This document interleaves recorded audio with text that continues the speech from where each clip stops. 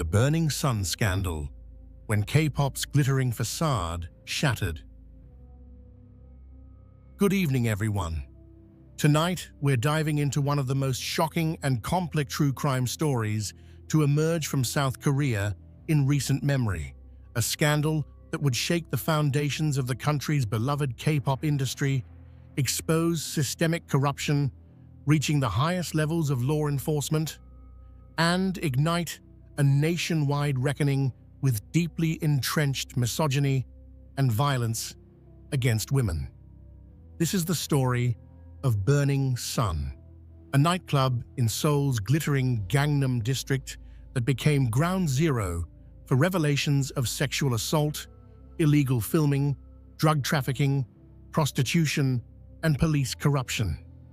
It's a story about power, privilege, and the devastating ways they can be weaponized against the vulnerable. But it's also a story about courage, the bravery of journalists who refused to look away, of victims who came forward despite unimaginable pressure, and of one young woman whose final act of defiance would help bring the truth to light, even as her own life slipped away. The Burning Sun scandal didn't just topple some of South Korea's biggest entertainment stars. It forced an entire nation to confront uncomfortable truths about gender inequality, the protection afforded to the wealthy and famous, and the systems that allow predators to operate with impunity. This is a story that demands to be told, not just for what happened, but for what it reveals about the darker currents running beneath the surface of modern society. So settle in as we explore this labyrinthine case, peeling back layer after layer to understand how a single assault at a nightclub would unravel into one of the most significant criminal investigations in South Korean history. Part 1. The glittering world of K-pop and Gangnam's dark underbelly. To understand the Burning Sun scandal, we first need to understand the world it emerged from, a world of contradictions, where carefully crafted public images concealed private horrors, and where the machinery of fame operated according to rules very different from those that governed ordinary lives. By the late 2010s, K-pop had conquered the world. Korean pop music, with its infectious melodies, precision choreography, and impossibly polished performers, had become a global phenomenon worth billions of dollars. Groups like BTS, Blackpink, EXO, and Big Bang weren't just popular in Asia. They were selling out stadiums in Los Angeles, performing at Coachella, and topping charts worldwide. The so-called Korean wave, or Hallyu, had become one of South Korea's most successful cultural exports, projecting an image of the country as modern, vibrant, and irresistibly cool. At the heart of this industry were the idols themselves, young performers, often teenagers when they debuted, who had typically spent years as trainees in the grueling system maintained by major entertainment companies. These trainees would practice singing, dancing, and foreign languages for hours every day, living in dormitories and adhering to strict rules about their behavior, appearance, and personal lives. The successful ones would eventually debut in carefully assembled groups, each member chosen for a specific role and appeal. The public image of K-pop idols was meticulously managed. They were meant to appear flawless, wholesome, and devoted entirely to their fans. Romantic relationships were often forbidden or hidden, as the fantasy of availability was part of the idol's appeal. Scandals could end careers overnight. Fans expected purity, and the industry delivered it, or at least the illusion of it. But beneath this glossy surface, the K-pop industry had a darker side. The intense pressure, lack of privacy, and exploitation of young performers created an environment ripe for abuse. Female idols, in particular faced constant objectification and harassment. The same system that demanded perfection also demanded silence about its failures and cruelties. Seoul's Gangnam District embodied these contradictions perfectly. Made famous worldwide by Psy's 2012 hit Gangnam Style, this neighborhood on the south bank of the Han River was synonymous with wealth, luxury, and status. Designer boutiques lined the streets. Luxury cars cruised the boulevards. High-rise apartments commanded astronomical prices. Gangnam was where Seoul's elite lived, shopped, and played. And play they did. Gangnam's nightlife was legendary, a hedonistic playground where the wealthy and famous could indulge their desires behind velvet ropes and tinted windows. Nightclubs with names like Octagon, Arena, and Burning Sun catered to VIP clientele, places where celebrities could party without the prying eyes of the general public. These weren't just dance clubs, they were status symbols, exclusive worlds where the rules that governed ordinary life seemed not to apply. Burning Sun itself opened in February 2018, located in the Le Méridien Seoul Hotel in Yeoksamdong, in the heart of Gangnam. From the outside, it appeared to be just another high-end club, albeit one with an impressive pedigree. One of its publicity directors was Lee Seung-hyun, better known by his stage name Seungri, the youngest member of Big Bang, one of the most successful K-pop groups of all time. Big Bang had debuted in 2006 under YG Entertainment, one of the big three K-pop companies. Over the years, they'd become massive stars, not just in Korea, but throughout Asia and beyond.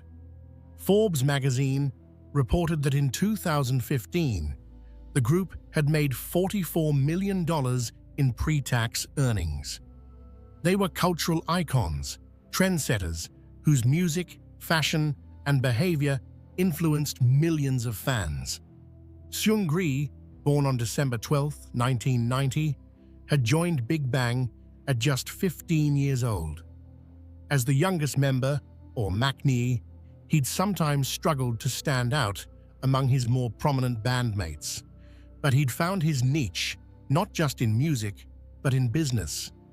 Seungri positioned himself as an entrepreneur, opening restaurants, launching a dance academy, investing in various ventures. He was multilingual, charismatic, and networked extensively. The media dubbed him Korea's Great Gatsby, a reference that would prove eerily prescient, like F. Scott Fitzgerald's J. Gatsby. Seungri's glittering parties and business success masked illicit activities carried out in the pursuit of wealth and status. In the summer of 2018, Seungri released his first solo Korean-language studio album and embarked on his first solo tour, aptly titled The Great Seungri. He was filling the void left by his Big Bang bandmates, who were completing their mandatory military service. Everything seemed to be going Seungri's way. He was successful, famous, wealthy, and positioned to become even more influential. But Seungri's world, and the world of Burning Sun, was built on foundations far more sinister than anyone outside could have imagined. Behind the pulsing music and bottle service, behind the VIP rooms and celebrity clientele, a culture of violence and exploitation flourished. Women were drugged and assaulted. Illegal videos were filmed and shared. Police officers looked the other way, their silence purchased with bribes and favors. It was a system that depended on the silence and complicity of many, the vulnerability of victims who had no voice, and the confidence of perpetrators who believed themselves untouchable. That confidence would prove to be their downfall. Because in November 2018, on a Saturday night at Burning Sun, an incident occurred that would set in motion a series of events exposing everything. a man named Kim Sang-kyo would file a complaint about what happened that night, a complaint that would ultimately trigger one of the most significant criminal investigations in South Korean entertainment history. His name was Kim Sang-kyo, and his decision to speak out would change everything, though his story, like so much about this case, would prove far more complicated than it first appeared. Part 2. The night that started it all. The date was November 24th, 2018. It was a Saturday night, and Kim Sang-kyo, a 28-year-old man, had come to Burning Sun with friends to celebrate a birthday. By his account, they'd reserved a table and were drinking champagne when around 7 in the morning, as the long night was winding down, he witnessed something that disturbed him. According to Kim's later testimony, he saw a woman at a nearby table who appeared to be in distress. A man was grabbing at her, trying to pull her back to the table. The woman broke free and hid behind Kim, grabbing onto his shoulder. Kim claimed he intervened, holding the man's arms back and asking security for help. Instead of assistance, Kim said, the man punched him. What happened next would become the subject of intense dispute and investigation. According to Kim's account, he was dragged outside the club by multiple staff members, including managers and security guards. Once outside, in an area without CCTV coverage, he was beaten severely. He managed to call the police at around 7:02 in the morning, but rather than stopping the assault, the beating continued. When police arrived at the scene, what happened next shocked Kim and would eventually shock the nation. Rather than arresting the Burning Sun employees who'd assaulted him, the police arrested Kim himself. He was taken to the Gangnam police station, where he claimed officers continued to abuse him. He was held for nearly 8 hours before being released to seek medical treatment.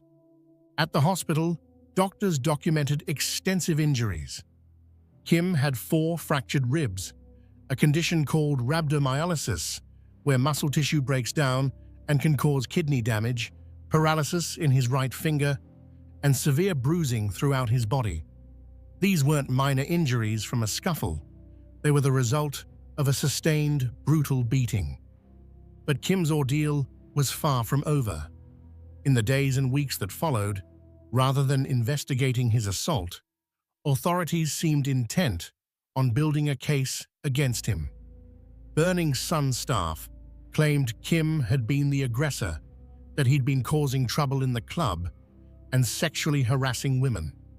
The police, rather than treating Kim as a victim, treated him as a suspect.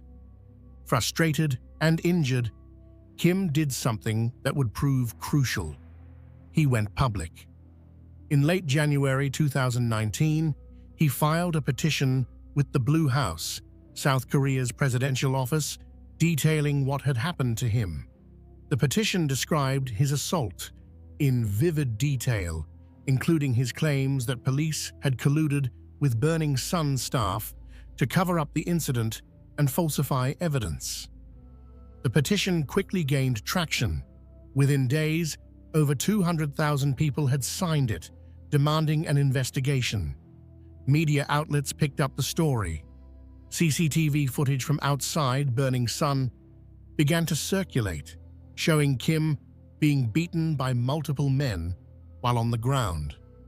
Additional footage from inside the police station showed officers handling Kim roughly, contradicting their claims that they'd treated him appropriately. The public was outraged. Here was clear evidence of excessive force by both private security and police officers, yet the victim was the one facing charges. Questions arose.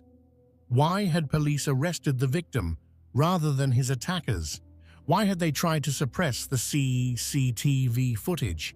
What were they trying to hide? Kim's case struck a nerve because it exemplified something many Koreans suspected but couldn't prove, that the wealthy and well-connected could literally get away with assault, with police serving as their protectors rather than enforcers of justice. Burning Sun was owned and operated by people with connections.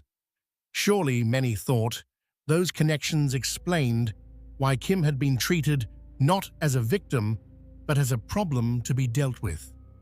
President Moon Jae-in himself weighed in, ordering a thorough investigation, not just into the Burning Sun assault, but into potential police corruption. The Seoul Metropolitan Police Agency announced they would examine the conduct of officers who'd responded to Kim's call and handled his detention. But as investigators began looking into Burning Sun, they discovered something unexpected. Kim's assault, serious as it was, turned out to be just the surface. Beneath it lay a world of criminality that went far beyond one nightclub beating. Investigators started hearing whispers about drugs, about women being assaulted, about illegal videos, about payments to police to look the other way. The more they dug, the more disturbing the picture became. It's important to note that Kim Sang-kyo's story would become more complex as events unfolded. While his initial complaint proved instrumental in launching the investigation that would expose the Burning Sun scandal, Kim himself would later face serious legal challenges. In the years following that November night, he was charged with more than 15 offenses stemming from events at Burning Sun. In November 2022, nearly 4 years after that fateful night, a court found Kim guilty of sexually harassing a woman at Burning Sun on the same evening he was assaulted, as well as obstruction of business and defamation. The court cited CCTV evidence and victim testimony in reaching its verdict.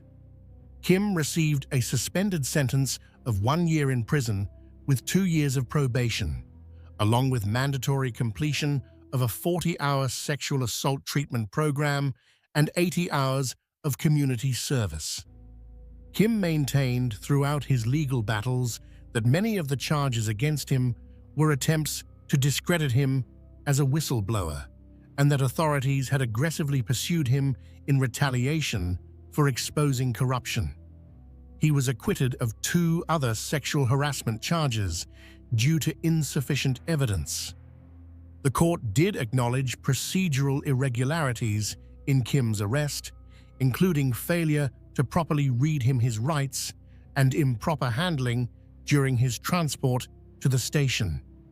This complexity doesn't negate the importance of Kim's initial report in exposing the systematic criminal activity at Burning Sun. His complaint, whatever the circumstances surrounding it, did trigger an investigation that would ultimately reveal crimes far more serious and widespread than anyone initially imagined. But it does illustrate something important about this case, that the events of that night and the scandal that followed involved layers of truth that defied simple narratives of heroes and villains. Real life rarely offers the clear moral lines that make for easy storytelling, and the Burning Sun scandal was no exception. What Kim's complaint did accomplish was this. It forced authorities to look closely at Burning Sun, and once they started looking, they couldn't ignore what they found, and what they found would prove explosive in ways no one could have predicted. Part 3. Burning Sun's Dark Reality.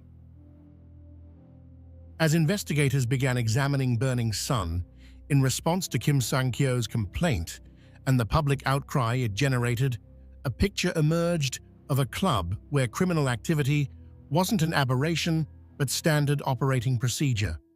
The assaults on customers, it turned out, weren't isolated incidents.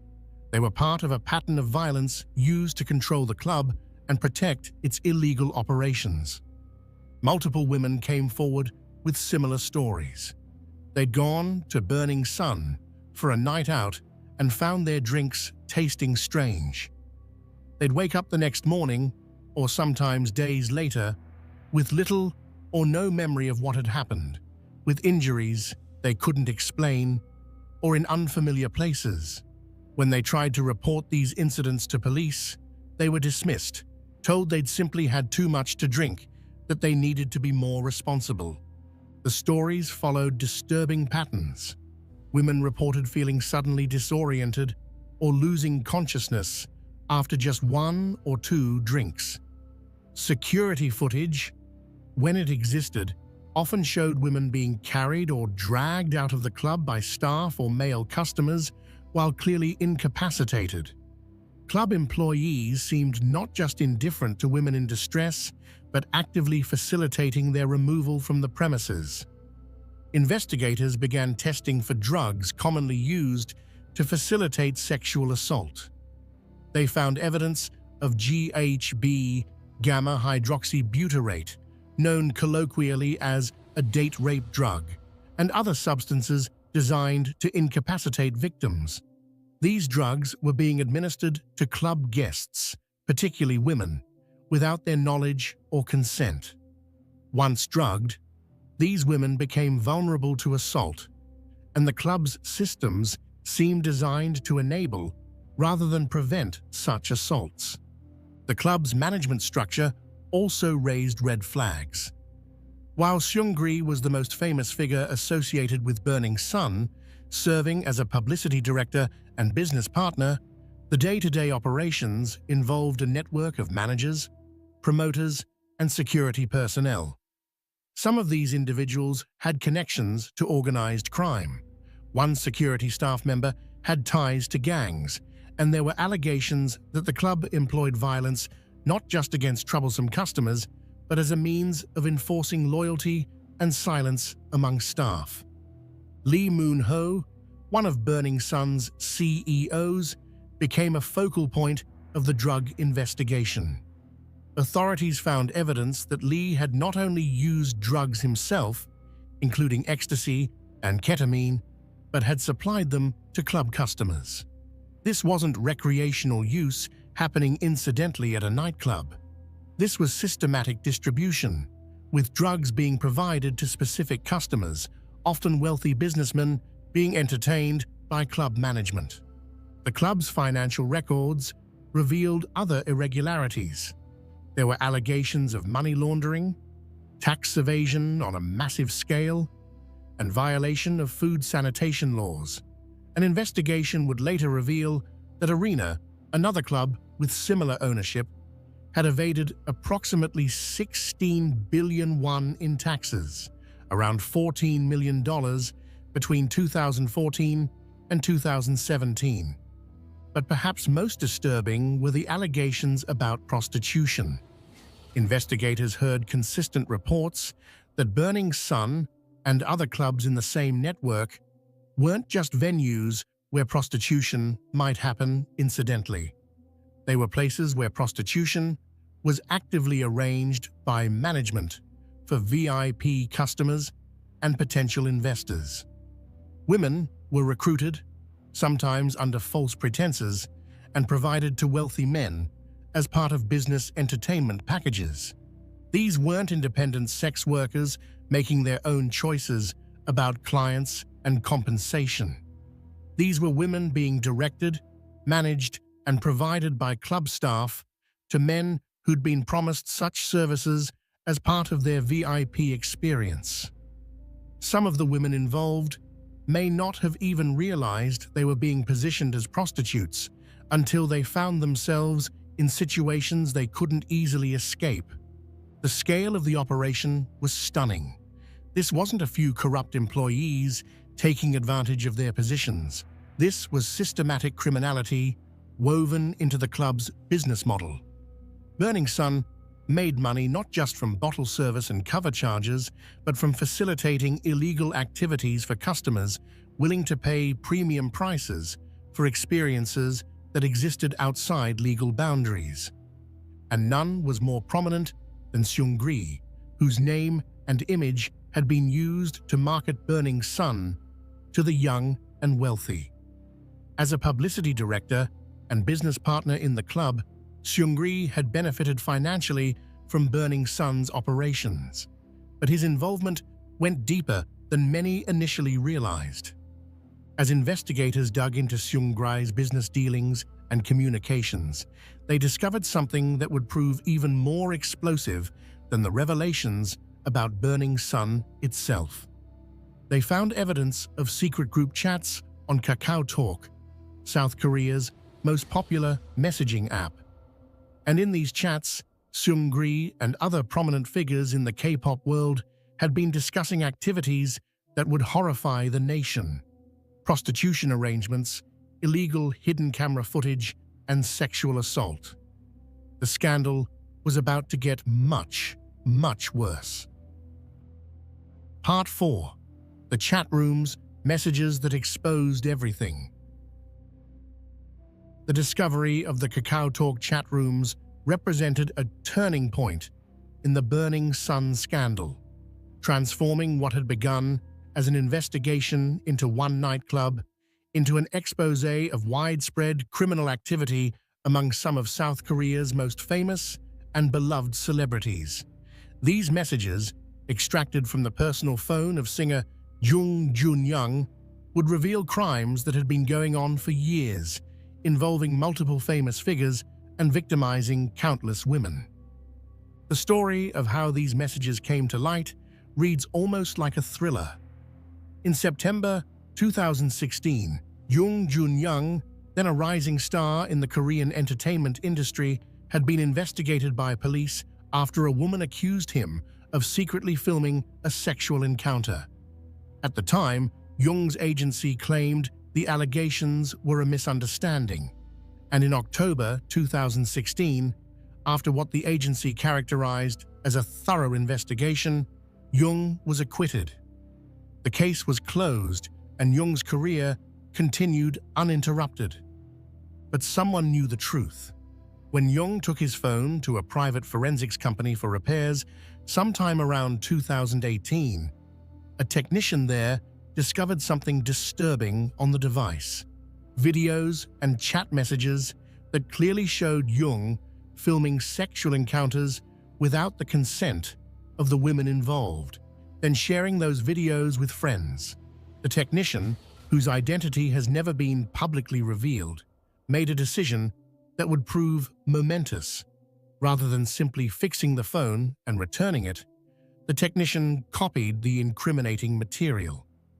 The technician then reached out to a lawyer named Bang Jung-hyun, sending him an email containing thousands of chat messages spanning an 8-month period from late 2015 through mid-2016. Bang recognized immediately that what he was looking at was evidence of serious crimes. When the Burning Sun scandal began making headlines in early 2019, Bang forwarded these messages to SBS's investigative news program SBS Fun-E and to the Anti-Corruption and Civil Rights Commission. On February 26, 2019, SBS Fun-E published the contents of the first chat room. The revelations were explosive. The messages showed Seungri instructing staff at Burning Sun and his other business ventures to provide prostitutes to potential investors and wealthy businessmen. He discussed the arrangements in clinical, business-like language, treating the women involved as commodities to be provided as part of his hospitality to business partners. But that was just the beginning. On March 11, 2019, SBS's 8 o'clock news revealed more chat rooms, and these were far more disturbing. These groups included not just Seungri, but Jung Jun-young, Choi Jong-hoon, a former member of the popular K-pop group FT Island, and several other men. The content of these chats was genuinely shocking, even to investigators and journalists who thought they'd seen everything. Jung Jun-young had been systematically filming sexual encounters with women without their knowledge or consent. The videos showed women who were clearly drunk or unconscious, unable to consent to being filmed or to the sexual acts themselves. Jung would then share these videos in the group chats, sometimes within minutes of filming them. The other members would respond with messages cheering him on, requesting more videos, or sharing their own illegal footage. The messages weren't just evidence of crimes, they revealed the mindset of the perpetrators, their complete lack of respect for their victims, and their confidence that they would never face consequences. The men joked about drugging women. They discussed which victims were best and rated them. They shared tips on where to find vulnerable women and how to avoid getting caught. When one participant expressed mild concern about the legality of what they were doing, others laughed it off, assuring him that they had police connections who would protect them, and they weren't wrong to feel confident. The chat rooms also revealed a cozy relationship between these celebrities and high-ranking police officials. One figure referred to in the chats as the police superintendent general appeared to be providing the group with inside information about investigations and helping them avoid legal troubles. The group members joked about their police protection, confident that they were essentially untouchable. The sheer number of victims was staggering. According to court documents that would later be released, Jung Jun-young alone had filmed and distributed content from at least 11 different women between November 2015 and June 2016, and that only covered the period for which investigators had direct evidence. Jung had shared these videos across 5 different group chats and sent them in 3 separate private conversations, with 14 different people receiving the illegal material. The victims in these videos had not given consent to be filmed. Many didn't even know the videos existed until police contacted them during the investigation. Some of the women had been in relationships with Jung and thought they were having private, consensual, intimate moments. Others had been too drunk or drugged to know what was happening. When authorities reached out to these women as part of the investigation, many were devastated. One victim, interviewed by reporter Kang Kyung-yoon, who broke the story, begged, "Please save me. How do I live after this?" The trauma inflicted on these women was immeasurable. Not only had they been violated in the most intimate way possible, but their private moments had been shared among strangers, turned into entertainment for a group of men who saw them as nothing more than objects. And because the videos had been shared digitally, the women faced the terrifying reality that these images might still be circulating, impossible to fully delete or contain. As investigators dug deeper into the chat rooms, more names emerged. In addition to Jung and Choi, the group included Kim, a former Burning Sun employee, Kwon Hyuk-jun, a businessman who would later be revealed as the older brother of Girls' Generation member Yuri, Heo, a former YG Entertainment employee, and several other men whose identities were protected due to their status as non-public figures. One particularly disturbing aspect of the chat rooms was the participants' discussions of gang rape.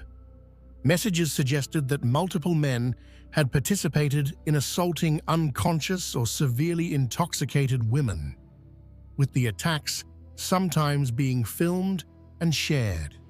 These weren't spontaneous crimes of opportunity, but coordinated assaults, with participants discussing logistics, sharing locations, and celebrating their crimes afterward. What made these revelations particularly shocking to the Korean public was the contrast between the public personas of these men and their private behavior. Jung Jun-young had been a beloved television personality, appearing on popular variety shows where he portrayed himself as charming and fun-loving. Choi Jong-hoon had been a member of FT Island, one of Korea's most popular rock bands, whose music often dealt with themes of love and respect. Seungri was a member of Big Bang, whose fans numbered in the millions worldwide. These men had stood on stages, accepted awards, and spoken about being role models. Their fame had been built on the devotion of fans, many of them young women, who'd supported their careers for years, buying albums, attending concerts, and defending them against critics.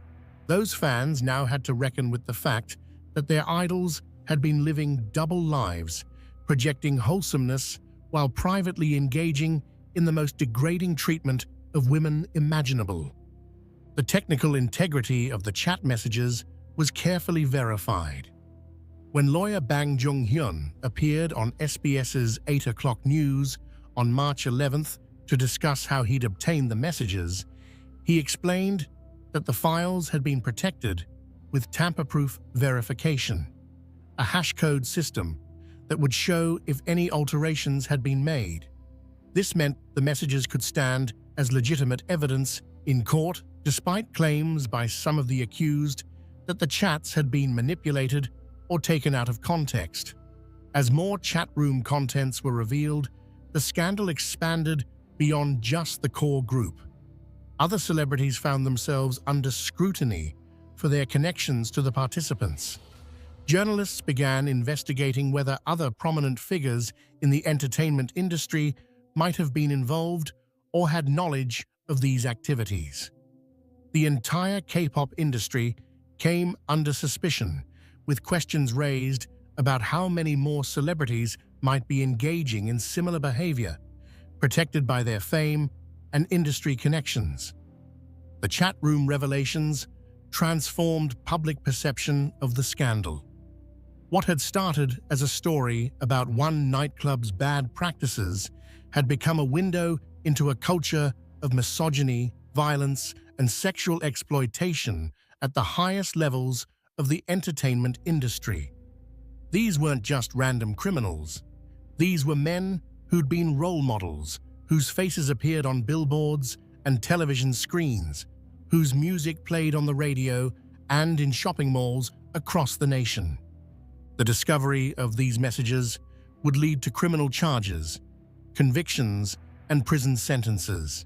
But perhaps more importantly, they sparked a national conversation about the treatment of women in South Korea, the abuse of power by celebrities, and the systems that had allowed these crimes to continue for so long. The pretty facade of K-pop had been ripped away, revealing the ugliness that had been hidden behind it. Part 5. Goo Hara, the brave woman who helped expose the truth. Among the many tragic elements of the Burning Sun scandal, few are more heartbreaking than the story of Goo Hara. A former member of the popular girl group Kara, Hara would play a crucial role in exposing police corruption at the heart of the scandal. But the courage she showed would come at a devastating personal cost. Goo Hara was born on January 3, 1991. She debuted with Kara in 2008, and the group quickly became one of the most successful K-pop acts of the early 2010s. They were particularly popular in Japan, where they achieved mainstream success rare for Korean acts at the time. Hara was known for her bright personality, her dancing ability, and her dedication to her craft. But behind the scenes, Hara faced challenges that her public image didn't reflect. The pressure of idol life took its toll. The constant scrutiny, the impossible beauty standards, the grueling schedules, and the lack of privacy wore on her. Like many idols, she struggled with depression and anxiety, conditions that were often dismissed or stigmatized in an industry that demanded performers maintain cheerful, flawless public personas regardless of their internal suffering. In 2018, Hara's personal life became painfully public when her relationship with a hairdresser named Choi Jong-bum turned abusive. The couple had begun dating after meeting on the set of a beauty television program called My Mad Beauty Diary. Initially, the relationship seemed happy. but it deteriorated into violence and manipulation. On September 13, 2018, just 2 months before the Burning Sun incident, Choi broke into Hara's home while she was sleeping. According to Hara's account, a fight ensued, triggered by Choi's jealousy over Hara having lunch with a male acquaintance. The argument escalated into physical violence. Choi assaulted Hara, causing injuries including damage severe enough that she experienced uterine hemorrhaging. But the physical assault wasn't the worst of it. During the fight, Choi threatened Hara with something that would cause her even more terror than the violence itself. He told her that he had secretly filmed them having sex, and he would release the video to destroy her career if she didn't comply with his demands. This threat, the weaponization of intimate footage, would hang over Hara for the rest of her life. Both Hara and Choi filed assault complaints against each other. When the case went to court, the details that emerged painted a picture of a deeply abusive relationship. Choi had been controlling, jealous, and violent. The assault on September 13th was not an isolated incident, but part of a pattern. Evidence showed that Choi had indeed filmed intimate encounters and had threatened to release them. In August 2019, a court found Choi guilty of assault, making threats, property damage, and coercion. However, he was not convicted on the illegal filming charge. The court ruled that there wasn't sufficient evidence to prove the recording itself was illegal, though it acknowledged he'd used the threat of releasing the video as blackmail. Choi received a suspended sentence, 1.5 years in prison, suspended for 3 years. This meant he wouldn't serve jail time unless he committed another crime during the probation period. The sentence sparked outrage. Here was a man who had violently assaulted his girlfriend, caused her significant physical harm, and blackmailed her with threats to release intimate footage that would destroy her career. And he received no jail time. The message to victims of domestic abuse and revenge porn seemed clear. The justice system would not protect them adequately. For Hara, the sentence felt like a betrayal. She'd been brave enough to come forward, to testify about her abuse in public, to allow the details of her victimization to become part of the public record. And in return, her abuser walked free. Worse, she faced intense public scrutiny and judgment. While some supported her, others blamed her for the relationship's problems, suggesting she'd somehow provoked Choi's violence or questioning why she dated him in the first place. The cruel logic of victim blaming was applied mercilessly. Choi had physically assaulted Hara, damaged her property, and terrorized her with threats to release intimate videos, yet he received only a suspended sentence. The message seemed clear. Even when the justice system acknowledged a man's abusive behavior, it wouldn't impose serious consequences. The stress of the case, combined with the intense public judgment, took a terrible toll on Hara's mental health. In May 2019, she attempted suicide. Fortunately, she survived, and her friend and fellow Kara member Gu Ji-young found her in time. Hara was hospitalized and later released, but the incident revealed the depth of her suffering. Around this same time, the Burning Sun scandal was unfolding. As we've already discussed, Hara reached out to reporter Kang Kyung-yoon to offer help with the investigation. Despite dealing with her own traumatic situation, the lawsuit, the suicide attempt, the continuing public scrutiny, Hara wanted to help other victims of illegal filming and sexual exploitation. Hara's role in identifying Yoon Kyu-gun as the corrupt police official protecting the Burning Sun criminals was crucial. She used her connection to Choi Jong-hoon, whom she'd known since their trainee days, to convince him to tell the truth. She recorded the conversation where Choi revealed Yoon's identity and provided it to investigators. Without Hara's intervention, this key piece of the puzzle might never have been solved. When Hara spoke to Kang about why she wanted to help, she explicitly identified with the victims of Jung Jun-young and the others. "I am also a victim of revenge porn," she told Kang. Hara understood what it felt like to have your intimate moments weaponized against you, to be threatened and violated, and then blamed for your own victimization. She wanted to prevent others from suffering as she had suffered. Hara's bravery during this period was remarkable. She was simultaneously fighting her own battle against an abuser, dealing with the psychological aftermath of a suicide attempt, and helping to expose one of the biggest criminal scandals in South Korean entertainment history. All of this while facing public judgment, online harassment from fans who didn't want to believe the accusations against their favorite celebrities, and the knowledge that her ex-boyfriend might at any time release intimate footage of her. After the Burning Sun scandal broke fully into public view, Hara continued her activities, including traveling to Japan for work commitments. She posted on social media, sharing updates with fans. In photos and videos from this period, she appears to be trying to maintain normalcy, to continue her career despite everything happening in her personal life. But beneath the surface, Hara was struggling terribly. On November 24, 2019, exactly 1 year and 1 day after the incident that started the Burning Sun investigation, Hara was found dead in her home in the Cheongdam neighborhood of Seoul. She was 28 years old. Police investigated and ruled the death a suicide.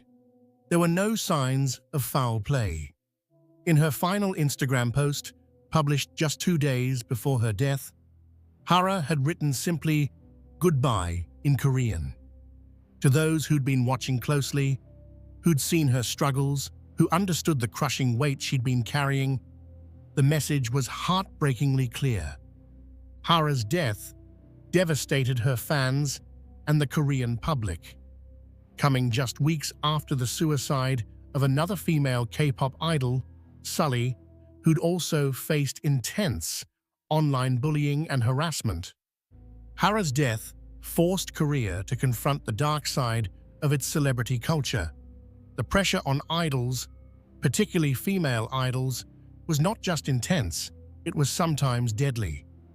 In the aftermath of her death, over 200,000 people signed a petition calling for stronger punishments for revenge porn and illegal filming.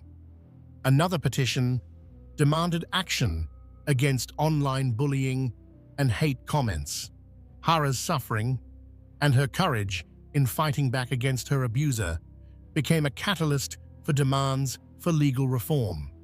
In 2024, 5 years after her death, it was revealed that Hara had played an even more crucial role in the Burning Sun investigation than had been publicly known. Reporter Kang Kyung-yoon disclosed the full extent of Hara's contribution, including how she'd helped identify Yoon Kyu-gun, Hara's brother, Gu Ho-in, who'd been present during the phone call with Choi Jong-hoon, confirmed his sister's involvement. Hara had known that helping with the investigation might bring more scrutiny to her own experiences with illegal filming threats. She'd known it might reignite public interest in her most traumatic experiences. She'd helped anyway, because she understood that staying silent protected perpetrators while speaking out protected potential future victims. Her final act of courage was trying to save others from the fate she'd experienced. The tragedy of Gu Hara's story lies not just in her death, but in the fact that the system failed her at every turn. When she reported her abuser, he received a sentence that felt like a slap on the wrist. When she faced public judgment, authorities did little to protect her from harassment and hate comments. When she tried to help expose corruption and sexual crimes, she had to carry that burden largely alone, without the support and protection she deserved. Hara's death remains one of the most painful chapters in the Burning Sun saga.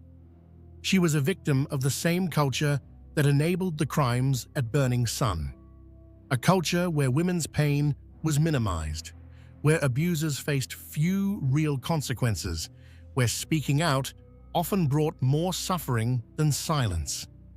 But she was also a hero, someone who refused to let her own victimization prevent her from helping others, who used her platform and her knowledge to fight for justice even when it cost her so much personally.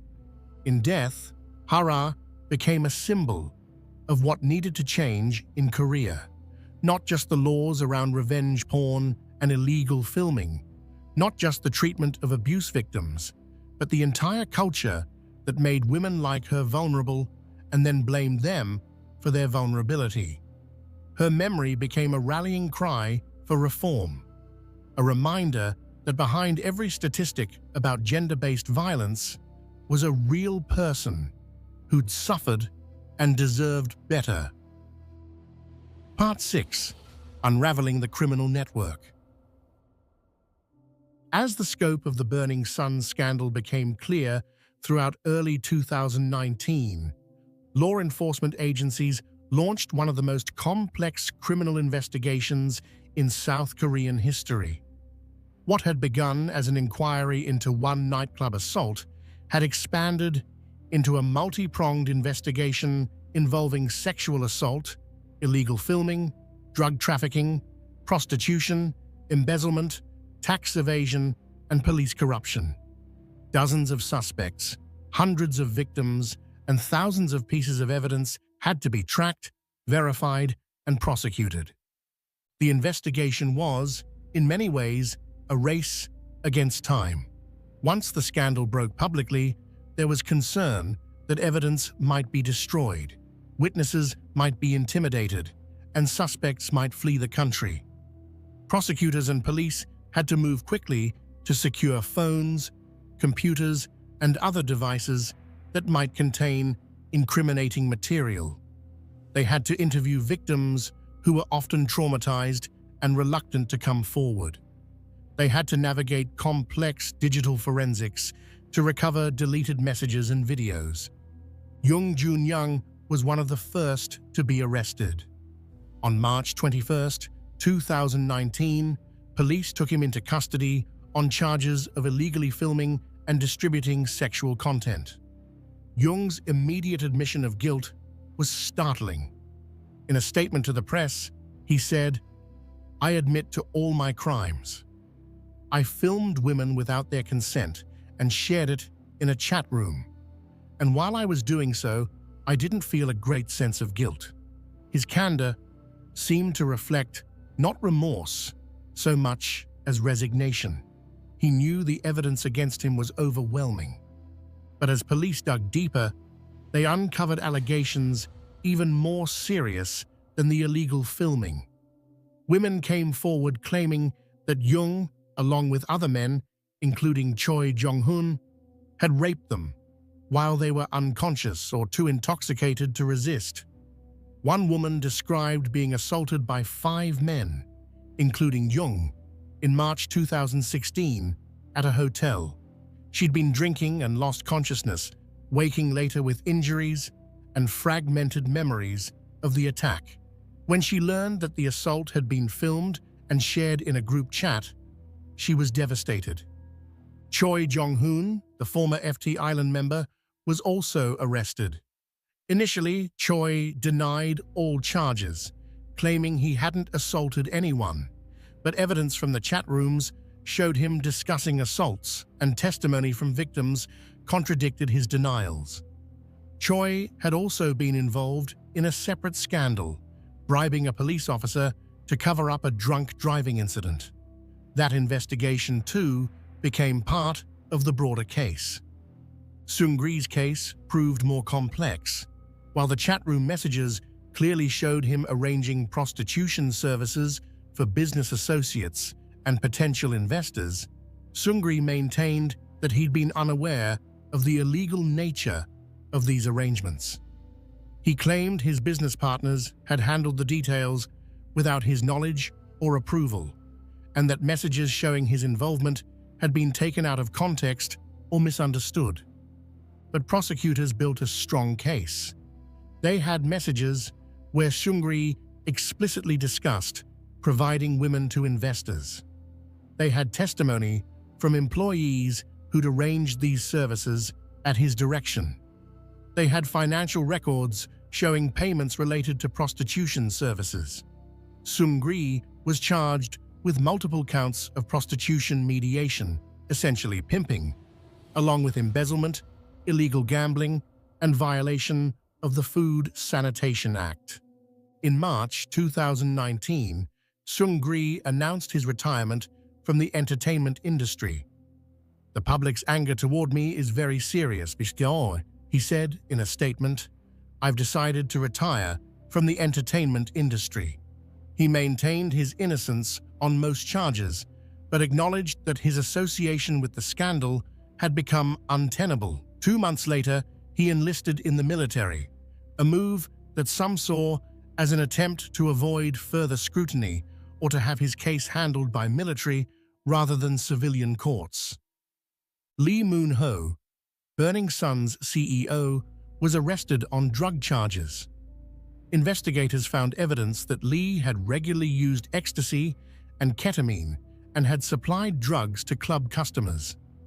Another club official, a promoter known as MD Cho, received even more serious charges related to drug smuggling and large-scale distribution. Police drug sweeps at Burning Sun and related venues netted hundreds of arrests for possession and distribution of various controlled substances. The police corruption investigation proved particularly difficult. Identifying and prosecuting corrupt officers required navigating an institution that was understandably defensive about accusations of widespread corruption. The blue wall of silence, the tendency of police to protect their own, made witnesses reluctant to testify and evidence difficult to obtain. Yoon Kyu-gun, the senior police official identified through Gu Hara's intervention, became the highest-profile target. Yoon was arrested in March 2019 on charges of bribery and using his position to suppress investigations and provide inside information to club owners and operators. The charges alleged that Yoon had accepted bribes in exchange for warning club operators about planned raids, providing information about ongoing investigations, and using his influence to minimize the consequences when club operators were caught breaking laws. President Moon Jae-in personally weighed in on the scandal, calling for thorough investigations of both the entertainment industry figures and the police officers who'd enabled them. The Burning Sun incident is not just about one club, Moon said. It's about the culture of corruption and the abuse of power. He ordered police reforms, including better oversight of nightlife venues and stricter protocols for handling sexual assault cases, but the police corruption investigation faced obstacles. Many of the lower-ranking officers who'd responded to the initial Burning Sun call or who'd had regular contact with club officials received only administrative punishments, reprimands, suspensions, or transfers. The most serious charges were dropped or resulted in acquittals. In several high-profile cases, judges ruled that while the officers' conduct had been inappropriate, prosecutors hadn't proven criminal intent or that money had actually changed hands. This frustrated many who felt the scandal had revealed systemic corruption that went unpunished. The two officers most directly involved in Kim Sang-kyo's arrest and detention were cleared of assault charges, with the court ruling that while their procedures had been flawed, there wasn't sufficient evidence to prove they'd intentionally harmed Kim. The message seemed to be that institutional failures and bad judgment weren't criminal offenses, even when they enabled serious crimes by others. Meanwhile, victims of the crimes faced their own challenges. Many women who'd been filmed without consent or sexually assaulted struggled with whether to cooperate with investigators. Coming forward meant having their victimization become part of the public record. It meant facing questions about their behavior, their clothing, their alcohol consumption, or the victim blaming that typically accompanies sexual assault cases. It meant potentially facing the perpetrators in court, reliving trauma, and having intimate details of their assaults discussed by strangers. Reporter Kang Kyung-yoon, who'd broken many of the key stories, became an advocate for these victims. She worked to protect their identities while ensuring their stories were told. She faced death threats and harassment for her reporting, threats serious enough that she required police protection at times. Other journalists investigating the scandal faced similar intimidation, highlighting how dangerous it could be to challenge powerful men and institutions. Some victims chose to settle their cases privately rather than go through criminal trials. Under Korean law, certain offenses can be settled through financial compensation and agreements not to pursue charges if the victim agrees. This created controversy. Some felt it allowed wealthy perpetrators to literally buy their way out of consequences. But for victims, the decision to settle often came from exhaustion, trauma, and the knowledge that even successful prosecutions might not bring satisfying justice. The investigation also revealed the scale of the Molcha problem in South Korea. The Burning Sun case wasn't isolated. It was part of a much larger epidemic of illegal filming and distribution of intimate content. Police were overwhelmed with complaints about hidden cameras in changing rooms, public restrooms, hotels, and other spaces. Websites openly hosted and profited from illegal content. The technology to film secretly had become cheap and ubiquitous, while the legal and social responses had lagged far behind. By mid-2019, prosecutors had indicted dozens of people in connection with the Burning Sun scandal and related cases. The entertainment industry reeled as more names emerged. Several other celebrities found themselves under investigation for their connections to the chat rooms or similar behavior. Talent agencies scrambled to distance themselves from the scandal, while fans grappled with the reality that their idols had committed serious crimes. The trials themselves would take years. COVID-19 pandemic-related delays, appeals, and the sheer complexity of the cases meant that final sentences weren't handed down for some defendants until 2021 and 2022. But as the legal process unfolded, the contours of justice and its limitations became clear. Part 7. Verdicts, Sentences, and the Incomplete Nature of Justice. The legal proceedings arising from the Burning Sun scandal stretched across more than 3 years, with trials, appeals, and final verdicts gradually determining the fates of those involved.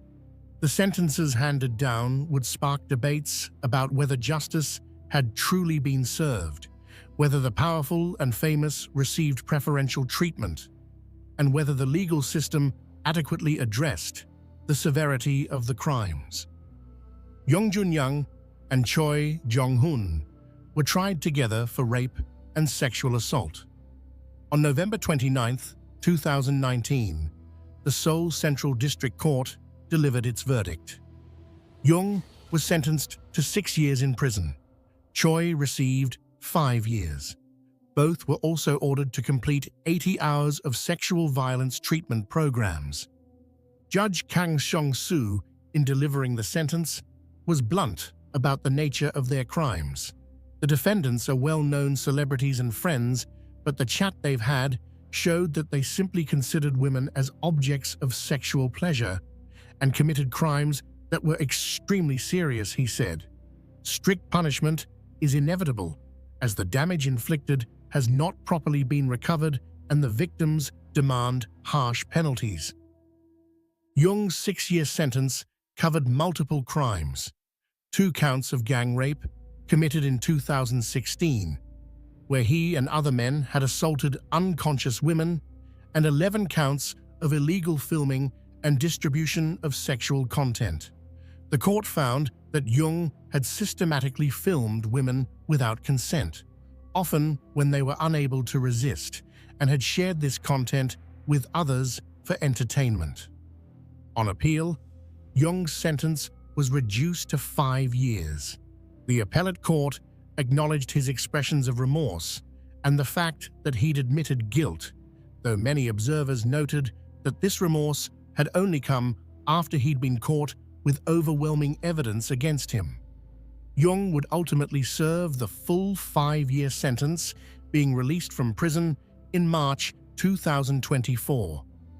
Choi Jong-hoon's 5-year sentence reflected his participation in gang rapes and his attempts to use his celebrity status and connections to avoid consequences. Evidence showed that after one assault, Choi had contacted police officials, asking them to suppress the investigation. This attempt to manipulate the justice system was considered an aggravating factor. Unlike Jung, Choi had initially denied all charges before eventually pleading guilty during the trial process. Seungri's case took a different path because he'd enlisted in the military before being formally charged. This meant his trial was conducted by a military court rather than a civilian court, following different procedures and potentially different standards. Critics argued this gave Seungri an advantage, as military courts were sometimes seen as more lenient. In August 2021, a military court found Seungri guilty on all 9 charges against him. These included prostitution mediation, procuring prostitution services for himself, embezzlement of approximately 528 million won, around $455,000, habitual gambling in Las Vegas involving approximately 2.2 billion won, around $2.2 billion million, violation of the Foreign Exchange Transaction Act, violation of the Food Sanitation Act, sharing illegally filmed content, and ordering subordinates to threaten people. The court sentenced Seungri to 3 years in prison and ordered him to pay a fine of approximately 1.15 billion won, about $9 million, $190,000. While this was a substantial sentence, prosecutors had asked for 5 years, and many felt 3 years was insufficient given the range and severity of his crimes. But Seungri's legal journey didn't end there. He appealed the sentence, and in January 2022, a military appeals court reduced his sentence to 1.5 years. The reduction came after Seungri admitted to all charges and expressed remorse, a marked change from his earlier denials. The appeals court cited his acknowledgement of guilt and stated intention to reflect on his crimes as mitigating factors. In May 2022, South Korea's Supreme Court upheld the 1.5-year sentence, making it final. Because Seungri had already served several months, he faced approximately 9 more months in civilian prison after being discharged from military service. He was ultimately released in February 2023, having served less than 2 years total. The reduction of Seungri's sentence sparked outrage.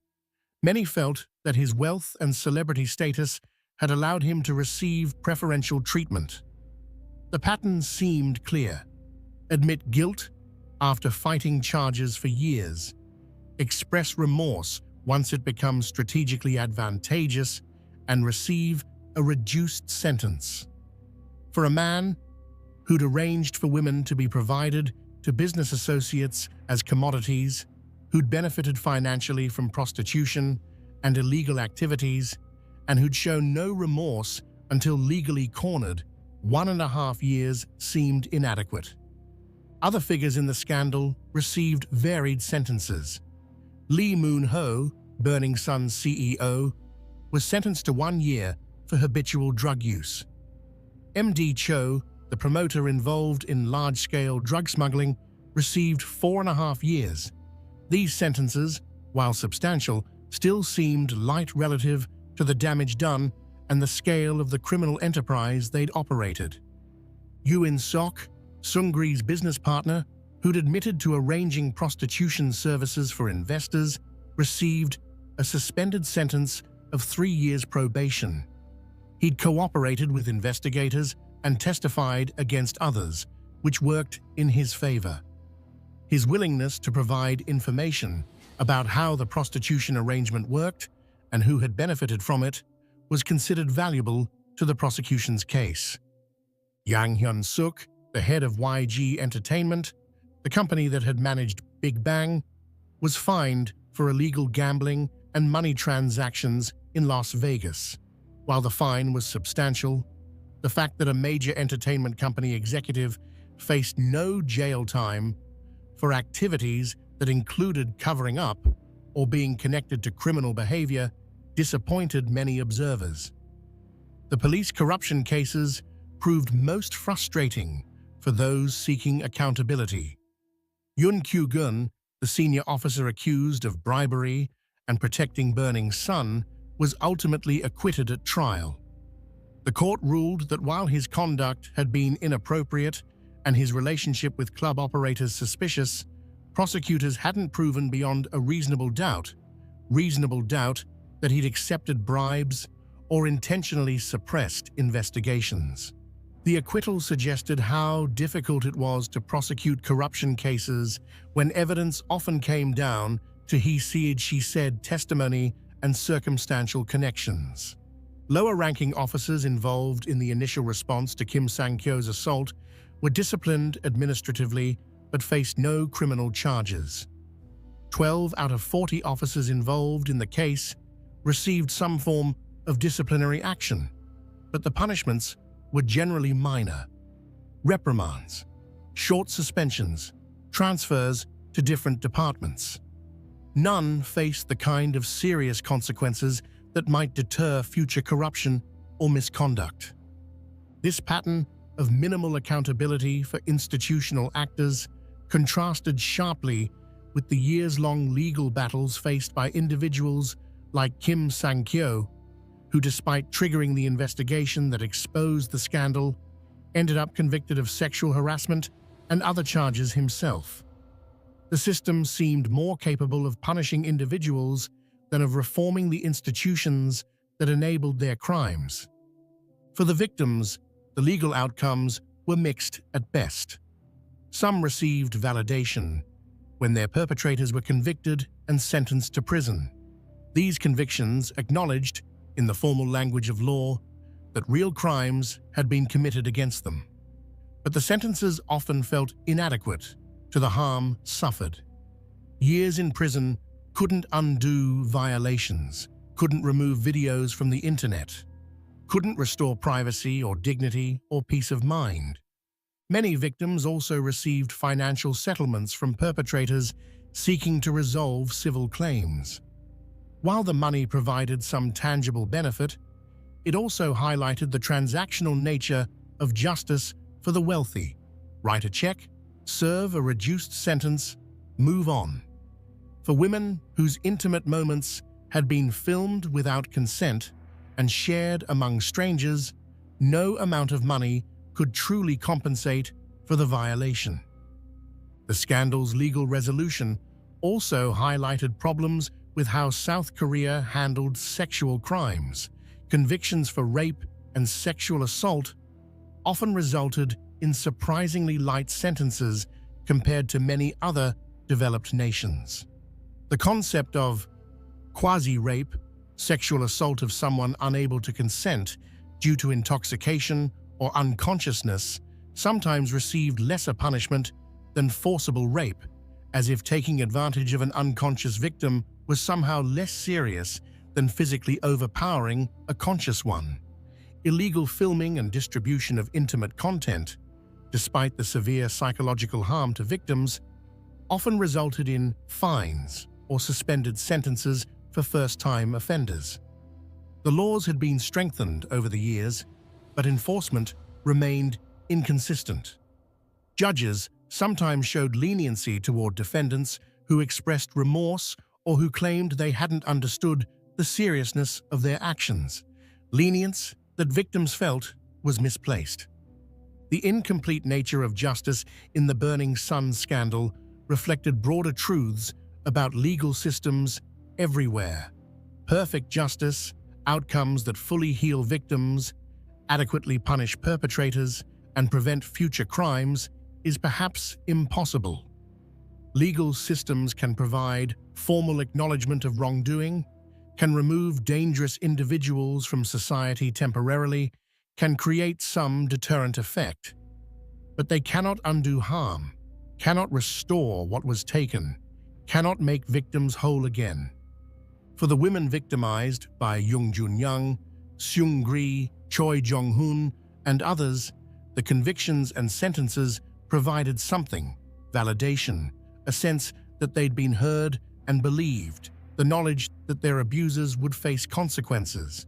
But they also had to live with the knowledge that their private moments remained somewhere in the digital ether, potentially being viewed by strangers. They had to cope with trauma that would take years to process. They had to rebuild lives that had been shattered by violations they'd never asked for and often hadn't even known about until investigators contacted them. The Burning Sun legal proceedings concluded with convictions and sentences, but not with closure. The trials ended, but the harm continued. Justice had been served in a formal sense, but in the lived experience of victims, justice remained incomplete and always would be. Part 8. The broader context: South Korea's reckoning with gender-based violence. The Burning Sun scandal didn't occur in a vacuum. It emerged from and exposed broader patterns of gender-based violence in South Korean society, particularly the phenomenon of molka, illegal filming and distribution of intimate content. Understanding the scandal requires understanding this wider context and the women's movement that was fighting for change even before Burning Sun became headline news. The term molka is a Korean abbreviation meaning secret camera or hidden camera. While technically it could refer to any covert filming, in practice it came to specifically mean illegal filming of women for sexual purposes in bathrooms, changing rooms, subway cars, or during intimate encounters. The content would then be shared online, often for profit, creating a market for violations of women's privacy and dignity. By the late 2010s, molka had become epidemic in South Korea. Hidden cameras were found in public bathrooms, hotel rooms, changing facilities, and even women's homes, installed by stalkers or former partners. The technology had become incredibly sophisticated and miniaturized. Cameras could be hidden in pens, clocks, air fresheners, power outlets. Nearly any object in a room might conceal surveillance equipment. The websites hosting this content operated openly with minimal legal consequences. Men would share footage they'd taken and discuss techniques for filming without detection.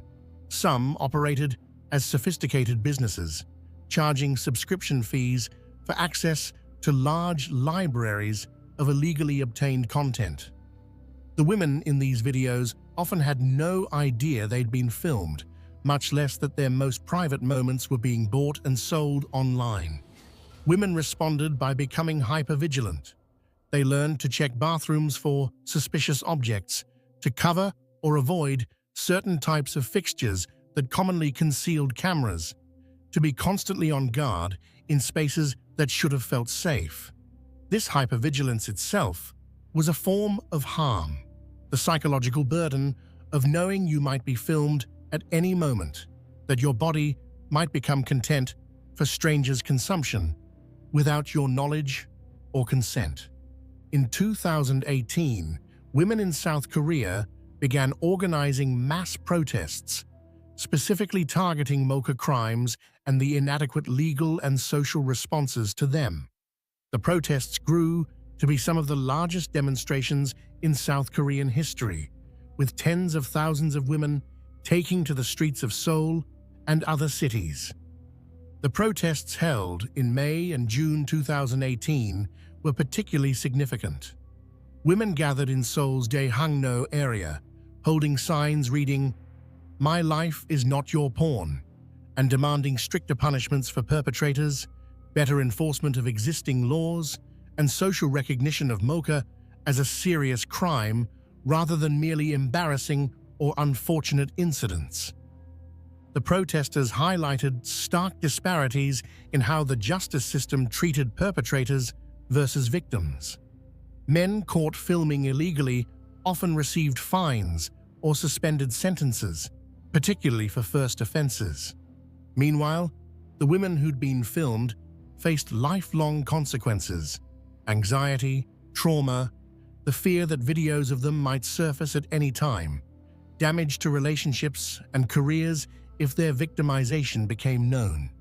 The protests also drew attention to the common practice of blaming victims for Mocha crimes. When women were secretly filmed, they often faced questions about why they'd been in certain spaces, why they hadn't been more careful, whether they'd somehow invited the attention. This victim blaming deflected responsibility from perpetrators to victims, making women responsible for preventing men's crimes against them. The connection between the Mocha epidemic and the Burning Sun scandal was direct and profound. Young Jun Young's crimes weren't different in kind from the Mocha cases that had sparked the protests. They were different only in that he was famous, wealthy, and had felt so secure in his impunity that he'd shared his videos with friends rather than selling them anonymously online. The sense of entitlement, the objectification of women, the confidence that consequences would never come. These were the same elements that characterized Mocha crimes across Korean society. For the women who'd been protesting throughout 2018, the Burning Sun scandal validated everything they'd been saying. This wasn't a problem of a few deviant individuals. It was systematic, reaching to the highest levels of entertainment and business. The police corruption that had protected Burning Sun was the same corruption that allowed Mocha perpetrators to operate with minimal consequences. The victim blaming that survivors of sexual assault faced was the same victim blaming that made women afraid to report Mocha crimes. The protests continued throughout 2019, now explicitly connecting the Mocha epidemic, the Burning Sun scandal, and broader issues of gender inequality. At the protests, women held signs reading "Rape Cartel" and "Dismantle the Boys Club." They demanded prosecution not just of the celebrities directly involved in Burning Sun, but of the police officers who'd protected them, the executives who'd enabled them, and the industry structures that had allowed such behavior to flourish. The protests also highlighted how thoroughly women's concerns had been dismissed before, when women had been reporting strange incidents at clubs, suspicious drinks, waking up with no memory of the previous night. Their complaints had been ignored or minimized. They were told they just had too much to drink, that they needed to be more careful, that they were making mountains out of molehills. The revelation That these complaints had been accurate, that women really were being systematically drugged and assaulted at places like Burning Sun, underscored how completely the system had failed them. International attention focused on South Korea's gender issues.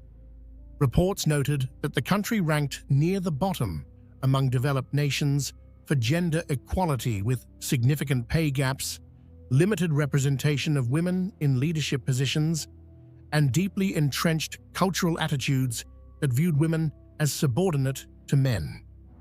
The combination of the Mocha protests and the Burning Sun scandal put South Korea's treatment of women on the global stage, creating pressure for change from both domestic and international sources.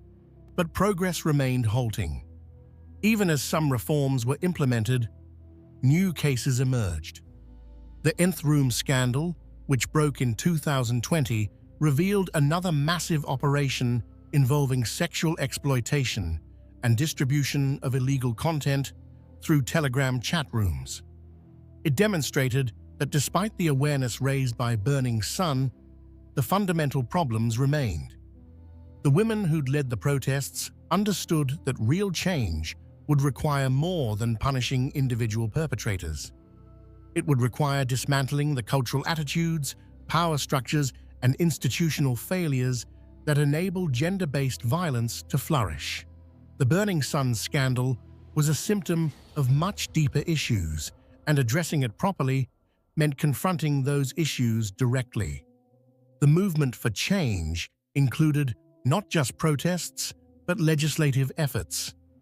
Activists pushed for stronger penalties for illegal filming, for mandatory education programs about consent and respect, for better training of police and prosecutors handling sexual assault cases, for resources to help victims remove illegal content from the internet. Some reforms were enacted, though advocates argued they didn't go far enough. The Burning Sun scandal, despite its horrors, provided an opportunity.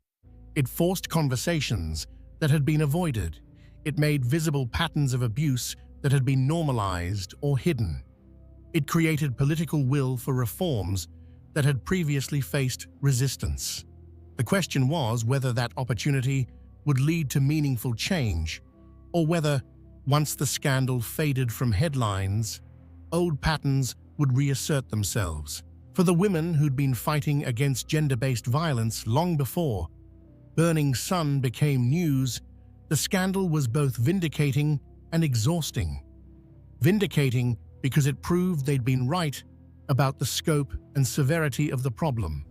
Exhausting because it showed just how much work remained to be done, how deeply entrenched the attitudes and systems they were fighting against truly were. Part 9. Lessons and Legacy. Years have passed since the Burning Sun scandal first broke, and the immediate crisis has faded from daily headlines. The convicted have served or are serving their sentences. The club itself has long since closed. The entertainment careers of those involved have ended, though some have attempted comebacks to varying degrees of success and public acceptance. But the lessons of Burning Sun remain relevant, both for South Korea and for societies everywhere grappling with similar issues. First, the scandal demonstrates how easily systems meant to protect the vulnerable can be corrupted to instead protect the powerful. The police officers who should have investigated crimes instead suppressed them. The entertainment industry that should have safeguarded its artists instead created conditions where abuse flourished.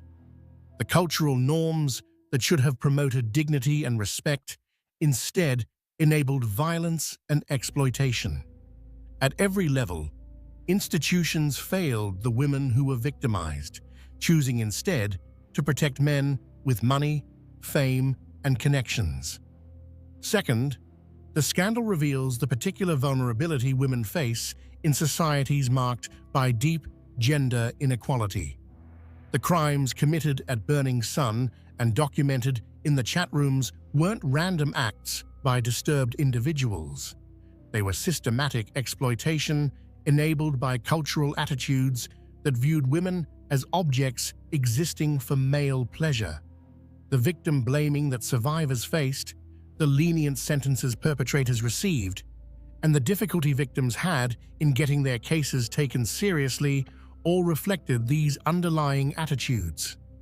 Third, the scandal shows the power of journalism and civic engagement in forcing accountability. Without reporters like Kang Kyung-yoon and Park Hyo-sil, the truth might never have emerged. Without Kim Sang-kyo's refusal to stay silent, despite the personal cost, the investigation might never have begun. Without the mass protests by women demanding change, authorities might have continued ignoring the Molka epidemic and related crimes. Change came not from institutions working properly, but from people outside those institutions, forcing them to act. Fourth, the scandal demonstrates that fame and success don't correlate with character. Jung Jun-young, Seungri, and Choi Jong-hoon had achieved what millions dream of: success in the competitive entertainment industry, wealth, and the adoration of fans.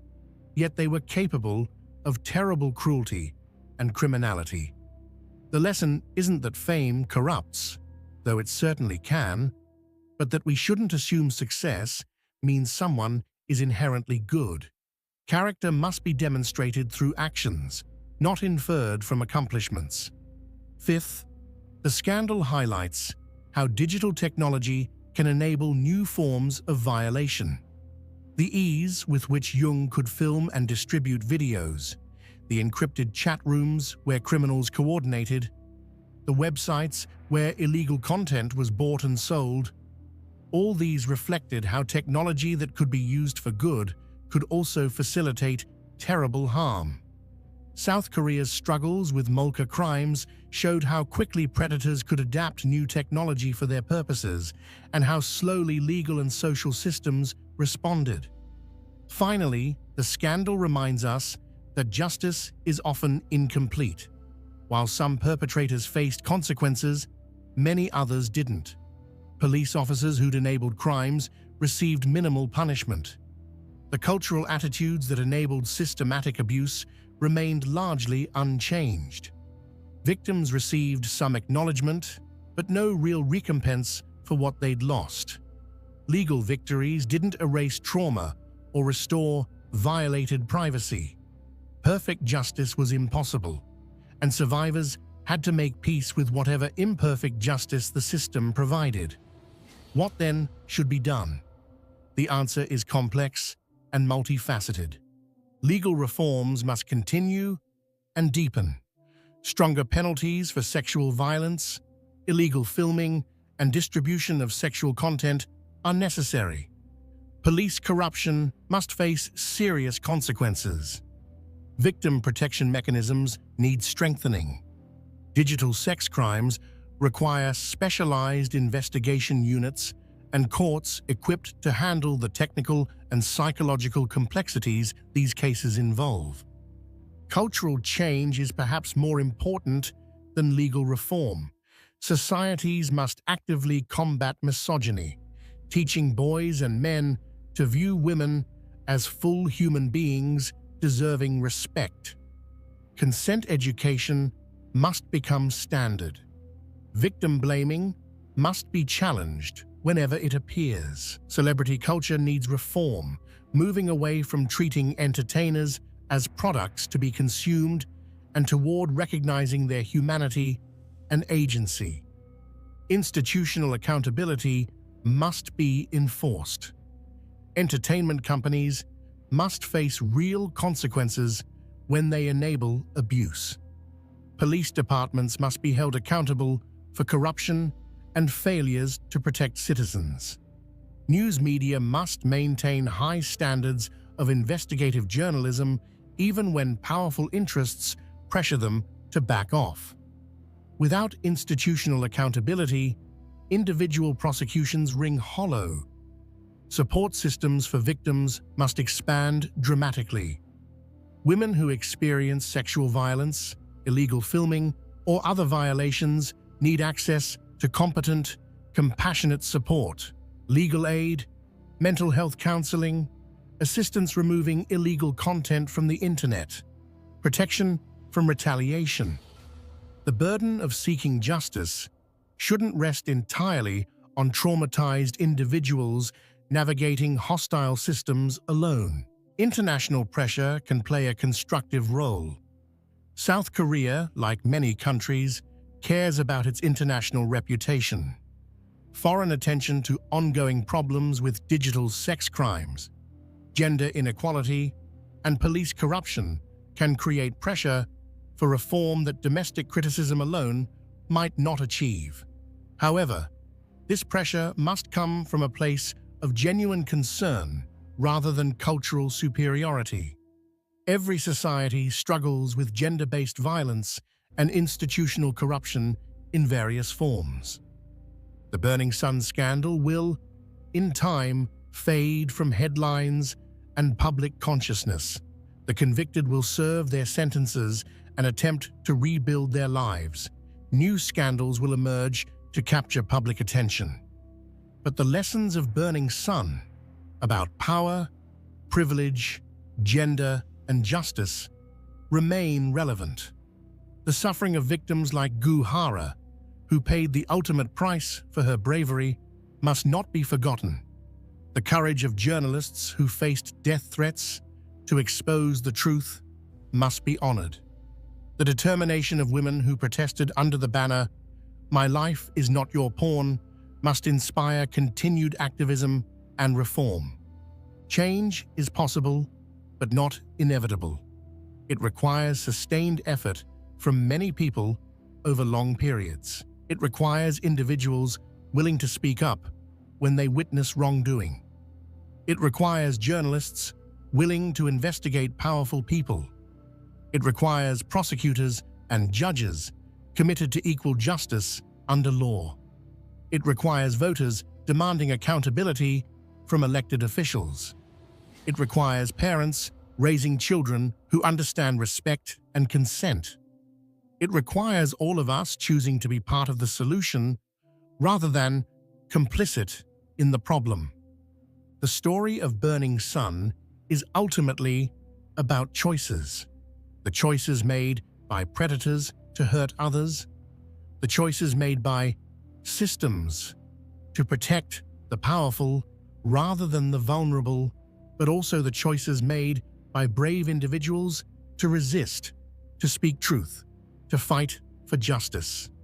In telling this story, we honor those who made the hard choice to stand up, and we challenge ourselves to do the same when we encounter injustice in our own lives and communities. Thank you for staying with me through this difficult but important story. If you found this examination of the Burning Sun scandal informative, please consider subscribing to the channel.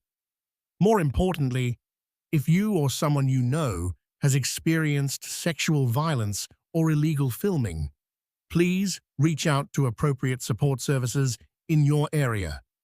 You are not alone, and what happened to you was not your fault. Remember, silence protects perpetrators, while speaking out protects potential future victims. The bravest thing any of us can do is refuse to stay silent in the face of injustice. Until next time, take care of your King Von. When the Streets Became the Stage, a documented chronicle. The rain fell steady on that November morning in 2020, streaking down the windows of Grady Memorial Hospital in Atlanta, Georgia. Inside, doctors worked frantically to save a 26-year-old man who had been rushed through their doors with multiple gunshot wounds. His name was Davon Daquan Bennett, though the world knew him better as King Von, one of Chicago drill music's brightest rising stars. Despite their best efforts at 4:48 in the morning, Von was pronounced dead. The music industry mourned the loss of a talented storyteller. His fans grieved for an artist who seemed on the verge of superstardom. But for many families in Chicago, Von's death marked something entirely different. For them, it closed a chapter on years of terror, violence, and loss at the hands of someone they believed was responsible for multiple murders and who had weaponized fame to continue violence. This is not a story about redemption or wasted potential. This is not a tale of a troubled youth who made mistakes and found his way. This is a documented account of violence, system failures, and an entertainment industry that some argue profited from real bloodshed.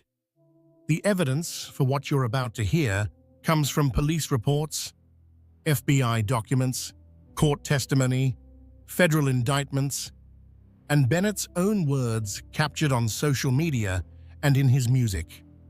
Before we continue, it's critical to establish what can be proven versus what remains alleged or speculative. Bennett was acquitted of one murder charge in 2017. He was never charged in most of the other deaths discussed in this video. Many connections between Bennett and unsolved murders come from circumstantial evidence, social media posts, song lyrics, and analysis by online researchers rather than criminal charges or convictions. Where someone is never charged or is acquitted, the legal presumption of innocence applies.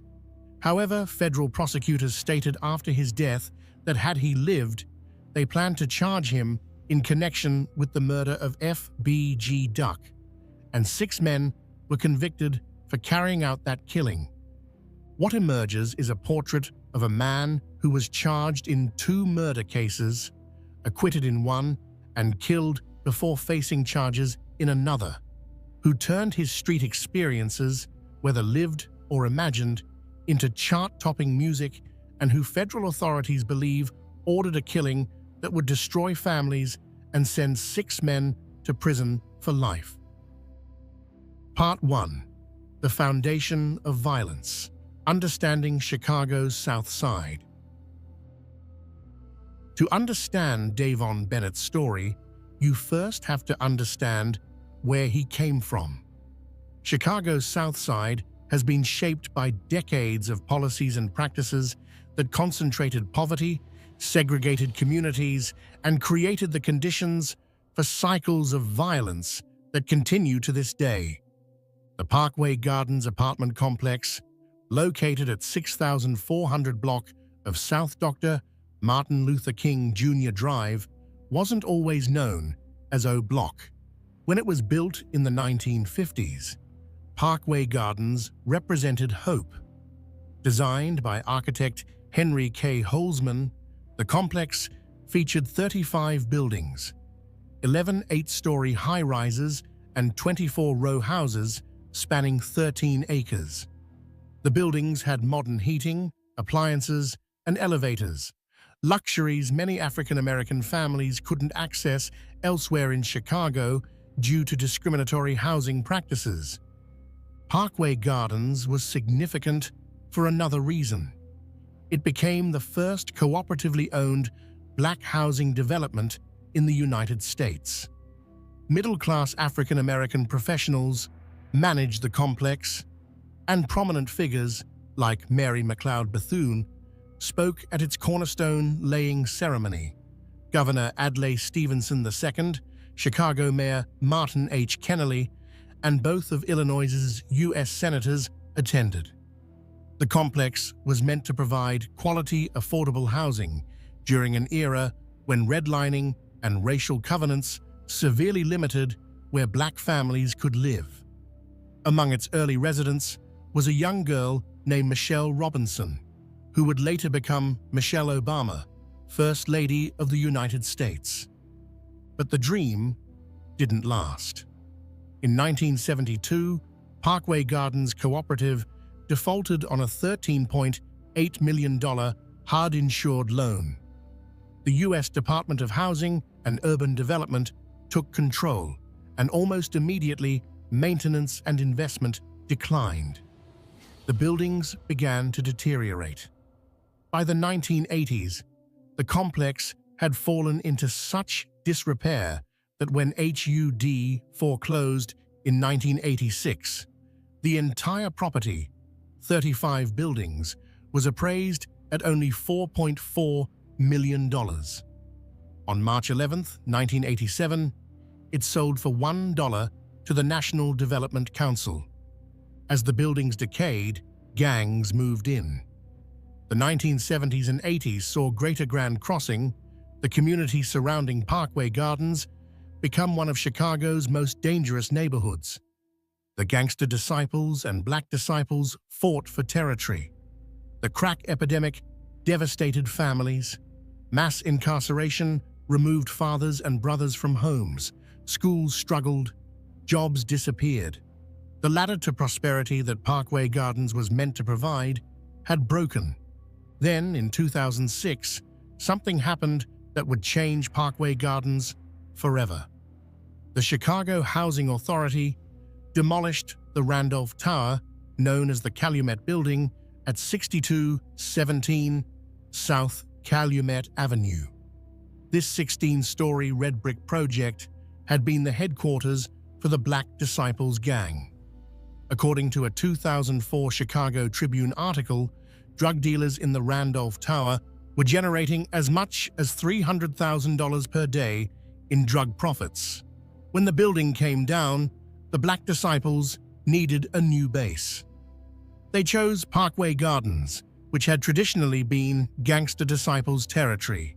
The result was catastrophic. Between June 2011 and June 2014, Parkway Gardens and the surrounding block experienced the highest number of shootings of any location in Chicago. The Chicago Sun-Times would later describe it as the most dangerous block in Chicago. In just 3 years, 19 people were shot and killed in and around the complex. Most were teenagers and young adults, some barely out of high school. The victims included innocent bystanders, gang members, and anyone unfortunate enough to be in the wrong place at the wrong time. The violence was personal and localized. These weren't organized crime families or drug cartels. These were kids from neighboring blocks, killing each other over perceived disrespect, social media posts, lyrics in songs.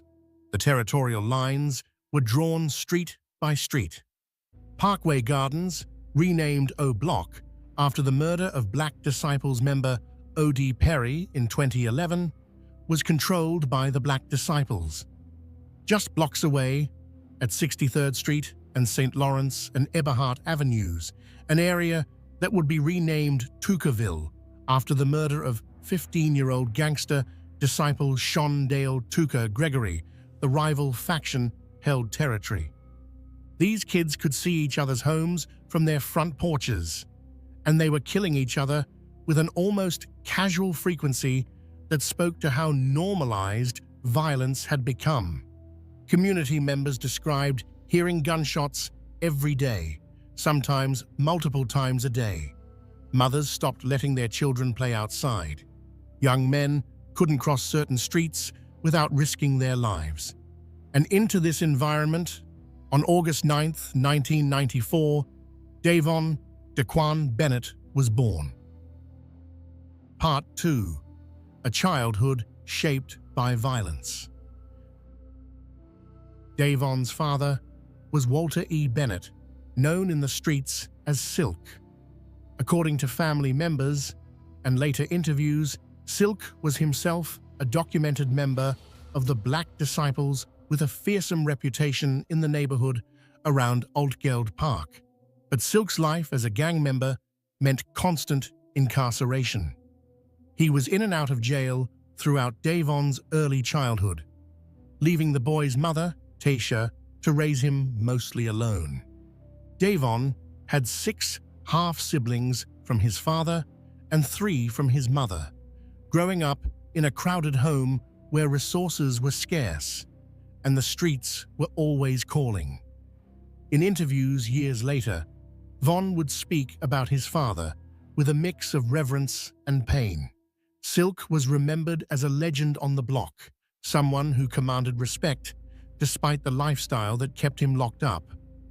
On July 24, 2005, when Davon was 10 years old, his father was shot and killed outside a skating rink.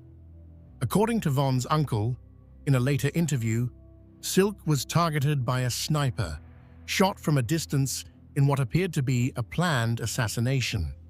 The loss devastated young Davon. Years later, he would tweet and rap about how he couldn't sleep after his father's death. On Twitter, he regularly posted tributes to his father on his birthdays, memorializing the man who had shaped his early understanding of what it meant to be respected in the streets. Von later told interviewer 16 shot visuals that he got involved in gang activity in 4th grade around 2006, when he was approximately 11 or 12 years old. His father had been Black Disciples. His neighborhood was Black Disciples territory. For Von, joining wasn't really a choice.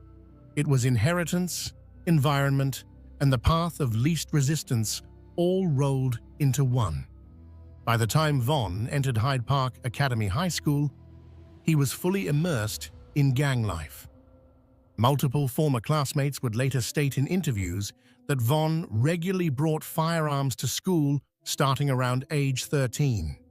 One associate, Chop Squad, who attended school with both Von and fellow Chicago rapper G Herbo, claimed that Von would show off guns in class. G Herbo himself would later rap about this in a collaboration with Von called FaceTime, saying that Von showed him a revolver during freshman orientation, an experience that led G Herbo to begin bringing guns to school himself. Von's adolescence was marked by constant conflict. He and his friends from O Block, kids with names like T-Roy, Duke, BJ, Big A, would start with fistfights at school, scuffles with rival gang members on the bus or in the cafeteria. But those schoolyard fights quickly escalated. Guns replaced fists. What started as teenage posturing turned deadly serious. Hyde Park Academy became a place where Von and his rivals from blocks like STL/EBT and Jarrow City saw each other every day, building grudges that would last years and cost lives. On one occasion, according to stories that circulated years later, Von did a shooting on prom night while wearing his suit. He had even tweeted earlier that day, warning people not to try him while he was dressed up. True to his word, when someone tested him, Von allegedly responded with gunfire. This recklessness and willingness to use violence at any moment would become his calling card. Von's first arrest came in August 2010, when he was 16 years old. According to court records, he committed armed robbery at 64th and King Drive at 12:45 p.m., pulling a gun on a victim and stealing their vehicle. He was arrested 5 minutes later. The charges were serious: armed robbery with a firearm, and Von faced 21 to 45 years in prison under a plea deal. As a juvenile, he was instead sentenced to boot camp, an intense military-style program designed to shock young offenders straight. He was released early, but would be back behind bars within months. Von's second documented arrest came in November 12 for unlawful possession of a firearm. He would be booked into Cook County Jail and spend time incarcerated between December 10 and March 12, about 15 months total. During this time, his best friend T-Roy tweeted calling for his release. The two were inseparable, partners in everything, according to those who knew them. But it was during his next period of freedom, from March 12th to November 12th, that something changed in Davon Bennett. Multiple associates and Von himself would later describe this period as when he transformed from a street kid into something darker. The deaths of friends, people like O.D. Perry, Patoon, and later White White, would turn him, in his own words, into a demon. Part 3. The Streets Run Red, Allegations of Early Murders. A critical note on evidence and speculation. What follows in this section are allegations that have never been proven in court. Bennett was never charged with most of the murders discussed here, and these cases remain officially unsolved.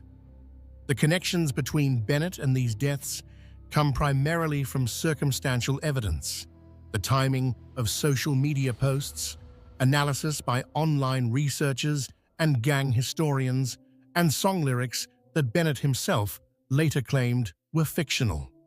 While this circumstantial evidence has been compiled by researchers and discussed in some police documents, it's important to understand that correlation does not equal causation, and tweet timing is not proof of involvement.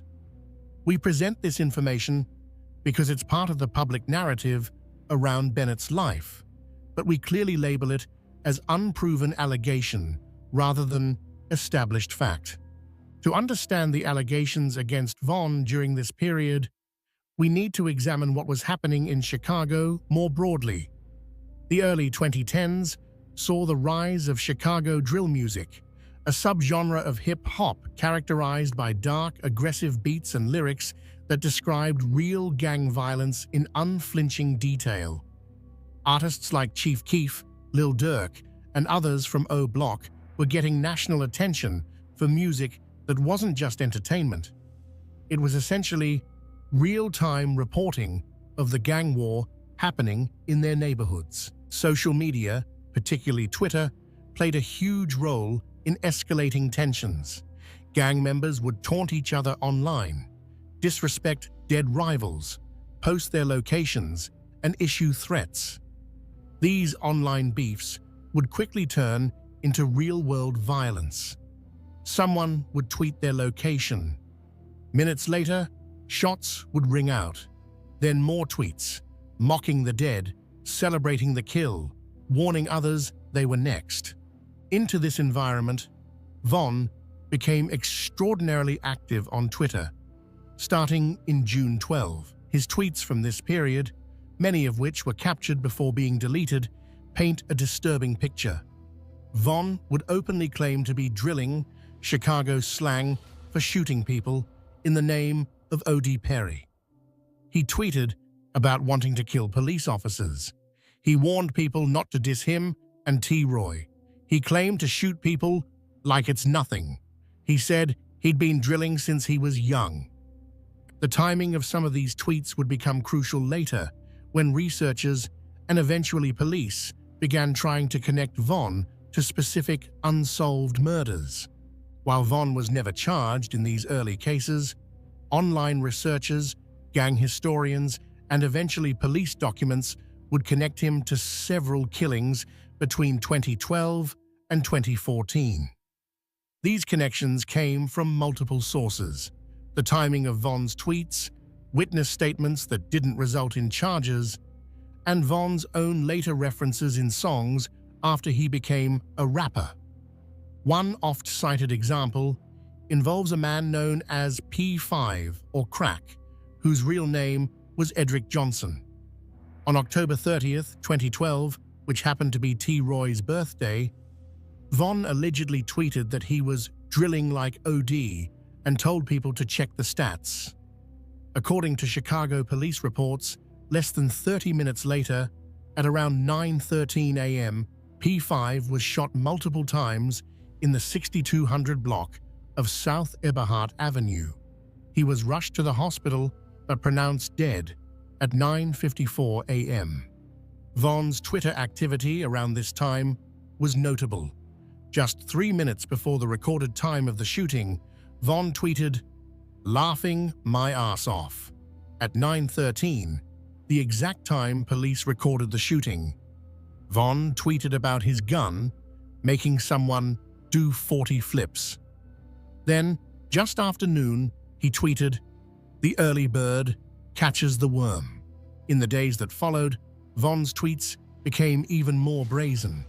He tweeted wondering if he was messed up in the head and indicating he thought he'd gone crazy. 2 days later, he tweeted, "Damn, Modell got killed in October and crack. Who's going to get killed in November?" Stay tuned. Von was never charged in P5's death. No arrests were made. The case remains officially unsolved. The connection between Von and this murder is based entirely on the timing correlation between his tweets and the shooting. While the timing is striking, it's important to note that tweet timing alone is circumstantial evidence, not proof of involvement.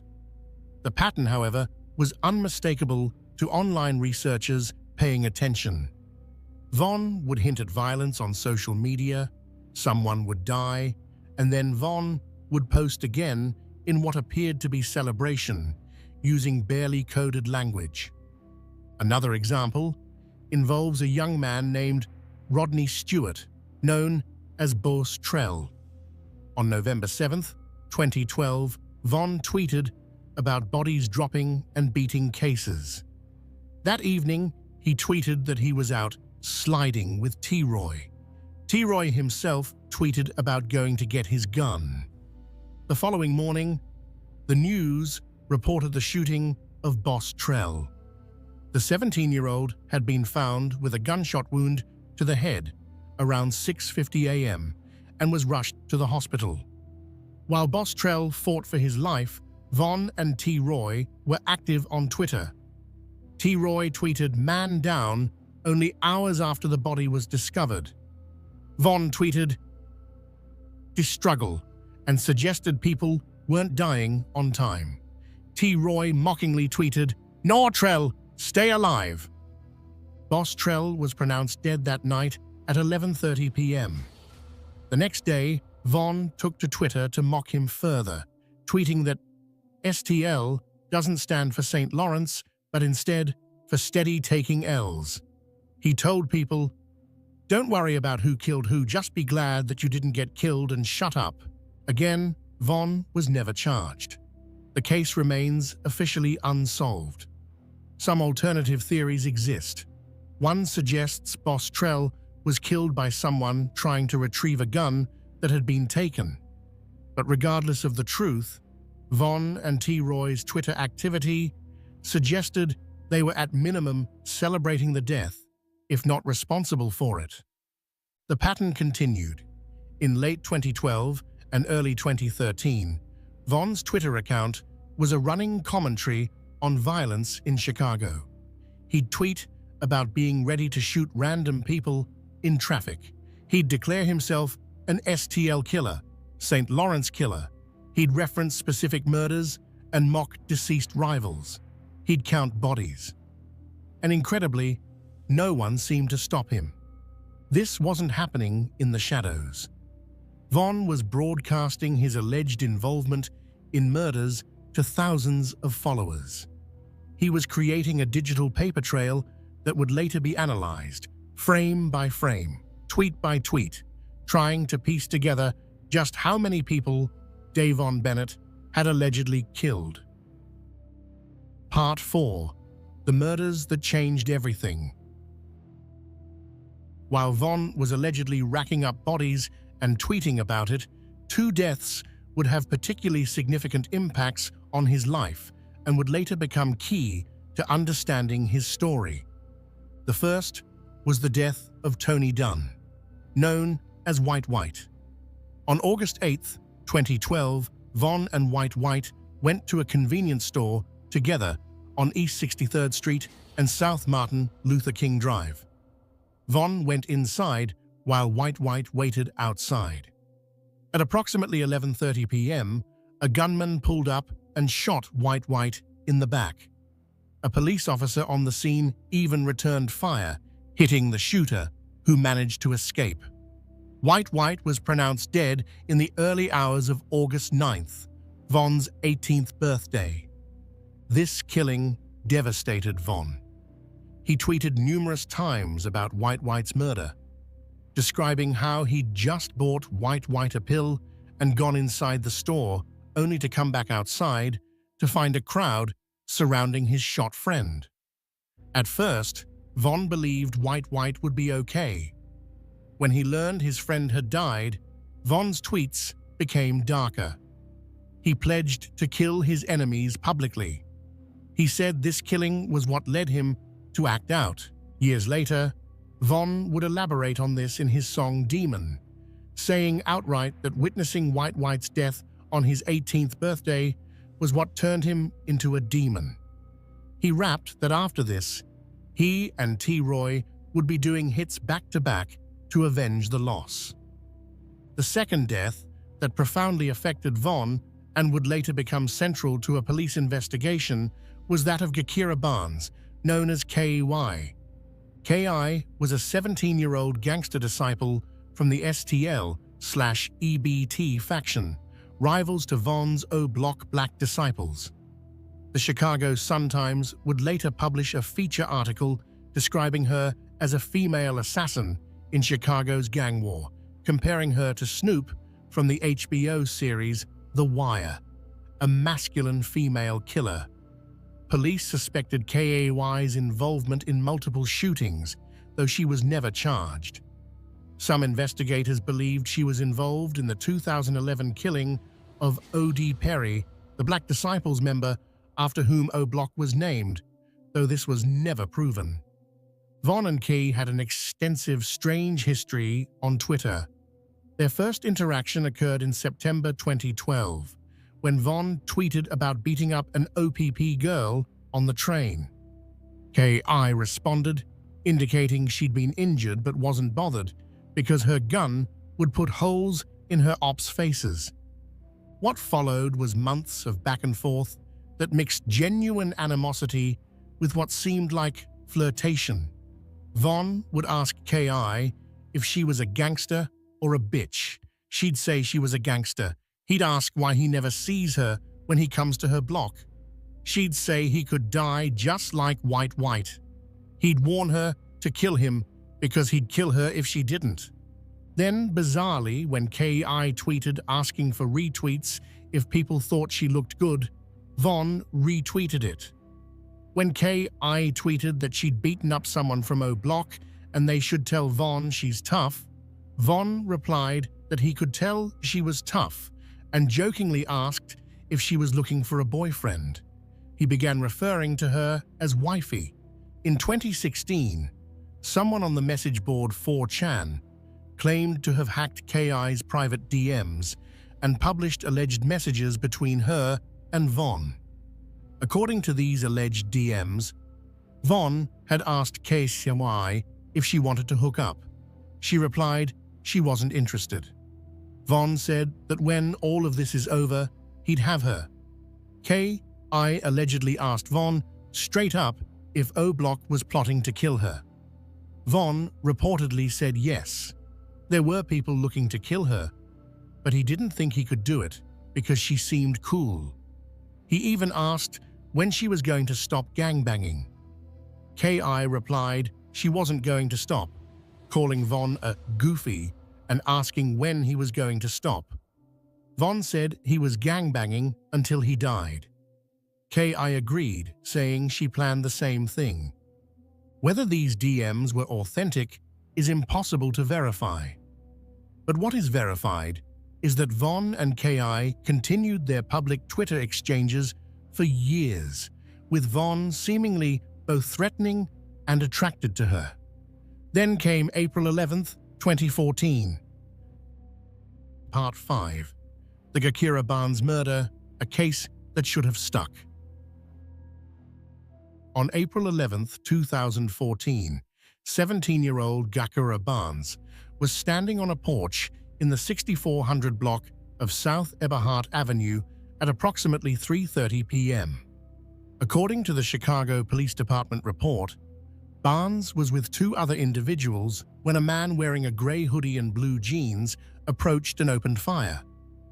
Witnesses described the shooter hopping out of a vehicle, catching KYY and the others about to shoot dice. They ran into a gangway, but the shooter kept firing. One witness reported hearing the gunman shout, "Yeah, bitch," as he fired at KY multiple times. She was struck 9 times. She managed to crawl to a nearby porch before losing consciousness. She was transported to a hospital where she died approximately 2 hours later.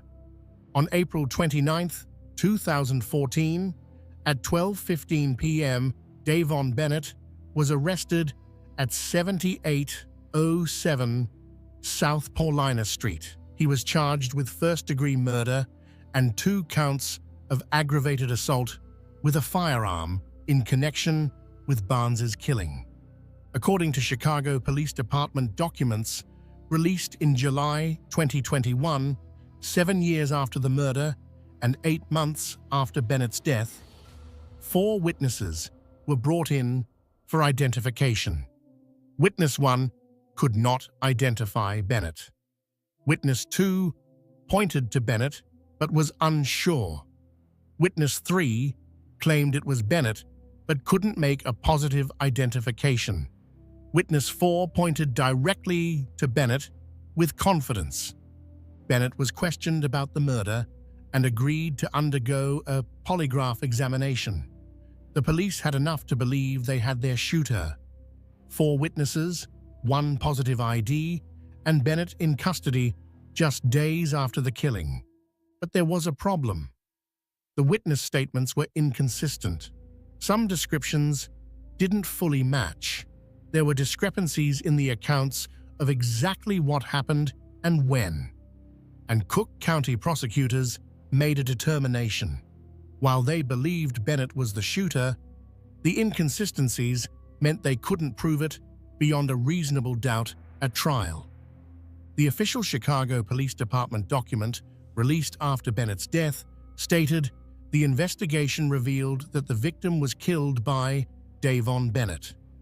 The CCSAO, Cook County State's Attorney's Office, reviewed the investigation and concurred that Bennett was positively identified as the offender in the incident and felt that they would be unable to meet the burden of proof in court and formally rejected charges. The document continued. It should be noted Davon Bennett was charged with first-degree murder recorded under HX2 81542 in that he shot and killed Malcolm Stuckey, no IR, on May 29, 14. So police believed Vaughn killed KI. They had witness identification. They had him in custody. But the case never went to trial because prosecutors didn't think they could win a conviction. Vaughn was released on April 30, 2014, without being charged.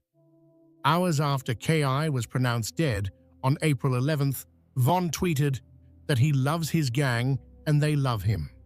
Then people began confirming on social media that KI had been killed. O'Block veteran Jay Hood would reveal in an interview years later that Vaughn came back to O'Block immediately after the murder and told him what he'd done. The day after the hit, fellow Black Disciple rapper Lil Reese tweeted Vaughn's catchphrase, "You got to do your thing," seemingly a congratulatory post to Vaughn, who replied, "You got to." Vaughn later tweeted that he needs a real one. Over the next few days, Vaughn delivered a flurry of activity on Twitter. He tweeted that his ops don't scare him and the whole gang war is funny to him. He said he'd lost a lot of friends, so his enemies must die in retaliation. He tweeted saying people wouldn't believe the things he does in the streets and that he'll never tell. He even copied KI's earlier tweet about people not getting the picture until you put them in the frame. Then Vaughn posted something particularly incriminating. He tweeted asking if the streets could be his Valentine, saying they're tired of dying. This was one day before the anniversary of KI's death. The next day, he made a biblical tweet saying God told him to cut her off. At this point, Vaughn would seemingly update his body count to 6, openly tweeting about homicide in the air and that he'd made 6 people extinct for playing hard. He tweeted that he put people's brains in their lap and asked followers if they'd still be there for him when he gets 100 years in jail. But Von's celebration was short-lived. On April 29th, 18 days after K.I.'s murder, he was arrested. Despite the strong circumstantial evidence and witness identification, he was released the next day when prosecutors rejected charges. Years later, after becoming a rapper, Von would make multiple references in songs that prosecutors and analysts interpreted as admissions to Barnes's murder. In War With Us from 2018, he rapped, "Put a pretty op bitch in the morgue. Call her drop dead gorgeous." In GTA from 2019, he said, "Keep a strap like K.I." In Cousins from 2019, he rapped, "I kill women and men. Can't tell the difference." K.I.'s family received no justice.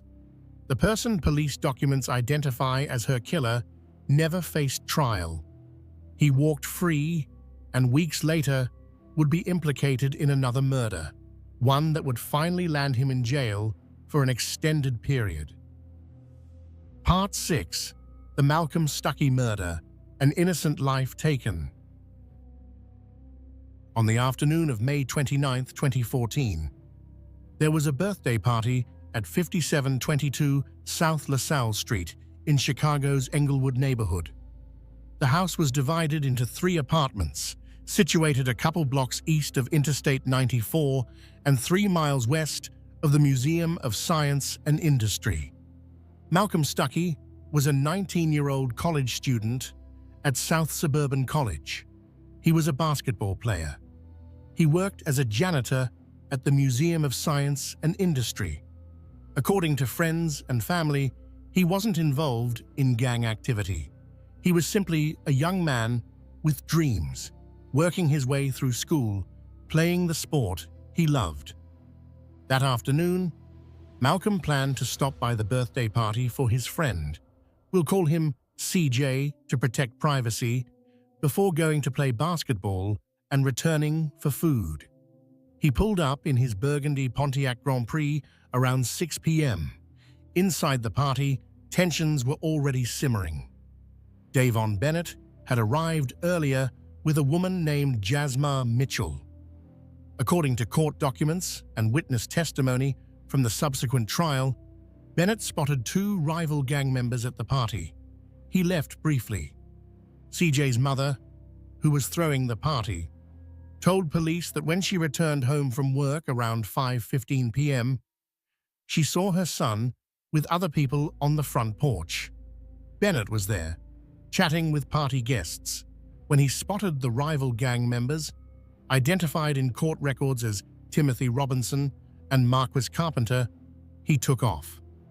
"Don't start no mess in my house," CJ's mother told Bennett. According to witness statements, Bennett replied, "I'm not on that." But he was on that. Bennett left the party and called a friend, Michael Wade, known as Big Mike, telling him to bring a gun.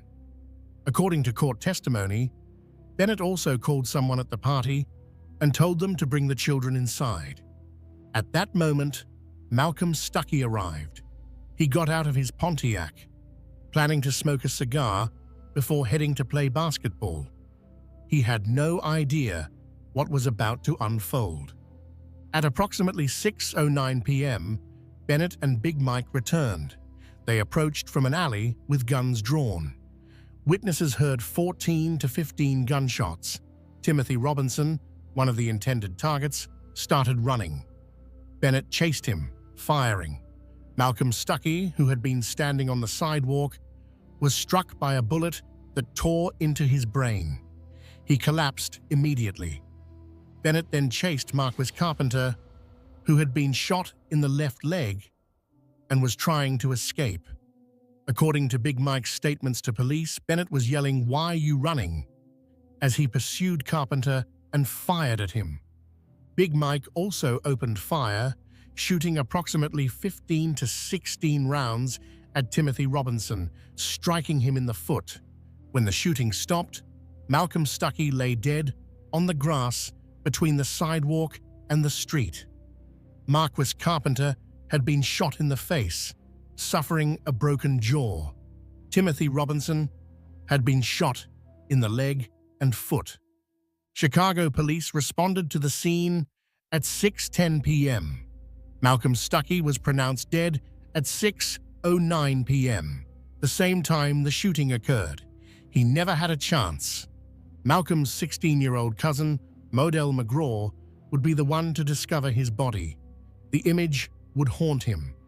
Tragically, 6 months later, Modell himself would be dead, allegedly killed by Bennett and T. Roy in what appeared to be retaliation. Malcolm Stuckey's death was devastating to everyone who knew him. His friend, Deontay Willis, told reporters, "He was supposed to be on his way to see me. He had stopped answering his phone." Willis also spoke about the broader problem of gun violence in Chicago, saying, "It's everywhere. It can happen anytime. You learn to look over your shoulder." The murder weapon in this case tells its own disturbing story about gun trafficking. According to federal court documents in United States v. Smalley, the gun was a .40 caliber Smith & Wesson handgun, purchased on March 29, 2014, exactly 2 months before Malcolm's murder, in Natchez, Mississippi. The buyer was Jonathan Smalley, who ran a gun trafficking operation that funneled at least 25 firearms from Mississippi to Chicago gang members between 2009 and 2016. 11 of these weapons, including the one that killed Malcolm Stuckey. Ballistics testing confirmed the same gun was used in Malcolm's murder and in at least one other shooting shortly after, where Bennett allegedly fired it 12 times into another man who survived. Smalley would eventually be sentenced to more than 5 years in federal prison in 2018 for his gun trafficking operation. But Malcolm Stuckey was already long dead, another victim of easy gun access and a system that couldn't stop weapons from flowing from states with lax gun laws into one of America's most violence-plagued cities. Part 7. Justice Denied, the Malcolm Stuckey Trial. On July 20, 2014, at 3:06 p.m., Michael Wade was arrested and charged with first-degree murder and 2 counts of attempted murder in connection with the shooting. 2 days later, on July 22, 2014, at 12:40 p.m., Davon Bennett was also arrested at his home and charged with 1 count of first-degree murder and 2 counts of attempted murder. Big Mike initially agreed to cooperate with prosecutors. He would testify against Bennett as part of a plea deal. This was huge for the prosecution. They had an eyewitness who was present during the shooting, willing to describe exactly what happened and Bennett's role in it. But the case would drag on for over 3 years. Bennett was held in Cook County Jail from July 14 to December 17, awaiting trial. During that time, several things happened that would ultimately lead to his acquittal. First, witnesses became hard to find, or their stories changed. In cases involving gang violence, witness intimidation is common. People fear retaliation if they testify. Some witnesses who initially spoke to police became unavailable or gave inconsistent statements when prosecutors tried to prepare for trial. Second, and most critically, Big Mike changed his mind. On October 23, 2017, Bennett was placed in a bullpen in Cook County Jail with Big Mike, another associate named T.H.F. Gucci, and an OPP from 051 Young Money who had a tattoo saying, "Fuck L.A., a reference to the deceased L.A. Capone, a rapper affiliated with Bennett's faction. According to later accounts, Big Mike helped Bennett slip his arm out of handcuffs, and Von attacked the rival, with Gucci joining in by kicking him while he was still restrained. This incident seemed to solidify the bond between Bennett and Big Mike. When it came time for trial, Big Mike withdrew his cooperation agreement. He refused to testify against Bennett. This was catastrophic for prosecutors. Without Big Mike's testimony, and with other witnesses unable or unwilling to provide consistent accounts, prosecutors lacked the evidence needed to prove beyond a reasonable doubt that Bennett was the shooter. The defense could argue that Big Mike was the primary shooter, and Bennett might not have even fired his weapon, or that the shooting happened too chaotically for anyone to know exactly who shot Malcolm Stuckey. On December 6, 2017, after more than 3 years in jail awaiting trial, Davon Bennett was acquitted of all charges related to Malcolm Stuckey's death. Big Mike, however, was not so fortunate. He was convicted of aggravated battery with a firearm for shooting Timothy Robinson. He received a 16-year sentence for that crime, but because he backed out of his cooperation agreement with prosecutors, he received an additional 12 years, a total of 28 years in prison. Michael Wade will spend decades behind bars. Davon Bennett walked free. Malcolm Stuckey's family was devastated. Their son, a college student with no gang affiliations who simply stopped by a friend's birthday party, was dead, and the man they believed killed him, the man police and prosecutors believed killed him, would never face consequences. Years later, after Bennett became a successful rapper, Malcolm's family would publicly condemn him on social media. They watched as the person they believed murdered their son made millions of dollars rapping about the street life that took Malcolm's life. They saw him celebrated, given magazine interviews, featured on Billboard charts. Their son was in the ground, and his alleged killer was signing autographs. In later songs, Bennett would make what appeared to be references to the Malcolm Stuckey shooting. On a feature called What's Next by Jizzle Bucks, Bennett seemed to imply that Malcolm wasn't the intended target, but was a witness who had to be eliminated. The lyrics suggested Malcolm was simply outside on the sidewalk when the shooting occurred and had to be taken out because he saw what happened. This cold calculation that an innocent bystander had to die simply because he was present speaks to the level of violence Bennett was allegedly willing to deploy. Malcolm Stuckey was 19 years old. He was working, going to school, trying to build a future, and according to Bennett's own apparent admission in song lyrics, he died simply for being in the wrong place at the wrong time. The Malcolm Stuckey case represents one of the clearest examples of justice system failure in Bennett's story. Police knew who the shooter was. They had physical evidence. They had witnesses. They had a co-defendant willing to testify. But witness intimidation, the chaos of gang violence, and Big Mike's last-minute decision to protect Bennett meant that no one was held accountable for taking an innocent young man's life. Part 8. From Cage to Stage, The Birth of a Rap Career. December 6, 2017. After 1,267 days in Cook County Jail, Davon Bennett walked out of the gates a free man. Video footage captured on social media showed him cutting off his ankle monitor, throwing up gang signs, celebrating his freedom. He had beaten a murder charge. He had escaped what could have been a life sentence.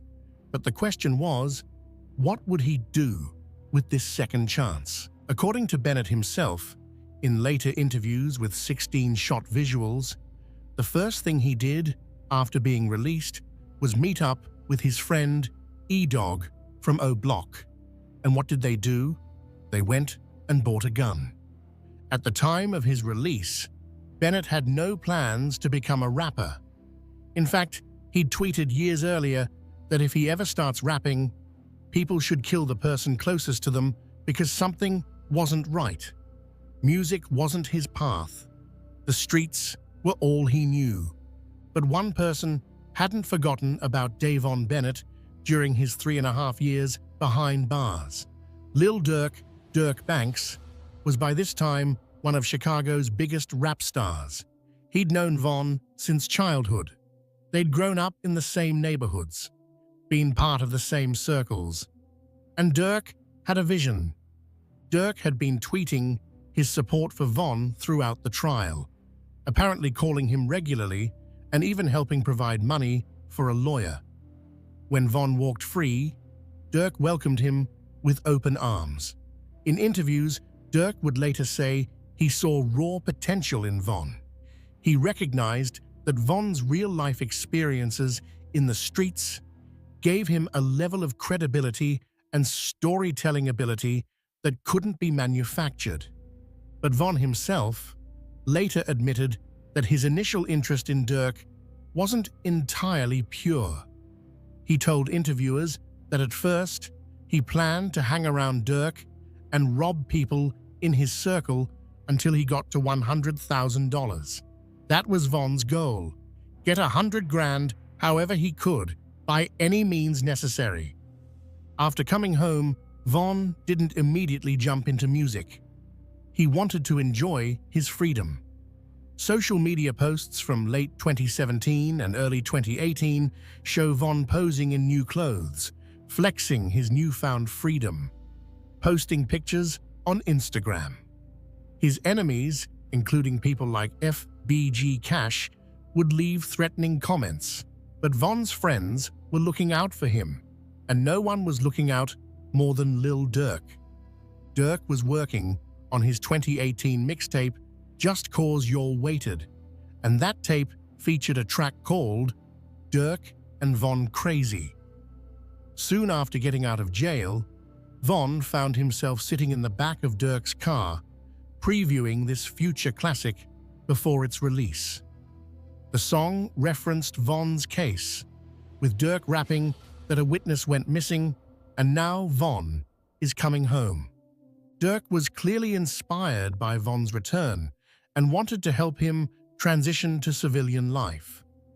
They spent Christmas 2017 together, listening to classic Chicago drill anthems by L.A. Capone. In January 2018, Von was seen on social media walking through O Block, showing the world he was back in the streets, untouched despite everything he'd allegedly done. But Von's old habits died hard.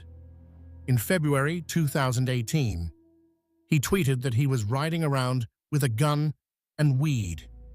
Then, on February 14th, the one-year anniversary of his friend T-Roy's death, Von was arrested at O Block. Police claimed he ran from them, threw a gun, and battered officers during the arrest. Body camera footage of this arrest later became public, showing an angry Von telling police with pride that he just beat a body and 2 attempted murders.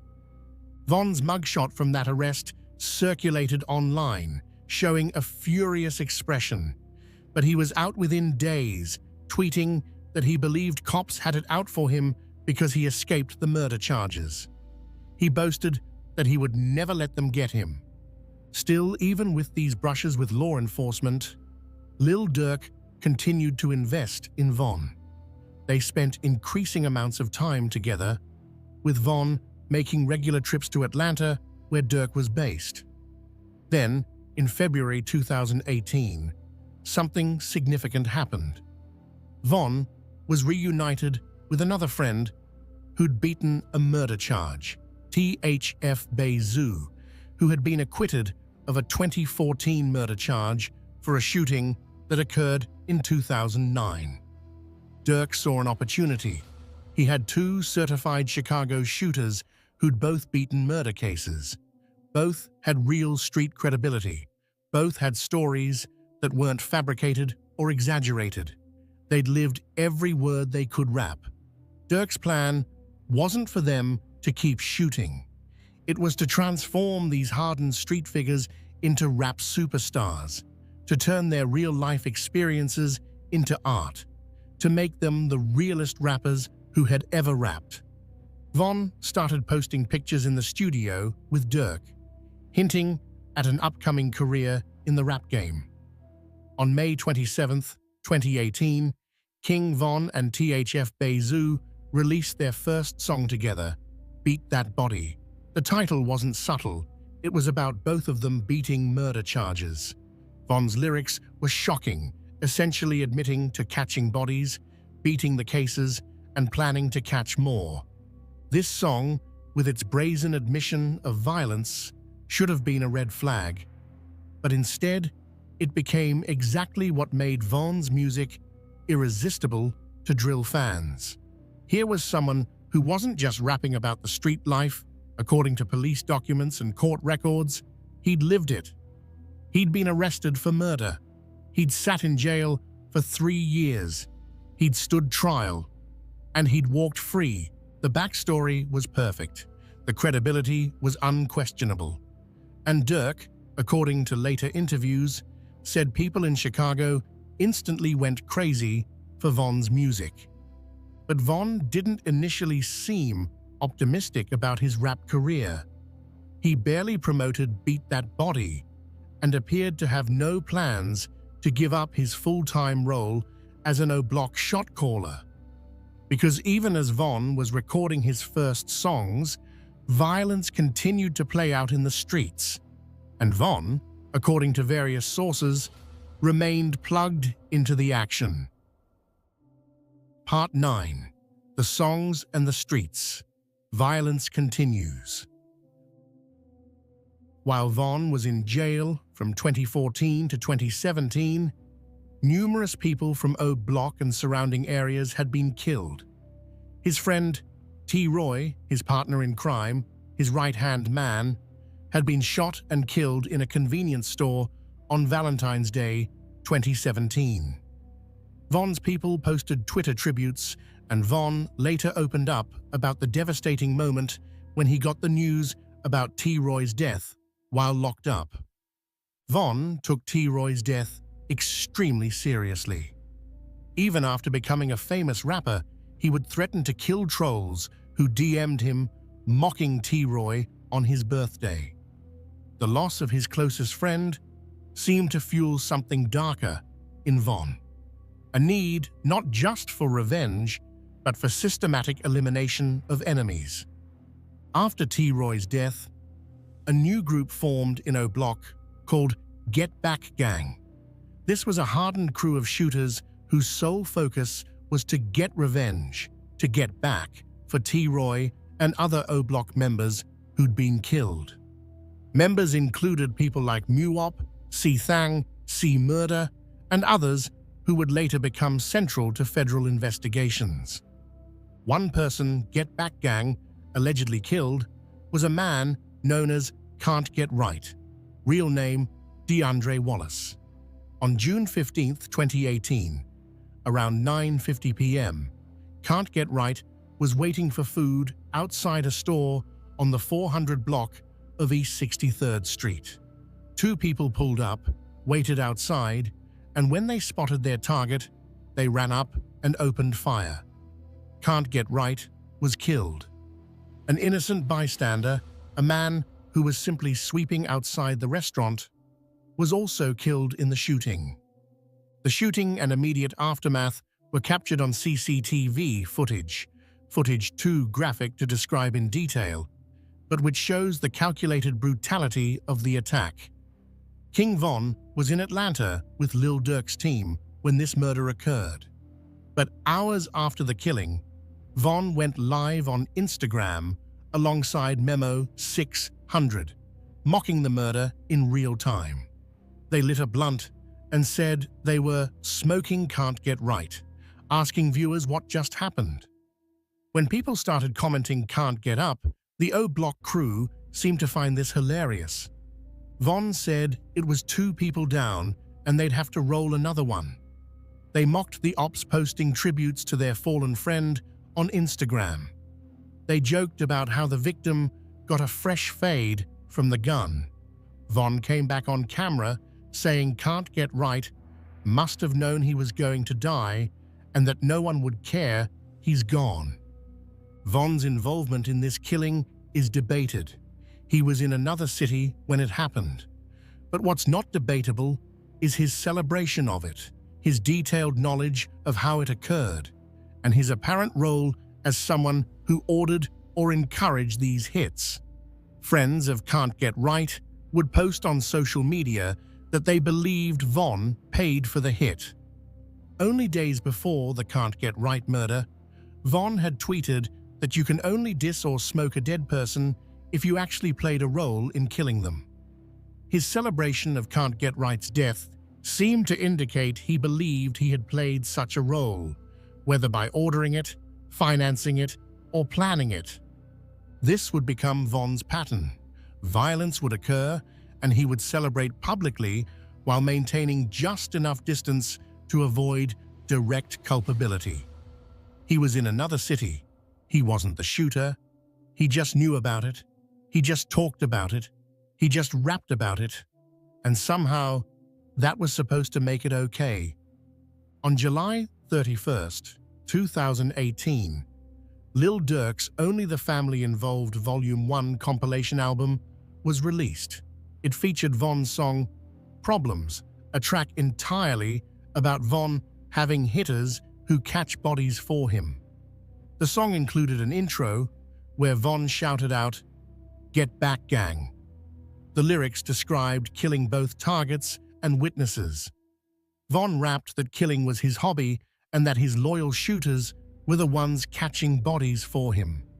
A music video for Problems dropped on Von's 24th birthday, August 9th, 2018.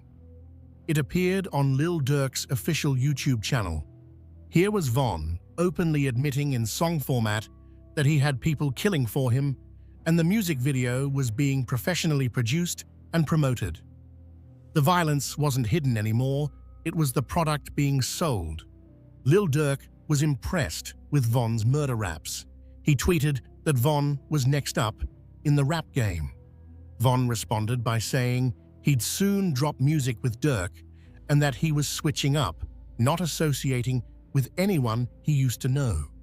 But even as Von laid foundations for a rap career, he couldn't stop being reckless. Around this time, Von appeared in a viral Instagram live clip training a small child on O Block to disrespect rival dead gang members and teaching the kid to shoot people in the head with a water pistol.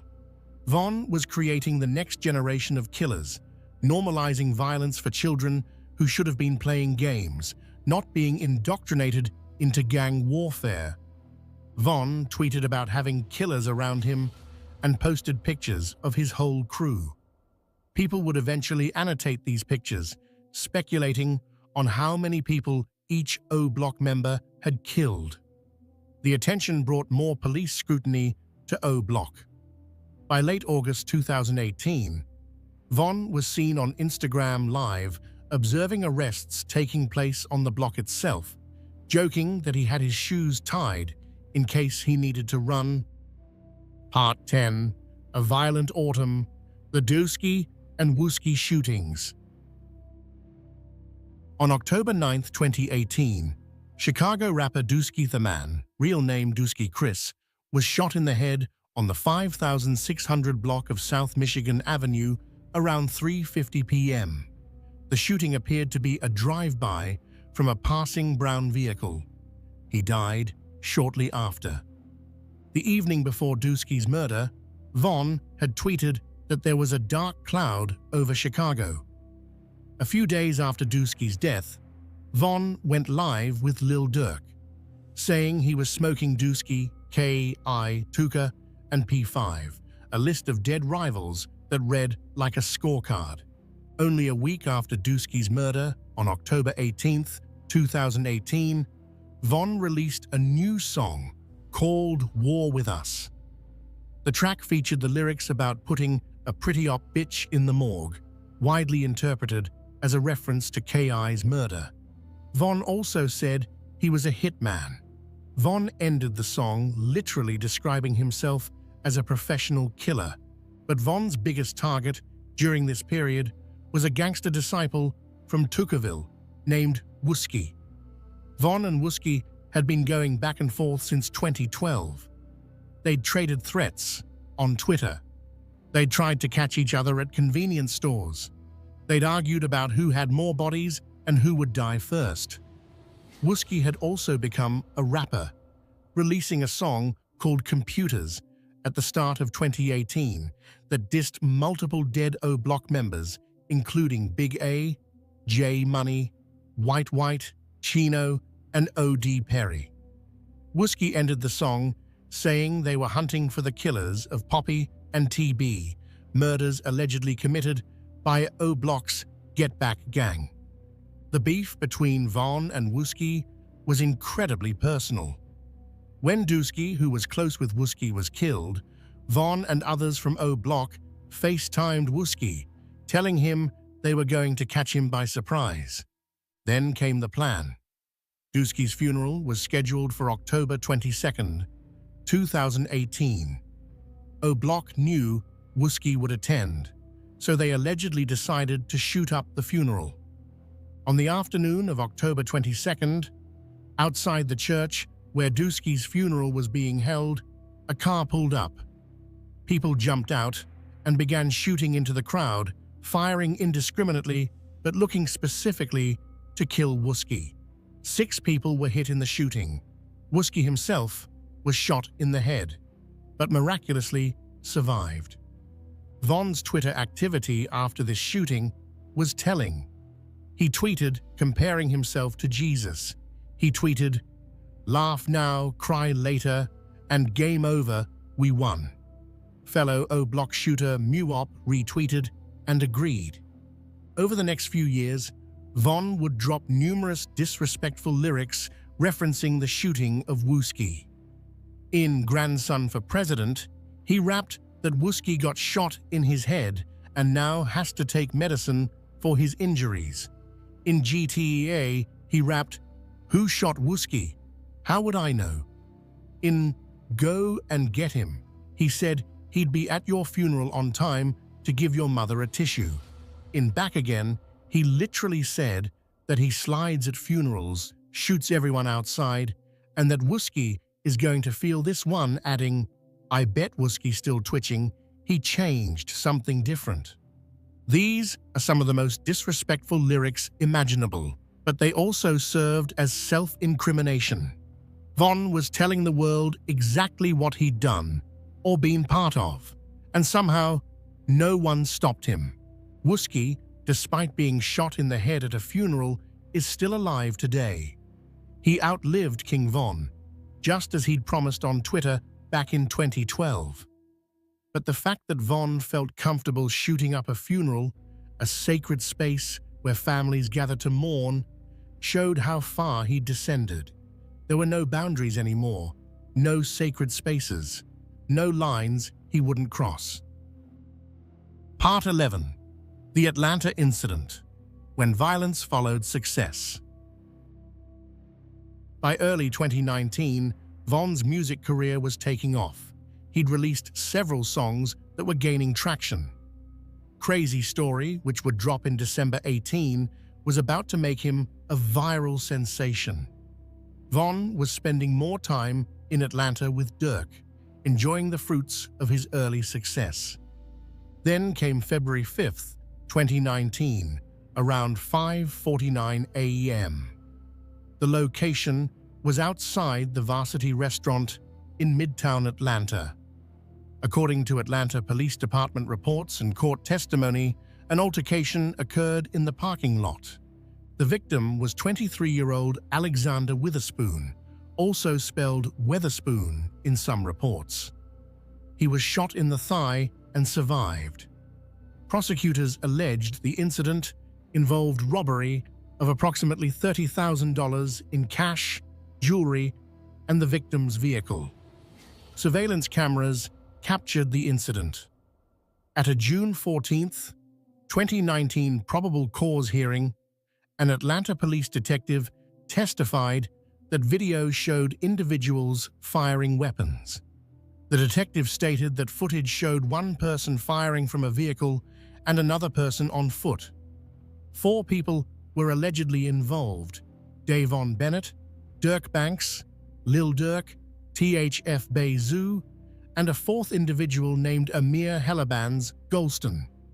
The judge found probable cause and charged Bennett and his co-defendants with criminal attempt to commit murder, aggravated assault, participation in criminal street gang activity, possession of a firearm during commission of a felony, and possession of a firearm by a convicted felon. What's particularly interesting about this case is the alleged involvement of Lil Durk's custom Jeep Trackhawk. Detectives claimed that video showed someone shooting from this distinctive vehicle, a camouflage-wrapped Jeep with a large 300 on the side that Durk was known to own. Durk had even posted clips of this car to Twitter with the caption, "Spin, spin," slang for doing drive-by shootings. Von himself had reposted these clips. The afternoon after the shooting, Von posted on Twitter with a handful of cash and a gun on the couch next to him. Later, he tweeted, "You never know who's going to snitch when the cops come." The next day, Von tweeted asking if you can be a killer and a good person at the same time. A few days later, on February 9, 2019, Von was seen in the background of an Instagram Live with rapper Asian Doll, talking to his friend on the phone, seemingly about the shooting. He appeared to be telling his friend that he made all the wrong moves and that the feds were now watching him. But Von wasn't too worried. On February 21st, he tweeted that he was ready to catch another body. The next day, he went live on Instagram with fans, showing off money from features, dissing dead rivals, and saying he wasn't a rapper, just a gangster who raps for the money. The Atlanta authorities were building their case slowly. On May 4th, 2019, a massive force of over 30 Chicago police officers raided O Block to arrest Von. Dramatic footage shows him being tackled to the ground while an enraged mob of his friends accused the cops of stealing his chain. Police had to draw assault rifles to keep the crowd at bay. Von was transferred to Atlanta to face charges on May 17th. While he sat in jail, his music career continued to rise. On May 20th, Crazy Story 2.0 dropped with Lil Durk's verse. The remix was a huge street hit, reaching close to 100 million views on YouTube and landing Von his first spot on the Billboard Global 200 chart. Then, on May 11th, only a week after Von's arrest, something unexpected happened. The 4th person who'd been in the Trackhawk that night, Helabanz, was shot and killed outside a Miami nightclub before facing any charges. A Miami Beach spokesperson revealed he was wanted in Atlanta for attempted murder and armed robbery. On May 13th, THF Bezoo was also arrested in Chicago, charged with being a fugitive from justice in connection with the Atlanta shooting. Lil Durk turned himself in on May 30th, 2019, doing a TV news interview where he said he was turning himself in to face the charges and that he was releasing a song called Turn Myself In. An Atlanta judge revealed they believed there was enough evidence to charge both Durk and Von with attempted murder. Durk and Von appeared together in an iconic televised court appearance. Their defense team put forward a self-defense plea, suggesting the man who was shot actually initiated the altercation. After legal back and forths, Lil Durk was granted release on a $250,000 bond. Von was released on a $300,000 bond on June 22, 2019. Part of Von's bail conditions were that he and Durk could not be around each other as Von later revealed in a No Jumper interview. But they would still release music together, dropping Like That on July 9, 2019. Despite facing serious attempted murder charges, both Von and Durk continued to rap about criminality. Von's lyrics still hinted at having killed K.I. and continued dissing dead rivals. The charges against Lil Durk were eventually dropped in October 2022. In January 2023, after Von's death, the District Attorney's Office filed a motion to dismiss all charges. The motion stated, "The facts of this case have been reviewed, and although probable cause existed for the defendant's arrest, the decision at this time is not to prosecute." Critically, the statement added, if co-defendant Davon Bennett, aka King Von, had not died in 2020, he would have been indicted for this incident. So once again, Bennett escaped consequences for his alleged actions, this time only because he'd be killed before facing trial. Part 12, Crazy Story, the song that changed everything. While Von was dealing with legal troubles in Atlanta, a song he'd recorded before his arrest was about to change his life forever. On December 6, 2018, exactly 1 year after beating his murder charge, Von released Crazy Story. The song was a storytelling masterpiece in the drill format. Von rapped an entire narrative about plotting an armed robbery on a rich drug dealer, using a woman to set him up. The robbery goes wrong when Von's ops catch him lacking, resulting in a shootout. The accompanying music video brought the story to life, with Von playing the main character and narrator. Von ended the song with what would become his iconic catchphrase. From 64th and from 65th, we not from 63rd, shouting out "O Block" on 64th and 65th King Drive while dissing his ops from 63rd and St. Lawrence/Eberhart.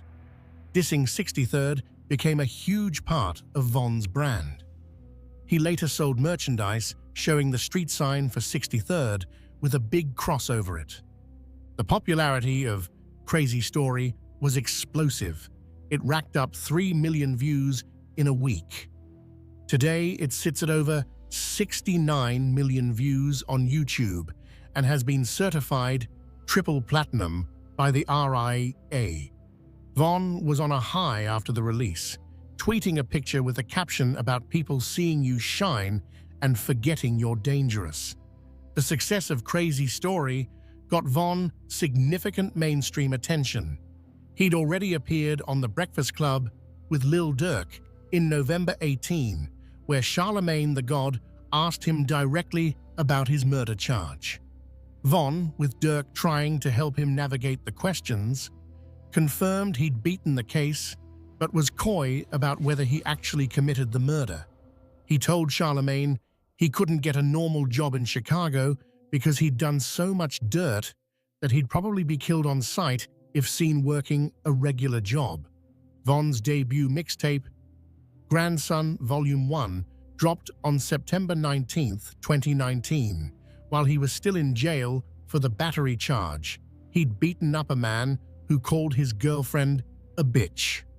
The project landed at number 75 on the Billboard 200. Impressive for a debut from someone sitting in a jail cell. The mixtape featured What It's Like, an introspective track where Von opened up about life in the gang, catching people who killed his friends while in jail, and witnessing his friend D-Rose getting sentenced to 40 years for a 2014 murder. Von said the cops who locked up D-Rose, C-Day, and Rondo Number 9 told him they were trying to catch him too, but they never could.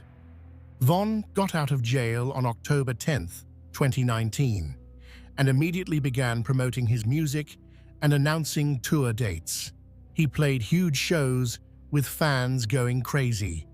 His music was resonating Not just because of the beats or his flow, but because people knew the stories weren't fiction. When Von rapped about beating a murder charge, he'd actually beaten one. When he rapped about shootings, police documents suggested he'd been involved in them. The authenticity was undeniable and disturbing. Part 13. They took her to the O music video, foreshadowing FBG Duck's death. On February 20th, 2020, Von released one of his biggest songs, Took Her to the O. It was another storytelling track with a catchy chorus where Von shouted out, "O Block." But this time, the story was chilling. In the song and accompanying music video, Von meets a woman who leads him to his rival, a rapper clearly meant to represent FBG Duck. Von ends the song saying he shoots this Duck character, literally rapping that he killed him and left him on the curb. The music video reenacted the entire scenario, showing Von shooting the Duck character dead. The day Von released the video, he tweeted that everything he says in his music is made up and he's just rapping to make money for his family. But behind the scenes, according to FBI documents that would be declassified years later, Von had allegedly put a $100,000 bounty on FBG Duck's head. This is where Von's alleged behavior crosses from street violence into something more calculated and sinister. He'd achieved success. He was making money. He had options. But his compulsion to eliminate enemies, particularly FBG Duck, remained strong. FBG Duck, real name Carlton Weekly, was a 26-year-old drill rapper affiliated with Tuckerville, the Gangster Disciples faction that was O Block's main rival. Duck had known Von since they attended Hyde Park Academy together. In 2014, Duck claimed on Twitter to have plotted to beat Von up on the school bus. Their feud was over a decade old. Duck had also become successful in drill music. His 2017 single, Slide, brought him mainstream attention and earned him a recording contract with Sony Music. A remix featuring 21 Savage was later certified gold. Duck popularized the term clout in Chicago hip-hop, referring to himself as Big Clout. Duck had released diss tracks aimed at O Block, mocking dead members and challenging Von and his crew. Von had responded with Took Her to the O, essentially making a music video fantasy about killing Duck. The video got 1 million views in 24 hours. It would eventually be certified triple platinum. For Von, the song and video weren't enough. According to FBI documents, he wanted Duck dead for real. Part 14, August 4th, 2020, the FBG Duck murder. On the afternoon of August 4th, 2020, 26-year-old Carlton Weekly was shopping in Chicago's Gold Coast neighborhood. It was a beautiful day. He was at Oak Street, often described as the Rodeo Drive of Chicago, an upscale, high-end shopping district far from the violence of the South Side. Duck was with his girlfriend, Cachet Williams, shopping for his young son's birthday. Around 4:26 p.m., Duck was outside the Dolce & Gabbana store at the first block of East Oak Street. It was a public place, busy with shoppers and tourists. Duck likely felt safe in such an open, affluent area. Then 2 vehicles arrived, a silver Chrysler 300 and a black Ford Fusion. According to federal court documents and witness testimony, 4 masked gunmen exited the vehicles. They had been provided Duck's location and had driven 30 minutes from O Block to the Gold Coast specifically to kill him. The shooting lasted approximately 12 seconds. The gunman fired 38 rounds. Duck was struck 16 times and pronounced dead at the scene. Williams and another man, Davin Brinson, were shot but survived.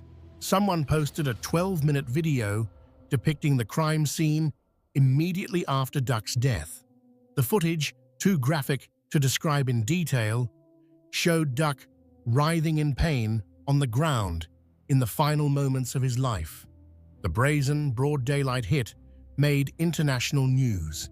Reporters compared the killing to a Chicago mob boss hit from the 1930s. 7 minutes after Duck's death, King Von tweeted a goat emoji, seemingly congratulating himself or his crew for pulling off the hit he'd allegedly been plotting for years. This was possibly the 9th or 10th murder Von was connected to, depending on which allegations are verified. Perhaps realizing how obvious the timing was, Von tweeted the following day, denying involvement and saying everybody blames him for everything. He later tweeted that he and Duck had settled their differences before his death and suggested they were even going to make a song together. This appeared to be a transparent lie, an attempt to distance himself from the murder. But Von's music would tell a different story. The day after Duck's death, Von and Dirk dropped All These N-Hawks, a track without specific lyrics about Duck, but released as what seemed like a victory lap. OTF Duty Low would later release a song with Von, where they rapped about people getting killed while shopping, and Von giving out $100,000 to send his boys to do it. In Don't Miss with DQ, Von rapped that Duck got nailed.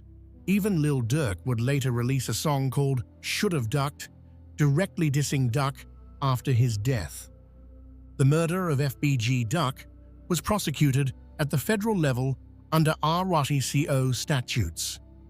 On October 13, 2021, federal authorities arrested 5 individuals: Charles C. Murder Liggins, 32, Kenneth Kenny Mac Robertson, 30, Marcus Muops Smart, 24, Von's close associate, who appeared frequently in his social media posts, Christopher C. Thang, Thomas, 24, and to Carlos Los Offered, 32. A 6th defendant, Ralph T.Z. Turpin, 34, was later added to the indictment. All were charged with murder in aid of racketeering, conspiracy to commit murder, and firearm violations. A 7th individual, Ezel Zel Mona Rawls, was believed to be involved but died on August 24, 2021, before he could be charged. The trial began in late 2023 and lasted over 3 months. Prosecutors presented extensive evidence. Surveillance footage from Parkway Gardens showing defendants entering vehicles just before the murder. License plate reader data tracking both vehicles from the South Side to Gold Coast. Cell phone records placing defendants at the crime scene. A shell casing found in the seized Chrysler matching casings from the crime scene. Testimony from cooperating witnesses with plea deals. One witness testified that Robertson told him Bennett had placed a $100,000 bounty on Weekly. FBI documents showing Bennett purchased $128,000 in diamond-encrusted O-block pendants from an Atlanta jewelry store, some before Weekly's death, some after. Photo evidence showing Marcus Smart with Bennett at the jewelry store on August 10, 2020, 6 days after Duck's murder. Bennett's music video took her to the O, showing him killing a character named Duck. On January 17, 2024, after approximately 16 hours of deliberation over 3 days, the jury convicted all 6 defendants of murder in aid of racketeering and conspiracy to commit murder. Most were also convicted of firearms charges. All 6 face mandatory life sentences without possibility of parole. According to multiple news reports, federal prosecutors stated that if Bennett had not died in November 2020, he would have been indicted and tried alongside the other defendants as the person who ordered the hit. Duck's mother, Lashina Weekly, cried and hugged family members as the verdict was read. She later told reporters, "When stuff like that happens to a good person, regardless of what somebody else thinks of them, it ain't gonna go unpunished. Knowing that they will not do that to another family brings me comfort, knowing they will not terrorize nobody else. They're done, the whole crew. O-Block and everything of it is done." Part 15, November 6, 2020, the final night. While King Von was allegedly orchestrating murders and achieving rap success, he was also feuding with another rapper, NBA Youngboy, from Baton Rouge, Louisiana. The beef stemmed partly from Von allegedly having a relationship with the mother of Youngboy's child, a woman named Jania. Pictures surfaced of Von spending time with Jania, and speculations swirled about whether they'd created a sex tape. Youngboy responded by posting that he'd make sure his son grows up and sleeps with Von's daughter, since Von was trolling him with his baby mother. The feud escalated from there, with Von making threats and Youngboy's associate, Quando Rondo, getting involved. Von was also on again, off again with a female rapper named Asian Doll. Their relationship was tumultuous and public.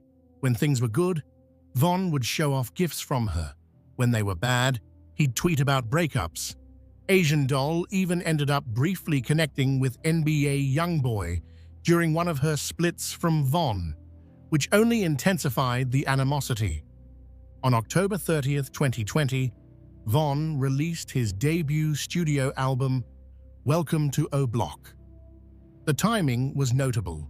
It was the anniversary of T-Roy's birthday and the anniversary of P5's murder. The album peaked at number 5 on the Billboard 200 and was later certified platinum.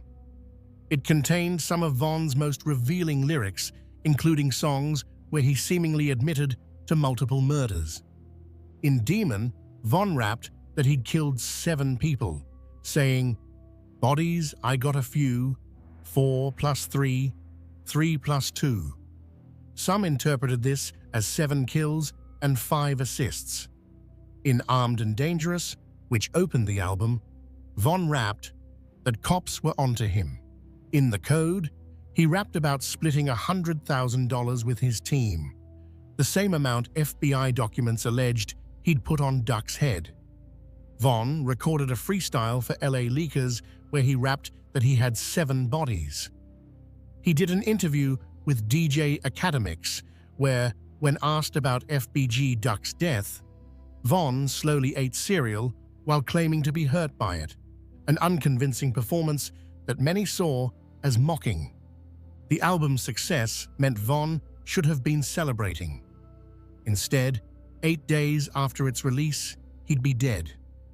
On November 6, 2020, Von performed at Opium nightclub in Atlanta, celebrating his album release. After 1 a.m., his entourage left the club. Instead of returning to their Airbnb as planned, Von's vehicle diverted to Monaco Hookah Lounge at 255 Trinity Avenue Southwest. Von's manager, 100K Track, later told DJ Vlad that his team was blindsided by the changing plan. At approximately 3:23 a.m., Von and his crew arrived at Monaco. Quando Rondo and his associate, Timothy Lol Tim Leaks, were also present. Surveillance footage captured what happened next. Von approached Quando Rondo and struck him, initiating a physical fight. Von and others from his crew began beating Quando on the ground. Multiple people were involved, punching and kicking. Then Lul Tim, who was in a nearby vehicle, exited with a firearm and shot Von multiple times. Von was struck 5 times, 3 times in the back once in the right groin, once in the left shoulder. Von's associates returned fire. One associate, later identified as Slutty, attempted to shoot Lul Tim at point-blank range, but his weapon jammed. Two plainclothes Atlanta police officers working security nearby believed they were under attack and opened fire. In the chaos, 6 people total were shot. Slutty was killed by police. Another O Block member, Mark Blakely, was killed, caught in the crossfire. Lul Tim was shot by Von's associates but survived. Another associate, Louis, was shot in the head by police but survived, though with permanent injuries he would die in 2025. Von's manager was grazed by a bullet but survived. Von was dragged to a waiting car by MUOP and other O Block members and rushed to Grady Memorial Hospital. He was admitted in critical condition and went into emergency surgery. Despite doctors' efforts, Davon Bennett was pronounced dead at 4:48 a.m. He was 26 years old. Timothy Leaks was arrested on November 7, 2020, and charged with felony murder. However, on August 2023, all charges were dropped under Georgia's Stand Your Ground law. Prosecutors determined Leaks acted in defense of Quando Rondo, who was being beaten by multiple attackers. Surveillance footage supported this determination. The irony was stark. A man allegedly responsible for multiple deaths died when someone defended another person from his attack. The act was ruled justified self-defense. Part 16. The Aftermath, Retribution and Federal Charges. Von's death sparked immediate reactions. Friends and affiliates from STL/EBT, people whose friends Von had allegedly killed, posted tributes to their fallen ones, suggesting they were happy Von would meet them in the afterlife. Billionaire Black posted a picture of Modell McGraw. Someone who'd been shot alongside Modell posted a picture of FBG Duck. P5's cousin posted on Facebook that he'd been praying for the day Von would be killed. Crack's family posted their relief that their friend's alleged killer was gone. On Von's side, Asian Doll claimed to want to die when the news broke. Lil Durk mourned the loss of his twin. Even Drake posted a tribute. 12 days after Von's final tweet, someone took control of his account and released a statement thanking everyone who supported him. Von's funeral was held on November 14, 2020. Finding a funeral home willing to take his body was difficult due to fears of violence. When a location was finally secured, the funeral was announced with only 1 day's notice. Von was buried in Chicago, but being such a divisive figure, his grave would be disrespected by enemies for years to come. He was memorialized in a mural in O Block, though it was later removed. The cycle of violence didn't end with Von's death. On August 19, 2022, 21 months after Von was killed, Quando Rondo and his cousin Saviaya Lulpab Robinson were at a gas station in Los Angeles. Multiple shooters opened fire on their vehicle, firing at least 18 rounds. Lulpab was killed. Quando Rondo survived. On October 24, 2024, federal authorities arrested Lil Durk on murder-for-hire charges. 5 only the family associates were also arrested: Kayvon London Grant, DeAndre Dontrell Wilson, Keith Jones, David Brian Lindsay, and Asa Houston. According to federal court documents, prosecutors allege Banks orchestrated the hit on Quando Rondo in retaliation for Von's death.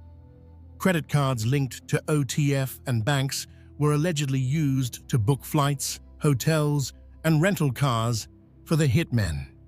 The conspiracy allegedly resulted in Robinson's death, When shooters missed, Quando Rondo. If convicted, Lil Durk faces life in federal prison. The case is ongoing as of this writing. The man who helped Von become a rap star, who signed him, who promoted him, who collaborated with him, now faces spending the rest of his life in prison for allegedly ordering a retaliatory killing for Von's death. Part 17. The Victims' Lives Cut Short. This story would be incomplete without acknowledging those who lost their lives, the real human cost of the violence. Malcolm Stuckey was 19 years old, a college student at South Suburban College, a basketball player, and a janitor at the Museum of Science and Industry. He wasn't involved in gang activity. He stopped by a friend's birthday party to smoke a cigar before playing basketball. According to Bennett's own apparent admission in song lyrics, Malcolm died simply for being in the wrong place. He was shot in the head, and his family received no justice when his alleged killer was acquitted. Kakira Barnes was 17 years old. Whatever her alleged involvement in gang activity, she was a teenager shot 9 times and left to crawl to a porch before dying. The person police documents identify as her killer never faced charges. Her family never got closure. FBG Duck, Carlton Weekly, was 26, a rapper shopping for his son's birthday when he was shot 16 times in a coordinated assassination in one of Chicago's most affluent neighborhoods. While 6 men are now serving life sentences for his murder, federal documents suggest the person who ordered the hit and offered $100,000 for it never faced trial because he was already dead. Xavier Lulpab Robinson was 24 when he was killed in what federal prosecutors allege was retaliation for Bennett's death. Another victim of an endless cycle of violence. There were others.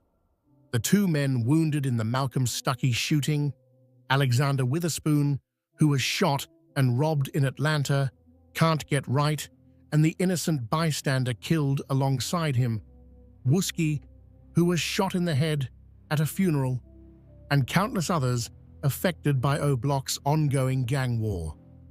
The victims of gang violence in Chicago are overwhelmingly young, black, and from impoverished neighborhoods. They're killing each other over territory that spans just a few blocks, over perceived slights, over social media posts, over songs. The zip codes where they're born essentially predict whether they'll survive to 30. These are communities that have been failed by decades of discriminatory housing policies, economic disinvestment, underfunded schools, and a criminal justice system that can't or won't protect them. The violence isn't random. It's the predictable result of systemic failures that concentrate poverty, limit opportunities, and leave young people with few paths forward. Part 18. The Civil Lawsuit and Industry Accountability. On October 9, 2024, FBG Duck's mother, Lashina Weekly, along with survivors Cache Williams and Davon Brinson, filed a wrongful death lawsuit. The defendants named include the 6 convicted men, the estate of Davon Bennett, Derek Lil Durk Banks, Only the Family Records, OTF, several major record labels, Alamo Records, Sony Music Entertainment, Interscope Records, Universal Music Group, Empire Distribution, the City of Chicago, Dolce & Gabbana, private security firms. The lawsuit alleges that Bennett and Banks profited off of Weekly's death through negligence and misconduct, and that record labels knew about Bennett's vendetta against FBG Duck and consistently sought to build a brand of violence and reality rap based on committing real acts of violence. This lawsuit raises important questions about music industry responsibility. Major labels signed, promoted, and profited from an artist whose lyrics appeared to describe and celebrate real murders. They distributed music videos that reenacted killings. They platformed someone that police documents and FBI files connected to multiple homicides. The suit argues these labels knew what they were promoting. They marketed Bennett's authenticity, his real street credibility, his actual criminal background. That authenticity was the selling point. But if the crimes were real, and the labels knew they were real, what is their ethical and legal responsibility? The entertainment industry has long grappled with this question. How much are labels, streaming platforms, and media outlets responsible for the real-world consequences of the art they profit from? Where is the line between artistic expression and incitement to violence? Can you market reality rap when the reality includes actual murder? Bennett's career represents perhaps the most extreme example of this dilemma. This wasn't a case of an artist using violent imagery metaphorically or describing a past they'd left behind. According to extensive documentation, Bennett was allegedly actively committing or ordering murders while simultaneously rapping about them and profiting from those raps. His music wasn't art imitating life, it was life being broadcast in real time, with major labels collecting the revenue. The lawsuit seeks to hold these entities accountable for their role in allegedly enabling Bennett's violence by providing him with a platform, financial resources, and celebrity status that may have emboldened him and protected him from consequences. Part 19. System Failures. How did this happen? Bennett's story reveals multiple catastrophic failures in systems meant to protect public safety, witness protection, and intimidation. In both the Malcolm Stuckey and Gakura Barnes cases, prosecutors had evidence, but witnesses were too intimidated to testify or gave inconsistent statements. The criminal justice system cannot function when witnesses, often themselves gang-affiliated or living in gang territory, reasonably fear for their lives if they cooperate with police. Chicago has struggled to implement effective witness protection programs. The city's gang territories are small and overlapping. Moving a witness to another neighborhood doesn't help if gang members can easily find them.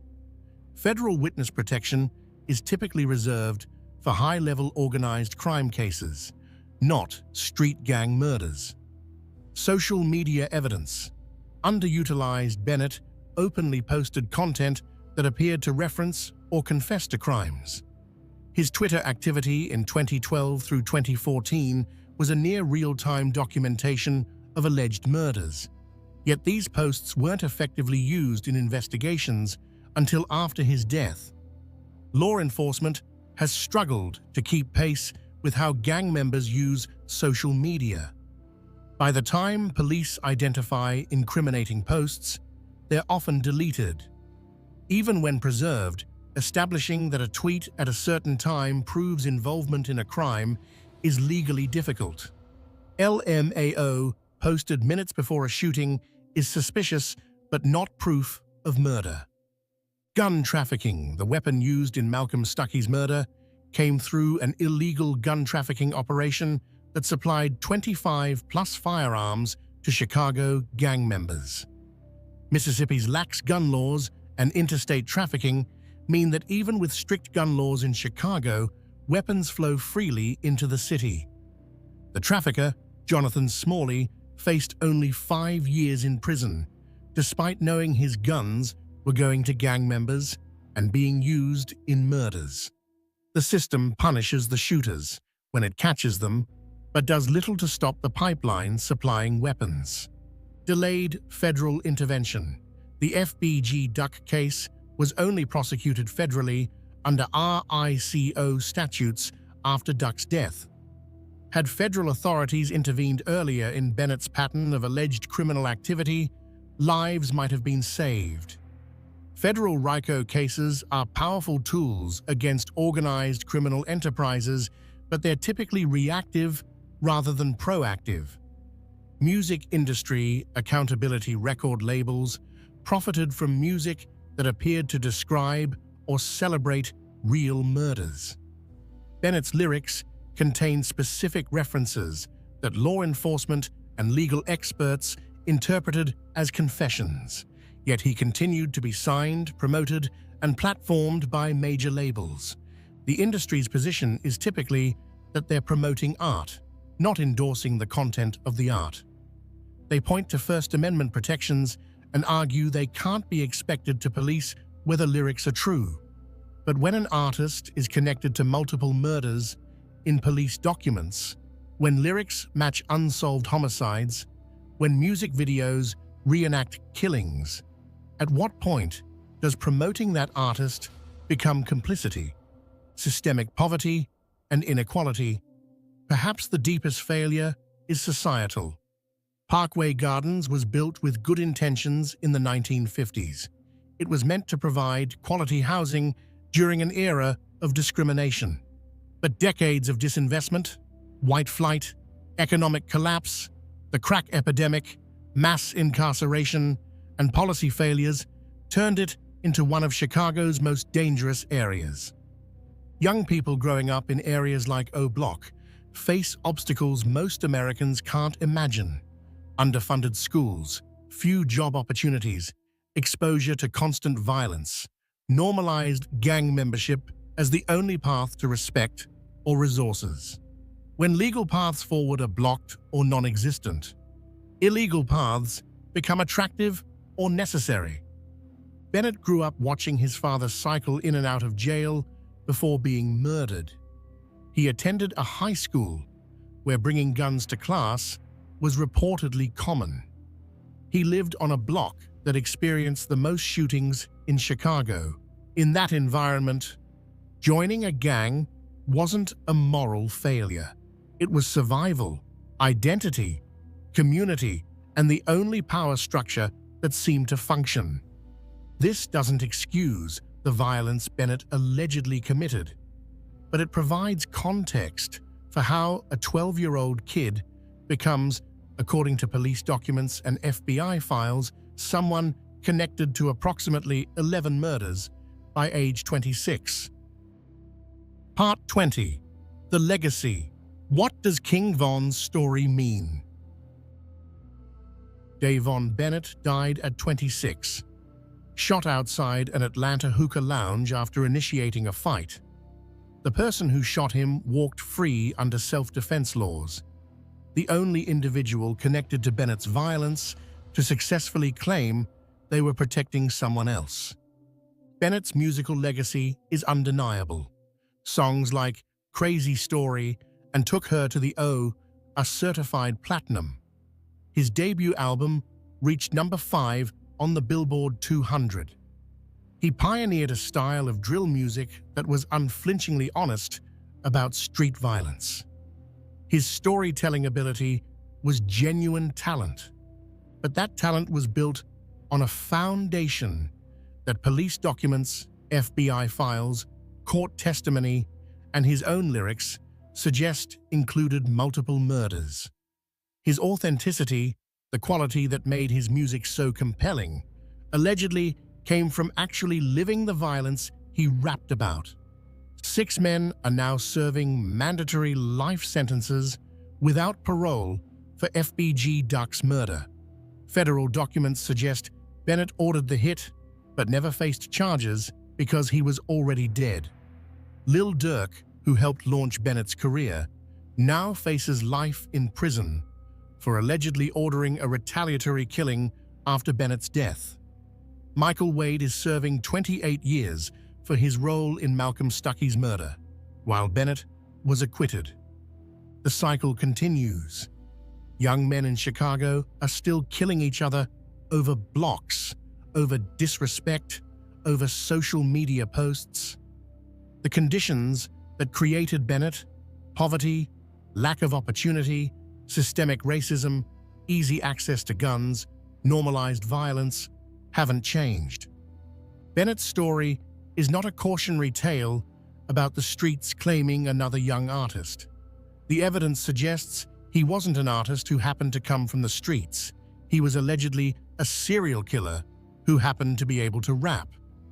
According to extensive documentation from law enforcement, he allegedly killed before he was famous, continued allegedly ordering killings after achieving success, and used his wealth and platform to allegedly finance and celebrate violence. The Malcolm Stuckey family never got justice. The Gakira Barnes family never got justice. The FBG Duck family is suing for civil damages because criminal prosecution of the alleged mastermind was impossible. He was killed before he could be charged. The system failed repeatedly. Every failure cost lives. And when Bennett finally faced someone defending another person from his attack, that act was ruled justified. The only win for justice in his entire violent story. There is no redemption arc here, no change of heart, no lessons learned. Bennett used every chance he received: early release from boot camp, acquittal from murder charges, success in music, to allegedly continue or orchestrate violence. When he had wealth, fame, and options, federal documents suggest he used his money to place a six-figure bounty on a rival's head. The only certainties are the body count and the grieving families. Everything else is police documents, FBI files, witness statements, court testimony, and convicted co-conspirators serving life sentences. The evidence has been presented. The conclusions are yours to draw. Epilogue: a final note on true crime storytelling. This examination of Davon Bennett's case serves to educate about the real human cost of violence and the failures of systems meant to protect people. True crime content should never glorify violence or celebrate killers. Instead, it should illuminate how these tragedies occur and what can be done to prevent future ones. The families of victims deserve to have their loved ones remembered as people, not statistics. Malcolm Stuckey was a student with dreams. Carlton Weekly was a father shopping for his son's birthday. Gakira Barnes was a teenager, however troubled. Their lives had value that was stolen from them. For listeners and viewers of true crime content, it's important to remember that these are real people, real families, real grief. This isn't entertainment. It's documentation of tragedy and system failure that should inspire thought about how we as a society can do better. If you found this information valuable and want to support this channel's mission of educating about true crime while respecting victims, please like and subscribe. Take care of yourselves and each other. Bennett's story illustrates how violence perpetuates itself across generations, creating cycles that can span decades and devastate entire communities. His father was killed when he was 10. That trauma likely contributed to his own path into violence. He allegedly killed others, creating trauma for their families that may lead to more violence. His death led to alleged retaliation that killed Saviaya Robinson, creating more trauma, more grief, more desire for revenge. Each act of violence ripples outward, affecting not just the direct victims, but entire families and neighborhoods. Breaking these cycles requires acknowledging their complexity. Bennett made choices. He chose violence repeatedly, even after having opportunities to change course. He's responsible for those choices. Individual accountability matters, and nothing in this examination should be taken to excuse or minimize the harm caused by his actions. But his choices didn't occur in a vacuum. They occurred in a context of poverty, segregation, trauma, and limited opportunity that shaped what options seemed available. Understanding context doesn't mean removing responsibility. It means recognizing that preventing future tragedies requires addressing both individual choices and systemic conditions. The families of victims, the Stuckeys, the Barneses, the Weekleys, the Robinsons, deserve justice and closure. Many received neither. The system failed them repeatedly. Better witness protection, more effective prosecution, and earlier intervention might have prevented some of these tragedies. The music industry needs to grapple with its role in promoting and profiting from content that documents real violence. The First Amendment protects artistic expression, but that protection doesn't eliminate moral responsibility for amplifying content that may fuel further harm. Record labels, streaming platforms, and media outlets all play a role in deciding what content receives promotion, investment, and mainstream visibility. Social media platforms need better mechanisms for identifying and addressing gang-related content that threatens or celebrates real violence while respecting free speech and privacy concerns. But ultimately, preventing future Davon Bennett's requires addressing root causes. No amount of policing or prosecution will solve violence rooted in poverty, lack of opportunity, and generational trauma. Real solutions require comprehensive community investment, quality education, available jobs, affordable housing, mental health services, and pathways to success that don't involve crime. If we're serious about preventing similar tragedies, we need to invest in communities before crises occur, not just respond after violence erupts. We need to treat trauma in children before it manifests as violence in adolescence. We need to create economic opportunities that make legitimate paths more attractive than illegal ones. Davon Bennett's story is a tragedy for him, for his victims, for their families, and for communities devastated by cycles of violence. May we learn from this tragedy and work toward preventing the next one. Thank you for watching this comprehensive examination of the Davon Bennett case. If you found this information valuable, please like and subscribe. Take care of yourselves and each other. Psychological Profiles: Unseen Predators. Welcome back. Tonight, we're diving deep into the darkest corners of criminal psychology, exploring the minds of predators who lived among us, hidden in plain sight. These aren't the killers you typically hear about in mainstream true crime discussions.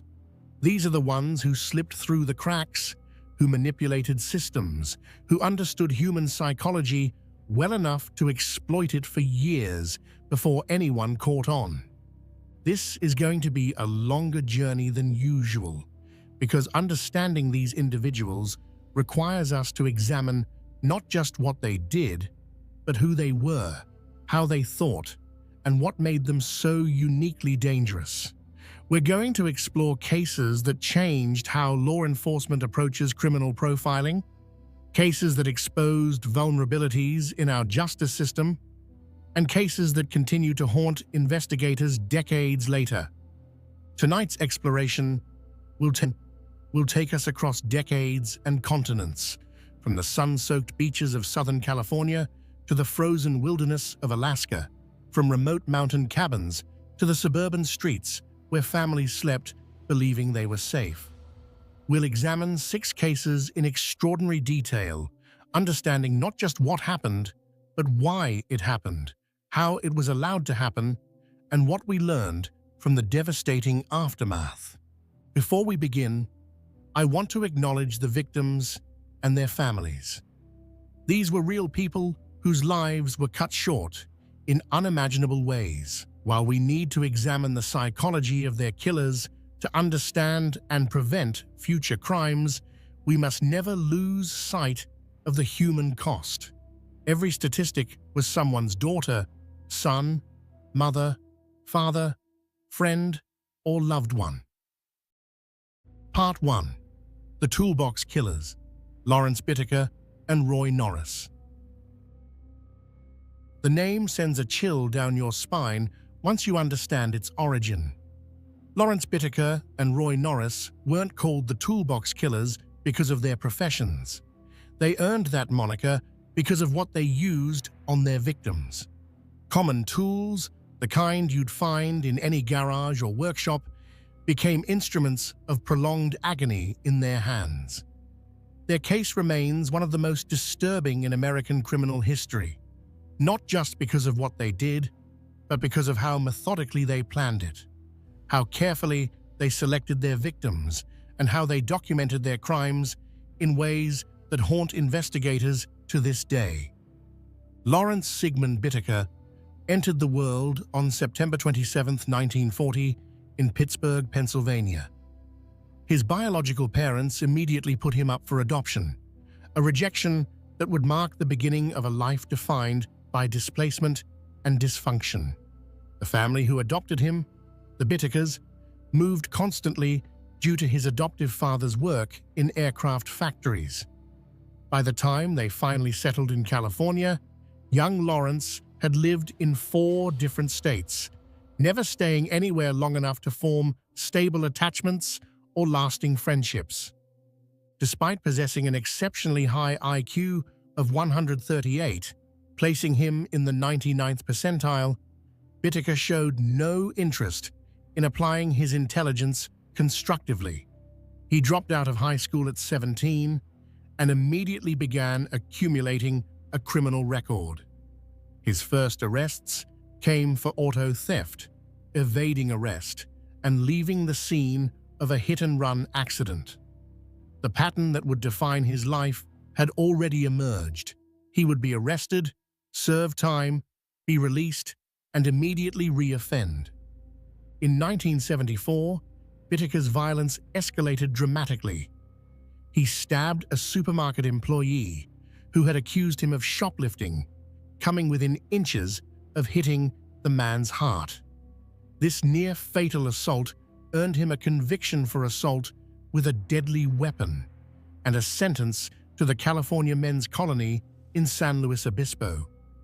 This imprisonment would prove catastrophic, though not for Bittaker. It was at this facility that he would meet Roy Norris, and together they would form one of the most sadistic partnerships in criminal history. Roy Lewis Norris was born on February 5, 1948, and his childhood was even more traumatic than Bittaker's. He bounced between his biological family and foster care, never finding stability anywhere. Multiple foster families neglected him, and at least one family sexually abused him. These early experiences warped his developing psyche, creating a deep-seated rage against the world, and particularly against women. In May 1970, while out on bail for another offense, Norris violently attacked a female student with a rock on the campus of San Diego State University. This unprovoked assault demonstrated an escalating pattern of violence against women. He was charged and sent to Atascadero State Hospital, classified as a mentally disordered sex offender, where he spent nearly 5 years. The system's response remained inadequate to the threat he posed. The fateful meeting occurred in 1977 at the California Men's Colony. In the structured, all-male environment of prison, Bittaker and Norris discovered they shared disturbing fantasies about abducting, raping, torturing, and murdering young women. But rather than recoiling from each other's darkness, they encouraged it. They began planning in detail, analyzing what had led to their previous arrests and how they could avoid those mistakes. They made a pact. Once both were released, they would reunite and make their shared fantasies reality. Bittaker was paroled in November 1978. Norris followed in January 1979. Within months, they had reconnected and begun putting their plan into action. Their first major purchase was a silver 1977 GMC Vandura van, acquired in February 1979. They chose this specific vehicle because the passenger-side sliding door would allow them to quickly pull victims inside. They nicknamed it Murder Mac, revealing how they viewed their planned crimes as almost a project, but they didn't immediately begin killing. From February to June 1979, they picked up more than 20 hitchhikers without harming them. These were practice runs, testing their approach, building confidence, and scouting locations. In late April 1979, they found an isolated fire road in the San Gabriel Mountains. Bittaker broke the lock on the entry gate and replaced it with his own. They now had their private torture chamber. Their first victim was 16-year-old Lucinda Lynn Cindy Schaefer. On June 24, 1979, she was walking along the Pacific Coast Highway in Redondo Beach when they offered her a ride. When she refused, Norris pretended to repair the van. When Schaefer walked past, Norris grabbed her and dragged her into the vehicle. What happened over the next hours is almost too horrible to describe. They raped her, tortured her, and eventually strangled her to death. Her body was never recovered. Over the next 5 months, 4 more young women would die. 18-year-old Andrea Joy Hall, 13-year-old Jacqueline Leah Lamp, 15-year-old Jacqueline Doris Gilliam, and 16-year-old Shirley Lynette Ledford. Each killing was more brutal than the last, as their sadism escalated. They documented their crimes with photographs and audio recordings. The recordings, particularly the one of Ledford's torture, would later be played during Bittaker's trial. Many people fled the courtroom, unable to bear listening to it. FBI profiler John Douglas, who has interviewed dozens of serial killers, described Bittaker as the most disturbing individual for whom he ever created a criminal profile. Their capture came when Norris began bragging to an old prison friend named Jimmy Dalton about the murders. When Ledford's body was discovered, Dalton reported Norris to his lawyer, who passed the information to the Los Angeles Police Department. Under interrogation, Norris confessed but tried to minimize his role. He agreed to testify against Bittaker in exchange for a plea deal that spared him the death penalty. When police searched Bittaker's motel room and Norris's apartment, they found the evidence: the audio tape of Ledford's torture, photographs of nearly 500 teenage girls, tools used in the murders, and items belonging to the victims. Prosecutor Stephen Kay, who would spend his career prosecuting some of California's most notorious criminals, still considers the Toolbox Killers case the worst he ever handled. For years after the trial, he suffered recurring nightmares about the case. Paul Bynum, the chief investigator, never recovered emotionally. In December 1987, at age 39, he died by suicide. In his 10-page suicide note, he specifically mentioned the case and expressed fear that Bittaker and Norris might somehow be released.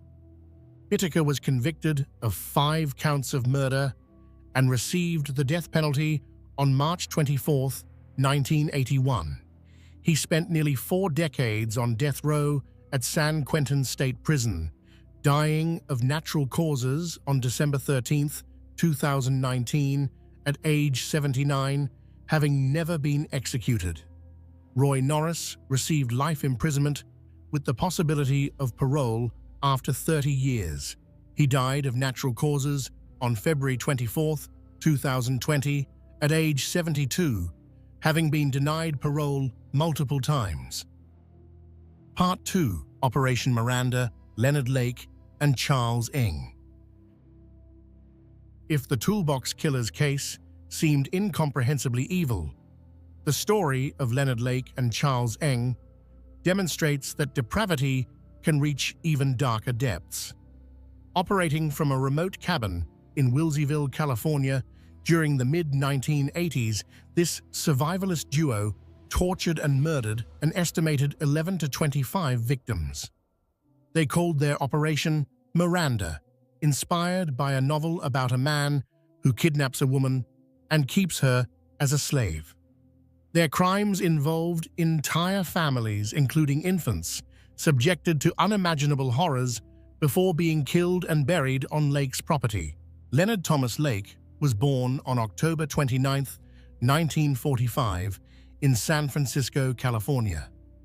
His parents divorced when he was 6, and his childhood was marked by instability and dysfunction. He was primarily raised by his grandparents after his mother remarried. From an early age, Lake exhibited disturbing behaviors, including an obsession with pornography and violent sexual content. He also developed a fascination with survivalism and apocalyptic scenarios, believing that nuclear war was imminent and preparing for a post-apocalyptic world. Lake served in the Marines during the Vietnam era, but received a medical discharge in 1971 related to mental health issues. After his discharge, he drifted through various pursuits, including living on a hippie commune in California. He married twice, both marriages ending in divorce. His second wife, Claralyn Cricket Balaz, would later become entangled in his crimes through ownership of the property where many murders occurred. In his teenage years, Lake had read a 1963 John Fowles novel called The Collector, which tells the story of a man who captures a woman named Miranda and keeps her as a slave in the hopes she would eventually fall in love with him. Lake was fascinated by this novel and used the book as inspiration for what he called Operation Miranda, a plan to kidnap and enslave women for his sexual gratification and to populate his survivalist compound after the apocalypse. Charles Chai Tat Ng was born on December 24, 1960, in Hong Kong to an affluent family. His youth was marked by disciplinary problems and physical abuse from his father. He attended various schools but had persistent behavioral issues and was eventually expelled. In 1978, Ng came to the United States to attend college at Notre Dame. He lasted only one semester before dropping out. Using forged documents that falsely listed his birthplace as Bloomington, Indiana, Ng enlisted in the United States Marine Corps in October 1979. During his time in the Marines, Ng worked at the Kaneohe Bay Base Armory in Hawaii. In 1980, after less than a year of service, he was arrested by military police for stealing automatic weapons from the base armory. Facing court-martial, escaped military custody and fled to Northern California, where he would meet Leonard Lake. Their meeting would prove catastrophic for their future victims. Lake and Ng met through a mutual interest in survivalist magazines and gun culture. They quickly discovered they shared similar violent fantasies about women. In 1982, federal authorities raided a mobile home that Lake and Ng shared in Ukiah, California, seizing a large stash of illegal weapons and explosives. Lake was released on bond but jumped bail. Ng was returned to Marine custody, where he pleaded guilty to the theft charges and was sentenced to Leavenworth Federal Prison. He served his sentence and was released in 1984. After Ng's release, he rejoined Lake, who had relocated to a remote cabin in Wilseyville, California, in Calaveras County, located in the foothills of the Sierra Nevada. The property was owned by Lake's wife, Claralyn Balaz, though the couple was separated. The cabin sat on a half-acre lot, isolated from neighbors, perfect for Lake and Ng's plans. Next to the cabin, they constructed a cinder-block bunker that would serve as their torture chamber and prison. The bunker was outfitted with soundproofing, chains, restraints, and various implements for torture. Lake maintained detailed journals documenting his crimes and filmed many of the assaults on videotape.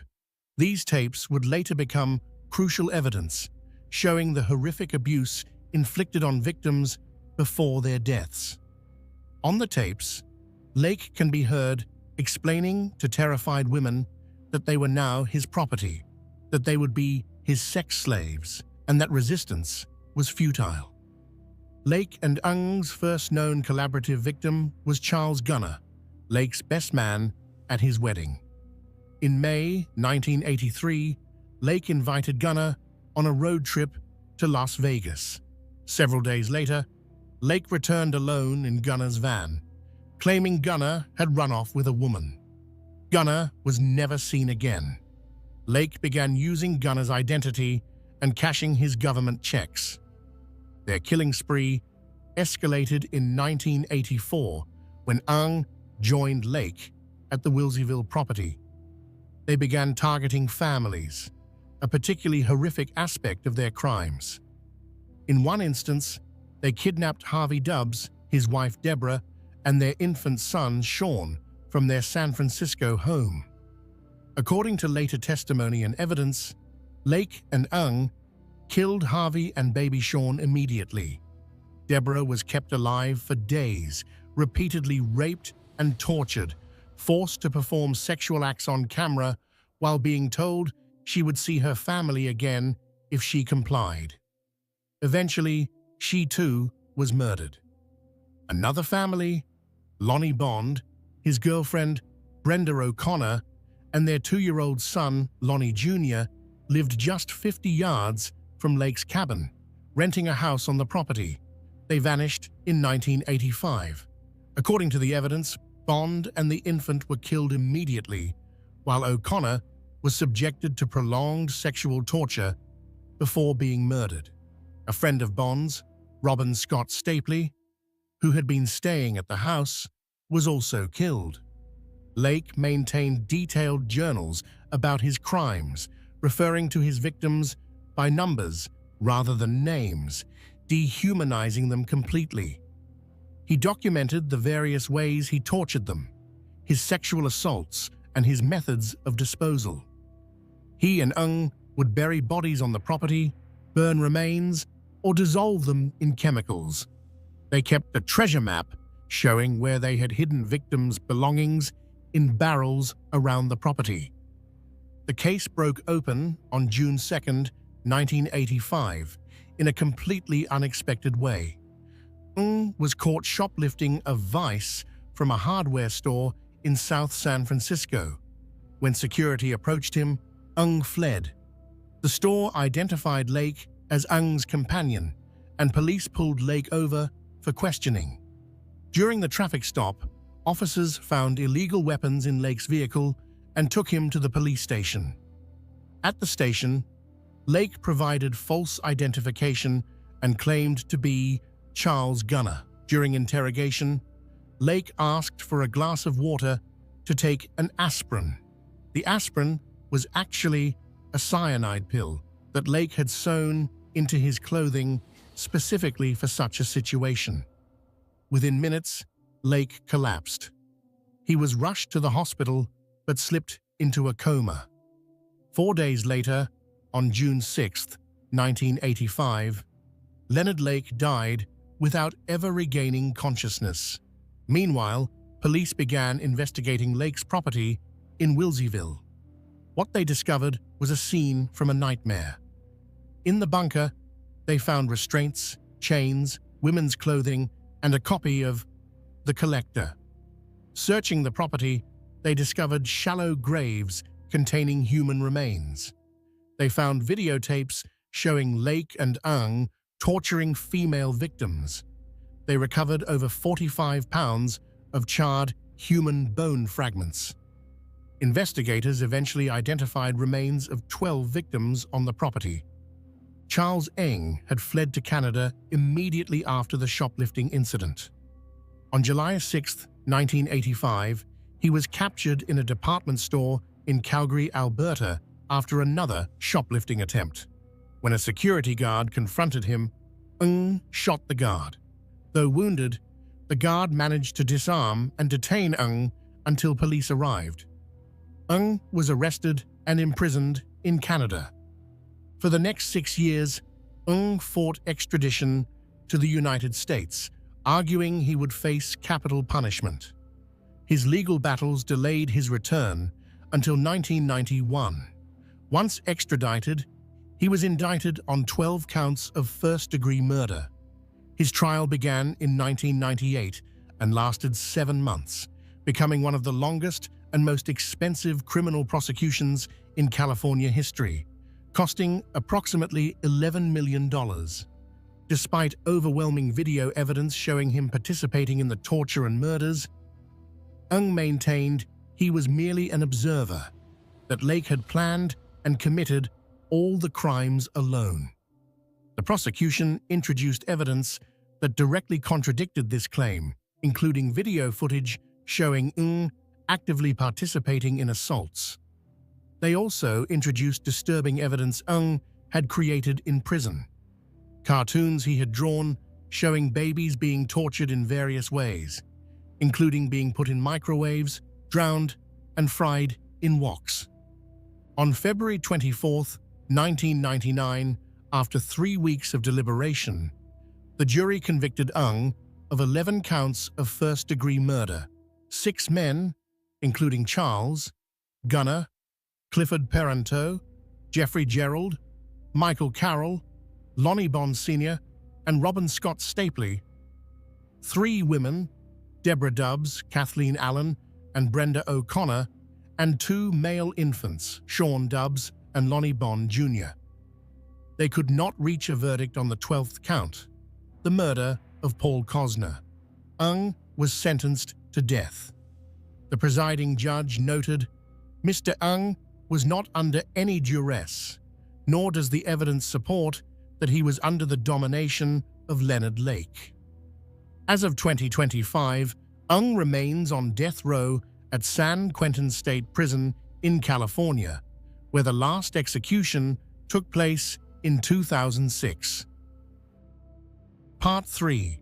Edmund Kemper, the co-ed killer. If evil can be measured by both the brutality of crimes and the intelligence with which they're committed, then Edmund Emil Kemper III represents one of the most terrifying manifestations of human darkness. Standing 6 feet 9 inches tall, weighing over 300 pounds, and possessing an IQ of 145, Kemper used his massive physical presence and exceptional intelligence to commit murders that shocked even hardened investigators. Between 1964 and 1973, he killed 10 people, including his paternal grandparents, his mother, 6 young female college students, and his mother's best friend. Edmund Kemper was born on December 18, 1948, in Burbank, California, weighing an impressive 13 pounds. From the very beginning, he was larger than other children, and this physical difference would mark him throughout his childhood. His parents, Edmund Kemper Jr. and Clarnell Elizabeth Kemper, had a volatile marriage filled with constant conflict. When Edmund was 9 years old, his parents divorced. Clarnell Kemper was an alcoholic and deeply disturbed woman who emotionally and psychologically abused her son throughout his childhood.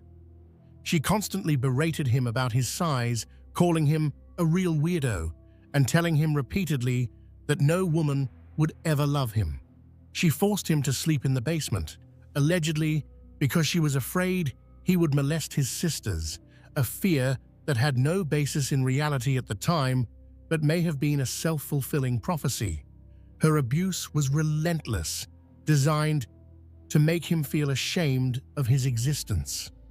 Young Edmund began exhibiting disturbing behaviors.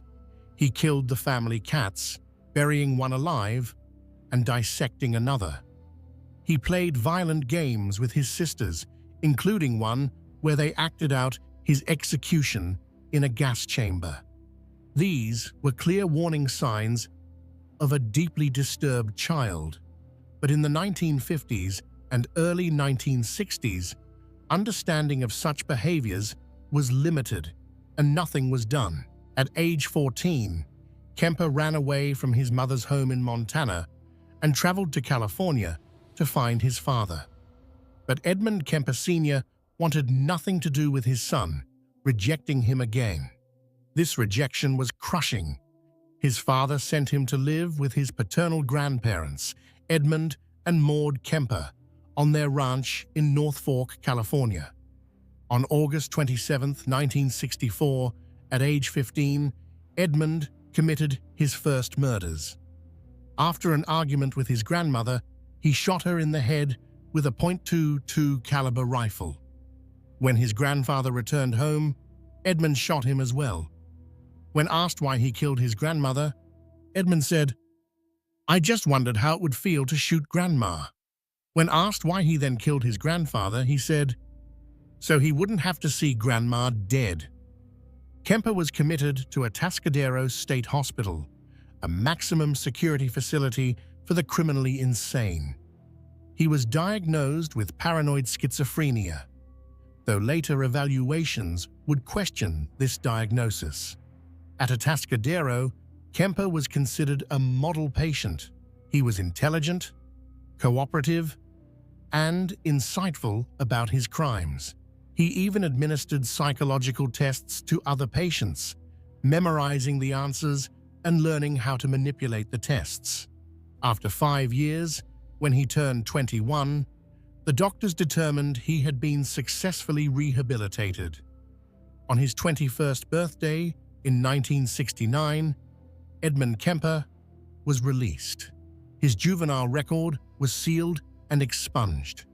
This decision was made despite warnings from several staff members who felt Kemper remained dangerous. Upon his release, Kemper moved back to California and lived with his mother, who was now working as an administrative assistant at University of California, Santa Cruz. Initially, Kemper tried to build a normal life. He attended community college briefly. He tried to join the California State Police, but at 6'9" and over 300 pounds, he exceeded their size requirements. But Kemper was developing elaborate violent fantasies, particularly about young women. He began picking up female hitchhikers, initially not harming them. These were practice runs. Kemper would later estimate that he gave rides to approximately 150 hitchhikers before he finally acted on his violent impulses. The killing began on May 7th, 1972. Kemper picked up 2 Fresno State College students, 18-year-old Marianne Pesce and 18-year-old Anita Lucchesa. He drove them to a remote area, killed them both, put their bodies in the trunk of his car, and drove back to his apartment. There, he dismembered them, decapitated them, and engaged in sexual acts with their corpses. He took photographs throughout this process. 4 months later, on September 14, 1972, Kemper picked up 15-year-old Aiko Koo. In January 1973, he killed 19-year-old Cindy Scholl. In February 1973, he encountered 23-year-old Rosalind Heather Thorpe and 20-year-old Alice Helen Allison Liu on the UC Santa Cruz campus. Kemper had obtained a university parking sticker because his mother worked there, making students more likely to trust him. Throughout this period, Kemper was friends with several police officers. He frequented a bar called the Jury Room that was popular with law enforcement, listening to them discuss the ongoing investigation into the co-ed murders. His inside knowledge helped him stay ahead of detection. The police discussing their case with him never suspected that the gentle giant sitting at the bar was the killer they were hunting. The end came on Good Friday, April 20th, 1973. Kemper had been drinking and dwelling on his rage toward his mother. In the early morning hours, he entered her bedroom while she slept and bludgeoned her to death with a claw hammer. He then cut off her head, raped her severed head, and removed her larynx, trying to feed it down the garbage disposal, later saying it seemed appropriate, given how much she had yelled at him over the years. That evening, Kemper invited his mother's best friend, 59-year-old Sarah Taylor Hallett, over to the house. When Hallett arrived, Kemper strangled her. The next morning, he took his mother's car and drove east. After driving for hours, he stopped in Pueblo, Colorado, and called the Santa Cruz Police Department from a payphone, confessing to being the co-ed killer. The police initially didn't believe him. He had to call back multiple times before they finally sent officers to arrest him. During his interrogation and trial, Kemper was extraordinarily cooperative and articulate. He provided detailed descriptions of all his crimes.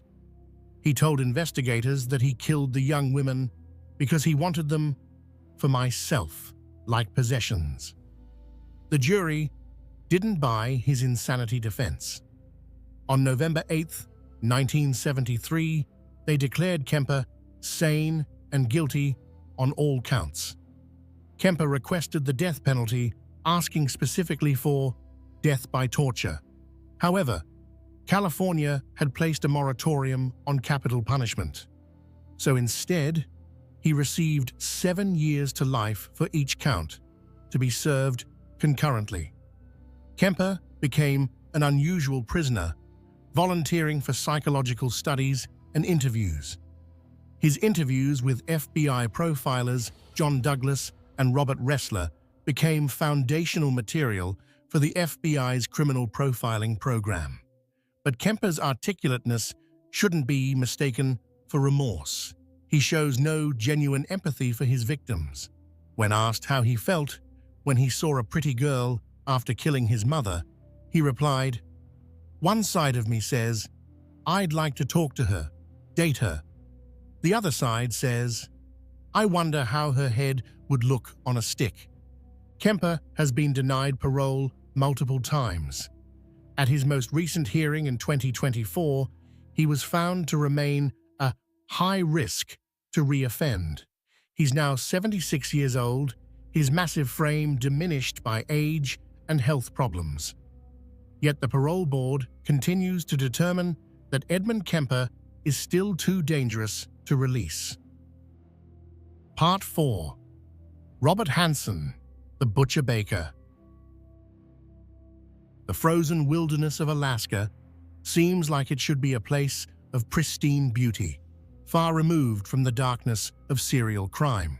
But in the late 1970s and early 1980s, that wilderness became a hunting ground for a predator who took the concept literally. Robert Christian Hansen, known as the Butcher Baker, abducted at least 17 women from Anchorage, flew them to remote wilderness locations, released them, and hunted them like animals before killing them. Robert Hansen was born on February 15, 1939, in Estherville, Iowa. His childhood was marked by severe insecurity and social rejection. He suffered from terrible acne that left his face scarred. He wore thick glasses and had buck teeth. Worst of all, he had a severe stutter that became more pronounced when he was stressed. In the cruel social environment of 1950s schools, these characteristics made him a target for relentless bullying, particularly from girls. His father, Christian Hansen, was a Danish immigrant who owned a local bakery. He was demanding and sometimes harsh, expecting his son to work long hours in the bakery from a young age. Combined with constant rejection from his peers, this created in young Robert a deep well of rage and resentment, particularly directed at women. Unable to connect with people, Hansen found solace alone in the woods.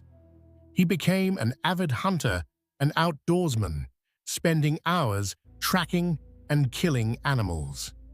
Hunting gave him a sense of control and power. These skills would later become tools for murder.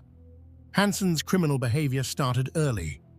In 1960, at age 21, he convinced a young bakery employee to help him burn down a school bus garage.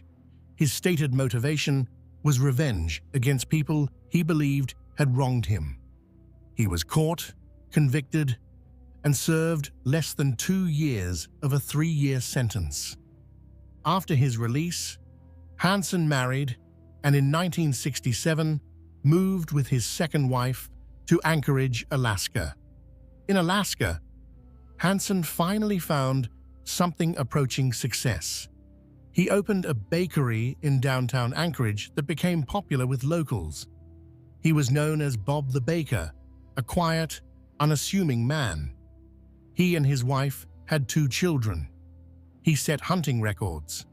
Police officers frequented his bakery for coffee and donuts. By all outward appearances, Robert Hansen had built a respectable life. But beneath that surface, Hansen's rage had never diminished. In 1971, he was arrested twice, first for abducting and attempting to rape a housewife, and second for raping a sex worker. He pleaded no contest to assault with a deadly weapon, and the rape charge was dropped. He was sentenced to 5 years, but released to a halfway house after only 6 months. This light sentence was catastrophic. If Hansen had been kept in prison, at least 11 women would still be alive. The late 1970s saw massive changes in Anchorage.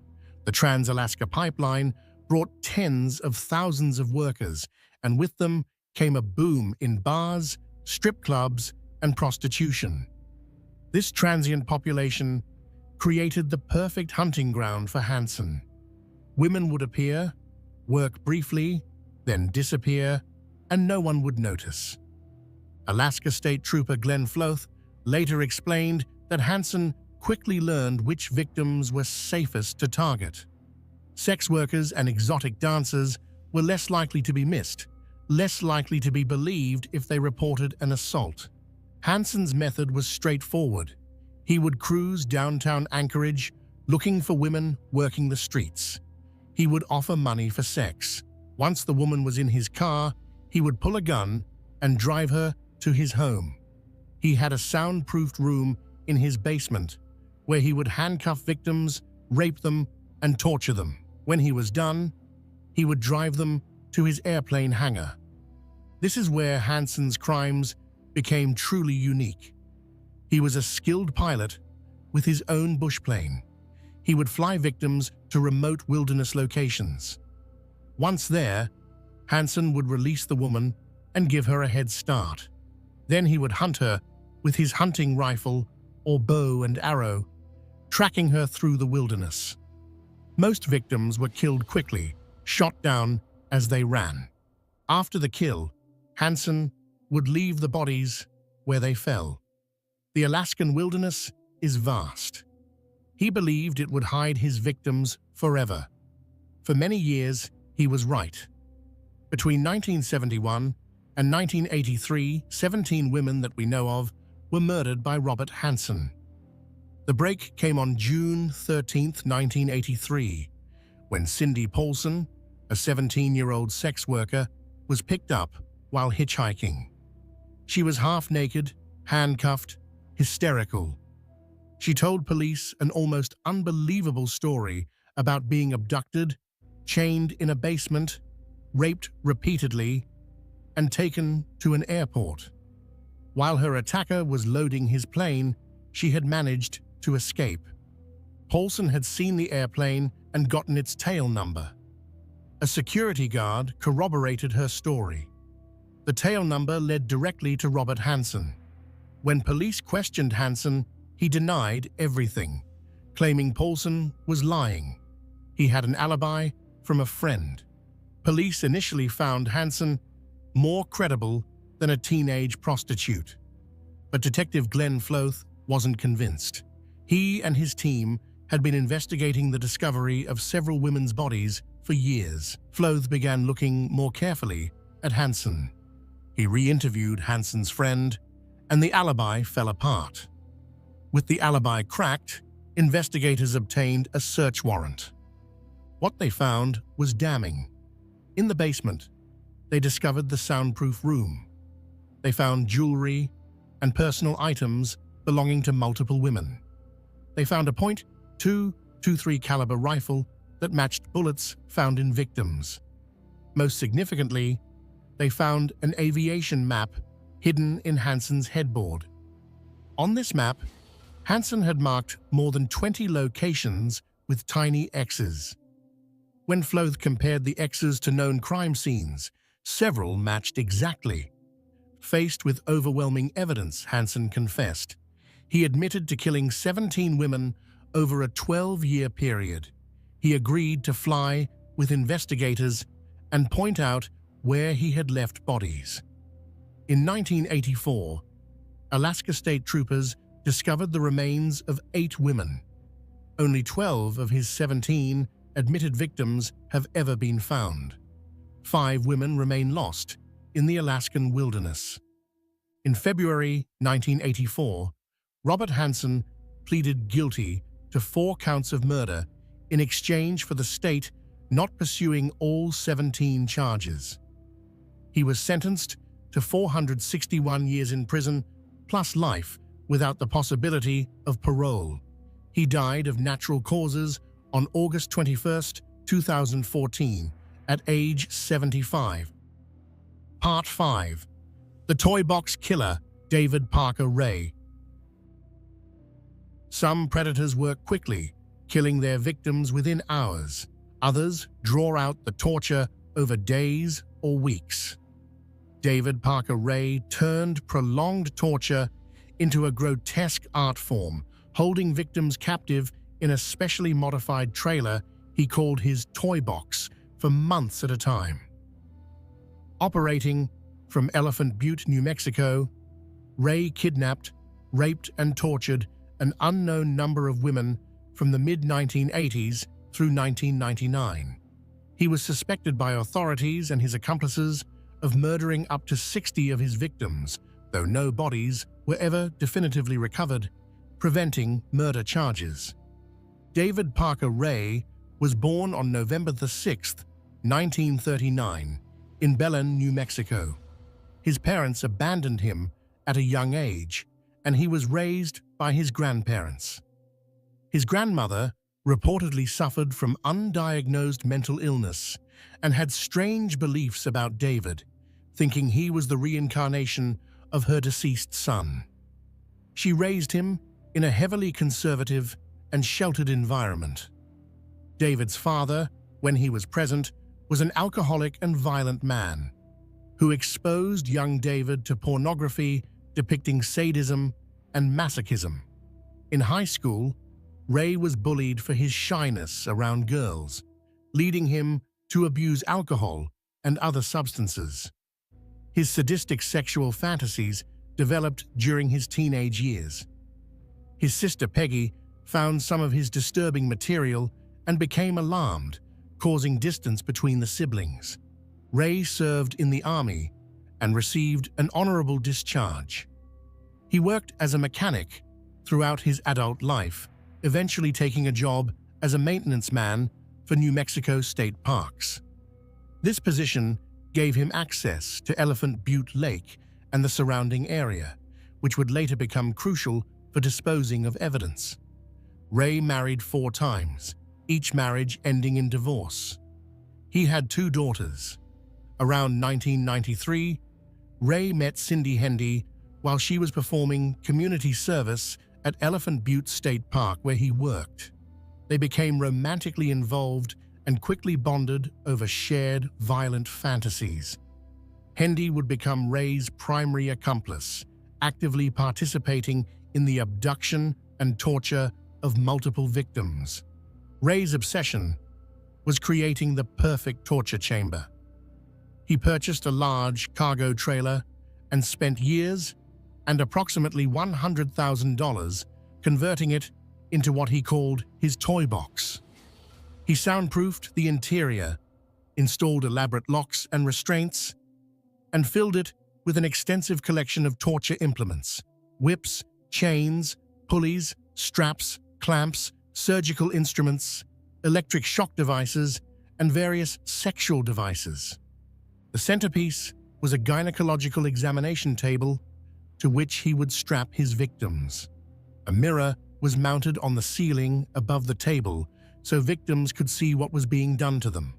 Ray constructed elaborate contraptions, including a fur-lined coffin and makeshift pillories to restrain captives. He even rigged the trailer with pulleys and mechanisms that would force victims into specific positions. One of the most disturbing aspects of Ray's crimes was his use of audio tapes.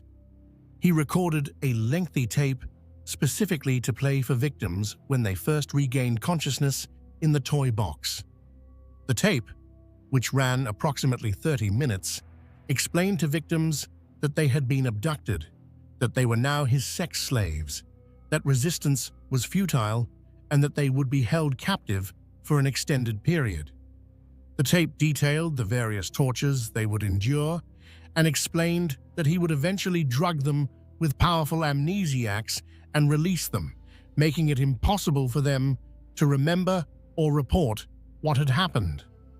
According to accomplice Cindy Hendy's testimony, Ray would kidnap 4 or 5 women per year, holding each for approximately 2 to 3 months.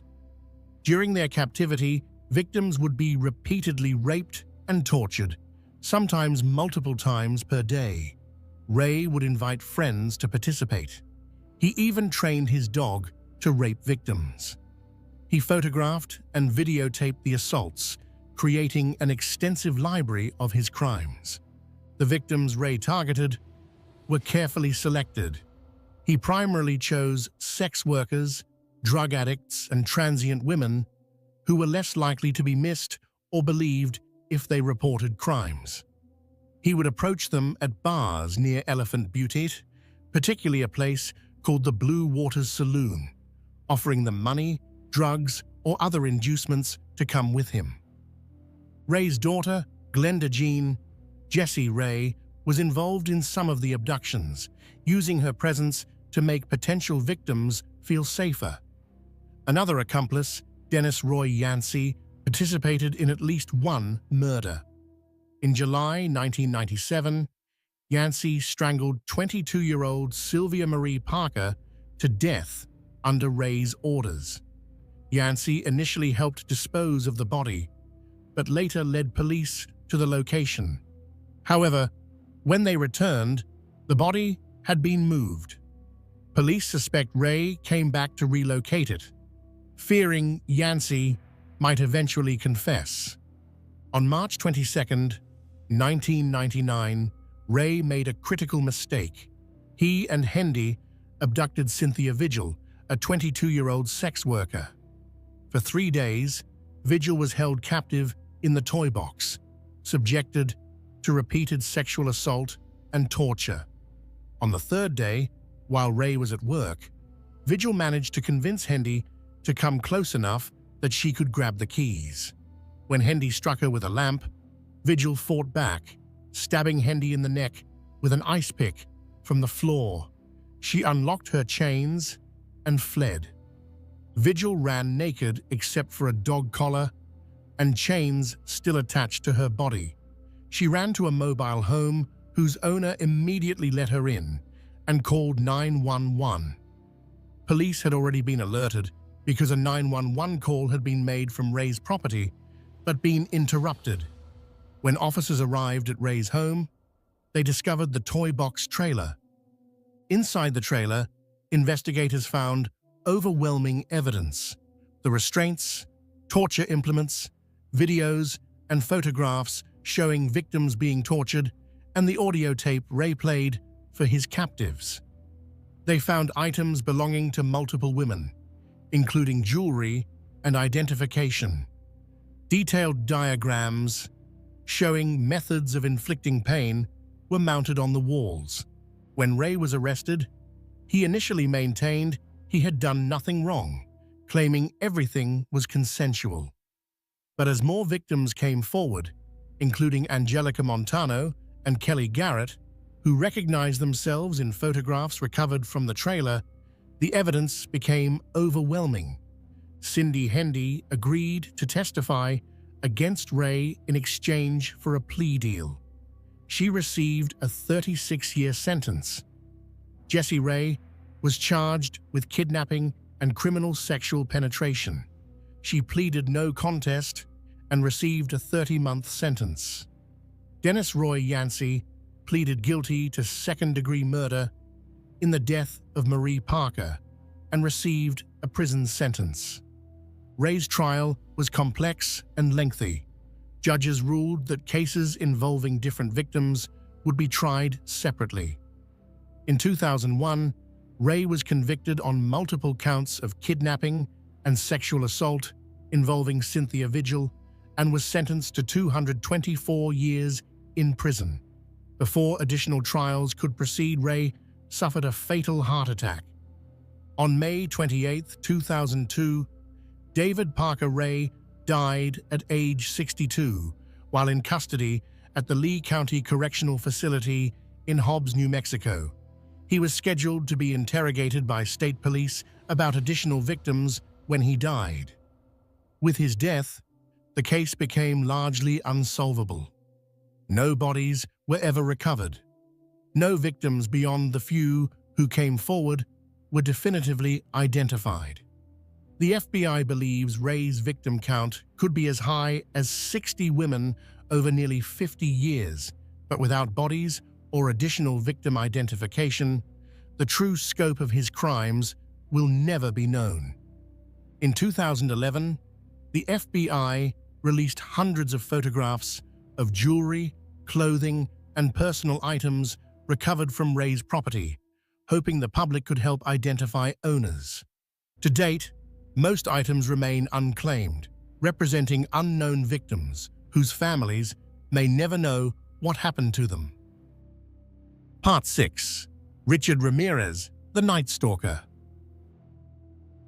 While the predators we've examined so far operated with careful planning and specific victim selection, Richard Ramirez was chaos incarnate. Between April 1984 and August 1985, Ramirez terrorized California in a crime spree so random, so violent, and so varied in its methods that investigators initially didn't believe all the crimes could be committed by one person. He murdered at least 14 people, sexually assaulted dozens, and burglarized countless homes. His victims ranged from children to elderly women, from wealthy neighborhoods to poor ones, killed by guns, knives, blunt force trauma, or strangulation. He became known as the Night Stalker, a name that perfectly captured the terror he inspired. Ricardo Leyva Muoz Ramirez was born on February 29, 1960, in El Paso, Texas, the youngest of 5 children born to Mexican immigrant parents. His father, Julian Ramirez, was a former Mexican policeman who worked on the Santa Fe Railroad. His mother, Mercedes, was a devout Catholic. From the outside, the family appeared working class, but stable. The reality was darker. Julian Ramirez was physically abusive to his children, subjecting them to frequent beatings. Richard witnessed and experienced this violence throughout his childhood, but perhaps the most damaging influence on young Richard was his older cousin, Miguel Mike Ramirez. Mike was a Vietnam War veteran who had been awarded the Purple Heart.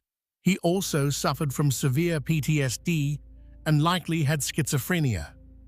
When Richard was around 12 years old, Mike began sharing stories about his time in Vietnam. But these weren't typical war stories. Mike boasted about the war crimes he had committed, particularly violent sexual assaults against Vietnamese women. He showed Richard photographs of women he claimed to have raped, tortured, and killed. Some photographs showed Mike posing with severed heads. This exposure to graphic violence and sexual sadism at such a young age had a profound impact on Richard's developing psyche. He began to idolize his cousin, to see Mike's violence as something powerful and admirable.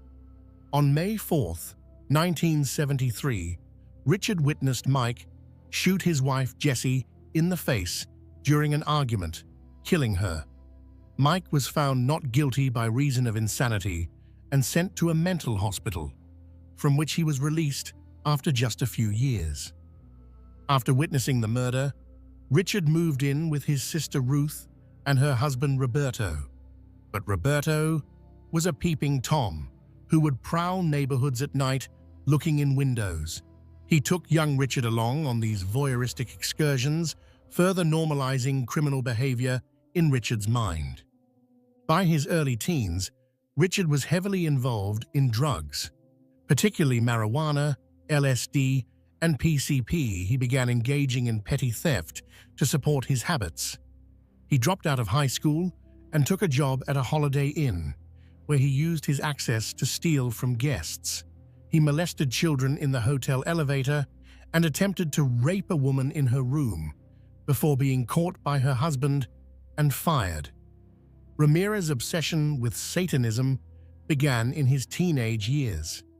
He and his friend Tom developed an intense interest in the occult, in heavy metal music with satanic themes, particularly AC/DC's album Highway to Hell.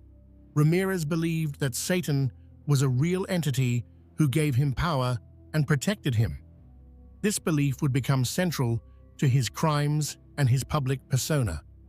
Ramirez's first known murder occurred on April 10, 1984, when he broke into the San Francisco hotel where he was living and raped and murdered 9-year-old Mei Leung in the basement. He stabbed her to death and hung her body from a pipe. This murder wasn't connected to his later crimes until 2009, when DNA evidence linked him to the scene. On June 28, 1984, Ramirez committed what was long thought to be his first murder. He broke into the Glassell Park apartment of 79-year-old Jenny Vinco. He stabbed her repeatedly, slashed her throat so deeply she was nearly decapitated, and sexually assaulted her corpse. A fingerprint was found on a window screen, but computerized fingerprint databases didn't exist yet, so the print couldn't be matched. After the Vinco murder, Ramirez apparently didn't kill again for 8 months, but in March 1985, he resumed with a vengeance. On March 17th, he shot and killed 34-year-old Dele Okazaki and shot Maria Hernandez, who survived when the bullet ricocheted off her keys. Within an hour, he murdered 30-year-old Tsai Lian Veronica Yu in Monterey Park.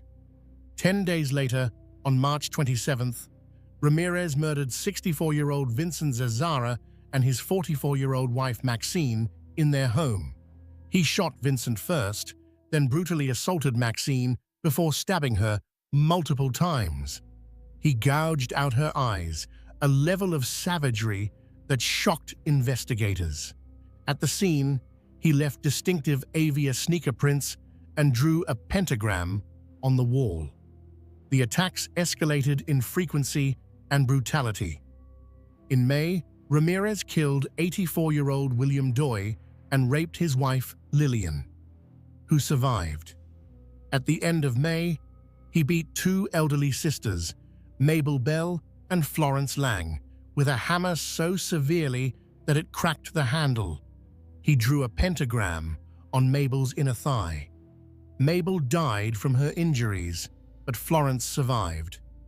In late June, Ramirez broke into the home of 6-year-old Anastasia Hronis and abducted her, molesting her before releasing her.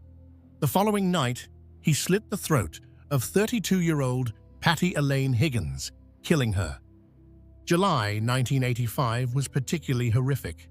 On July 2nd, Ramirez killed 75-year-old Mary Louise Cannon by beating her to death. On July 5th, he killed 16-year-old Whitney Bennett by beating her with a tire iron, though she miraculously survived. On July 7th, he killed 61-year-old Joyce Lucille Nelson and 63-year-old Sophie Dickman, who he sexually assaulted. On July 20th, he killed 66-year-old Maxine Kneiding, 64-year-old Layla Kneiding, and 32-year-old Chynarong Kovananth, also sexually assaulting Kovananth's wife.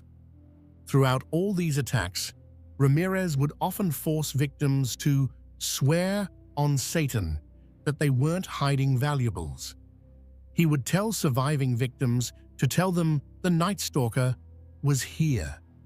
He seemed to crave notoriety, wanting his crimes recognized. The investigation was massive. Los Angeles assembled a task force, and the FBI stepped in to assist. But Ramirez was frustratingly difficult to profile. His victims had no common characteristics. They were men, women, children, elderly, young, Asian, white, Latino, rich, poor. He used guns, knives, blunt objects, strangulation. Sometimes he committed burglary without violence. Sometimes he sexually assaulted. Sometimes he killed quickly. Sometimes he tortured victims for hours. The breakthrough came from fingerprint technology. One of Ramirez's fingerprints from a crime scene was run through a newly computerized system and matched to his records. On August 30th, 1985, Ramirez's name and photograph were released to the media. The next day, August 31st, Ramirez was in East Los Angeles when someone recognized him from the newspaper. Ramirez tried to flee, attempting to steal a car. When the car's owner and neighbors realized who he was, they chased him down. A crowd formed, beating Ramirez until police arrived and rescued him from the mob. He was arrested, bruised and bloody, but alive. Ramirez's trial began in July 1988. Throughout the proceedings, he displayed no remorse. He would hold up his palm, showing a pentagram he had drawn there, and shout, "Hail Satan," to the courtroom. He smiled and laughed when gruesome crime scene photos were shown. When asked why he hurt and killed his victims, he simply smiled and said, "No comment." On September 20th, 1989, Richard Ramirez was convicted of 13 counts of murder, 5 attempted murders, 11 sexual assaults, and 14 burglaries. He was sentenced to death. The judge stated that his crimes showed cruelty, callousness, and viciousness beyond any human understanding. Ramirez's response was big deal. Death always went with the territory. Ramirez spent over 23 years on death row at San Quentin State Prison. During this time, he married Doreen Lioy, a magazine editor who became obsessed with him. He received thousands of letters from admirers, a disturbing phenomenon where serial killers attract fans. In June 2013, Ramirez was diagnosed with B-cell lymphoma. He died on June 7, 2013, at age 53, having never been executed. Conclusion: understanding the unseen. We've journeyed through 6 cases tonight, each representing a different manifestation of the same underlying pathology: the need to dominate, control, and destroy other human beings for psychological gratification. Lawrence Bittaker and Roy Norris, finding in each other permission to enact their worst impulses. Leonard Lake and Charles Eng, building a survivalist torture compound where they enslaved and murdered entire families. Edmund Kemper, using his exceptional intelligence to understand his own pathology without being able to control it. Robert Hansen, using the Alaskan wilderness as his personal hunting ground. David Parker Ray, creating an elaborate torture chamber where victims were held for months. Richard Ramirez, embodying chaos and randomness, striking terror into an entire state. What connects these cases beyond their horror? Childhood trauma appears in every single case. Whittaker and Norris both experienced rejection and abuse. Lake witnessed family dysfunction and developed apocalyptic paranoia. Ng suffered severe physical abuse from his father. Kemper endured relentless emotional abuse from his mother.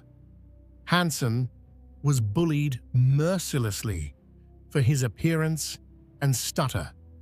Ramirez was exposed to graphic violence and war crimes by his cousin. The common thread is a fundamental warping of normal empathy and attachment. High intelligence is another common factor. Whittaker, Lake, Kemper, Hansen, and Ray all demonstrated above-average intelligence. They used their cognitive abilities not to contribute to society, but to more effectively prey upon it. They planned carefully, avoided detection for years, and manipulated those around them. The targeting of vulnerable victims appears repeatedly. Hansen explicitly chose sex workers and dancers. Lake and Ng targeted families who could be isolated. Ray chose transient women and sex workers. These predators understood that society cares less about certain victims, that investigations into their disappearances would be less thorough. Geographic factors played significant roles. Hansen used Alaska's vast wilderness. Lake and Ng used a remote mountain cabin. Ray operated from an isolated trailer in the New Mexico desert. Location wasn't just where they killed, it was part of their strategy. The ability to appear normal, to maintain a mask of sanity, is perhaps the most disturbing common trait. They were a bakery owner, a survivalist, a friendly giant, a park maintenance worker. They held jobs, maintained relationships, and convinced everyone around them that they were ordinary, harmless, maybe even admirable. These cases changed how we approach serial crime. The FBI's Behavioral Science Unit was developed largely in response to cases like these. John Douglas and Robert Ressler's interviews with incarcerated killers, including Kemper, formed the foundation of modern criminal profiling. But we must also acknowledge the failures these cases represent. Warning signs were missed. Early crimes weren't pursued aggressively. Marginalized victims weren't taken seriously. Mental health interventions were inadequate. Parole decisions were catastrophically wrong. For survivors of these crimes, life after trauma is an ongoing struggle. For families of victims, particularly those whose loved ones' bodies were never recovered, the pain never fully resolves. 5 of Hansen's victims remain lost in the Alaskan wilderness. 2 of Lake and Ng's victims have never been found. Most of Ray's suspected victims have never been identified. The broader societal impact includes how we think about safety and trust. Teaching children about stranger danger, encouraging people to trust their instincts, promoting self-defense education. These are all responses to the reality that predators walk among us. We must be careful in how we consume and discuss these stories. True crime is a legitimate field of study with educational value. Understanding these cases helps us recognize warning signs, protect ourselves and others, support survivors, and advocate for justice. But we must never lose sight of the human cost. The question of rehabilitation remains contentious. Can individuals who have committed such extreme violence ever be truly rehabilitated? Current research suggests that psychopathy, particularly when combined with severe violence, has a very poor prognosis. This is why risk assessment in parole decisions is so crucial. Looking forward, there are reasons for cautious optimism. Advances in forensic science, particularly DNA analysis and digital forensics, make it harder for killers to avoid detection. Improved criminal databases allow cross-referencing of crimes across jurisdictions. Better understanding of psychological risk factors allows earlier intervention. But we must also acknowledge uncomfortable truths. Evil exists. Not everyone who experiences childhood trauma becomes violent. At some point, these individuals made choices. They chose to act on their darkest impulses rather than seeking help. Personal responsibility matters, even in the context of understanding psychological and environmental factors. The unseen predator walks among us. He might be the helpful neighbor, the successful businessman, the friendly baker, the maintenance worker. He's learned to mimic normalcy, but beneath the mask is something broken and dangerous. The key to protection is awareness, without paranoia, caution without fear, and recognition that intuition exists for a reason. We remember the victims tonight: Cindy Schaefer, Andrea Hall, Jacqueline Gilliam, Jacqueline Lamp, Shirley Ledford, Charles Gunner, Donald Lake, Harvey Dubbs, Deborah Dubbs, Baby Sean Dubbs, Lonnie Bond, Brenda O'Connor, Lonnie Bond Jr., Robin Stapley, and others whose names we may never know. The 17 women murdered by Robert Hansen, only 12 of whom have been identified. Mary Ann Pesce, Anita Luchessa, Aiko Koo, Cindy Scholl, Rosalind Thorpe, Alice Liu, Clarnell Kemper, Sarah Hallett, Marie Parker, and the many unidentified victims of David Parker Ray. Mei Leung, Jenny Vinko, Daily Okazaki, Tsai Lian Yu, Vincent Zazara, Maxine Zazara, William Doi, Mabel Bell, Patty Higgins, Mary Cannon, Joyce Nelson, Sophie Dickman, Maxon Niding, Layla Niding, Chainarong Kovananth. These were daughters and sons, mothers and fathers, sisters and brothers, friends and loved ones. They had dreams and plans and futures that were stolen. We honor them by learning from these tragedies, by working to prevent future ones, and by refusing to forget that these were real people whose lives mattered. Thank you for taking this difficult journey with me tonight.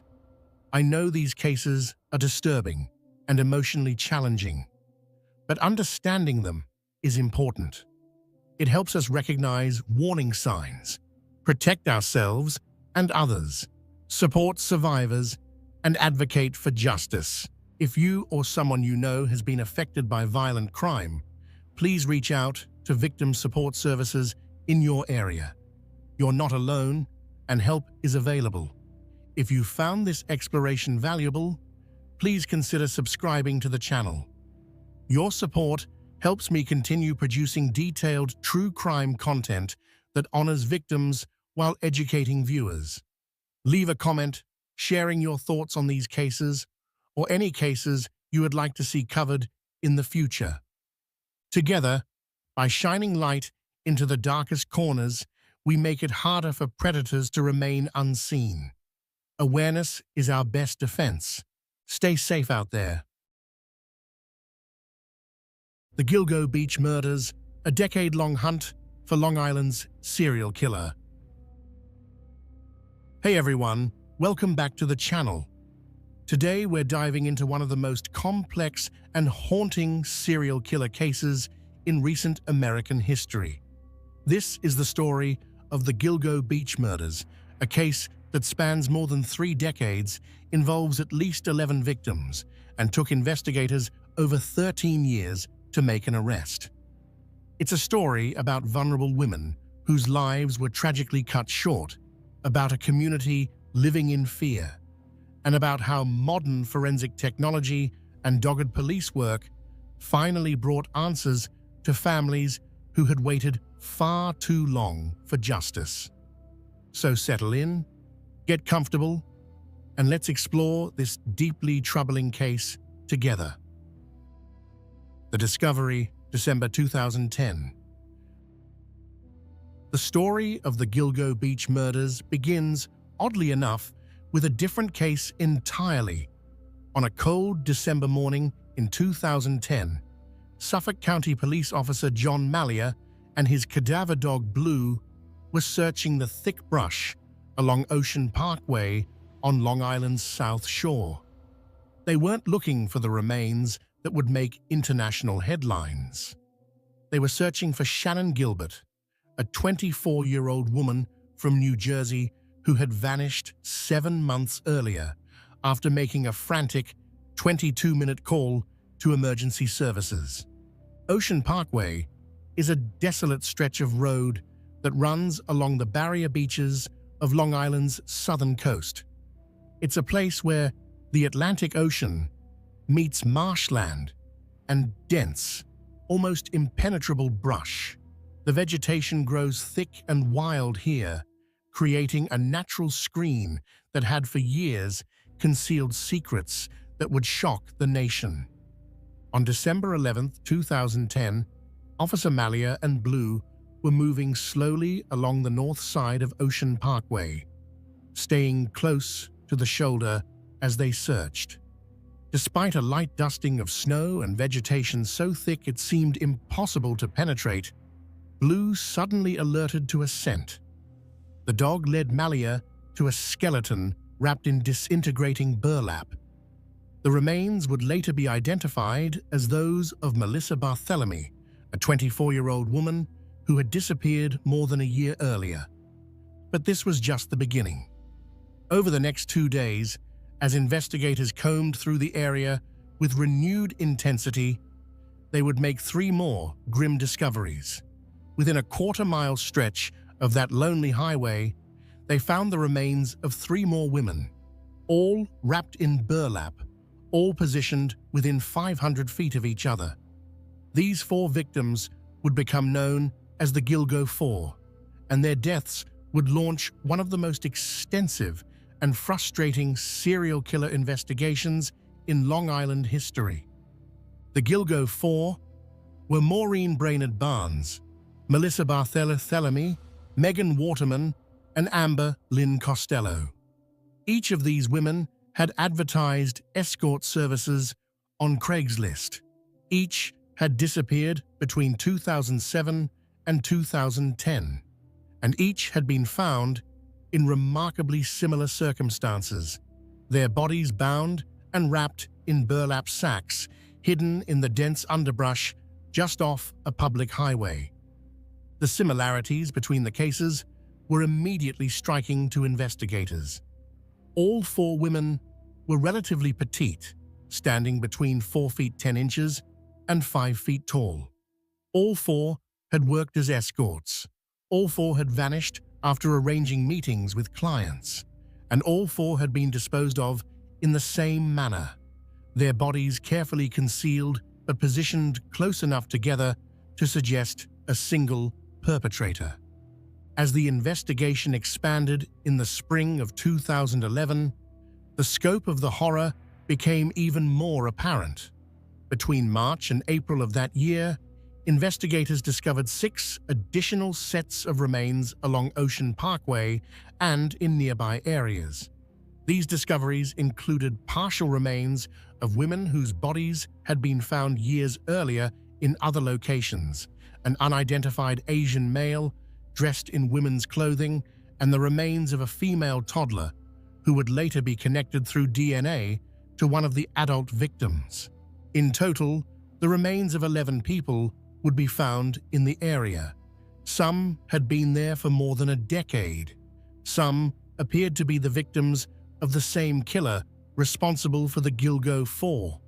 Others seemed to represent different cases entirely, suggesting the possibility that this remote stretch of Long Island had been used as a dumping ground by multiple killers over many years. The question that haunted investigators and the public alike was simple but terrifying. Who was responsible for these murders? And more urgently, were they still active? For more than a decade, those questions would remain unanswered. The case would become one of the most high-profile, unsolved serial killer investigations in the country, spawning documentaries, books, and endless speculation. Families of the victims would wait years for answers, their grief compounded by the frustration of watching leads go cold and years pass without an arrest. Then, in July of 2023, everything changed. Police arrested Rex Heuermann, a 59-year-old architect from Massapequa Park, Long Island, charging him with the murders of 3 of the Gilgo Four. The arrest would shock Heuermann's neighbors, who knew him as a quiet, if somewhat odd, family man. It would bring a measure of closure to families who had waited more than a decade for justice, and it would reveal the story of an investigation that had combined old-fashioned police work with cutting-edge forensic technology to finally identify a suspect. But even with Heuermann's arrest, questions remain. He has been charged with 7 murders as of December 2024, but investigators believe he may be responsible for more. The full story of what happened along that desolate stretch of Ocean Parkway may never be completely known. This is the story of the Gilgo Beach murders. It's a story about the victims whose lives were tragically cut short, about the investigators who refused to give up even when leads went cold, and about how modern forensic science helped solve a case that had seemed unsolvable for more than 13 years. The Gilgo Four, lives cut short. To understand the Gilgo Beach case, we need to understand who these women were. They weren't just statistics or case files, they were daughters, sisters, mothers, and friends. Each had dreams and struggles, each had people who loved them, and each deserved so much better than the fate that befell them. Maureen Brainard Barnes, the first victim. Maureen Brainard Barnes was 25 years old when she disappeared on July 9, 2007. She was a mother of 2 young children and lived in Norwich, Connecticut. Like many single mothers, Maureen struggled financially, working seasonal jobs and doing whatever she could to provide for her family. When those legitimate options weren't enough, she had turned to sex work, traveling periodically to Manhattan to work as an escort. Maureen was petite, standing just 4 feet 11 inches tall, with a warm smile that her family remembers fondly. She would typically take an Amtrak train from New London, Connecticut, to Grand Central Terminal in Manhattan, where she would check into one of several hotels she regularly used. She would stay for a few days, advertise her services on websites like Craigslist and Backpage under the names Juliana or Marie, and then return home to her children. On July 6, 2007, Maureen made what would be her final trip to Manhattan. She checked into the Super 8 Motel at 59 West 46th Street in Midtown. She had been in contact with friends and family, and everything seemed normal. On July 9th, she called a friend in Connecticut and mentioned that she had an out call, meaning she was meeting a client at a location outside the hotel. That was the last time anyone heard from Maureen. Her friend reported her missing to the Norwich Police Department on July 14th, when Maureen failed to return home or make contact. The NYPD assisted with the investigation, eventually taking it over entirely as weeks turned into months, with no sign of Maureen. Her remains would be found on December 13th, 2010, more than 3 years after her disappearance, making her the first of the Gilgo Four to vanish, but one of the last to be discovered. She was found on the north side of Ocean Parkway, wrapped in burlap, positioned among the 3 other victims whose discoveries would follow within hours. Maureen left behind 2 children and family members who would spend years searching for answers about what happened. When Rex Heuermann was finally arrested in July 2023, her family was among those who publicly expressed both relief that an arrest had been made and continued grief over a loss that could never be undone. Maureen's daughter, Nicolette Brainard Barnes, was only 7 years old when her mother disappeared. Years later, she would speak publicly about how her mother's murder changed the trajectory of her entire life, robbing her of the chance to know who her mother would have become and depriving her of the normal childhood she deserved. Melissa Barthelemy, taunting phone calls. Melissa Barthelemy was 24 years old when she vanished on July 12, 2009. She lived in a basement apartment on Underhill Avenue in the Bronx, New York, and like the other victims, she worked as an escort, advertising her services on websites including Adult Friend Finder. At 4 feet 10 inches tall, Melissa was petite and vulnerable looking, though friends described her as having a strong personality and determination. She had moved to New York City from Buffalo with dreams of making a better life for herself. When those dreams proved harder to realize than she'd hoped, she turned to sex work to make ends meet. The night of July 12, 2009, Melissa told a friend she was going to meet a client on Long Island and would return the next morning. Cell phone records would later show that she traveled from the Bronx to Manhattan, most likely by taxi, before heading east toward Long Island. After that night, she was never seen again. Her mother reported her missing on July 18th, but what happened next would add an especially cruel dimension to the case. About a week after Melissa disappeared, her younger sister, then just 15 years old, began receiving phone calls from someone using Melissa's cell phone. The caller, a man, taunted the teenage girl, making crude sexual comments and boasting that he had killed Melissa. These calls would come in a total of 7 times between July and August 2009. The caller would ask the teenager if she was a prostitute like her sister, make obscene sexual remarks, and laugh at the family's anguish. Police were able to trace some of these calls, determining that they were made from areas near Times Square and Madison Square Garden in Manhattan, as well as from Massapequa, Long Island, the area where Rex Heuermann lived. The phone calls stopped after approximately a month, but the psychological damage to Melissa's family was immense. Her little sister had to live with the knowledge that the man who had killed her sibling had taken pleasure in tormenting her, had derived some sick satisfaction from hearing the fear and grief in her voice. Melissa's remains were found on December 11, 2010, the first of the Gilgo Four to be discovered. She had been dead for more than a year, her body wrapped in burlap and hidden in the thick brush along Ocean Parkway, within sight of the highway, but concealed well enough that dozens of cars had likely passed by every day without anyone noticing what lay just feet away. The phone calls to Melissa's sister would become a crucial piece of evidence in the eventual case against Rex Heuermann.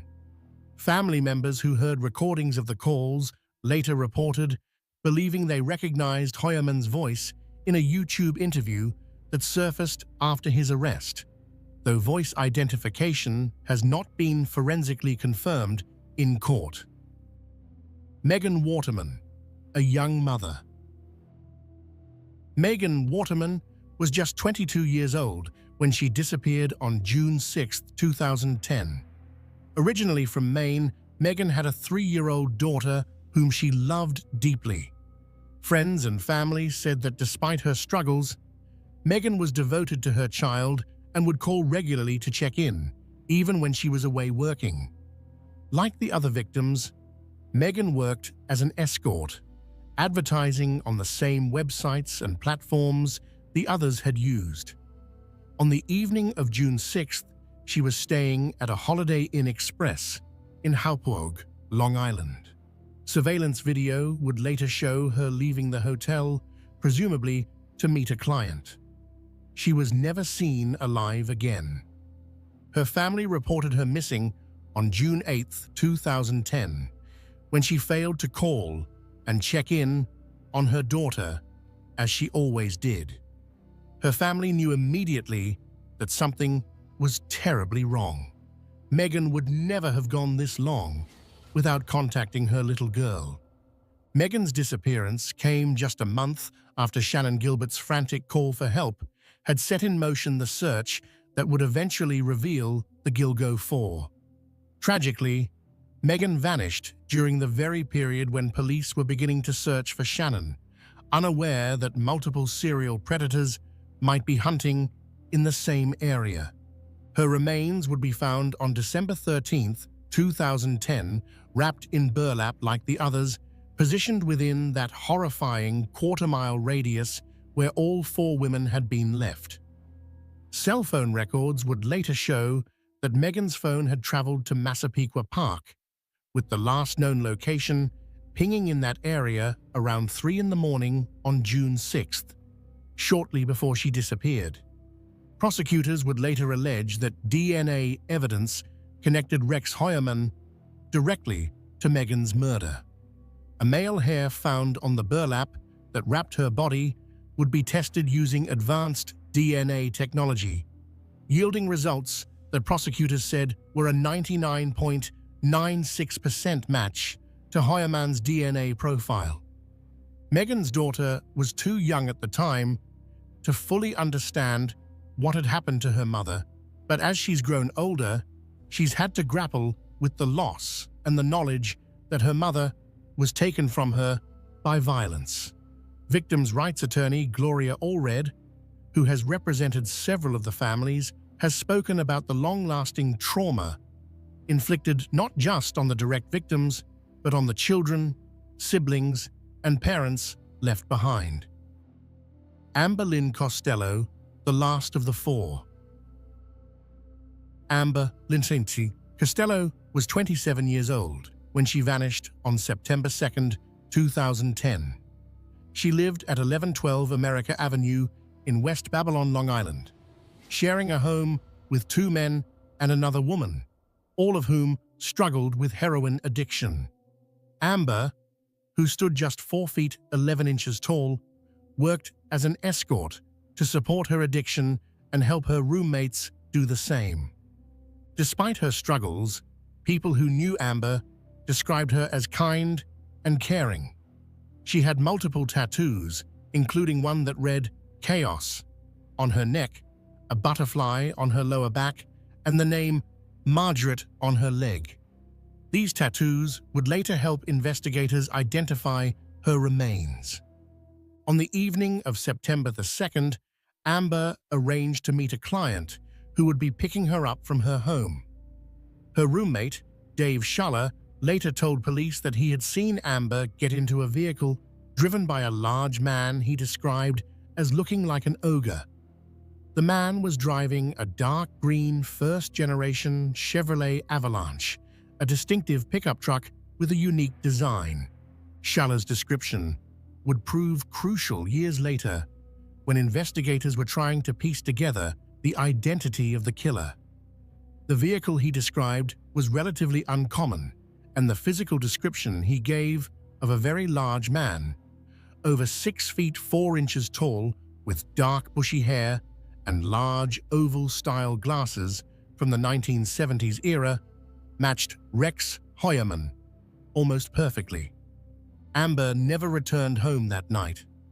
Her roommates, despite their own issues, reported her missing when they realized something was wrong. They knew Amber's routine, knew she would always come back, or at least call to check in. When she didn't, they knew to worry. Her remains were found on December 13, 2010, the same day as Megan Waterman's and Maureen Brainerd Barnes's remains were discovered. Like the others, she was wrapped in burlap, positioned within that narrow stretch of Ocean Parkway that would become synonymous with horror. DNA evidence would later connect Rex Heuermann to Amber's murder as well. Hairs recovered from her body would be tested and compared to DNA samples obtained from Heuermann's family members, yielding matches that prosecutors argued could only be explained by Heuermann's direct contact with the victims. All four of these women shared striking similarities. They were all petite, all in their 20s, all worked as escorts, all advertised online, and all had contacted their killer through those advertisements. They all vanished while meeting clients in the Long Island area, and they were all found in the same manner, their bodies bound and wrapped in burlap, hidden but not so well hidden that they couldn't eventually be found. The question that hung over the investigation for years was, who had done this? Who had targeted these women specifically, and why? Beyond the Gilgo Four, the other victims. While the Gilgo Four captured the most attention, they weren't the only victims whose remains were found along Ocean Parkway and in nearby areas during the expanded search. Between March and April of 2011, as police continued searching for Shannan Gilbert, they made a series of additional discoveries that both complicated the investigation and suggested the possibility that multiple killers might have been operating in the area. Jessica Taylor, a body in two places. Jessica Taylor was 20 years old and living in Manhattan when she disappeared on July 21, 2003. She worked as an escort in New York City, advertising her services online like many of the other victims. Her disappearance initially generated little attention, one more missing person in a city where people vanished with disturbing regularity. On July 26, 2003, just 5 days after her disappearance, a hunter's dog discovered her remains in a wooded area in Manorville, Long Island, approximately 45 miles east of Gilgo Beach. But what was found was not a complete body. Jessica's torso had been discovered atop a pile of scrap wood at the end of a paved access road. Her head, arms, and legs were missing. A tattoo on her torso had been mutilated with a sharp instrument, apparently in an attempt to make identification more difficult. Plastic sheeting was found underneath the torso, and the dismemberment showed signs of being done with skill, suggesting the killer had some knowledge of anatomy, or at least had planned the disposal carefully. The mutilation of the tattoo was particularly chilling, suggesting a killer who was thinking ahead about how investigators might identify the victim. For years, Jessica Taylor remained a mystery, a partial Jane Doe whose identity wasn't confirmed until later.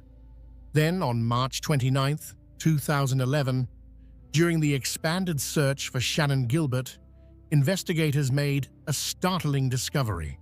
They found additional remains along Ocean Parkway, about 3 miles east of where the Gilgo Four had been found. These remains included a skull, forearm, and hands. DNA testing would confirm that these remains also belonged to Jessica Taylor. The discovery meant that Jessica's killer had disposed of different parts of her body in 2 different locations, both in the Manorville area and along Ocean Parkway, separated by dozens of miles and kept separated for years. This pattern of disposal suggested a killer who was familiar with both areas, who had the means to travel between them, and who had the composure to carefully plan where different parts of a victim's body would be hidden. In June 2024, more than 20 years after her murder, Rex Heuermann was charged with Jessica Taylor's death. Prosecutors presented DNA evidence linking him to the crime, including a hair found on a drape underneath her torso that matched Heuermann's genetic profile. They also revealed that searches on Hoyerman's computer included content about bondage and dismemberment that, they argued, was consistent with the manner in which Jessica's body had been found. Valerie Mack, another dismemberment. Valerie Mack, who sometimes used the alias Melissa Taylor, was 24 years old when she disappeared in 2000. She had been working as an escort in Philadelphia when she vanished, leaving behind a young son and family who had no idea what had happened to her. In September 2000, hunters with a dog discovered partial human remains in a wooded area of Manorville, in the same general area where Jessica Taylor's torso would be found 3 years later.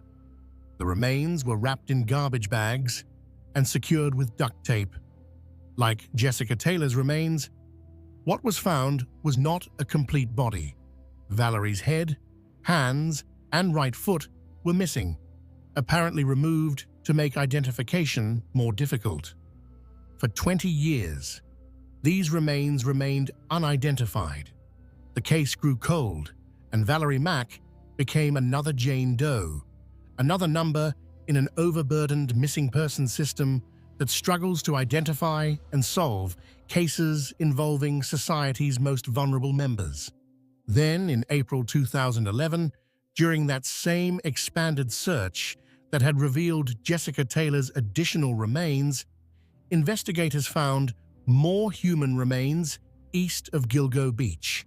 These included a skull, hands, and right foot.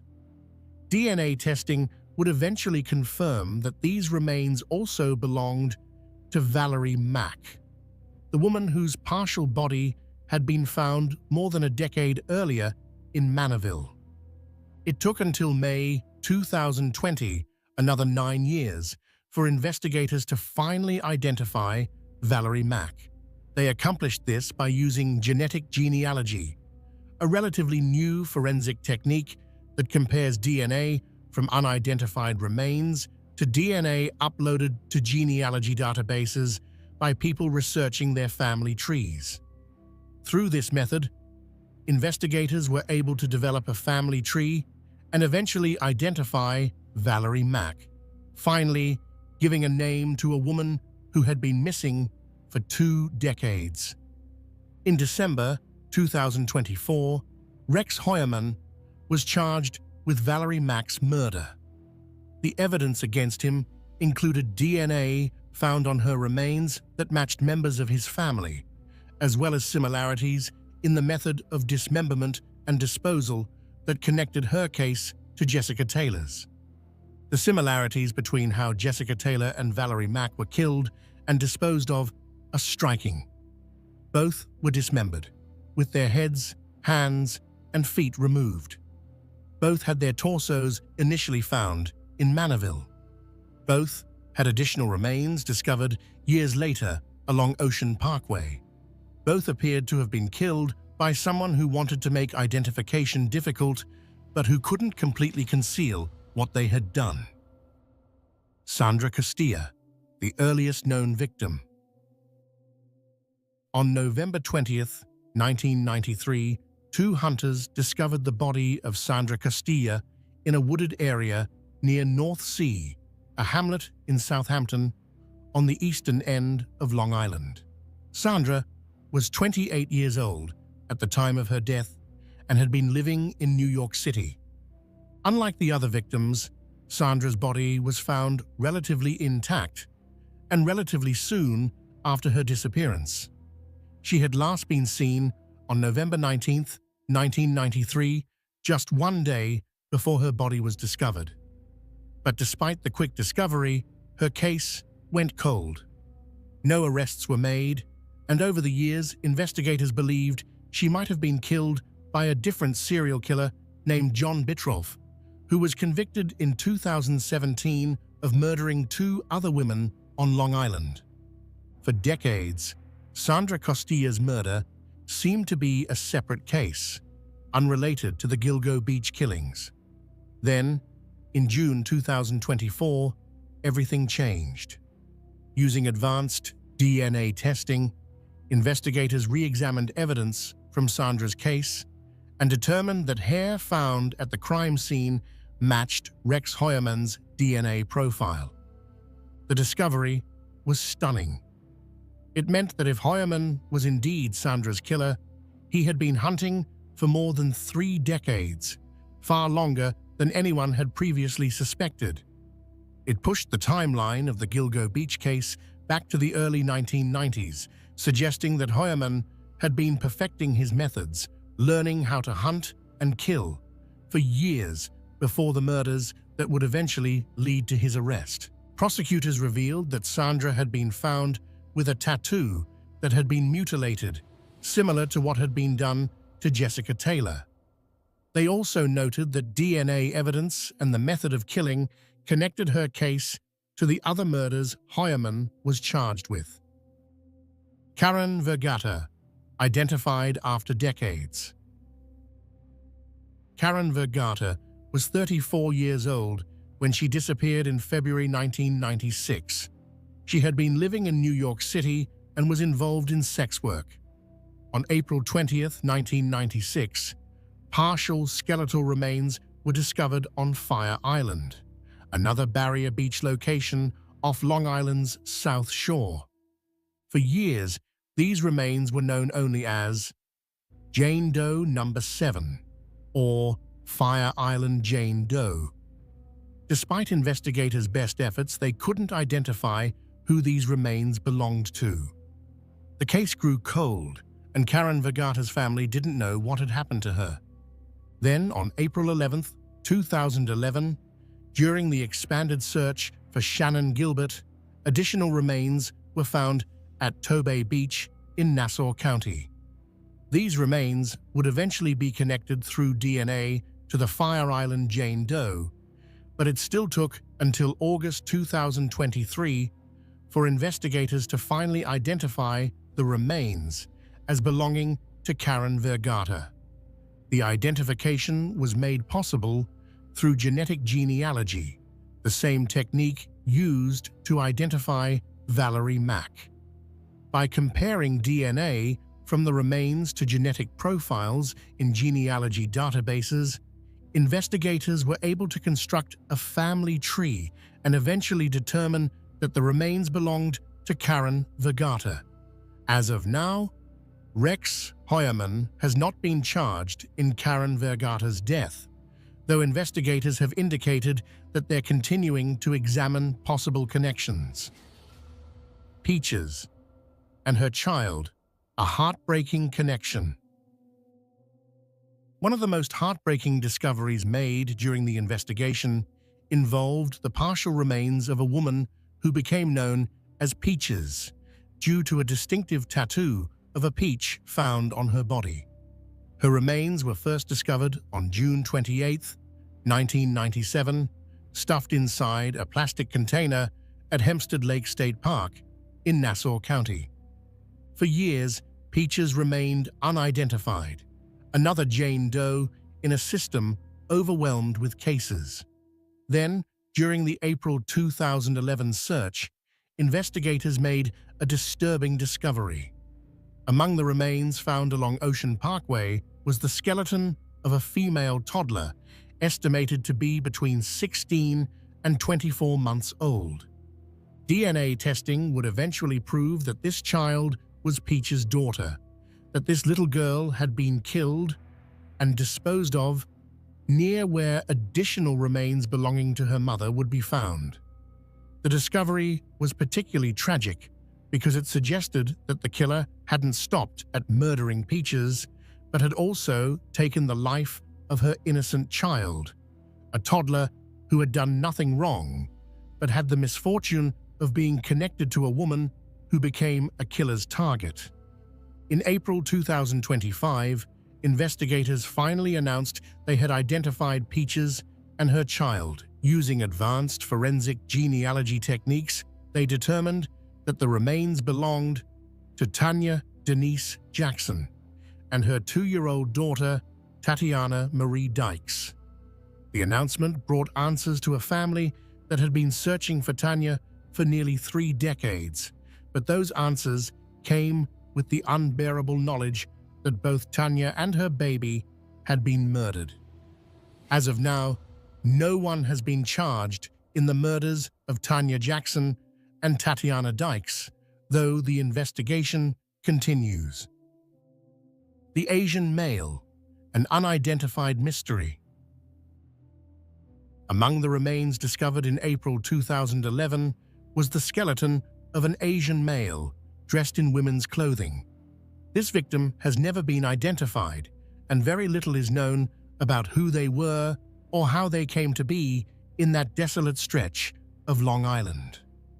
Updated forensic sketches released in September 2024 showed both male and female presenting versions of how this person might have appeared, recognizing that they might have been transgender or gender non-conforming.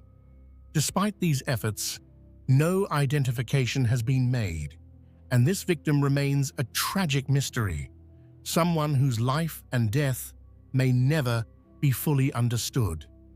The discovery of so many different victims, killed in different ways and at different times, has led to ongoing debate about whether all of these murders were committed by the same person. Some investigators believe that multiple killers used the area as a dumping ground over the years. Others believe that at least some of the cases are connected, possibly all the work of Rex Heuermann, or perhaps one or two other individuals.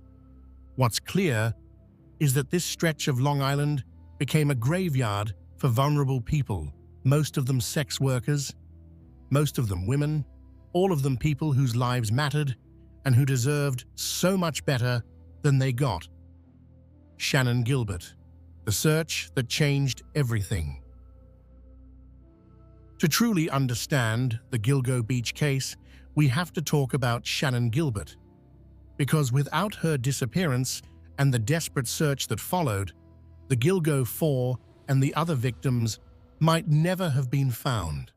Shannan's case is controversial, tragic, and deeply sad, and it raises questions about how society treats vulnerable women and whether justice truly exists for everyone.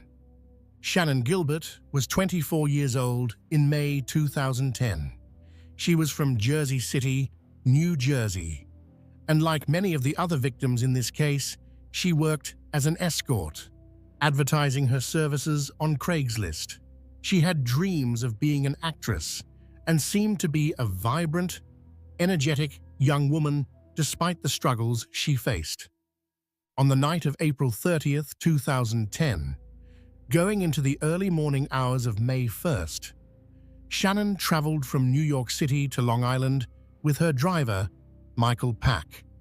Pack, who also served as her security, brought her to meet a client in Oak Beach, a small gated community on Long Island's South Shore, not far from Gilgo Beach. The client was Joseph Brewer, who lived in a modest home in Oak Beach. Shannan went inside to meet with Brewer while Pack waited outside in the car. What happened next would remain mysterious and would ultimately lead to the discovery of a serial killer's dumping ground. At 4:51 in the morning, Shannan called 911 from inside Joseph Brewer's house. The call would last more than 21 minutes, though significant portions of it contained only silence or dead audio. In the parts where Shannan could be heard, she sounded terrified, alternating between calm, slurred speech and outright screaming. "There's somebody after me," she told the dispatcher, her voice rising in panic. "There's somebody after me." The dispatcher tried to get Shannan to say where she was, tried to understand what was happening, but Shannan seemed unable or unwilling to provide clear information. At various points on the call, Brewer and Pack could be heard trying to calm her down, trying to understand what had frightened her so badly. Eventually, Shannan ran from Brewer's house, still on the phone with 911, still screaming that someone was trying to kill her. She ran toward the home of Gus Coletti, a retired insurance fraud investigator who had lived in Oak Beach for more than 30 years. Coletti was shaving in his bathroom around 5 in the morning when he heard someone banging on his door and screaming for help. When he opened the door, he found Shannan Gilbert, terrified and incoherent, staring at him and crying out for help. Coletti could hear her 911 call still active, could hear the dispatcher on the other end trying to understand what was happening. "What's the matter?" Coletti asked her. Shannan wouldn't answer, just kept staring at him and repeating, "Help me, help me, help me." Coletti called 911 himself, telling the dispatcher that there was a young girl, maybe 14 years old, he thought, running around screaming with some guy chasing after her. When he told Shannan that the police were on their way, that she should sit down and wait, she suddenly turned and ran from his property, disappearing into the night. Shannan ran next to the home of Barbara Brennan, another Oak Beach resident, where she banged on the door. Brennan also called 911, reporting a woman screaming for help outside her home. But by the time police arrived, around 5:40 in the morning, Shannan Gilbert had vanished. Officers responding to the calls knew nothing about Shannan's 21-minute 911 call. Due to a communication breakdown, that call had been transferred to New York State Police when Shannan couldn't say exactly where she was, and the local Suffolk County officers who responded to Coletti's and Brennan's calls had no idea that the woman they were looking for had been calling for help for more than 20 minutes. When they arrived and found no sign of Shannan, they assumed she had left the area with her driver. They conducted a brief search, but found nothing. It would take nearly a month for police to connect Shannan's desperate call to the missing persons report her family had filed in New Jersey, where Shannan lived. By then, Shannan Gilbert had been missing for weeks, and the trail had gone cold. Shannan's mother, Mary Gilbert, refused to give up. She filed missing persons reports, contacted the media, and pressured police to search for her daughter. Mary knew something terrible had happened, knew her daughter wouldn't have just disappeared without a trace. She believed Shannan had been murdered, and she was determined to find out what happened. In December 2010, 7 months after Shannan's disappearance, Officer John Mallier and his cadaver dog Blue were searching the area around Ocean Parkway looking for any trace of Shannan. Instead, they found Melissa Barthelemy, the first of the Gilgo Four. Over the next few days, they found 3 more bodies, all of them women who had disappeared years earlier. None of them Shannan Gilbert. The search for Shannan expanded throughout 2011 as investigators combed the area. In December 2011, 19 months after her disappearance, Shannan's personal belongings were finally found in a marshy area near Oak Beach. Her purse, cell phone, shoes, and even her jeans were discovered, all in a remote area about 8 miles from Gilgo Beach. A week later, on December 13, 2011, Shannan's skeletal remains were found about a quarter mile from where her belongings had been discovered. She was in a marshy wetland where reeds grew 12 feet high, in an area so thick and impenetrable that it would be easy to get disoriented and lost. But here's where Shannan's case becomes controversial.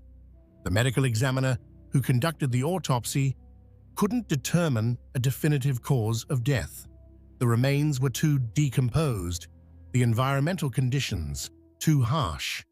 The official determination was that Shannan's death was undetermined, though investigators leaned toward believing she had died accidentally, possibly from drowning or exposure after becoming disoriented and lost in the marsh.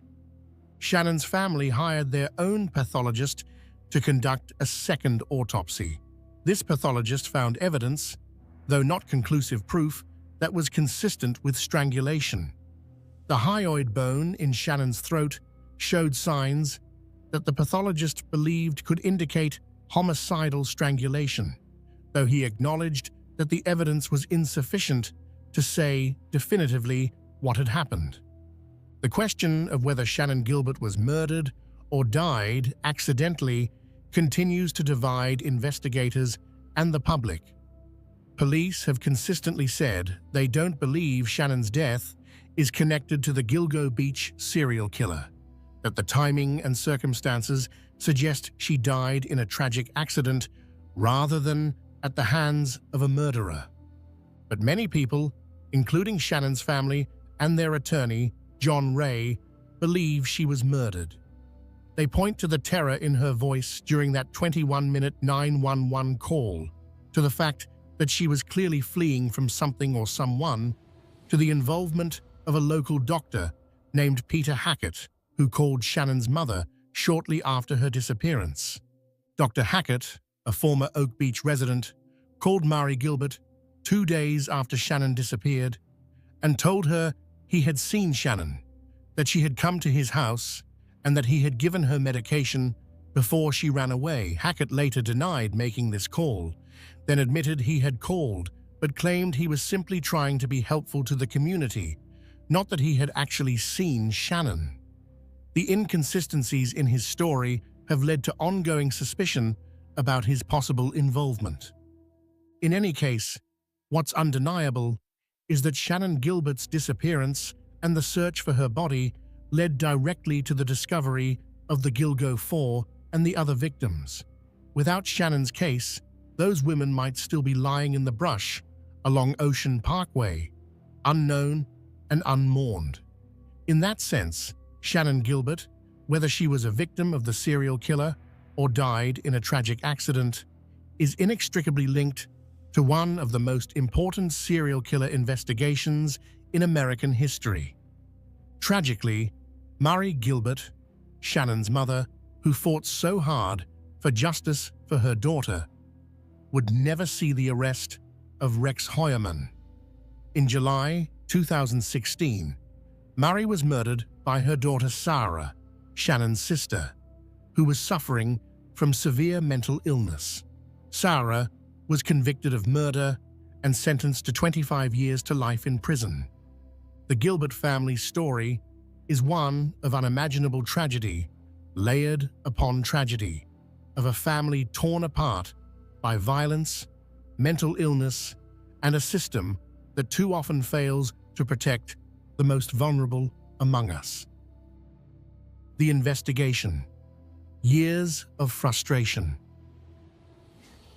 After the discovery of the Gilgo 4 in December 2010, investigators knew they were dealing with a serial killer. The similarities between the cases were too obvious to ignore. But knowing you're dealing with a serial killer and actually catching that killer are two very different things. And for more than a decade, the investigation would be marked by frustration, dead ends, and growing questions about whether the case would ever be solved. From the beginning, investigators had some promising leads. They had the eyewitness descriptions from Amber Costello's roommate, Dave Schaller, who had seen the large man driving the Chevrolet Avalanche, who picked up Amber the night she vanished. They had cell phone data showing where the victims had been before they disappeared. They had the disturbing phone calls made to Melissa Barthelomy's sister, calls that suggested the killer was watching the family's anguish with satisfaction. They knew the killer was likely a white male in his mid-20s to mid-40s based on witness descriptions and profiler analysis. They knew he was familiar with the South Shore of Long Island, comfortable enough with the area to know where to dispose of bodies without being seen. They knew he had access to burner phones, which he used to contact the victims and later to taunt Melissa's family. They knew he used burlap sacks to wrap the bodies, suggesting he had access to these materials, possibly through work in construction or landscaping. What they didn't know was his name, and without that crucial piece of information, the case stalled. Part of the problem was jurisdictional complexity. The The bodies were found in Suffolk County, but the victims had gone missing from multiple jurisdictions. Some lived in Connecticut, others in New Jersey or the Bronx. Some disappeared in Manhattan, others in Long Island. Coordinating between multiple police departments, each with their own procedures and priorities, slowed the investigation.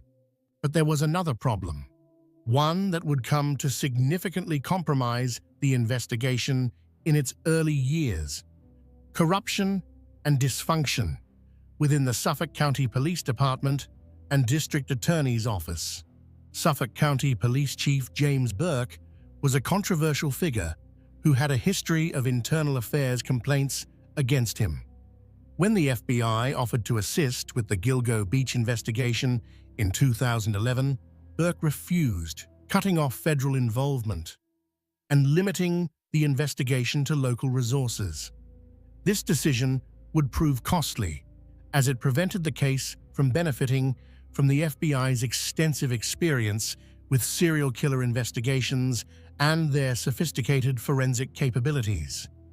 Burke's motivations for refusing federal help remain unclear, but his subsequent downfall shed light on the dysfunction that plagued Suffolk County law enforcement during this period. In 2012, Burke beat a man who had stolen a duffel bag from Burke's official vehicle. The bag contained pornography and sex toys, and Burke allegedly committed this assault to prevent this embarrassing information from becoming public.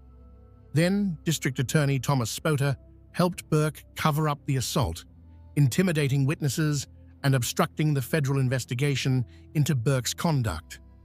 In 2016, both Burke and Spota were arrested on federal charges. Burke was convicted of civil rights violations and conspiracy to obstruct justice, sentenced to 46 months in prison. Spota was convicted of obstruction of justice and other charges in 2019, sentenced to 5 years in federal prison.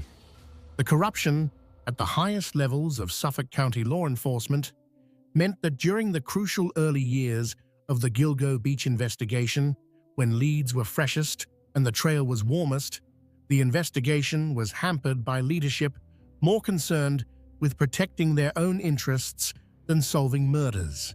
For years, the case languished.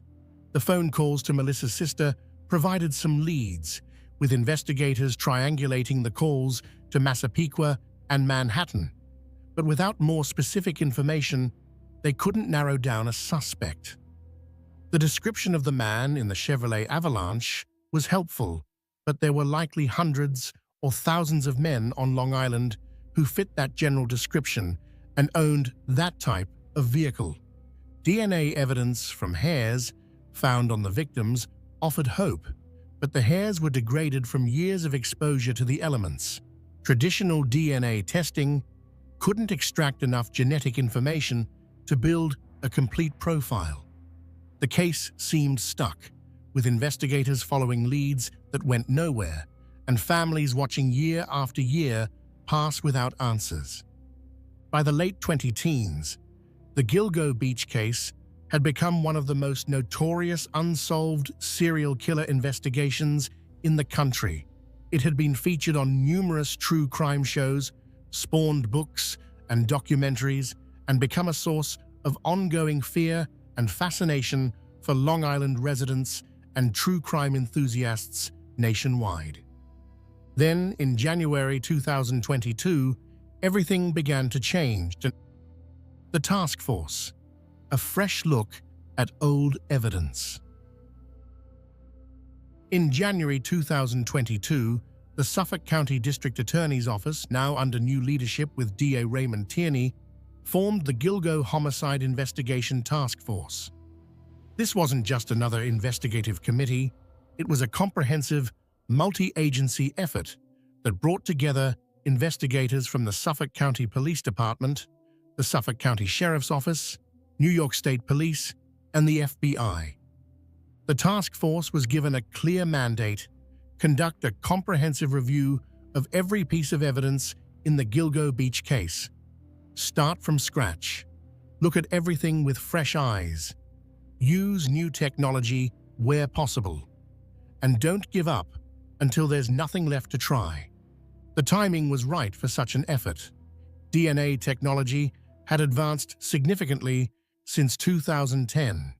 Techniques that hadn't existed or weren't widely available when the bodies were first discovered could now extract genetic information from degraded samples that previous technology couldn't analyze. Forensic genealogy, which had only recently been used to catch the Golden State Killer in 2018, offered a new tool for identifying both victims and potential suspects. The task force began by re-examining physical evidence that had been preserved for more than a decade. They looked at the hairs found on the victims' bodies, at the burlap used to wrap them, at the tape and belts used to bind them. They reviewed cell phone records, witness statements, and every tip that had come in over the years. In March 2022, just 2 months after the task force was formed, investigators made a crucial breakthrough.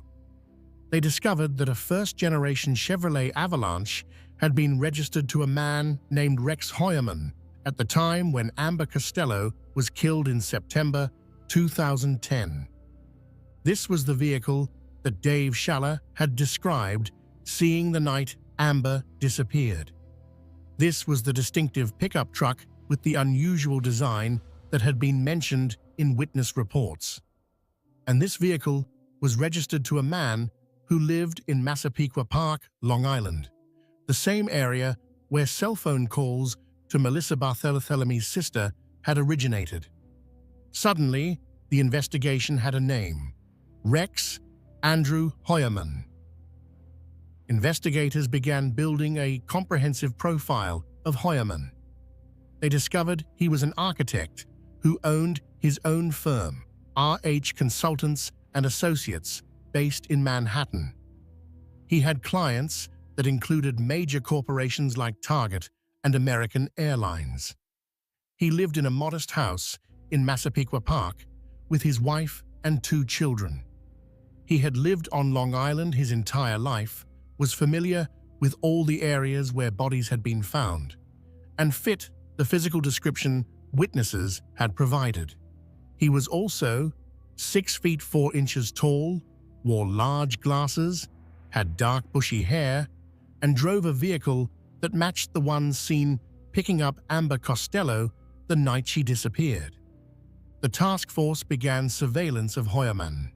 They followed him to work in Manhattan, watched his movements, and looked for opportunities to obtain what law enforcement calls abandonment DNA, genetic material that someone discards in a public place that can be collected without a warrant. They tracked his digital life as well, obtaining warrants for his email accounts, his internet searches, and his phone records. What they found was deeply disturbing. Heuermann had been using burner phones and anonymous email accounts registered under fake names. He had been conducting searches about the Gilgo Beach investigation, looking up information about the victims and their families, searching for updates on the police investigation. Between March 2022 and June 2023, a 14-month period, Heuermann conducted more than 200 Google searches about the Gilgo investigation. He searched for photos of the victims. He searched for information about serial killers and how police catch them. He searched for news about the task force that had been formed to catch him. He also searched for torture pornography, violent sexual content, and material about bondage and dismemberment. Prosecutors would later argue that this material was consistent with how the victims had been found, particularly in the cases of Jessica Taylor and Valerie Mack, whose bodies had been dismembered. But the most important breakthrough came in January 2023. On January 26th, investigators following Heuermann in Manhattan watched as he purchased a slice of pizza and ate it on the street before throwing the box into a trash can. A detective immediately retrieved the box, and crime lab specialists carefully swabbed the pizza crust for DNA. This was the abandonment DNA they had been hoping for, genetic material that Heuermann had discarded in a public place, which could be legally collected and tested without a warrant. The swabs were sent to the lab for processing, and in April 2023, a preserved hair sample from Megan Waterman's body was also sent for comparison. On June 12, 2023, the lab results came back.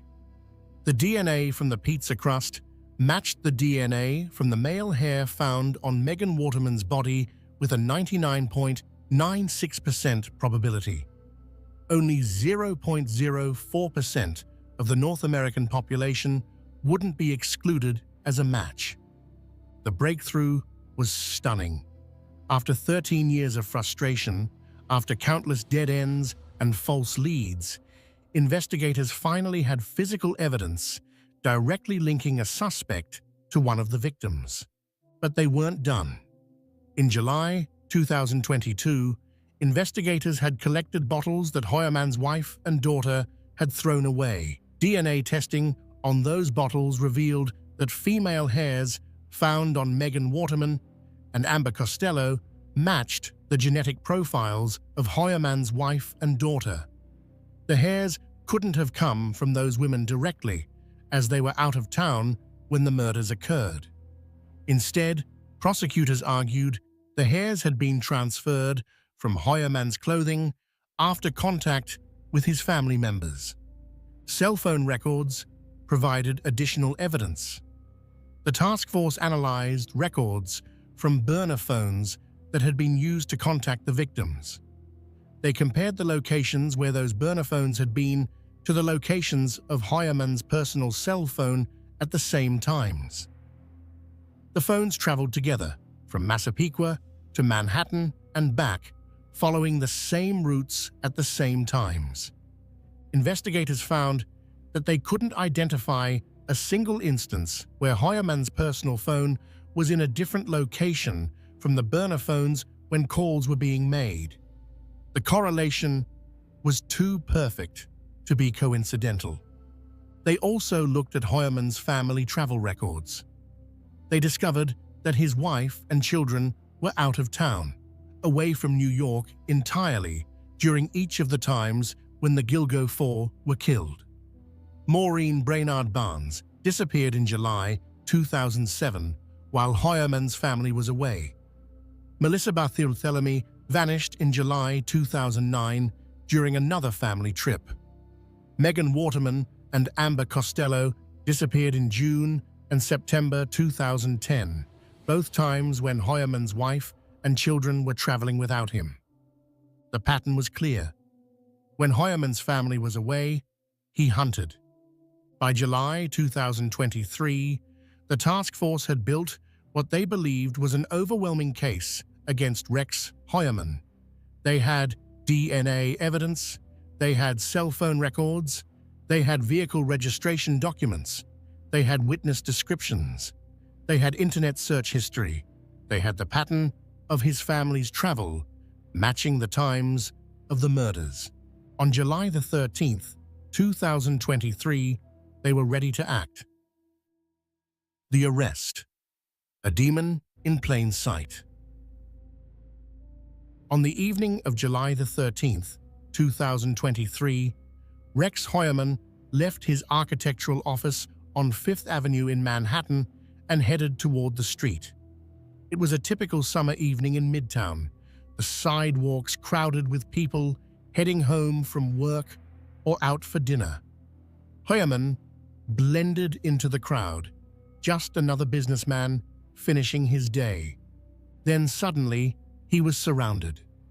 Suffolk County police officers, New York State Police, and FBI agents moved in, taking Heuermann into custody right there on the street. He didn't resist, didn't run, didn't try to fight.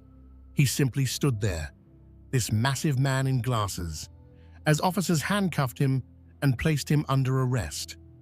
At the same time, a large force of police vehicles descended on Hoyerman's home in Massapequa Park. His wife and children weren't there. They had left the property earlier. But neighbors came out to watch in shock as dozens of officers surrounded the modest house where the Hoyerman family had lived for years. One neighbor later described the house as looking like a dump, noting that it stood out on the otherwise neat residential street. But Hoyerman had lived there his entire life. It was the house where he had grown up, where he had raised his own children, and where, prosecutors would later allege, he had planned and perhaps even committed some of his murders. The arrest sent shockwaves through Massapequa Park. Neighbors who had lived near Hoyerman for years or even decades couldn't believe what they were hearing. They described him as quiet, if a bit odd. He was a large man, hard to miss at 6'4", and he seemed to keep to himself. But he wasn't someone anyone would have suspected of being a serial killer. Actor Billy Baldwin, who had graduated from the same high school as Hoyerman in 1981, tweeted his shock at learning that a former classmate had been arrested as the Gilgo Beach serial killer. He described Hoyerman as having been quiet, a family man, an architect, an average guy. But prosecutors had a very different characterization of Rex Hoyerman. At a press conference the day after the arrest, Suffolk County District Attorney Raymond Tierney and Police Commissioner Rodney Harrison laid out the evidence against Hoyerman in stark terms. Rex Hoyerman is a demon that walks among us, Commissioner Harrison said, a predator that ruined families. Tierney presented the DNA evidence, the cell phone records, the witness descriptions, the internet searches. He revealed that Hoyerman had used burner phones and fake email addresses to arrange meetings with sex workers. He showed selfies that Hoyerman had taken of himself, apparently to send to women he was trying to solicit. He disclosed the disturbing searches Hoyerman had conducted, looking for information about the investigation, about serial killers, about the specific victims and their families. He revealed that searches on Hoyerman's devices included torture pornography and content about dismemberment. These young women went missing between July 2007 and September 2010, Tierney said. They were found in December 2010 by the Suffolk County Police Department, and then there was nothing. For more than a decade, there was nothing. But now, finally, there was something. Hoyerman was charged with 3 counts of first-degree murder and 3 counts of second-degree murder in the deaths of Melissa Barthelemy, Megan Waterman, and Amber Costello. He was also named as the prime suspect in the death of Maureen Brainerd Barnes, with prosecutors saying they had substantial evidence of his involvement but were continuing to build that case. On July 14, 2023, Hoyerman appeared in court for his arraignment. His attorney, Michael Brown, entered a plea of not guilty on his behalf. Brown told reporters that Hoyerman had told him, "I didn't do this," and that they would fight the charges. Hoyerman was ordered held without bail. The judge cited the serious nature of the charges, the strength of the evidence, and the risk that Hoyerman might flee as reasons for denying bail. Family members of the victims attended the hearing. Some cried, others sat stoically, but all of them seemed to be processing a complex mixture of relief, grief, and continued pain. After more than a decade of waiting, there was finally an arrest. But no arrest could bring back their loved ones, could erase the years of suffering and unanswered questions. Gloria Allred, the prominent victims' rights attorney who represented several of the families, spoke to the media after the hearing. She said it was long overdue to provide justice for vulnerable women who are missing and murdered, that these women's lives mattered, that their deaths demanded accountability. In the days following the arrest, police spent nearly 2 weeks searching Heuermann's home. They used heavy equipment to dig up the backyard. They removed items from the basement, including guns that Heuermann owned. They photographed every room, documented every piece of potential evidence. Investigators were looking for anything that might connect Heuermann to the murders or to other potential victims. They were looking for trophies that serial killers sometimes keep, items belonging to their victims that serve as reminders of their crimes. They were looking for evidence of planning, for documents or notes that might reveal Heuermann's mindset. What they found was even more disturbing than they expected. They discovered what prosecutors described as a planning document, a Microsoft Word file that appeared to be a guide for how to hunt, kill, and dispose of victims without getting caught. The document, created in 2000 and modified as recently as 2002, included sections labeled Supplies, Problems, and Post-Event. Under Problems, DNA was listed as the top concern. The document discussed ways to avoid leaving genetic evidence at crime scenes. Under Supplies, the document listed items like rope, cutting tools, and materials needed for body disposal. Under Post-Event, the document appeared to outline steps for avoiding apprehension after a murder, including having a cover story ready and cleaning up potential evidence. The existence of this document suggested that Heuermann hadn't just committed these murders impulsively. He had planned them meticulously, thought through every detail, tried to anticipate every way he might get caught and how to prevent it. Prosecutors also revealed that they had found a significant collection of violent pornography on Heuermann's devices, including images depicting bondage, torture, and violence against women. Some of this material, they argued, was consistent with how the victims had been found. As the evidence mounted, public perception of Rex Heuermann began to shift. Neighbors who had initially described him as quiet and ordinary began to recall unsettling incidents. One woman said he had once tracked her down on a cruise ship where she was vacationing and told her, "I told you I could find you anywhere," a comment that seemed innocuous at the time but chilling in retrospect. Former co-workers described him as abrasive and demanding, a perfectionist who could be difficult to work with. Some said he had an intense, almost obsessive attention to detail, a quality that might have served him well as an architect, but that took on a sinister cast when considered in the context of the meticulous planning prosecutors alleged he had done for his murders. Heuermann's wife, Asa Ellerup, filed for divorce just days after his arrest. Her attorney said she had no knowledge of her husband's alleged crimes, that she had believed him to be an ordinary architect and father. Prosecutors confirmed that Ellerup and the couple's 2 adult children were not considered suspects, that all available evidence indicated they had known nothing about what Heuermann had allegedly been doing when they were away from home. The children, Victoria Heuermann and Christopher Sheridan, hired an attorney who described them as being caught in the crosshairs of a deeply unfortunate situation. They were 2 young adults whose lives had been upended, who had to grapple with the possibility that their father was a serial killer. In the months following the arrest, investigators continued working on the case. They were confident they had the right person, but they knew there was more to learn, potentially more victims to connect to Heuermann. Expanding the case. More victims, more decades. In January 2024, 6 months after Heuermann's arrest, prosecutors brought new charges.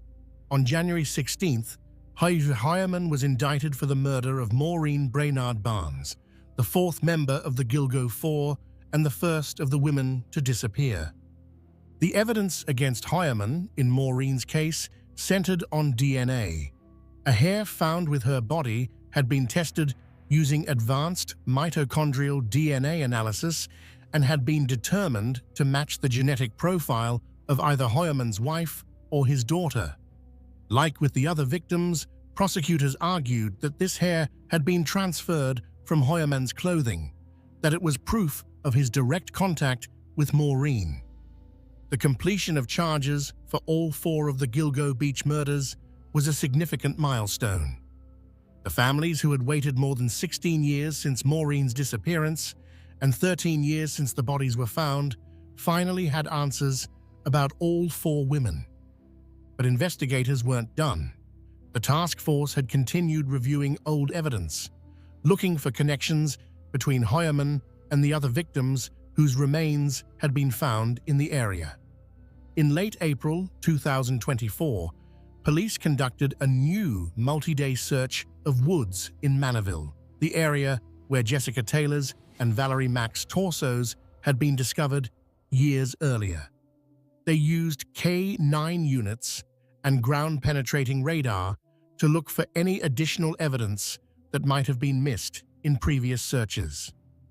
In May 2024, police served another search warrant on Heuermann's home, their second major search of the property. They removed additional evidence and spent several more days documenting the house. They were building cases for murders that stretched back decades, and every piece of evidence mattered. Then, on June 6, 2024, prosecutors dropped a bombshell.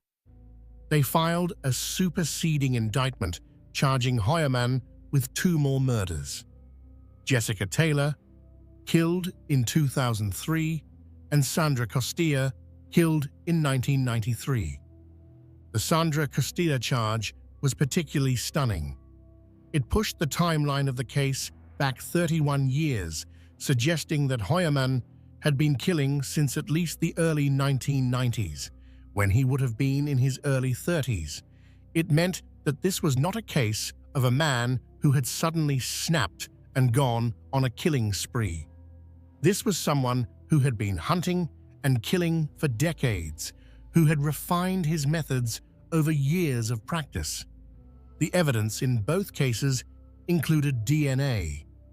In Jessica Taylor's case, prosecutors revealed that a male hair found on a drape underneath her dismembered torso matched Heuermann's genetic profile. In Sandra Costilla's case, advanced DNA testing had reanalyzed evidence that had previously been attributed to another convicted killer, John Bittrolff, and determined that the DNA actually pointed to Heuermann. Prosecutors also revealed more about the planning document found on Heuermann's computer. The document, they said, included references to specific methods of dismemberment and disposal that were consistent with how Jessica Taylor and Valerie Mack had been found. It mentioned techniques for removing tattoos from bodies, something that had been done to both Jessica and Sandra. During a press conference announcing the new charges, District Attorney Tierney described Heuermann as having meticulously planned and executed at least 6 separate murders. He presented a timeline showing how Heuermann had allegedly been active over decades, killing when the opportunity presented itself, always being careful to strike when his family was away. Tierney also revealed that the violent pornography found on Heuermann's devices notably coincided with how the remains of Sandra Costilla, Jessica Taylor, and Valerie Mack had been discovered. The images depicted dismemberment, bondage, and violence that mirrored the crime scenes. Heuermann appeared in court on June 6, 2024, to face the new charges. He pleaded not guilty, shaking his head as the charges were read. His attorney, Michael Brown, said his client was adamant that he hadn't committed these crimes and that they would contest the evidence. But prosecutors weren't finished. On December 17, 2024, they unveiled another indictment. Hoyerman was charged with the murder of Valerie Mack, the seventh woman whose death he was accused of causing. The evidence in Valerie's case was similar to the others. DNA from hairs found on her remains matched the genetic profiles of Hoyerman's wife and daughter. The method of dismemberment and disposal was strikingly similar to Jessica Taylor's case. Both women had been dismembered in the same general manner. Both had their remains split between Manorville and the Ocean Parkway area. Both appeared to have been killed by someone with the same methods and access to the same disposal locations. When Hoyerman was brought to court for arraignment on the Valerie Mack charge, he spoke for the first time, telling the judge, "Your Honor, I am not guilty of any of these charges." He shook his head no as he said it, appearing frustrated and defiant. Valerie's family attended the hearing. Gloria Allred, representing many of the victims' families, presented red roses to Valerie's parents, and family members of the other victims embraced them, sharing tears in an emotional moment that spoke to the bonds that had formed among these families united by grief. With the charging of Valerie Mack's murder, the case against Rex Hoyerman now encompasses 7 women allegedly killed between 1993 and 2010. The victims span 3 decades, multiple locations, and different methods of disposal. But prosecutors argue they are all connected by the same perpetrator, a man who they allege hunted vulnerable women, killed them when his family was away, and disposed of their bodies in areas he knew well. The sheer scope of the alleged crimes is staggering. If prosecutors' charges are proven at trial, Rex Hoyerman would represent one of the most prolific serial killers in New York history, a man who allegedly operated in plain sight for more than 3 decades while maintaining a seemingly normal life as an architect, husband, and father. The evidence building a case. The case against Rex Hoyerman relies on multiple types of evidence, each piece adding to a comprehensive picture that prosecutors argue can only point to one conclusion: that Hoyerman is responsible for at least 7 murders spanning 3 decades. DNA evidence. The DNA evidence is perhaps the most compelling aspect of the prosecution's case. Using advanced forensic techniques, including mitochondrial DNA analysis and whole genome sequencing, investigators were able to extract genetic information from hairs that had been preserved for years but were too degraded for traditional DNA testing. The key breakthrough came from a technique called whole genome sequencing, which analyzes the complete genetic code rather than just specific markers. This technique has never been used before in a New York courtroom, and its admissibility has been the subject of extensive legal arguments. In March 2025, a judge began a Fry hearing, a legal proceeding designed to determine whether this new scientific technique meets the standard for admissibility in court. The defense has argued that the technique is too new, not broadly accepted enough in the scientific community, and potentially unreliable.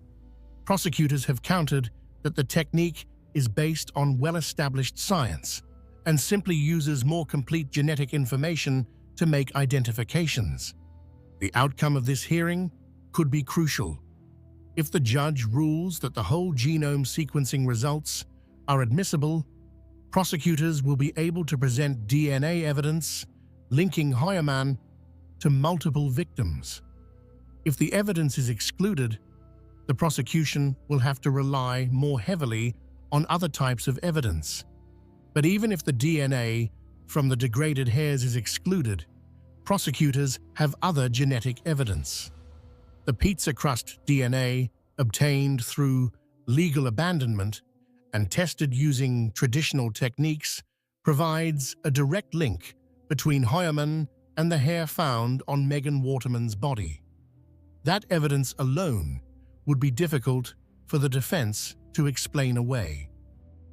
Cell phone evidence. The cell phone evidence creates a pattern that prosecutors argue is too consistent to be coincidental. Investigators analyzed records from Heuermann's personal cell phone and from multiple burner phones that were used to contact the victims. What they found was that these phones traveled together. When the burner phones moved from Massapequa to Manhattan, Heuermann's personal phone made the same journey at the same time. When calls were placed from the burner phones, Heuermann's personal phone was in the same location at the same moment. Investigators couldn't find a single instance where Heuermann's phone was somewhere else when the burner phones were active.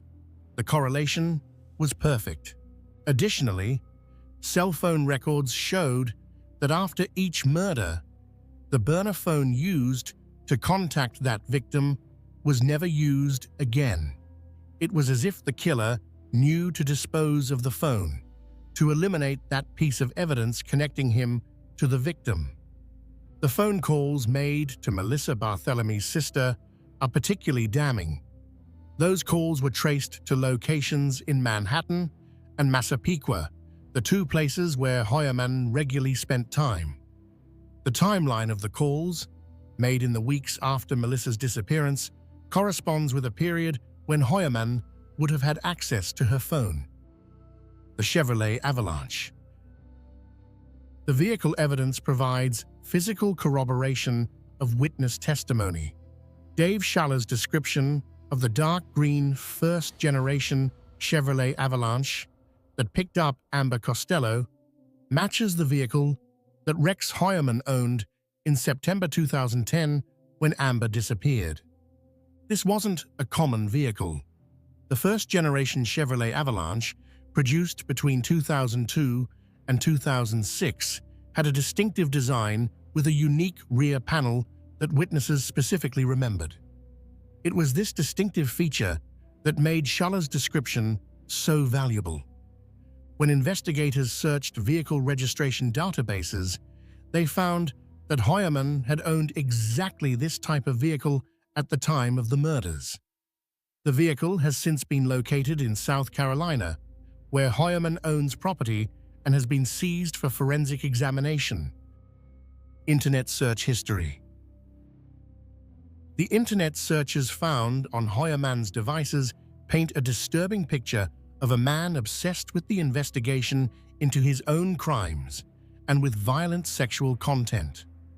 Over a 14-month period between March 2022 and June 2023, Heuermann conducted more than 200 searches related to the Gilgo Beach investigation.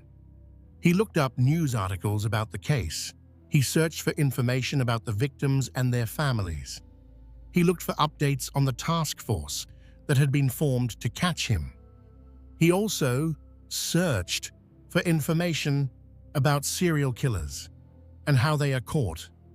He looked up details about how police use DNA evidence, cell phone tracking, and other forensic techniques. Prosecutors have argued these searches suggest someone trying to stay one step ahead, attempting to understand how investigators might be closing in on him. The violent pornography found on his devices is also significant to the prosecution's case. Prosecutors argue that the content, which depicted bondage, torture, dismemberment, and violence against women, appears consistent with how several victims were found. According to court documents, the types of images accessed notably and largely coincide with how the remains of Sandra Costilla, Jessica Taylor, and Valerie Mack were discovered, suggesting to investigators a connection between fantasy and alleged action. The planning document. Perhaps the most chilling evidence is the planning document found on Heuermann's computer.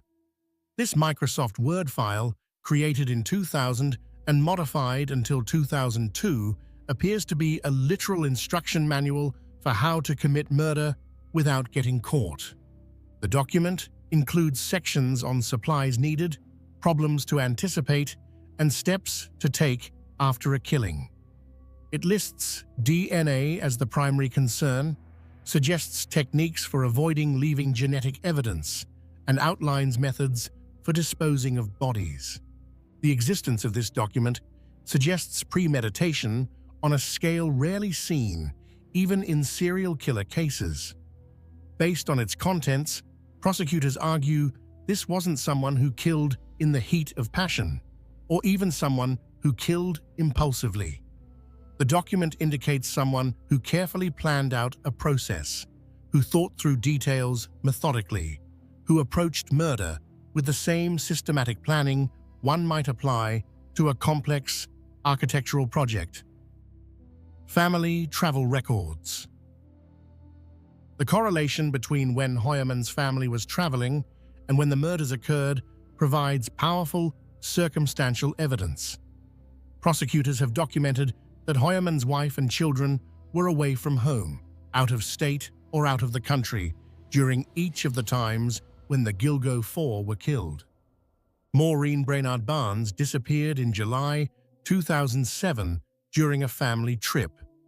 Melissa Bartholomew vanished in July 2009 while Heuermann's family was away. Megan Waterman disappeared in June 2010 during another trip. Amber Costello vanished in September 2010, also while the family was traveling. This pattern suggests that Heuermann may have waited for times when he would be alone, when his activities wouldn't be monitored by family members to hunt for victims. It also indicates that his family truly had no knowledge of what he was allegedly doing, that they were away and uninvolved during the critical moments. Witness descriptions.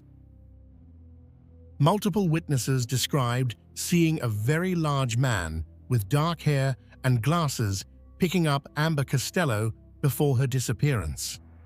These descriptions match Rex Heuermann's appearance almost perfectly. At 6 feet 4 inches tall, with distinctive 70s-style oval glasses and dark, bushy hair, Heuermann fits the profile that witnesses provided more than a decade ago.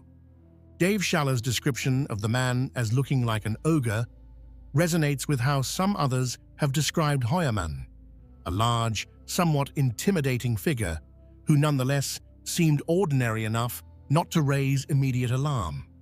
Taken together, all of this evidence creates what prosecutors argue is a compelling case.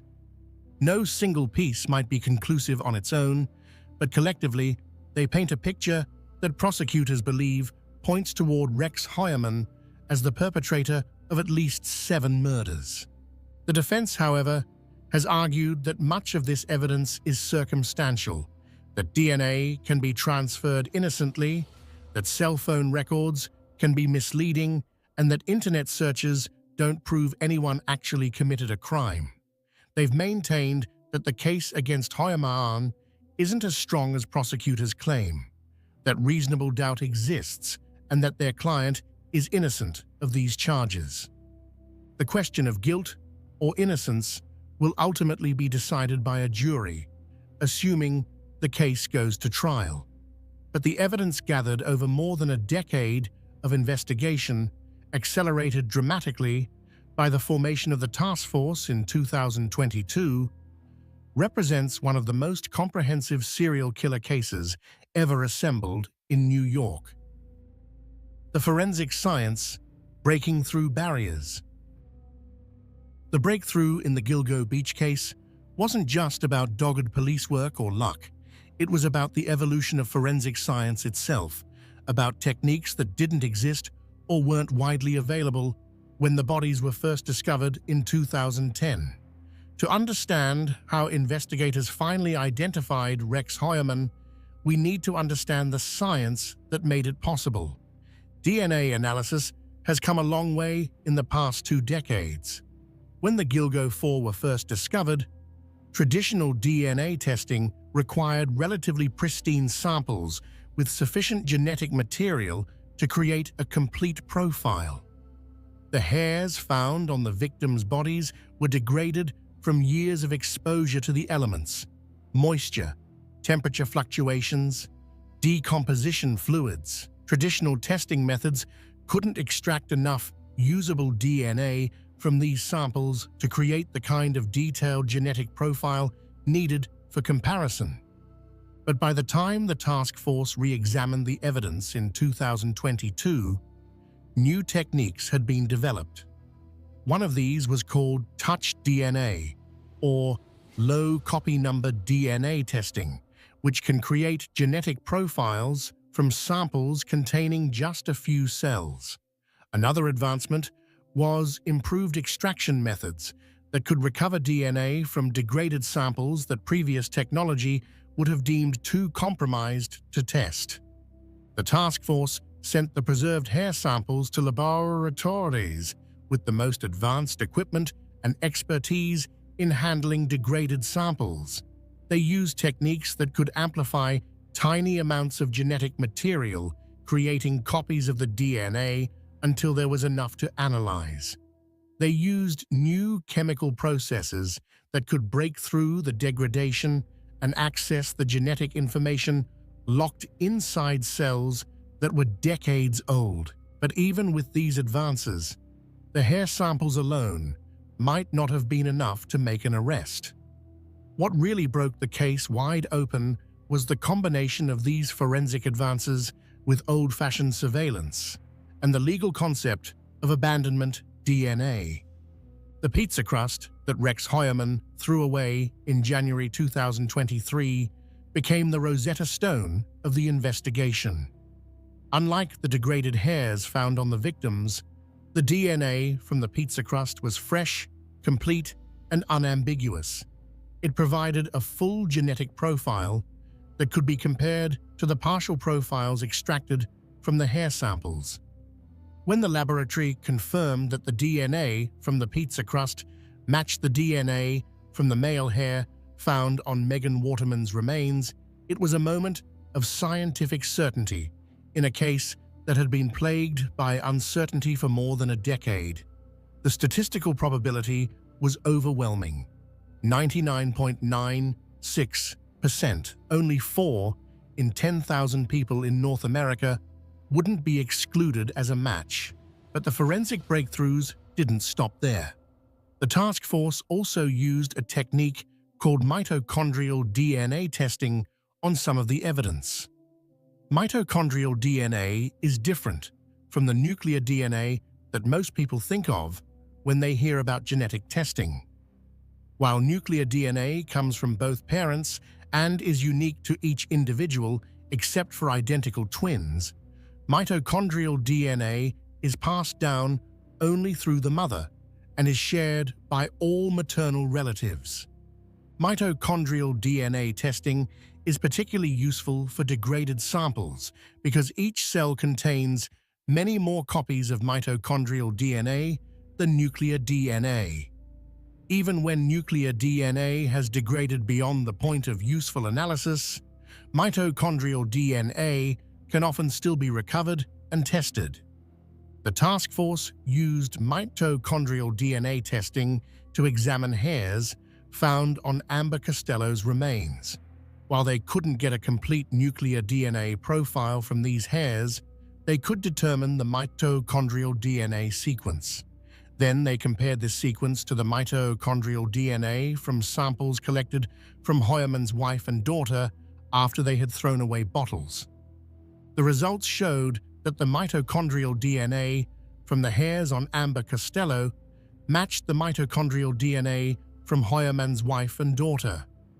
This didn't mean that Heuermann's wife or daughter had been present when Amber was killed. Both were out of town during the time of the murder.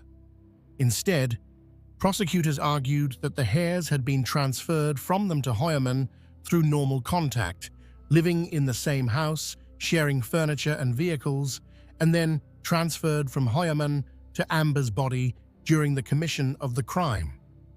This phenomenon called secondary transfer, is well documented in forensic science. When people live together, they constantly shed hair and skin cells that end up on each other's clothing and belongings. When Hoyerman allegedly hunted for victims, he would have been carrying these microscopic traces of his family with him. During the alleged assaults and murders, some of these hairs would have been transferred to the victims' bodies. The concept of secondary transfer was crucial to the prosecution's case because it explained how genetic material from Hoyerman's family members ended up on multiple victims despite those family members being hundreds or thousands of miles away when the murders occurred.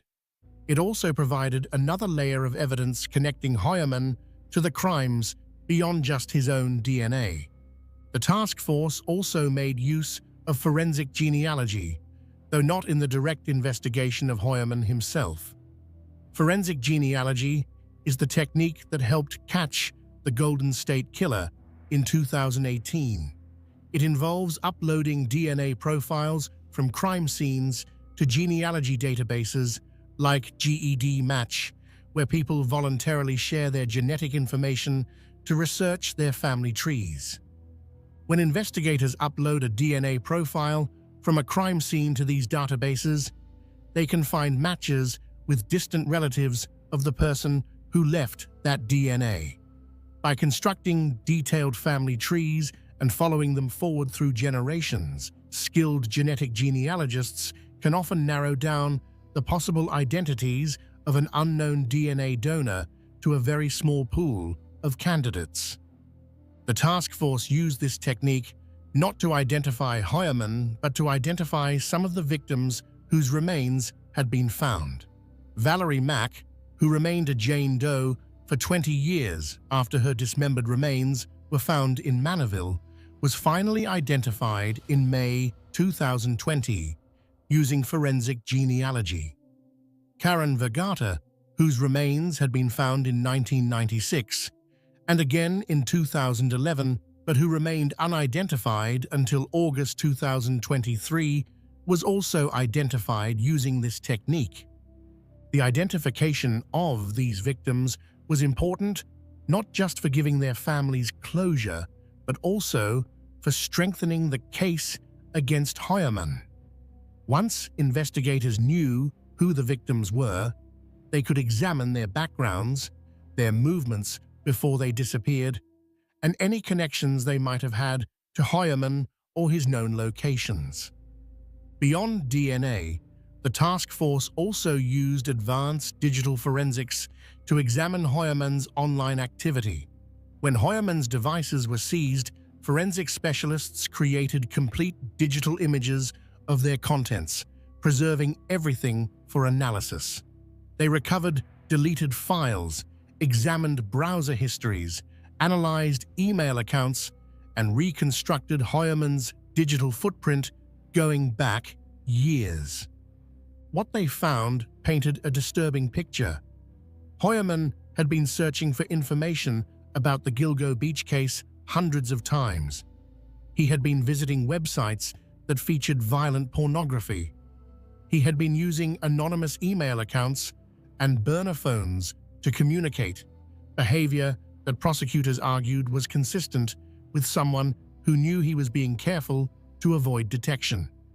The digital forensics also revealed the existence of that planning document, the Microsoft Word file that appeared to be a manual for committing murder without getting caught. Created in 2000 and modified through 2002, this document was perhaps the most chilling piece of evidence the task force uncovered. It suggested not impulsive violence, but calculated, methodical planning. It indicated someone who approached murder with the same systematic thinking one might apply to an architectural project. The convergence of all these different types of forensic evidence, traditional DNA testing, advanced DNA extraction techniques, forensic genealogy, digital forensics, cell phone analysis, created a web of circumstantial and physical evidence that prosecutors believed was overwhelming. The psychological profile inside the mind. From the earliest days of the investigation, criminal profilers had been trying to understand who they were looking for. What kind of person kills multiple women over the course of years or even decades? What drives that kind of behavior? And what clues might the crime scenes themselves provide about the killer's psychology? Profiling is part science and part art. It's based on decades of research into criminal behavior, on interviews with convicted offenders, on statistical analysis of crime scene characteristics and their correlation with offender characteristics. But it's also based on experience, on the accumulated wisdom of investigators who have worked hundreds or thousands of cases and developed an intuition for the patterns that connect criminals to their crimes. In the Gilgo Beach case, profilers looked at several key factors. The victims were all sex workers, all found in similar conditions, all disposed of in remote locations. The killer used burlap to wrap the bodies, suggesting he had access to these materials and preferred their use. He used restraints, belts, and tape to bind the victims. He made taunting phone calls to at least one victim's family member, suggesting a desire for attention or a need to maintain some connection to his crimes even after they were complete. These details suggested a profile that was remarkably consistent. A white male, likely between his late 20s and mid-50s at the time of the murders, someone who lived or worked on Long Island and was familiar with the area. He would be organized and methodical, someone who planned his crimes rather than acting impulsively.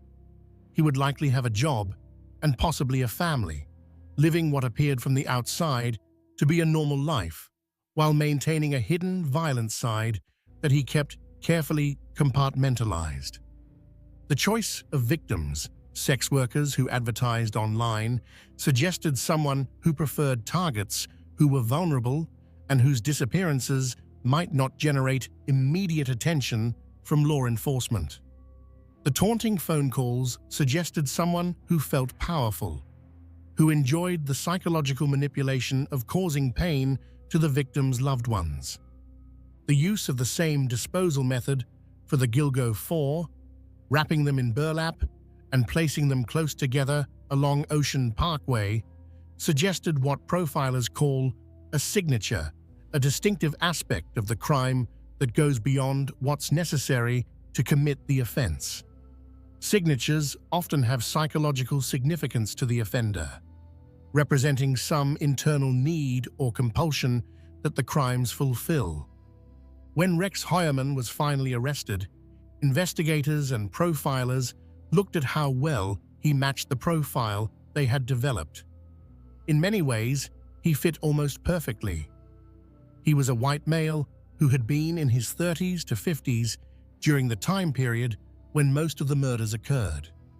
He lived on Long Island, in Massapequa Park, an area that was geographically central to the disposal sites and the locations where victims had last been seen.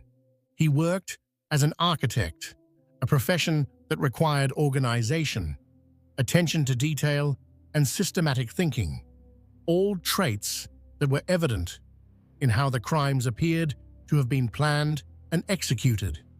He had a wife and children, maintaining what neighbors described as a relatively normal family life, albeit one that seemed a bit odd or eccentric at times. The presence of the planning document on his computer was perhaps the most striking confirmation of the profile. It suggested exactly the kind of organized, methodical approach that profilers had predicted. It showed someone who didn't just commit crimes, but who planned them like a project, who thought through contingencies, who considered problems and solutions. But beyond matching a general profile, investigators also looked for what are called stressors in Heuermann's life, events or circumstances that might have triggered or enabled his alleged criminal behavior. One pattern that emerged was the correlation between when his family was traveling and when the Gilgo Four were killed. This pattern suggested that Hoyerman may have needed his family to be absent in order to act on his violent impulses. Perhaps their presence provided a psychological restraint, or perhaps the practical reality of having them in the house made it impossible for him to prepare for or carry out his crimes. Either way, their absence seemed to create windows of opportunity that he allegedly exploited. Psychologists who study serial killers often talk about the concept of a cooling-off period, a span of time between murders during which the offender returns to relatively normal behavior before the urge to kill builds up again. The time spans between when the Gilgo Four were killed, months or even years, would be consistent with this pattern. Some experts have also noted that Hoyerman's alleged behavior appeared to escalate over time. If the charges against him are true, and he is indeed responsible for Sandra Costilla's death in 1993, then his first murder may have been relatively impulsive, with the body found intact and relatively quickly. But over the years, the methods appeared to become more sophisticated. By the time he allegedly killed the Gilgo Four, he had refined his approach: careful victim selection, use of burner phones, disposal methods designed to delay discovery and identification. The dismemberments of Jessica Taylor and Valerie Mack suggested yet another evolution, a willingness to go further in attempting to prevent identification and perhaps also an escalation in the violence itself. The mutilation of tattoos on these victims indicated a killer who was thinking about how investigators might identify bodies and taking steps to prevent that. All of this painted a picture of someone who, if the allegations are true, wasn't just killing impulsively, but was refining his methods over time, learning from experience, becoming more sophisticated in his approach. This kind of evolution is characteristic of organized serial killers who operate over long periods. Investigators also looked at Hoyerman's behavior after the bodies were discovered in 2010. The Google searches he conducted, hundreds of them over more than a year, showed someone who was obsessed with monitoring the investigation. He searched for photos of the victims, for updates on the case, for information about the task force that was hunting him. This kind of behavior is often called returning to the scene, though in this case, the return was virtual rather than physical. It suggests a psychological need to stay connected to the crimes, to relive them in some way, or perhaps to monitor whether investigators were getting close to identifying him. The violent pornography found on his devices is also significant from a psychological perspective. While viewing violent pornography doesn't make someone a killer, in this case, prosecutors argued that the specific types of content Hoyerman allegedly viewed, content involving bondage, torture, and dismemberment, corresponded to how several of the victims were found. This suggested a link between fantasy and, if the charges are true, action. The community impact, fear, and aftermath. The Gilgo's Beach case didn't just affect the families of the victims or the investigators who worked it. It sent ripples of fear and uncertainty through entire communities, fundamentally changing how people thought about their safety and their neighbors. For residents of Long Island's South Shore, the discovery of the bodies in 2010 transformed familiar landscapes into places of horror. Ocean Parkway, once just a scenic drive along the beach, became associated with death and predation. Parents worried about their children playing near the beaches. Women, particularly sex workers, knew that a killer had been hunting in their community, and that realization created a climate of heightened fear and vigilance. The fact that the case remained unsolved for 13 years only amplified that fear. This wasn't a situation where someone had committed a terrible crime and been swiftly apprehended. This was a killer who had operated for years, possibly decades, without being caught. That suggested either extraordinary criminal skill or extraordinary failures in law enforcement, and neither possibility was comforting. Local residents followed the case obsessively, attending community meetings where police provided updates, reading every news article, discussing theories online. Some people became amateur investigators themselves, researching the victims, mapping out disposal sites, trying to find patterns that might lead to the killer's identity. The case also brought national attention to Long Island, but not the kind of attention communities typically want. Gilgo Beach became synonymous with unsolved serial murders, with vulnerable women killed and discarded along a lonely highway. The area was featured in countless true crime shows, documentaries, and podcasts, its name forever linked to tragedy. For the town of Massapequa Park, where Rex Heuermann lived, his arrest in July 2023 brought a different kind of shock. This was a person who had lived in the community for decades, who had raised his family there, who had been seen at local businesses and community events. He wasn't a stranger who had come from somewhere else to commit crimes.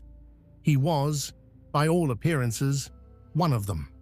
Neighbors struggled to reconcile the man they thought they knew with the charges against him.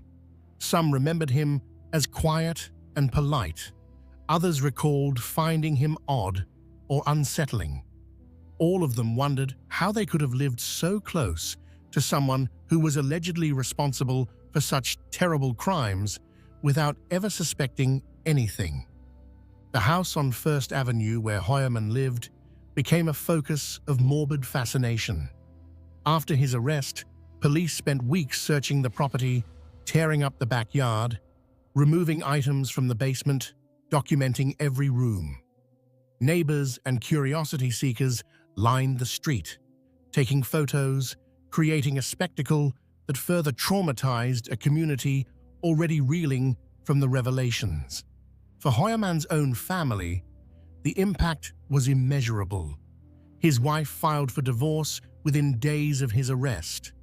His children, both young adults, found themselves at the center of a media storm.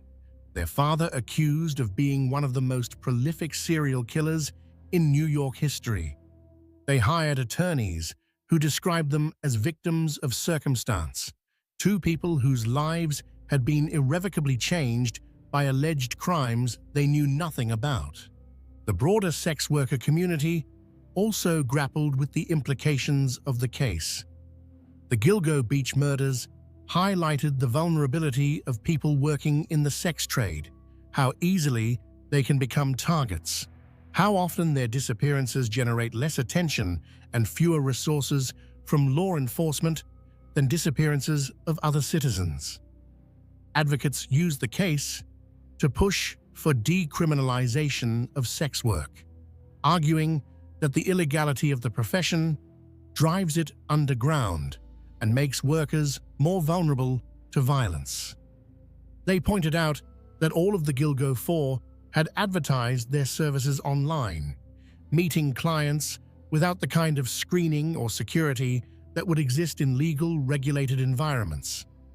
They were forced to work alone, to meet strangers in private locations, because the alternative was risking arrest.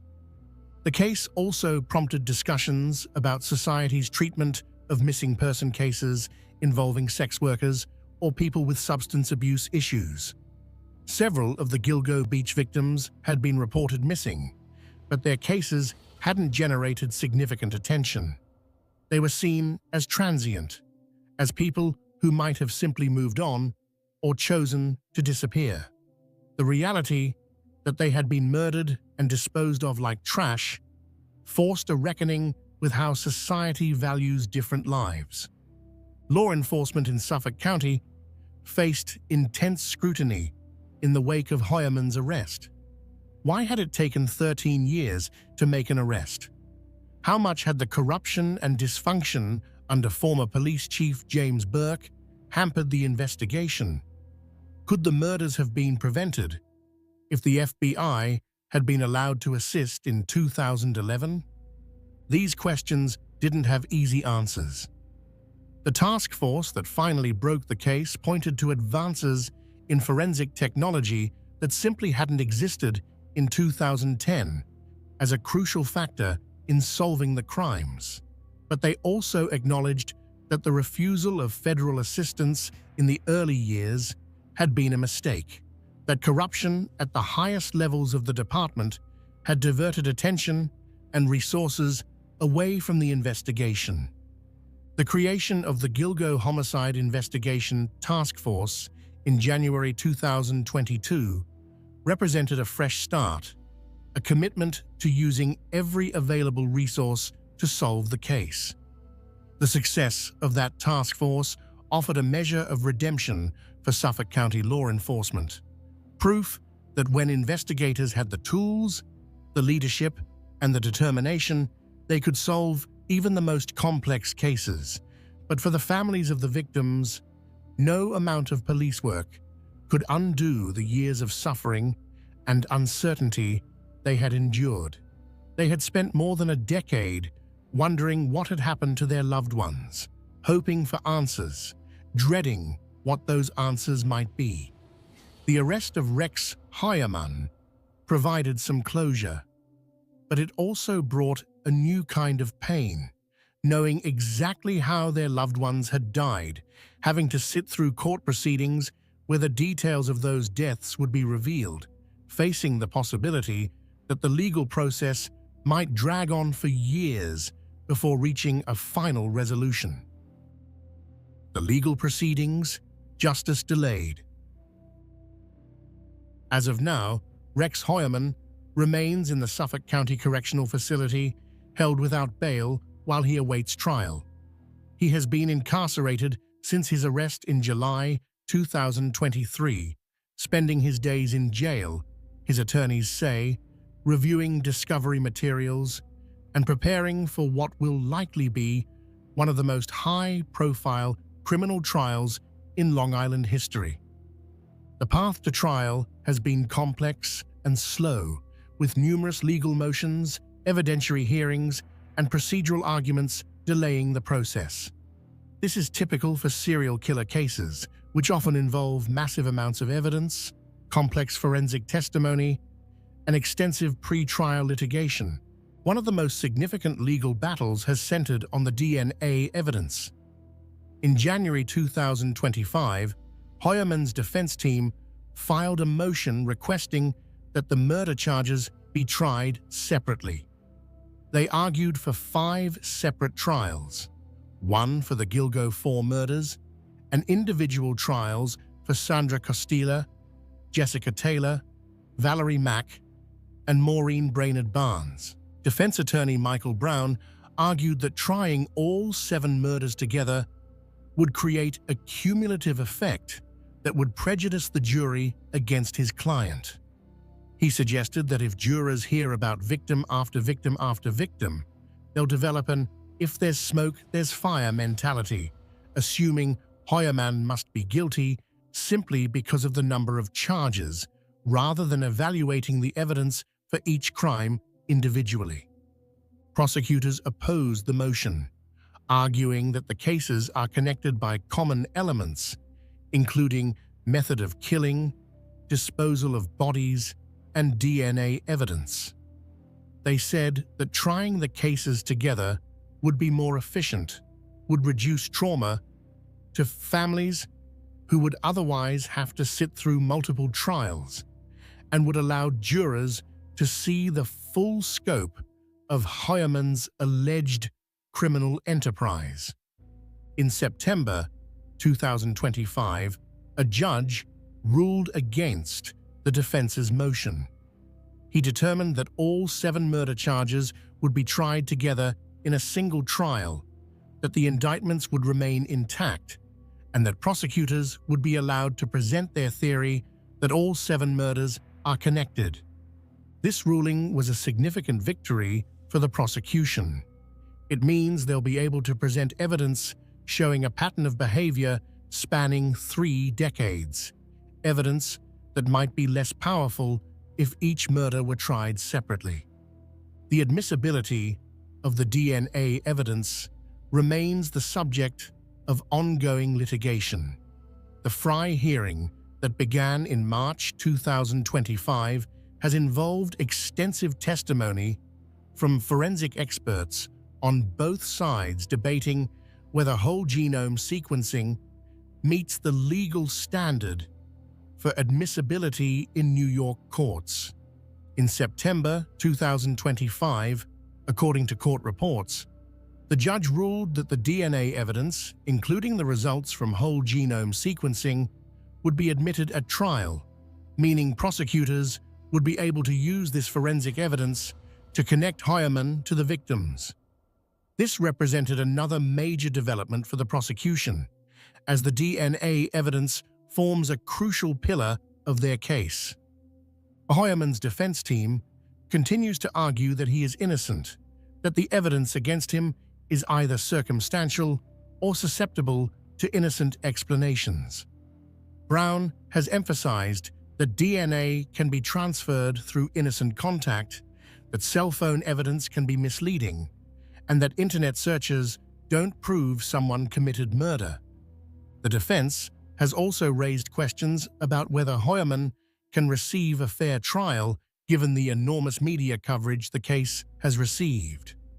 Brown has suggested he might request a change of venue, moving the trial away from Suffolk County where the murders occurred and where publicity has been most intense. As of the latest court dates in late 2025, no trial date has been set. Given the complexity of the case and the amount of evidence involved, it's likely that the trial, when it does begin, could last for months. It will involve extensive forensic testimony, DNA analysis, cell phone records, witness statements, and potentially testimony from Hoyerman's family members about his behavior and activities. The trial will be one of the most watched in recent New York history. It will draw national and potentially international media attention, given the notorious nature of the case and the decades-long mystery surrounding the Gilgo Beach killings. For the families of the victims, the legal proceedings represent both hope for justice and a prolonged reminder of their losses. Each court appearance, each legal motion, each delay means more time before there can be any sense of closure. But they have waited this long, and most have expressed willingness to wait longer, if it means ensuring that justice is ultimately served. What the trial will look like. When Rex Hoyerman eventually goes to trial, assuming the case isn't resolved through a plea agreement, which seems unlikely given the severity of the charges and Hoyerman's insistence on his innocence, the proceedings will likely last for months. Murder trials of this complexity rarely conclude quickly. The first major hurdle will be jury selection. Finding 12 people and several alternates who can be impartial in such a high-profile case will be extraordinarily difficult. Most people on Long Island have heard about the Gilgo Beach murders. Many have followed the case closely. The challenge for both the prosecution and defense will be finding jurors who are aware of the case but haven't already formed strong opinions about Hoyerman's guilt or innocence. During jury selection, called voir dire, attorneys from both sides will question potential jurors about their knowledge of the case, their ability to be impartial, their views on the death penalty. Though New York doesn't have capital punishment, the seriousness of the charges means this might come up, and anything else that might affect their ability to serve fairly. This process alone could take weeks. Once a jury is seated, the trial will begin with opening statements. The prosecution will lay out their case, explaining what they intend to prove and how they plan to prove it. They'll describe the victims, the evidence connecting Heuermann to the crimes, and the timeline of events. They'll paint a picture of a methodical killer who hunted vulnerable women for decades. The defense will then present their opening statement, outlining their theory of the case and the reasonable doubts they intend to create about the prosecution's evidence. They might argue that the evidence is circumstantial, that DNA can be transferred innocently, that coincidences do happen, and that the prosecution hasn't proven beyond a reasonable doubt that Heuermann committed these specific crimes. After opening statements, the prosecution will present their case in chief, calling witnesses and introducing evidence. This phase will likely include testimony from law enforcement officers who investigated the case, forensic specialists who analyzed DNA and other physical evidence, cell phone experts who can explain the location data and call records, digital forensics experts who examined Heuermann's computers and phones, and potentially witnesses who saw Heuermann with one or more of the victims. Each piece of physical evidence will need to be properly authenticated and admitted into the record. Crime scene photographs, DNA analysis reports, the planning document found on Heuermann's computer, cell phone records, all of this will be methodically presented to the jury with accompanying testimony explaining what it is and why it's significant. The DNA testimony will likely be particularly complex and time-consuming. Forensic scientists will need to explain to the jury how DNA analysis works, what makes a match reliable, how they handled and tested the samples, what the statistical probabilities mean, and how they can be certain the DNA found on the victims matches Heuermann and members of his family. Cross-examination by the defense will attempt to poke holes in this testimony, to find any weakness or uncertainty, any possibility of error or contamination, anything that might create reasonable doubt. This back and forth between direct examination by prosecutors and cross-examination by the defense will play out with witness after witness, potentially over the course of many weeks. The prosecution will also need to establish the chain of custody for all physical evidence, proving that each item was properly collected, stored, and tracked from the crime scene through laboratory analysis to the courtroom. Any break in that chain could provide an opening for the defense to argue that evidence was contaminated or tampered with. Expert witnesses will be crucial to both sides. The prosecution will call experts to testify about forensic pathology, explaining how the victims died and what the conditions of their remains revealed about the time and manner of death. They'll call experts in DNA analysis, in digital forensics, in cell phone technology. They may call criminal profilers or behavioral analysts to discuss the psychological aspects of the crimes and how they connect to Heuermann. The defense will have the opportunity to call their own experts, scientists who might challenge the prosecution's forensic conclusions, who might offer alternative explanations for the evidence, or who might testify about the limitations and potential errors in various types of forensic analysis. After the prosecution rests their case, the defense will have the opportunity to present their case in chief. They might call witnesses to provide an alibi for Heuermann, to testify about his character, or to challenge the prosecution's timeline or theory of the crimes. They might call expert witnesses to rebut the prosecution's forensic evidence. Or they might choose to present little or no affirmative defense, instead resting their case on the argument that the prosecution hasn't met their burden of proof. One of the most dramatic moments in any criminal trial is the decision of whether the defendant will testify. Rex Heuermann has the constitutional right to remain silent, to not testify in his own defense, and the jury is not allowed to hold that against him.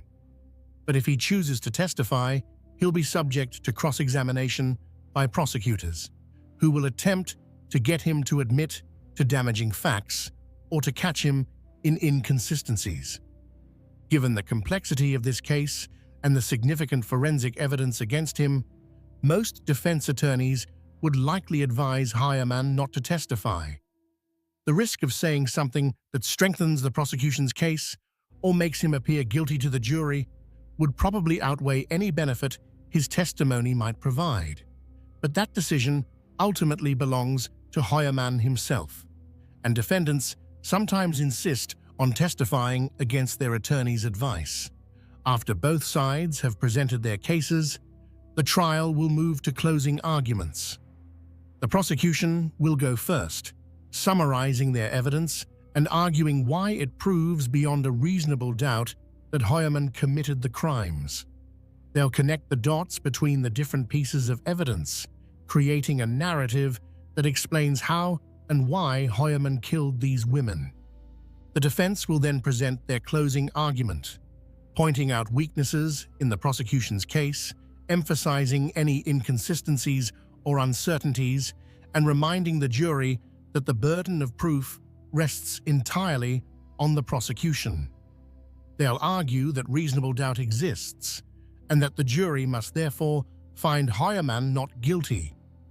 The prosecution then gets a final rebuttal, an opportunity to respond to the defense's arguments and to leave the jury with a final impression before deliberations begin. Finally, the judge will instruct the jury on the law. These jury instructions are crucial because they tell the jury what they must find in order to convict, what the legal definitions of the charges are, what reasonable doubt means, and how they should conduct their deliberations. Both sides will have fought over the exact wording of these instructions because small differences in phrasing can significantly affect how juries understand their task. The jury will then retire to deliberate. In a case of this complexity, with multiple victims and vast amounts of evidence, deliberations could take days or even weeks. The jury will need to consider each charge separately, evaluating whether the prosecution has proven each element of each crime beyond a reasonable doubt. If the jury reaches a verdict, they'll return to the courtroom and announce their decision.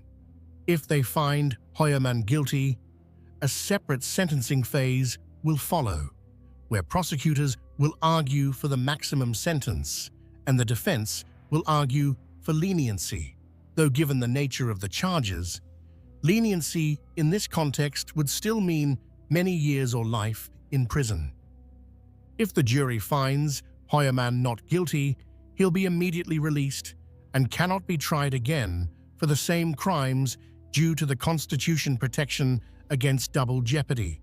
If the jury cannot reach a unanimous verdict, a hung jury, the judge will declare a mistrial and prosecutors will have to decide whether to try the case again with a new jury. The burden of proof. What prosecutors must demonstrate. In American criminal trials, the prosecution bears the entire burden of proof. They must prove every element of every charge beyond a reasonable doubt. This is a very high standard, intentionally so, based on the principle that it's better for 10 guilty people to go free than for one innocent person to be convicted. But what does beyond a reasonable doubt actually mean? It's a standard that's difficult to quantify precisely. It doesn't mean beyond any possible doubt. That would be impossible in almost any case. It doesn't mean beyond all doubt or to a certainty. It means that the evidence must be so convincing that a reasonable person wouldn't hesitate to act on it in the most important matters of their own life. In the Gilgo Beach case, prosecutors must prove that Rex Heuermann intentionally killed each of the victims he's charged with murdering. They must prove that he caused their deaths, that he did so with the required mental state. In New York, this means with intent to cause death or with depraved indifference to human life. and that he did so during the time periods alleged. This might seem straightforward given the forensic evidence, but it's more complex than it appears. The DNA evidence shows that Hoyerman's hair and hairs consistent with his family members were found on some of the victims. But how did those hairs get there? The prosecution says through commission of the murders. The defense might argue through innocent secondary transfer at some other time, perhaps if the victims had been in Hoyerman's vehicle or office for legitimate reasons. The cell phone evidence shows that burner phones used to contact the victims traveled in tandem with Hoyerman's phone.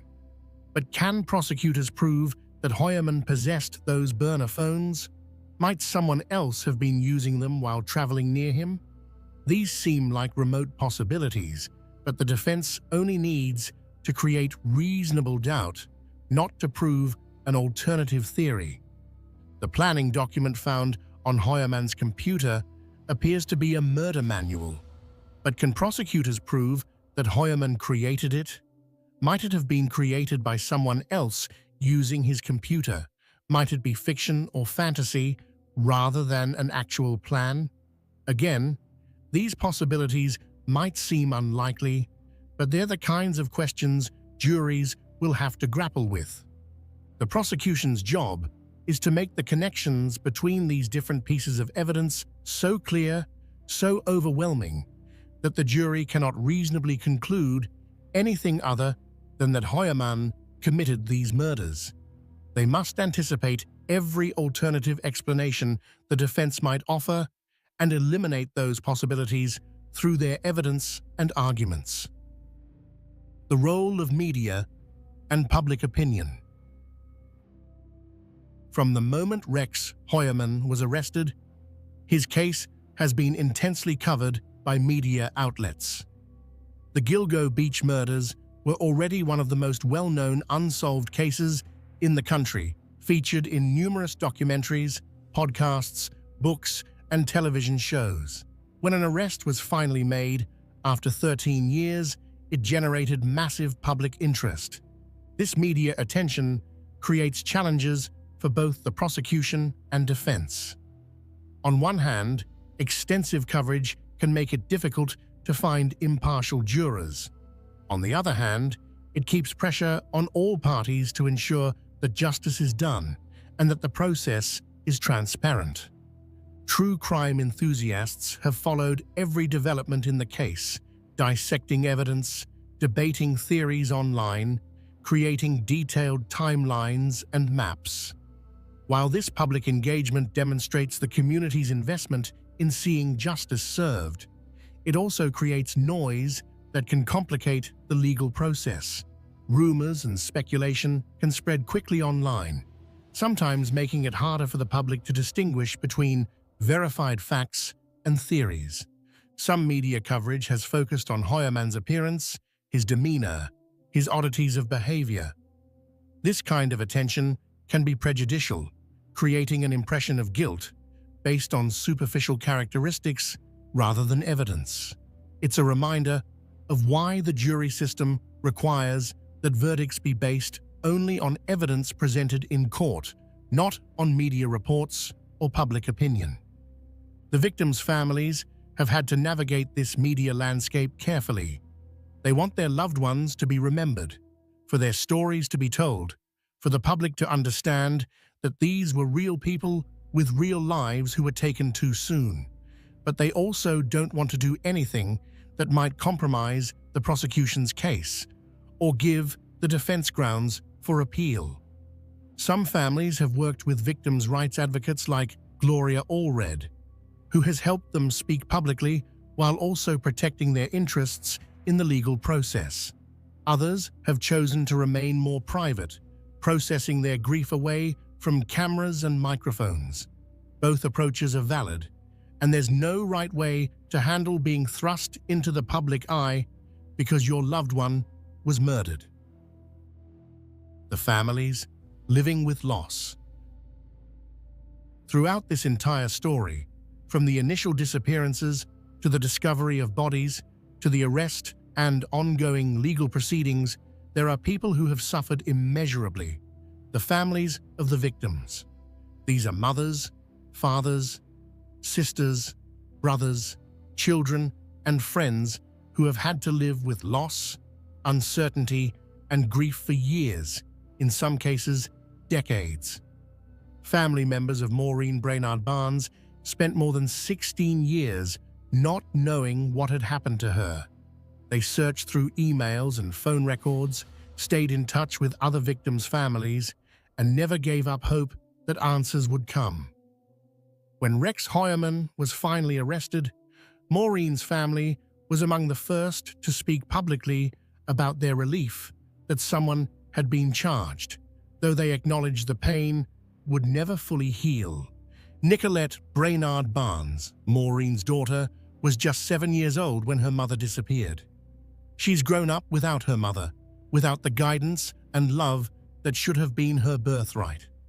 She's had to process the loss of her childhood, the loss of what might have been, the loss of a future that will never exist now. Melissa Barthelemy's family endured not just the loss of their loved one, but the psychological torture of those taunting phone calls.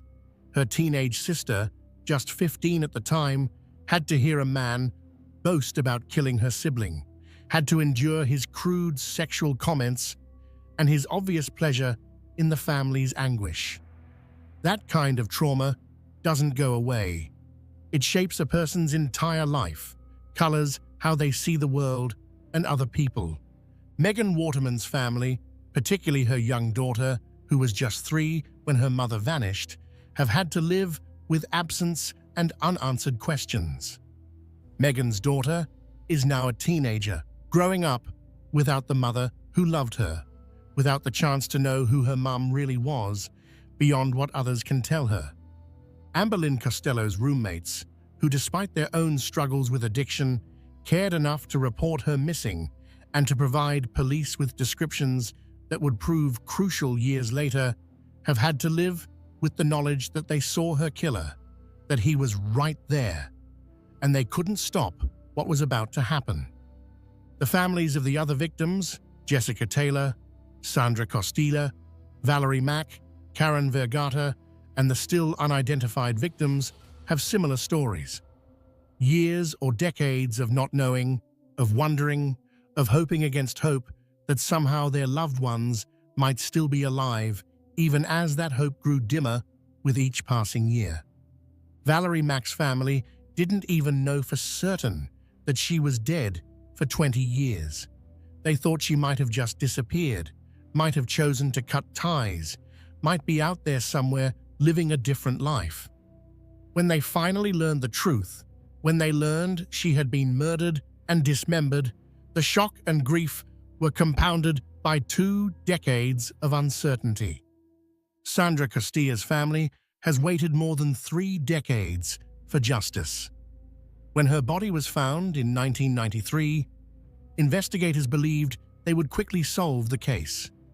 Instead, it went cold for more than 30 years before advanced DNA testing finally pointed toward a suspect. Many of these families have been represented by victims' rights attorney Gloria Allred, who has been a fierce advocate for ensuring the voices of the victims and their families are heard. Allred has attended court hearings, spoken at press conferences, and worked to ensure that the women who died are remembered not just as victims or case numbers, but as people who mattered, who had lives and dreams, and people who loved them. At court hearings following each new set of charges, Allred has organized moments where family members of different victims can meet and support each other. These encounters have created a community of grief, people bound together by the worst kind of shared experience, but finding strength in that connection. When Heuermann was charged with Valerie Mack's murder in December 2024, Allred brought family members of the other victims to meet Valerie's parents. They presented red roses and embraced, sharing tears and offering support, one family to another. all of them understanding intimately what the others are going through. The children of the victims face particular challenges. Maureen's daughter, Megan's daughter, and Valerie's son have all had to grow up without their mothers, have had to process not just loss, but the violence of that loss. They've had to learn that their mothers were murdered, that someone took them away deliberately and cruelly. That's a burden no child should have to bear. But it's not just the direct victims' families who have suffered.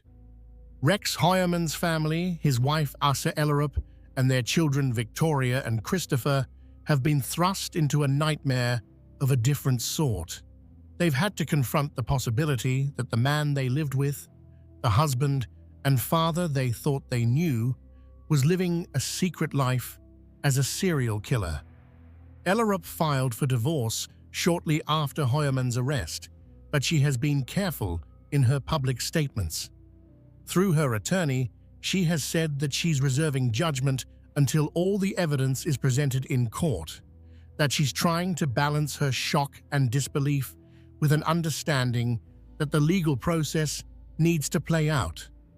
In a statement released in 2024, Ellerup said, "I have given Rex the benefit of the doubt, as we all deserve."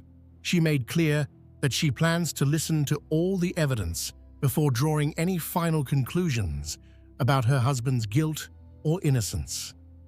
The Heuermann children have had to process the possibility that their father is a serial killer while also dealing with intense public scrutiny. Their attorney has described them as being caught in the crosshairs of a deeply unfortunate situation, as two young adults whose lives have been upended through no fault of their own. In June 2025, just before the release of the Peacock documentary, The Gilgo Beach Killer: House of Secrets, Victoria Heuermann reportedly told the producers that based on the publicly available evidence, she now believes her father is most likely the Gilgo Beach Killer. This statement represents a heartbreaking evolution in her understanding, a daughter coming to terms with the possibility that the man who raised her is capable of terrible things. But Ellerup continues to withhold judgment, telling documentary producers that authorities are making assumptions to fit their narrative, that they're taking information out of context. She said she's known Rex since she was 18 years old, that she knows what their home was really used for, and that she's waiting to hear all the evidence before making up her mind. The impact on these families, both the victims' families and Heuermann's own family, cannot be overstated. This case has destroyed lives in multiple ways, creating ripples of trauma that will affect people for generations. The children who grew up without their mothers will carry that loss forever. The children who are learning their father might be a serial killer will struggle with that knowledge for the rest of their lives. And beyond the immediate families, there's a broader community impact. The people of Massapequa Park, who lived near Heuermann, are grappling with the possibility that a serial killer was in their midst for decades. The residents of Long Island who lived with fear during the years when the killer's identity was unknown are processing the relief of an arrest alongside renewed trauma as details of the case continue to emerge. The sex worker community, already vulnerable and often overlooked by society, has had to confront once again how little protection exists for them, how easily they can become victims, how long it can take for justice when one of their own is murdered. Advocates for sex workers have used this case to highlight the need for decriminalization and better protections, arguing that the vulnerability of the victims is what allowed this killer to operate for so long. Conclusion: unanswered questions. Even with Rex Heuermann's arrest and the charges he faces, questions remain. Of the 11 sets of remains found in the area, Heuermann has been charged with 7 murders. What about the others? Could they be connected to him? Or might they be the victims of different killers? Investigators have indicated this remains an active area of their investigation. Karen Vergata's death remains officially unsolved, though investigators have said they're continuing to look at possible connections to Heuermann. The remains of Tanya Jackson and her child Tatiana Dykes have been identified, but no charges have been filed in their deaths. The Asian male remains unidentified and unclaimed. Investigators have indicated they believe Heuermann may be responsible for additional murders beyond those he's been charged with. The planning document found on his computer suggests organization and forethought that could indicate multiple crimes. The pattern of alleged behavior spanning 3 decades raises questions about whether there might be opportunities for crimes that have not yet been discovered or connected to him. There's also the ongoing question of whether Heuermann had any accomplices or if other killers may have used the area. While all available evidence presented by prosecutors suggests he acted alone in the murders he's charged with, the discovery of so many victims over such a wide time frame has led some investigators to consider whether the area might have been used as a dumping ground by more than one perpetrator over the years. This remains a matter of investigative theory rather than established fact. The controversy surrounding Shannan Gilbert's death also remains unresolved. Did she die accidentally, as police have concluded, or was she murdered, possibly by someone connected to the case? Her family continues to believe she was killed, and her death, whether accidental or not, led directly to the discovery of the Gilgo Beach victims. But perhaps the biggest questions are the ones we may never fully answer. Why? What could drive someone to allegedly kill vulnerable women over the course of decades? If the charges are proven true, what was Rex Heuermann thinking when he allegedly created that planning document? When he allegedly hunted for victims? When he allegedly disposed of their bodies along that lonely highway? Even if Heuermann is convicted, even if he spends the rest of his life in prison, we may never fully understand what motivated him.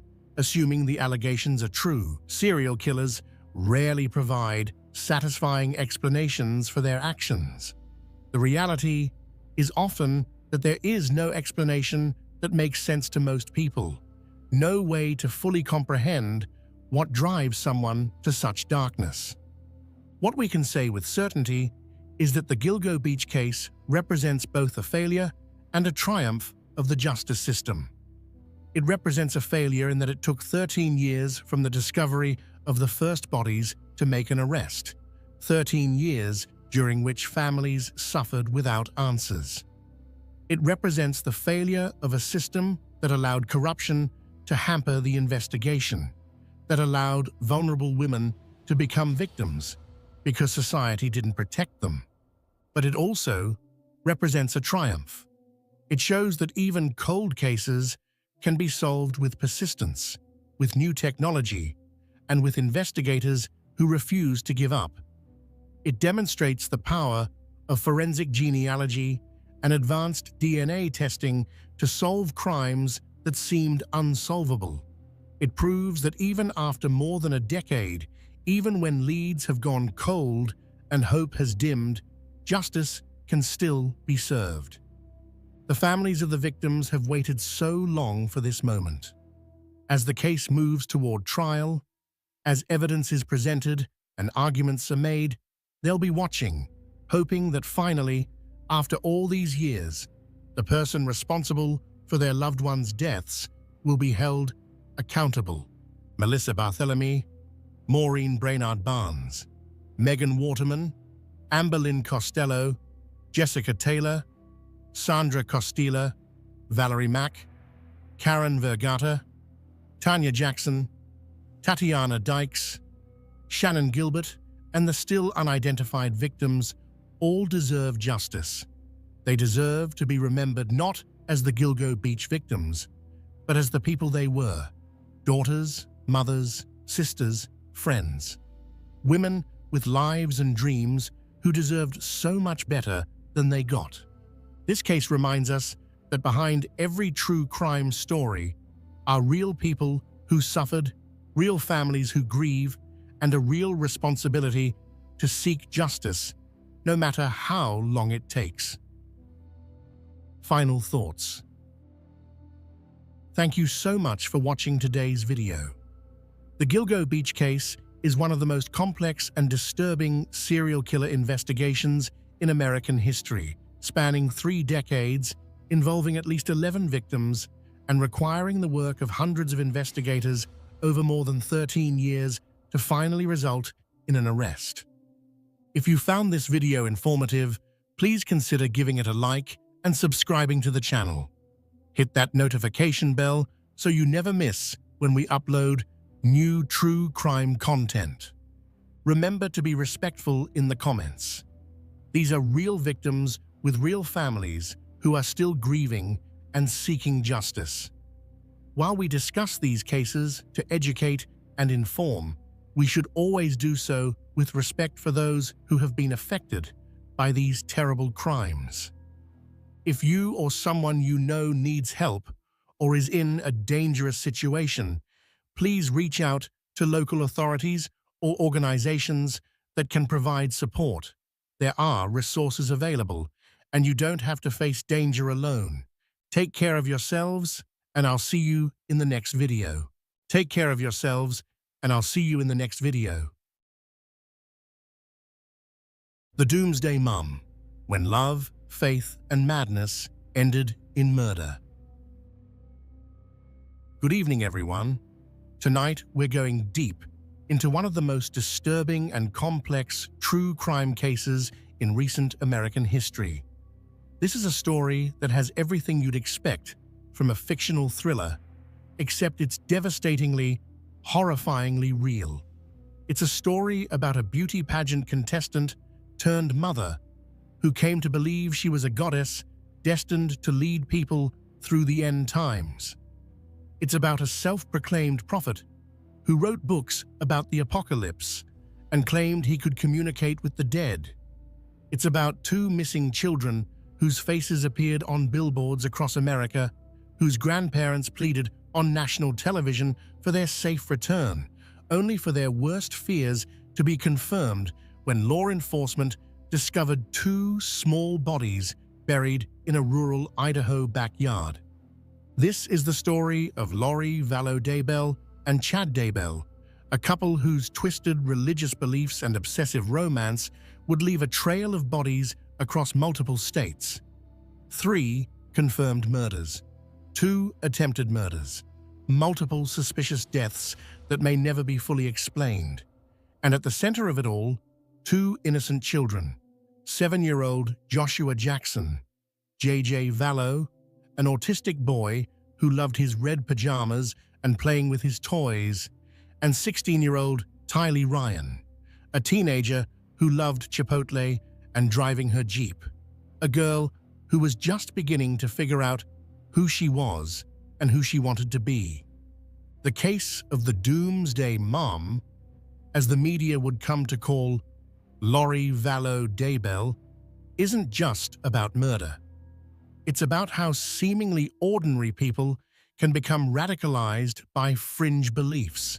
It's about how love can become obsession, how faith can become fanaticism, and how the human capacity for self-deception can lead to unspeakable evil.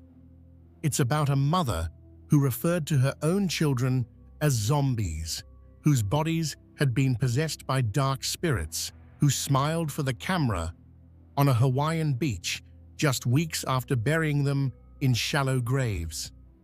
As we trace this story from its beginning, through the disappearance of J.E.J. and Tylee to the horrific discoveries that would follow, we'll explore not just what happened, but how it happened. How did a woman who friends described as a devoted mother transform into someone capable of murdering her own children? How did a seemingly harmless author of religious fiction become an accomplice to multiple homicides? And perhaps most importantly, how did they manage to operate for so long, leaving a wake of death behind them, before anyone could stop them. This is a story that demands to be told, not for the sensational aspects, though there are certainly shocking elements, but because understanding what happened might help us recognize the warning signs when someone we love begins to slip away from reality. It's a story about the people who tried to save JJ and Tylee, about the investigators who refused to give up, and about a family torn apart by secrets, lies, and an ideology that valued the eternal over the lives of the living. So settle in. This is going to be a long journey, and parts of it will be difficult to hear. But it's a journey worth taking, because at the end of it, we honor the memories of JJ Vallow and Tylee Ryan, two children who deserved so much better than the fate that awaited them. Part 1. Before the Darkness, the early lives of Lori and Chad. To understand how this story ends, we need to understand where it begins. And it begins, as so many American stories do, with two people who seemed, on the surface at least, relatively ordinary. Lori Noreen Cox was born on June 26, 1973, in Loma Linda, California, into a family that adhered to the Church of Jesus Christ of Latter-day Saints, commonly known as the Mormon Church. But her family wasn't just religiously conservative. They were also deeply suspicious of government authority. Her parents were tax protesters who followed sovereign citizen ideology, spending about 2 decades in conflict with the Internal Revenue Service. This anti-government sentiment, this belief that ordinary rules didn't necessarily apply to them, would be one of the threads running through Lori's entire life. Growing up, Lori was by all accounts attractive, charismatic, and ambitious. She had dreams of fame and success, dreams that seemed attainable when you looked at her. In 2004, she competed in the Mrs. Texas beauty pageant, standing on stage in evening gowns and swimsuits, smiling for judges who would assess her poise and personality. That same year, she appeared as a contestant on Wheel of Fortune, spinning the wheel and guessing letters, hoping to win cash and prizes. These weren't the actions of someone plotting murder. These were the actions of someone who wanted recognition, who wanted to be seen as special, who wanted to matter. But Lori's personal life was far less stable than her public image might suggest. Her romantic history was a series of beginnings and endings, marriages that started with hope and dissolved in acrimony. Her first marriage, in 1992 when she was just 19, was to her high school boyfriend. It ended quickly in divorce. In October 1995, she married again, and in 1996 gave birth to a son named Colby. That marriage also ended in divorce in 1998. Then, in 2001, came her marriage to Joseph Anthony Ryan Jr. This marriage would prove to be particularly contentious and would play a significant role in the dark events to come. Joseph and Lori had a daughter together in 2002, a girl they named Tylee Ashlyn Ryan. By all accounts, Tylee was a beautiful child who would grow into a teenager with a sharp wit and an independent spirit. But the marriage between Joseph and Lori was troubled from the start. The couple divorced in 2005, and what followed was a bitter custody battle over Tylee. Lori accused Joseph of sexually abusing both Tylee and her son Colby from a previous marriage. These were serious allegations, the kind that could destroy a person's life even if never proven. Investigators found no evidence to support the claims, and Joseph was never charged with any crime, but the damage was done. He lost equal custody rights in 2007, relegated to supervised visitation with the daughter he loved. That same year, Lori's brother Alex Cox physically attacked Joseph Ryan using a taser to assault him. Alex Cox would later be convicted for this attack and served 90 days in jail. Years later, close friend Angeline Law would claim that Lori had once told her she'd hired her brother to attack Joseph because of things he'd allegedly done to the children. Whether this was true or just another layer of manipulation in Lori's growing pattern of behavior is unclear, but it established a pattern. Alex Cox was willing to use violence to protect his sister or to carry out her wishes. Joseph Ryan died on April 3, 2018, officially of arteriosclerotic cardiovascular disease, a heart attack.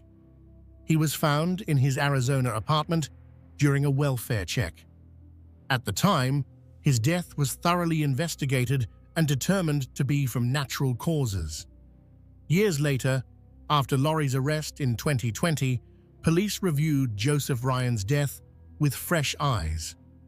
A recording surfaced in which Lori mentioned wanting to kill Ryan, like Nephi killed, a reference to a Book of Mormon figure who killed a man under divine instruction. Despite this disturbing statement and the renewed investigation, authorities found no evidence whatsoever of foul play in Joseph's death. The medical evidence clearly supported natural causes. While the timing may seem suspicious given subsequent events, there is no factual basis to suggest Joseph Ryan was murdered. He died of heart disease. In 2006, between her divorce from Joseph Ryan and his eventual death, Lori married for a fourth time. Her new husband was Leland Charles Anthony Vallow, who went by the name Charles. Charles was a businessman, relatively successful, and, by all accounts, a genuinely good person. Friends described him as generous, caring, and devoted to his family. This marriage appeared, for a time at least, to offer Lori the stability she'd been seeking. In 2013, Charles and Lori made a decision that would ultimately become one of the most heartbreaking elements of this entire story. They adopted Charles's grandnephew, a little boy named Joshua Jackson Vallow, known to everyone as JJ. JJ's biological parents struggled with substance abuse, and when JJ was born with drugs in his system, spending time in the neonatal intensive care unit, it became clear he couldn't stay with them. Charles's sister Kay and her husband Larry Woodcock initially cared for JJ for nearly his first year of life, but ultimately, Charles and Lori adopted him, giving him what everyone hoped would be a loving, stable home. JJ was diagnosed with autism, which meant he required extra care and attention. Friends and family members who knew Lori during this time consistently described her as a patient, devoted mother. April Raymond, who met Lori in 2015 in Hawaii, said Lori did everything for JJ, that he and Tylee were the center of her world. The Lori that people knew in the mid-2000s seemed like a woman who had finally found her calling in motherhood, who had put aside dreams of fame and recognition to focus on raising her children. But something was about to change. Something that would begin subtly, then accelerate with terrifying speed, transforming Lori from a devoted mother into someone capable of unspeakable acts. Meanwhile, about 1,000 miles north, another life was unfolding. Chad Guy Daybell was born on August 11, 1968, in Provo, Utah, into a Mormon family. He grew up in the neighboring city of Springville, and by all accounts, had a relatively conventional Mormon upbringing. He was religious, studious, interested in both history and prophecy, interests that would eventually converge in his career as a writer. On March 9, 1990, Chad married Tammy Douglas in the Manti, Utah Temple, one of the sacred spaces where Mormons perform their most important religious ceremonies. This was Chad's first and, for many years, only marriage. Tammy was a school librarian, described by those who knew her as active, healthy, and devoted to her family and her community. Together, Chad and Tammy would have 5 children: Emma, Seth, Mark, Leah, and Garth. By all appearances, they were a solid family unit, raising their children in the Mormon faith and building a life together. In 2004, Chad and Tammy founded Spring Creek Book Company, a small publishing house focused on religious literature, particularly books aimed at Latter-day Saints readers.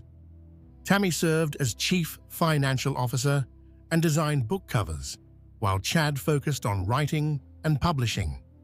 This was a modest operation, not making anyone rich, but providing a sense of purpose and a way to share Chad's increasing interest in apocalyptic prophecy and near-death experiences. In 2007, Chad published the first novel in his fictional series, Standing in Holy Places. These books weren't mainstream religious fiction. They were focused on the end times, on preparedness for catastrophic events, on the idea that believers needed to steel themselves for the coming apocalypse.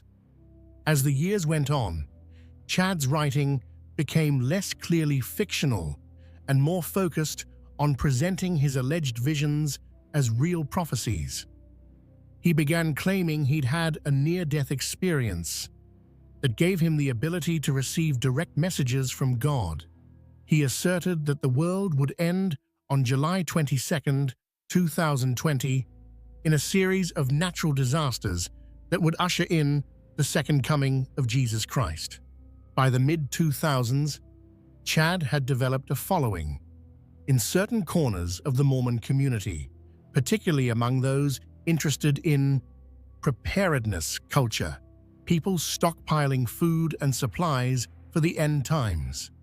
He positioned himself as a prophet, someone chosen by God to lead 144,000 people through the apocalypse, a number drawn from the Book of Revelation.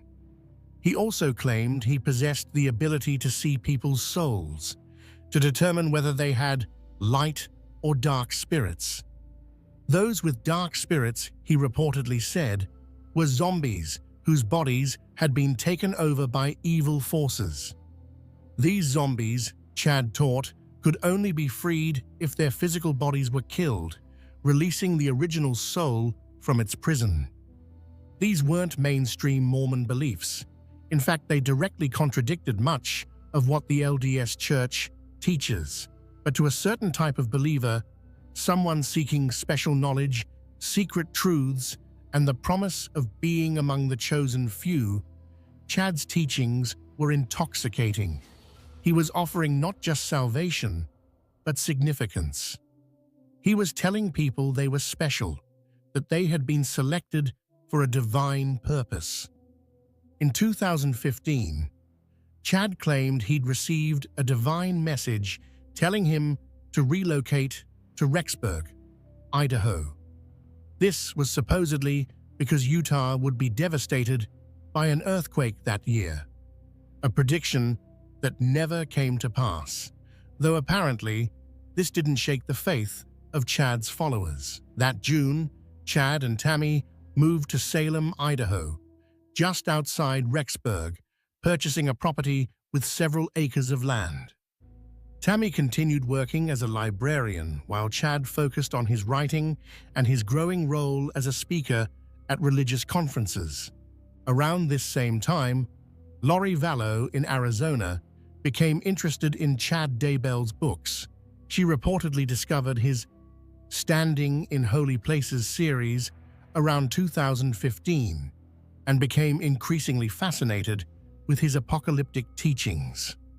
Over the next few years, she read more of his books, listened to podcasts featuring excommunicated Mormons discussing end times prophecy, and dove deeper into radical religious beliefs that increasingly diverged from mainstream Mormonism. In late 2018, Lori began corresponding with Chad online. Here were two people, both in what appeared to be stable marriages, both raising families, who found in each other something they'd been missing. For Chad, perhaps it was adoration and validation from an attractive woman who hung on his every word. For Lori, perhaps it was the promise of special significance, the idea that she wasn't just another suburban mum, but rather a goddess with a divine mission. In October 2018, Lori attended a Preparing a People conference where Chad was speaking and signing books. This was where they met in person for the first time. According to later testimony from Lori's friend, Melanie Gibb, the connection between Lori and Chad was immediate and intense. They began communicating constantly, and Chad started telling Lori things that would fundamentally alter her perception of reality. He told her that they had been married to each other in multiple past lives. He said they were destined to be together for eternity and that they would lead the 144,000 chosen people through the end times. He told her that various people in their lives, including their own spouses, had become zombies possessed by dark spirits. Charles Vallow, Lori told Melanie Gibb, had been replaced by a demon named Ned or Hiplos. Tammy Daybell, according to texts between Chad and Lori, had been possessed by a spirit named Viola and was in limbo. And later, horrifyingly, Lori would tell people that her own children, Jay, and Tylee, had also become zombies. This belief system, according to prosecutors and expert testimony, wasn't harmless religious enthusiasm. It provided a framework that justified murder. Because if you genuinely believe that someone's soul has been replaced by an evil spirit, and if you believe that killing their body will free their soul, then murder becomes not just justified but necessary. It becomes a mercy, an act of spiritual liberation. And so, as 2018 turned into 2019, two families, the Vallows in Arizona and the Daybells in Idaho, were headed toward a collision course that would end in death and devastation. Part 2. The First Death. Charles Vallow. Charles Vallow had been noticing changes in his wife for months, and by early 2019, he was deeply worried. The woman he'd married, the mother who had seemed so devoted to their children, was acting completely differently. She was distant, secretive, spending hours on her phone, communicating with people Charles didn't know. She was making increasingly bizarre statements about religious prophecies and the end of the world. And most disturbingly, she'd begun talking about Charles himself in frightening terms. On January 31st, 2019, Gilbert, Arizona police officers responded to the Vallow home. The body cam footage from that night shows Charles, clearly distressed, trying to explain to officers that his wife had become unhinged. He told them that Lori believed she was a goddess, preparing for the end of days. He said she'd threatened to murder him. The concern on Charles's face in that footage is palpable. This was a man who knew something was terribly wrong, but didn't know how to fix it. On February 5th, 2019, Charles filed for divorce from Lori. In the court documents, he explicitly stated that he feared for his own safety and for the safety of the children. He was, it seems, one of the few people who truly recognized the danger Lori posed. But then, inexplicably, in the following month, Charles dismissed the divorce proceedings. Perhaps Lori had reassured him that things would get better. Perhaps he hoped that whatever phase she was going through would pass. Perhaps he simply loved her enough to keep trying. Whatever his reasons, it was a decision that would cost him his life. Later investigation would reveal that Charles had learned of Lori's infidelity with Chad Daybell 12 days before his death. On June 29, 2019, Charles sent an email to Tammy Daybell, Chad's wife, attempting to warn her about what was happening.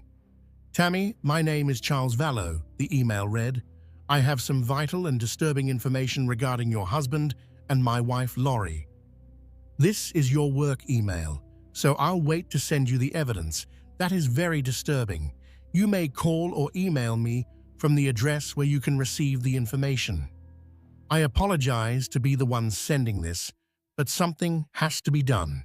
Evidence found during the investigation suggests that Tammy opened this email and then deleted it, blocking Charles's email address.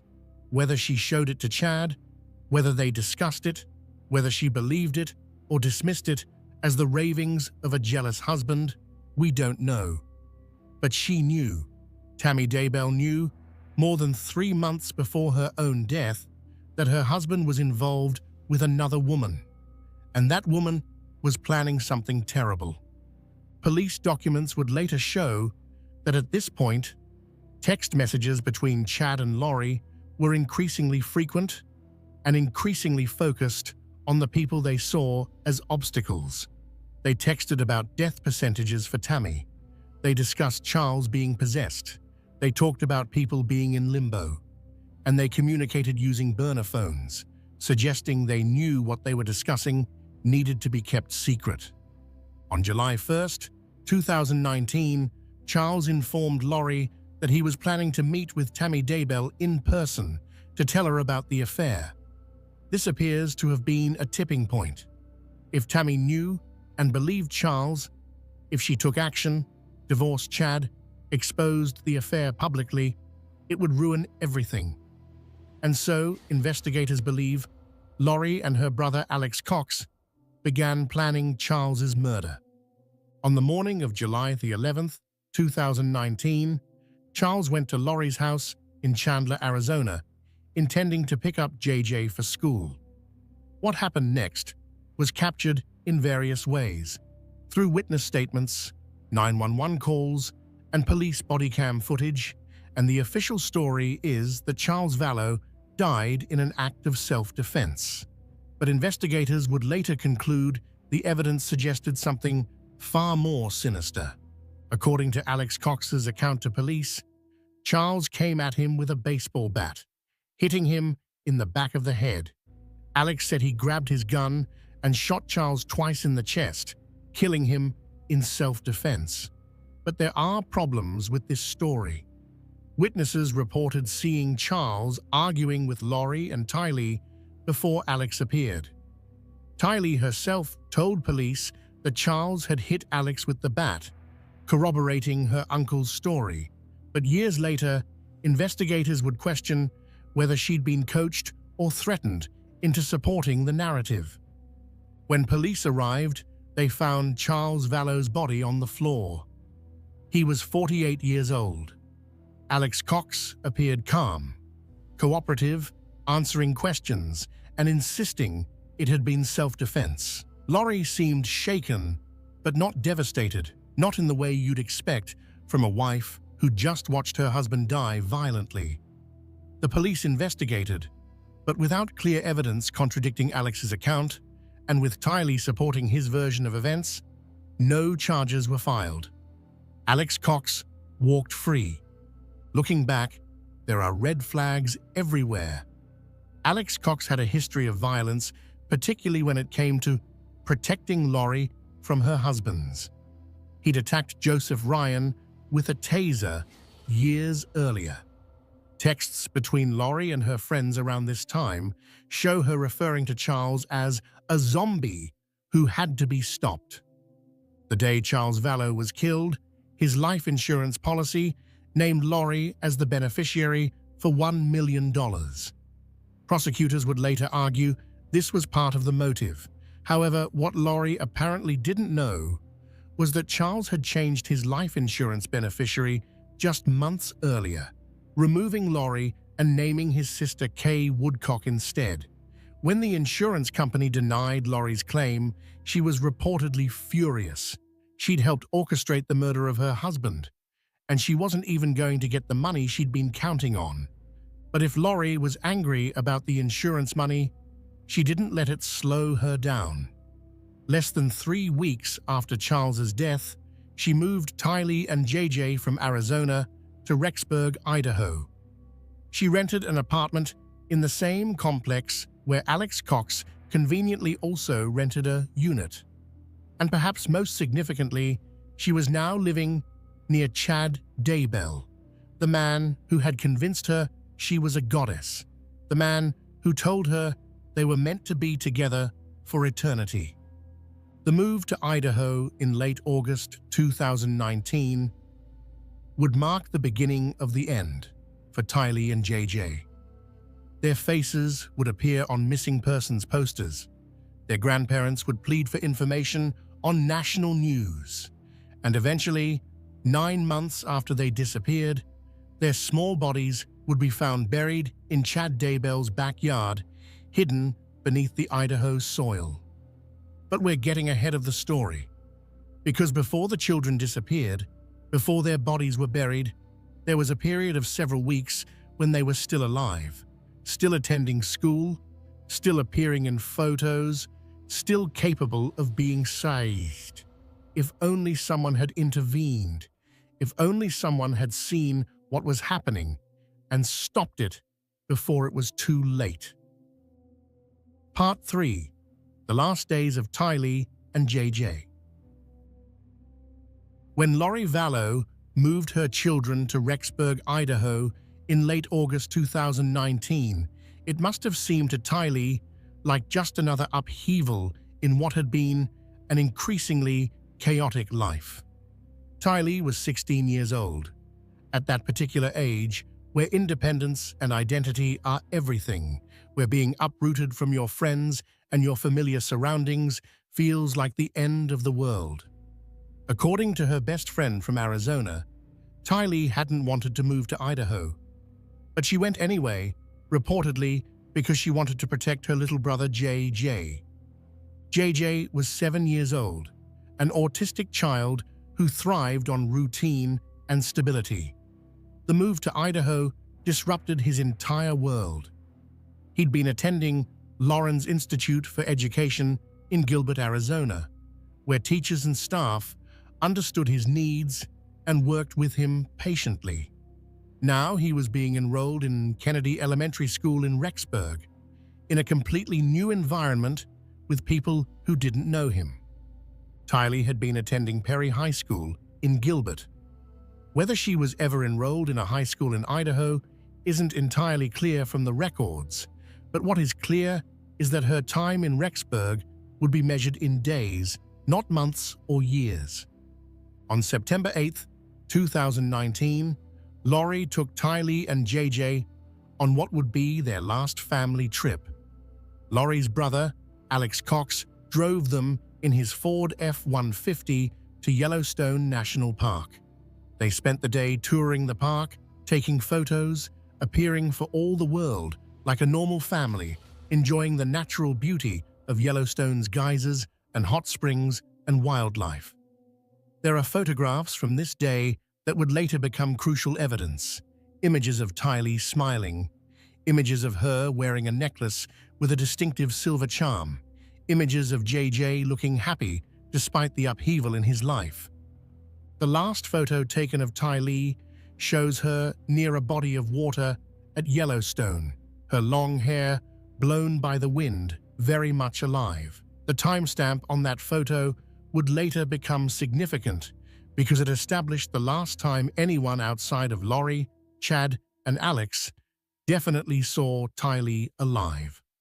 According to phone records, Alex Cox's phone pinged at a restaurant in West Yellowstone, Montana at 8:37 p.m. that evening.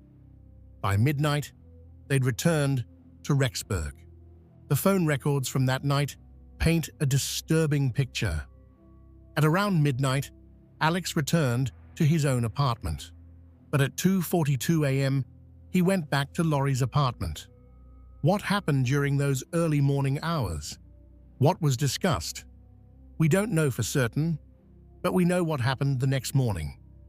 The morning of September 9th, 2019, Data from Alex Cox's cell phone placed him at Chad Daybell's property, specifically near the pet cemetery and fire pit area on Chad's land. The phone remained at that location for approximately 2 hours. About 14 minutes after Alex's phone showed him leaving the property, Chad Daybell sent a text message to his wife Tammy, who was away from home. The text read, "I spotted a big raccoon along the fence. I had my gun handy, and he is now in our pet cemetery. Fun times." This text message would later become one of the most chilling pieces of evidence in the case. Because when investigators eventually searched Chad Daybell's property 9 months later, they wouldn't find a raccoon in the pet cemetery. They would find the remains of 16-year-old Tylee Ryan, dismembered, burned, and buried in a shallow grave. The forensic analysis would later reveal just how horrific Tylee's death had been. Her body had been burned while still whole, not in pieces, according to forensic anthropologist Dr. Eric Bartelink. Large parts of her remains were missing, including her arms, legs, and portions of her ribs. What was found was examined by forensic experts who discovered evidence of blunt force trauma to many of her bones. The cause of death was officially listed as homicide by unspecified means because the extent of the burning and dismemberment made it impossible to determine exactly what had killed her. But there's no question that she died violently. Tylee's DNA would be found on a pickaxe and a shovel in Chad Daybell's garage. Surveillance footage would show Alex Cox and Lori visiting a storage unit on multiple occasions after Tylee's death, presumably disposing of evidence or moving belongings. But in the immediate aftermath, Lori said nothing. She didn't report Tylee missing. She didn't tell friends or family where Tylee had gone. She simply acted as if her teenage daughter had ceased to exist. When people asked about Tylee in the following weeks and months, Lori had various stories. Sometimes she said Tylee was at school. Sometimes she said she was with friends. Sometimes she said she'd gone to college, even though at 16, that would have been unusual. Lori's friend, Melanie Gibb, would later testify that she heard Lori refer to Tylee as a zombie, using the language Chad Daybell had taught her to describe people whose bodies had supposedly been taken over by dark spirits. If Lori truly believed this, if she genuinely thought Tylee's soul had been replaced and that murdering her daughter's body was somehow an act of spiritual liberation, it's hard to imagine a more tragic delusion. But whatever happened to Tylee in Chad Daybell's backyard on that September morning in 2019, one thing is certain: she was gone. And soon, her little brother would follow. J.J. Vallow continued attending Kennedy Elementary School in Rexburg after Tylee's disappearance, though one wonders what he was thinking, what questions he might have asked about where his sister had gone. JJ's autism meant he likely relied heavily on Tylee for emotional support and stability.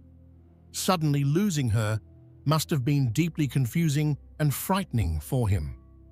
On the weekend of September 21st to 22nd, 2019, Lori's friends, Melanie Gibb and David Warwick, were staying with her in Rexburg. This was about 2 weeks after Tylee had disappeared. On the evening of September 22nd, David Warwick witnessed Alex Cox carrying JJ into Lori's apartment. The boy was reportedly asleep on his uncle's shoulder.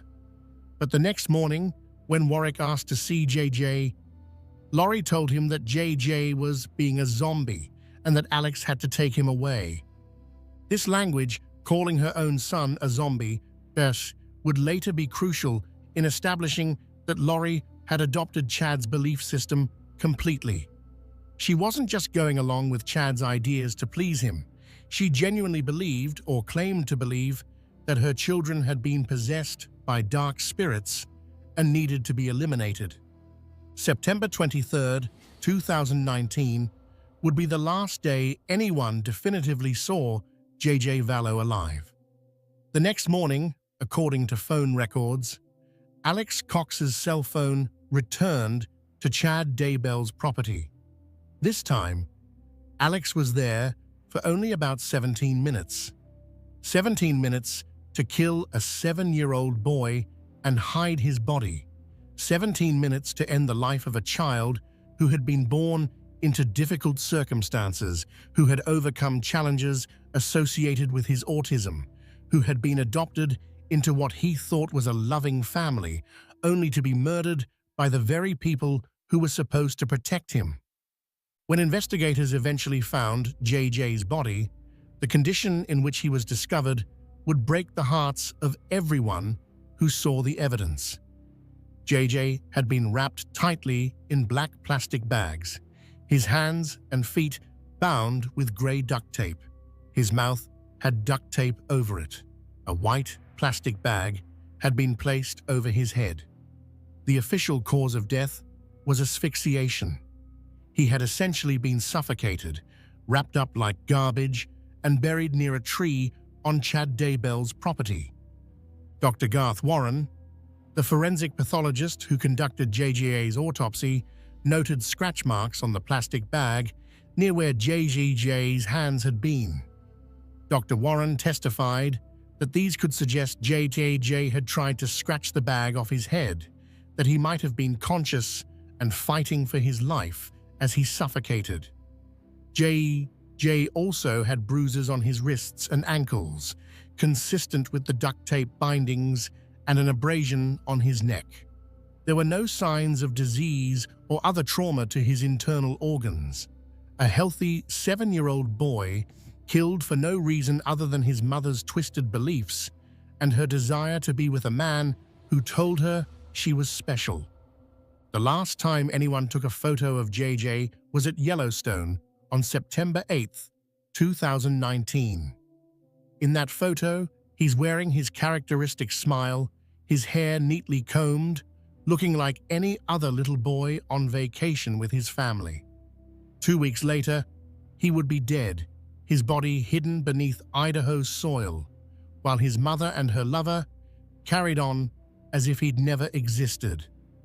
On October 29, 2019, Lori officially withdrew JJ from Kennedy Elementary School, telling administrators he would be homeschooled. This was approximately 5 weeks after JJ had been killed and buried.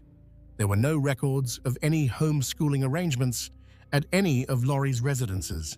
No school district ever received requests for JJ's academic records. It was a lie, one of many Lori would tell, as she tried to cover up what she'd done. But by late October 2019, Lori had bigger concerns than explaining where her children had gone, because Chad Daybell's wife Tammy was about to become the next victim. Part 4. Tammy Daybell's death. Tammy Douglas. Daybell had been married to Chad for 28 years. They'd raised 5 children together. They'd built a life centered around their faith, their family, and their small publishing company. Friends and co-workers universally described Tammy as healthy, active, and engaged with life. She worked as a librarian at Central Elementary School. She attended high-intensity fitness classes regularly. She was taking a clogging class. Several people who exercised with Tammy in the months before her death described her as fit and able to keep up with vigorous workouts without difficulty. Tammy was 49 years old in October 2019. There was no indication she was seriously ill. She hadn't expressed concerns about her health to her friends. She seemed to have years ahead of her to watch her children grow up, to welcome grandchildren, to continue the life she'd built.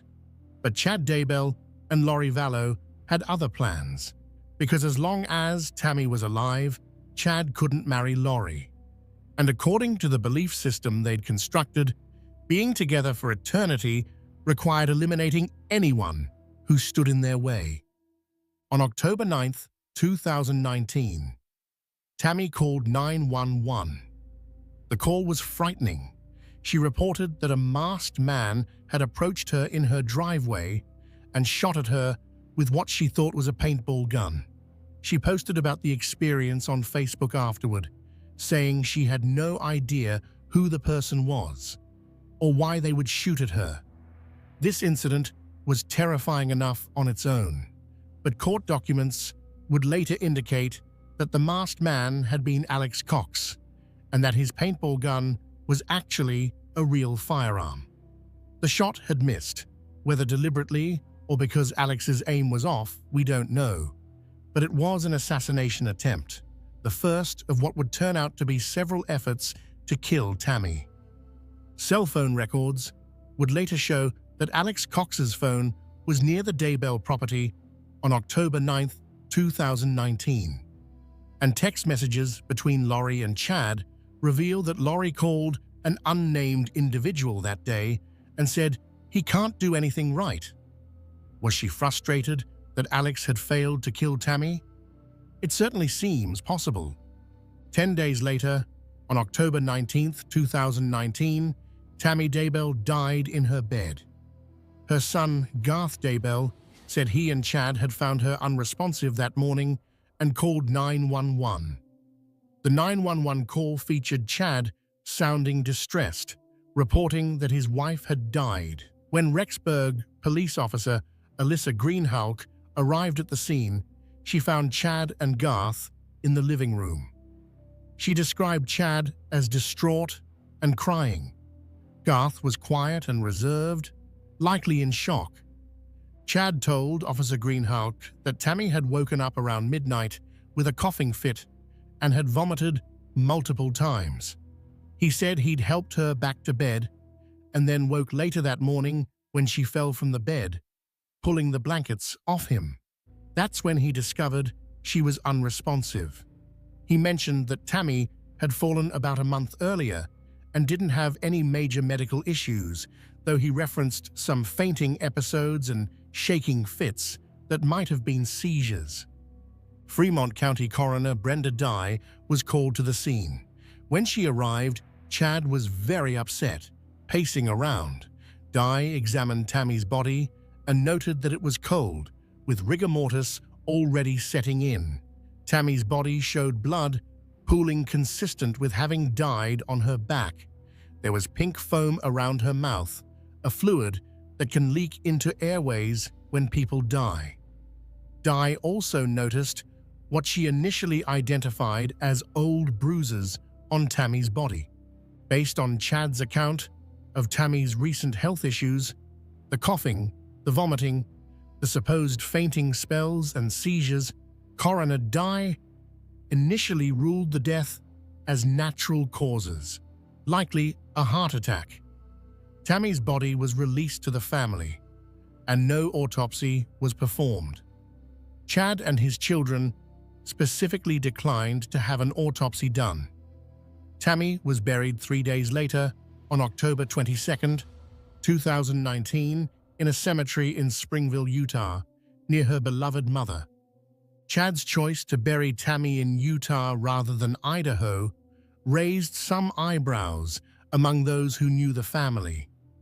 When questioned about it, Chad explained that the weather was colder in Rexburg and that Tammy would have wanted to be buried near her mother. It seemed like a reasonable explanation, but looking back, you have to wonder if Chad chose to bury Tammy in Utah to make it more difficult for investigators to exhume her body if questions ever arose about her death. Less than 24 hours after reporting Tammy's death, Chad sent a text message to Lori. "I know exactly how you feel." What did he mean by this? Was he referencing the deaths of Charles Vallow and the children? Was he acknowledging that he'd just gotten away with murder, just as Lori had? The exact meaning is ambiguous, but the timing is chilling. Approximately 2 weeks after Tammy's funeral, on November 5th, 2019, Chad Daybell and Lori Vallow got married on a beach in Hawaii. Let that timeline sink in. 28-year marriage ends. Wife buried. 14 days later, beach wedding to a woman whose husband had been killed less than 4 months earlier and whose 2 children had recently disappeared. Photos from the wedding show Chad and Lori smiling, barefoot on the sand, looking for all the world like 2 people in love, starting a new life together. Text messages from around this time show Lori talking about their completed mission, about how they were now free to be together eternally. On October 2nd, 2019, Lori had purchased a wedding ring on Amazon, the same day as another significant event we'll discuss shortly. The ring was later seen on her finger in wedding photos. Chad's adult children, Emma, Seth, Mark, Leah, and Garth, were apparently not invited to their father's quick remarriage. In fact, most of the family seemed to have been kept in the dark about how fast Chad had moved on. When Tammy's sister, Samantha Gwilliam, learned that Chad had remarried only 2 weeks after Tammy's death and 1 month after her burial, she was shocked. Chad had told Samantha that his new wife's name was Lori Ryan, using her daughter's last name, not Vallow, and that her previous husband had died of a heart attack. He also told Samantha that Lori had no children, that they would be empty nesters. This was a lie, of course. Lori had 4 living children at the time of this conversation, her adult son Colby, and the now deceased Tylee and JJ. Even if Chad believed Tylee and JJ were dead, which he certainly should have, since their bodies were buried in his backyard. Telling family members that Lori had no children was a calculated deception designed to prevent questions about where those children might be. Chad and Lori returned from their Hawaiian honeymoon and settled into what they apparently thought would be their new life together. They'd eliminated the obstacles. They'd gotten away with murder. They were free to lead their 144,000 followers into the apocalypse, which, according to Chad's prophecy, would arrive on July 22, 2020. But they'd made a crucial miscalculation. They'd forgotten about JJ's grandparents, Kay and Larry Woodcock. Part 5. The Search for the Missing Children. Kay Woodcock was Charles Vallow's sister, and her bond with JJJ went back to his earliest days. When JJ was born with drugs in his system due to his biological parents' substance abuse issues, Kay and her husband Larry had stepped in immediately. For nearly 10 months, they'd cared for this tiny, vulnerable infant, watching him overcome his difficult start, celebrating every milestone. When Charles and Lori adopted JJ in 2013, Kay had been relieved and happy. She knew her grandson would be raised by her brother, a man she trusted completely, and his wife, who at that time seemed to be a devoted mother. Kay had watched JJ grow from that fragile newborn into a bright, energetic boy. Yes, he had autism, which meant he experienced the world differently than neurotypical children. He needed structure, routine, patience, but he was also funny, affectionate, and full of life. Kay loved him fiercely, as grandmothers do, and made it a point to stay actively involved in his life even though she lived in a different state. After Charles's death, in July 2019, Kay's concern for JJ intensified. Charles had been JJ's advocate, his protector, the parent who truly understood how to care for him. With Charles gone, killed in circumstances that seemed suspicious even if the police had ruled it self-defense, Kay worried about whether JJ would continue to get the care and attention he needed. She tried to maintain regular contact with him, calling frequently to hear his voice, to let him know his grandma loved him, to make sure he was okay. But in the months after Charles's death, something changed. Kay's phone calls with JJ became less and less frequent. At first, when Kay would call, Lori would answer and explain that JJ wasn't available. He was at school, learning and playing with other children. He was sleeping, tired from a busy day. He was playing with his toys and couldn't come to the phone right now. These seemed like reasonable excuses. Children have routines, activities, nap times. Kay understood this, but as weeks turned into months, and Kay still couldn't actually speak to JJ, the excuses started seeming less reasonable and more like evasions. Why was JJ never available? Why couldn't Lori schedule a time for Kay to call when JJ would be free? Why did every attempt to connect with her grandson result in another excuse, another delay, another promise that next time she'd be able to talk to him? Kay's worry transformed into alarm. Something was wrong. She couldn't quite articulate what, but her grandmother's instinct was screaming that JJ was in danger. She shared her concerns with Larry, and together they decided they needed to take action. If Lori wouldn't let them talk to JJ, if she kept making excuses and putting them off, then they needed someone with authority to check on the boy and make sure he was safe. On November 26, 2019, Kay and her husband, Larry Woodcock, asked Rexburg police to conduct a welfare check on JJ. This simple request, grandparents worried about their grandson, asking police to make sure he was okay, would set in motion a chain of events that would eventually expose the full scope of Lori and Chad's crimes. When Rexburg police arrived at Lori's apartment on November 26th, she lied to them. She told officers that JJ was in Arizona, staying with her friend Melanie Gibb. The officers had no reason not to believe her. They noted her statement and left, presumably intending to follow up with Melanie Gibb to confirm JJ's whereabouts. But Lori knew the lie would unravel quickly, so she called Melanie Gibb and asked her to lie to the police if they contacted her, to say that JJ was with her even though he wasn't. Melanie Gibb initially went along with this, but the weight of the lie gnawed at her conscience. The next day, Melanie called the Rexburg police and told them the truth. JJ Vallow was not with her.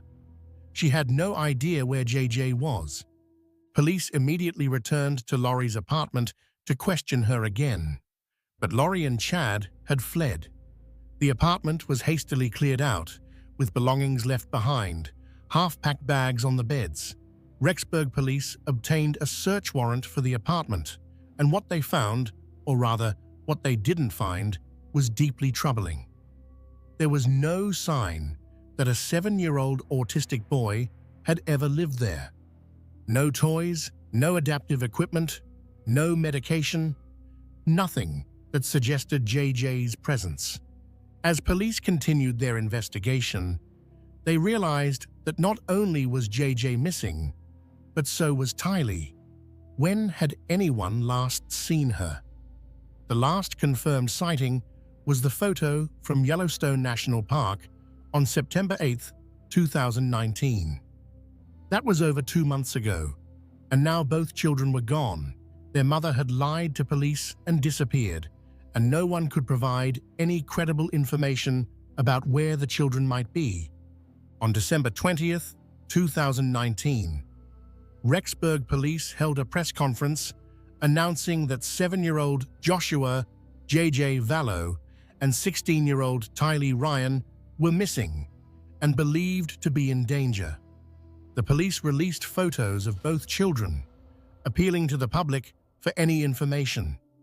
The case immediately captured national attention.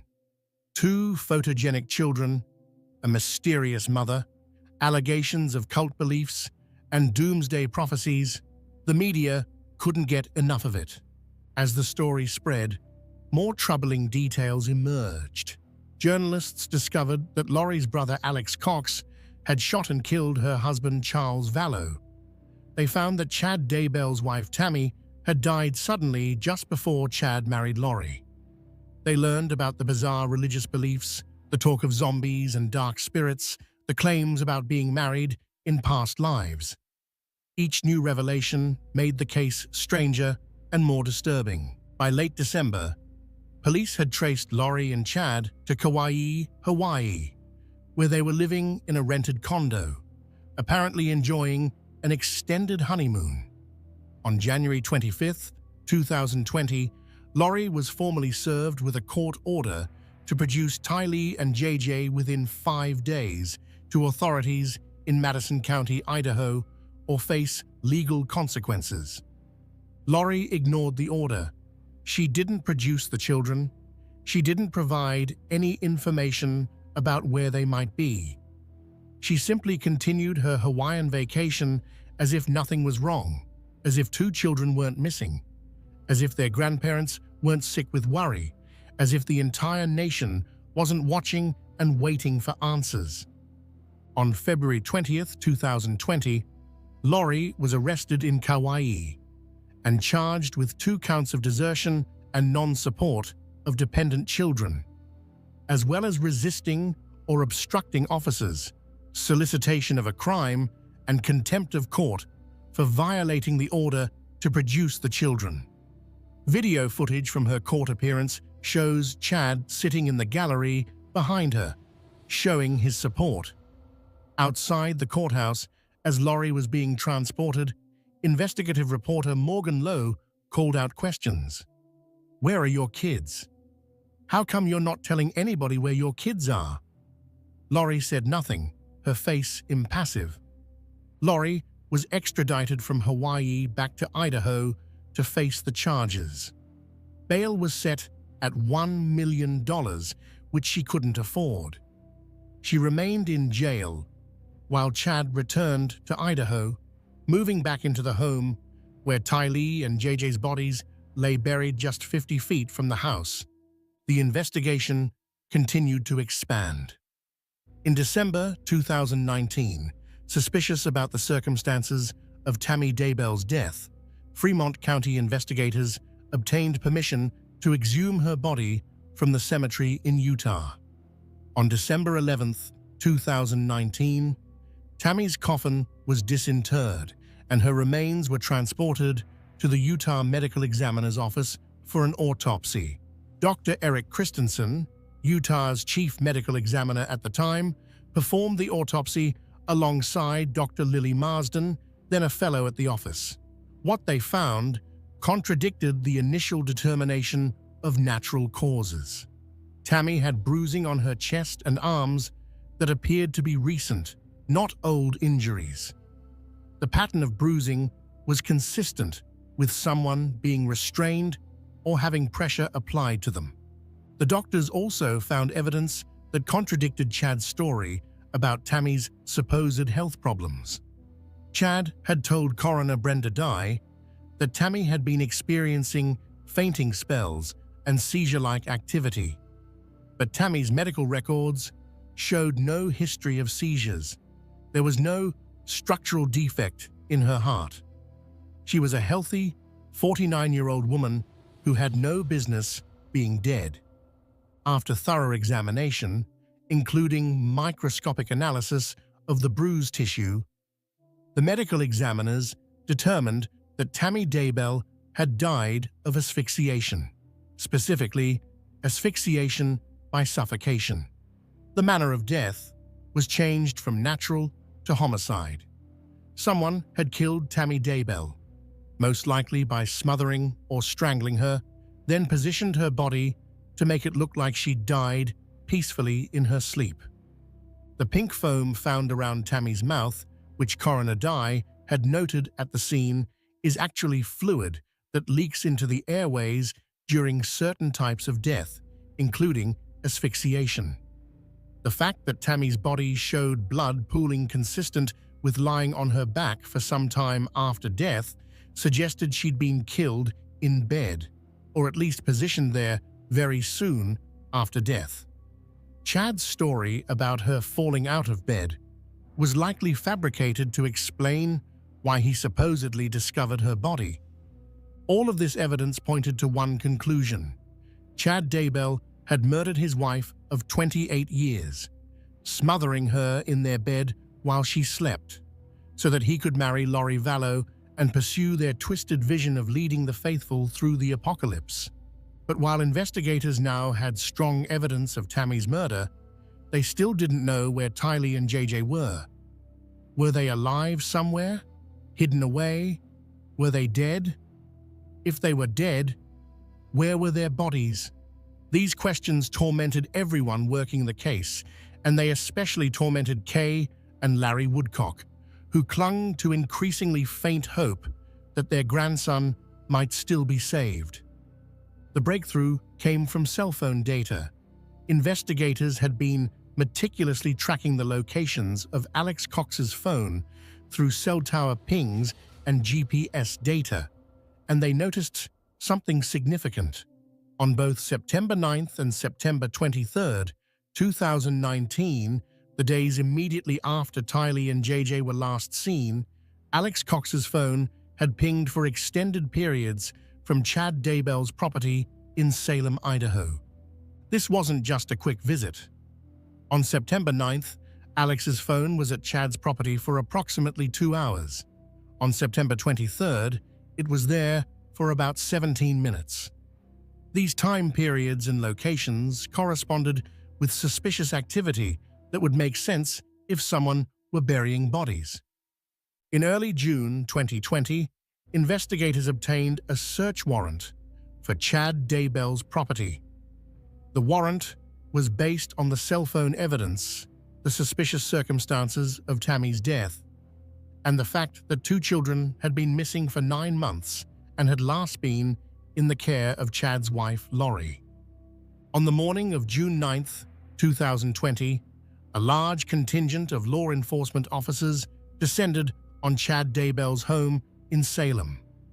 FBI agents, detectives from multiple jurisdictions, forensic specialists, and cadaver dogs all arrived to conduct what everyone feared would reveal the worst-case scenario. Chad Daybell was home when the search began. He asked to contact his attorney and then sat in his car, watching as investigators began marking off areas of interest in his backyard. He watched as they brought in equipment, as they carefully photographed every inch of the property, as they began the painstaking process of excavating areas where the cadaver dogs had indicated possible human remains. Detective Ray Hermosillo would later testify in chilling detail about what they found that day. The first discovery came near a tree in the backyard. They removed the top layer of earth, revealing grass that was shorter than the surrounding area, as if it had been recently disturbed. Beneath the sod and topsoil, they found 3 large, flat, white rocks. Under the rocks were thin pieces of wood paneling, and beneath that, a layer of black plastic. One of the crime scene investigators cut a hole in the black plastic. Beneath it was white plastic, like a bag, and inside that bag was the small body of a child. They could see brown human hair through the plastic. Carefully, methodically, they continued the excavation. The child was wrapped tightly in plastic, with duct tape binding the hands and feet. There was duct tape over the mouth, a white plastic bag over the head. It was J.J. Vallow. He was wearing red pajamas and black socks. His small body had been wrapped up like garbage and buried beneath rocks and wood paneling. The care taken to hide him, the layers of earth and stone and plastic, contrasted horrifically with the violence of how he'd been killed. His arms and legs were bound.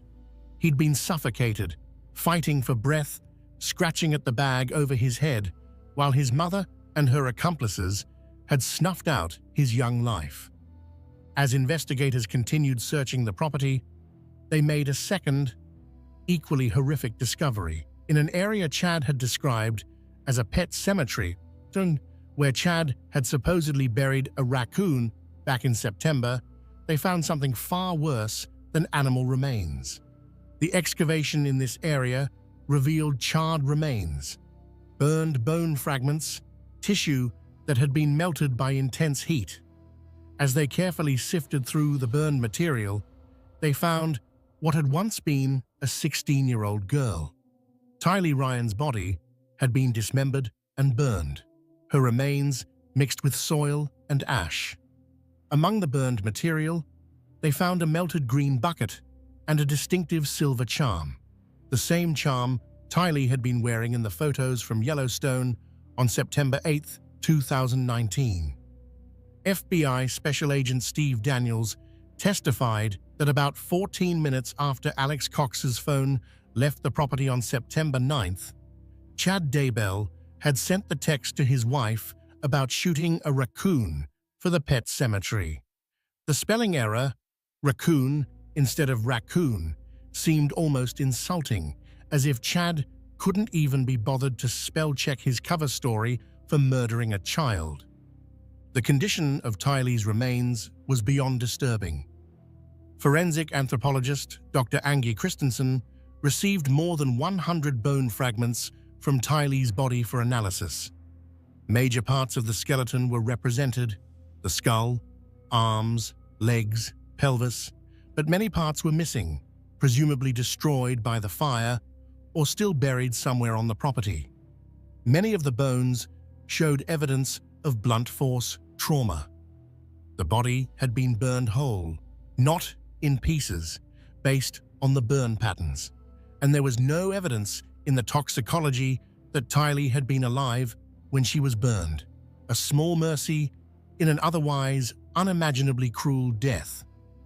The moment Jay's body was confirmed as found, someone apparently radioed Chad Daybell's daughter Emma, where Chad had been waiting. Detective Eric Wheeler testified that he saw Chad's daughter Emma approach the car where Chad sat handcuffed, crying as Chad told her how to access his bank account. "I'm sorry," he was overheard saying to her. Then Chad drove away from his daughter's house at a high rate of speed. Detective Wheeler pursued him and stopped him, placing Chad under arrest and informing him that Jay's remains had been found. Chad Daybell was taken into custody on June 9, 2020, and charged with 2 counts of destruction, alteration, or concealment of evidence. Additional charges, including murder charges, would come later as the investigation continued and more evidence was gathered. The discovery of the children's bodies answered the question everyone had been asking: where are Tylee and Jay? But it raised 100 more questions. Who exactly had killed these children? When? How? Had they suffered? Did they know what was happening to them? And most painfully for those who loved them, could they have been saved if someone had intervened sooner? The news of the discovery spread quickly. Within hours, every major news organization in America was reporting the story. The images of the small graves being excavated, the footage of Chad Daybell being arrested as he fled his daughter's home, the photographs of Jay and Tylee that had been displayed on missing persons posters for months. All of it flooded television screens and social media feeds across the country. The public reaction was intense and visceral. People who had followed the case from the beginning felt devastated but not surprised.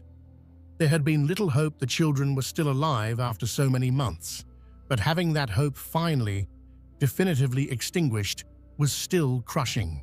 Those who were learning about the case for the first time were horrified, struggling to comprehend how a mother could kill her own children and then go on vacation in Hawaii as if nothing had happened.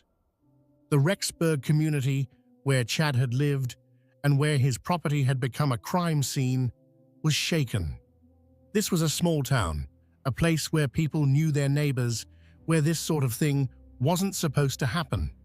Residents had to grapple with the fact that 2 children had been buried just yards from a home in their community for 9 months, while everyone went about their daily lives completely unaware of the horror that lay hidden beneath the Idaho soil.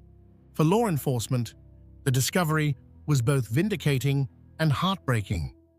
The investigators who had worked tirelessly for months, following leads, analyzing phone records, building their case, had suspected all along that the children were dead. The cell phone evidence had pointed to Chad's property specifically, but suspecting something and confirming it are 2 different things. Finding the actual bodies, seeing the condition they were in, understanding the violence that had been inflicted on these innocent children. It affected even the most experienced officers. FBI Special Agent Steve Daniels, who had been part of the excavation team, would later testify about the process of uncovering the burial sites. The testimony was clinical, professional, necessary for the legal proceedings. But behind the clinical language, you could sense the emotional weight of what these investigators had experienced. They'd gone to work that morning hoping they wouldn't find what they suspected they'd find. And then they found it anyway. 2 children, murdered and buried, hidden away like they'd never mattered at all. Kay and Larry Woodcock received the news at their home. They'd known on some level that this was the likely outcome. As the months had passed with no sign of J.G., hope had faded. But knowing something intellectually and having it confirmed are 2 different experiences. When the official confirmation came that the remains were indeed their grandson and his sister, the grief that had been building for months finally crashed over them like a wave. Larry Woodcock would later describe the moment in interviews and court testimony. The sense of helplessness, of having tried everything to save JJ and failed. The rage at Lori for what she'd done. The questions that would haunt them forever about whether there was something more they could have done, some action they could have taken that might have changed the outcome. These are the burdens that victims' families carry, the what-ifs and if-onlys that can never be answered satisfactorily.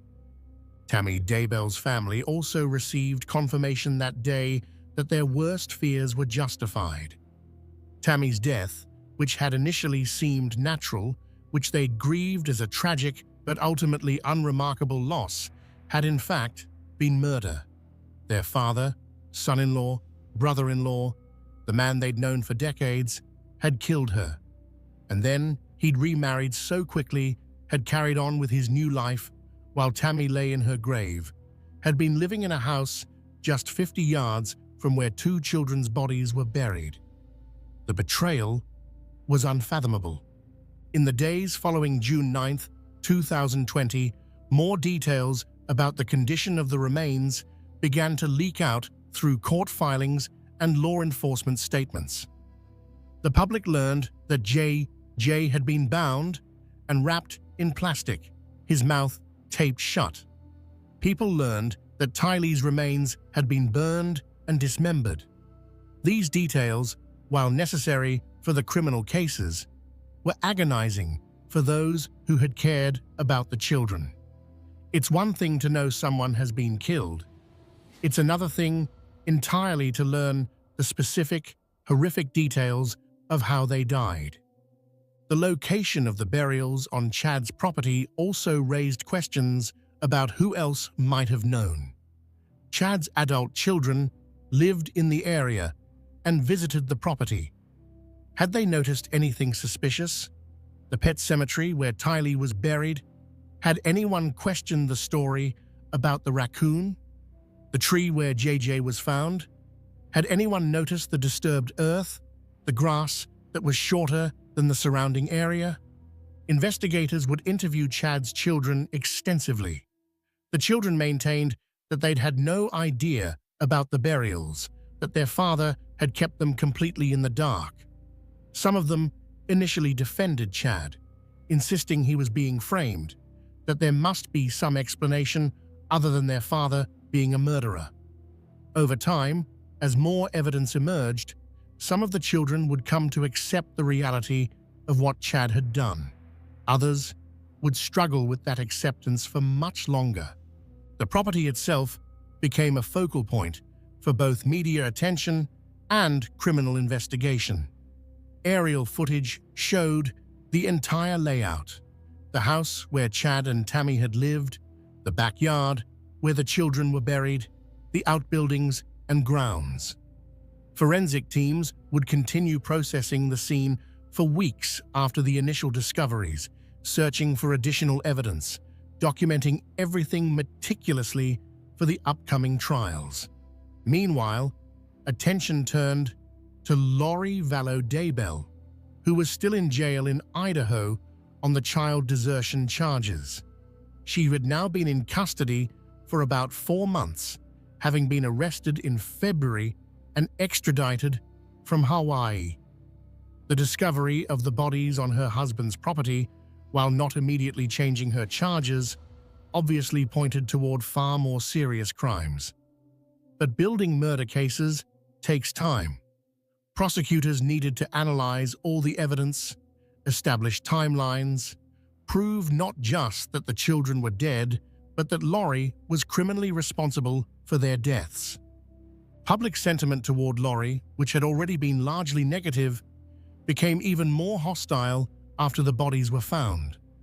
People who had given her the benefit of the doubt, who thought perhaps the children were alive somewhere, hidden away for reasons we didn't understand, now had to confront the reality that she'd been lying all along. She'd known exactly where the children were because she'd helped put them there.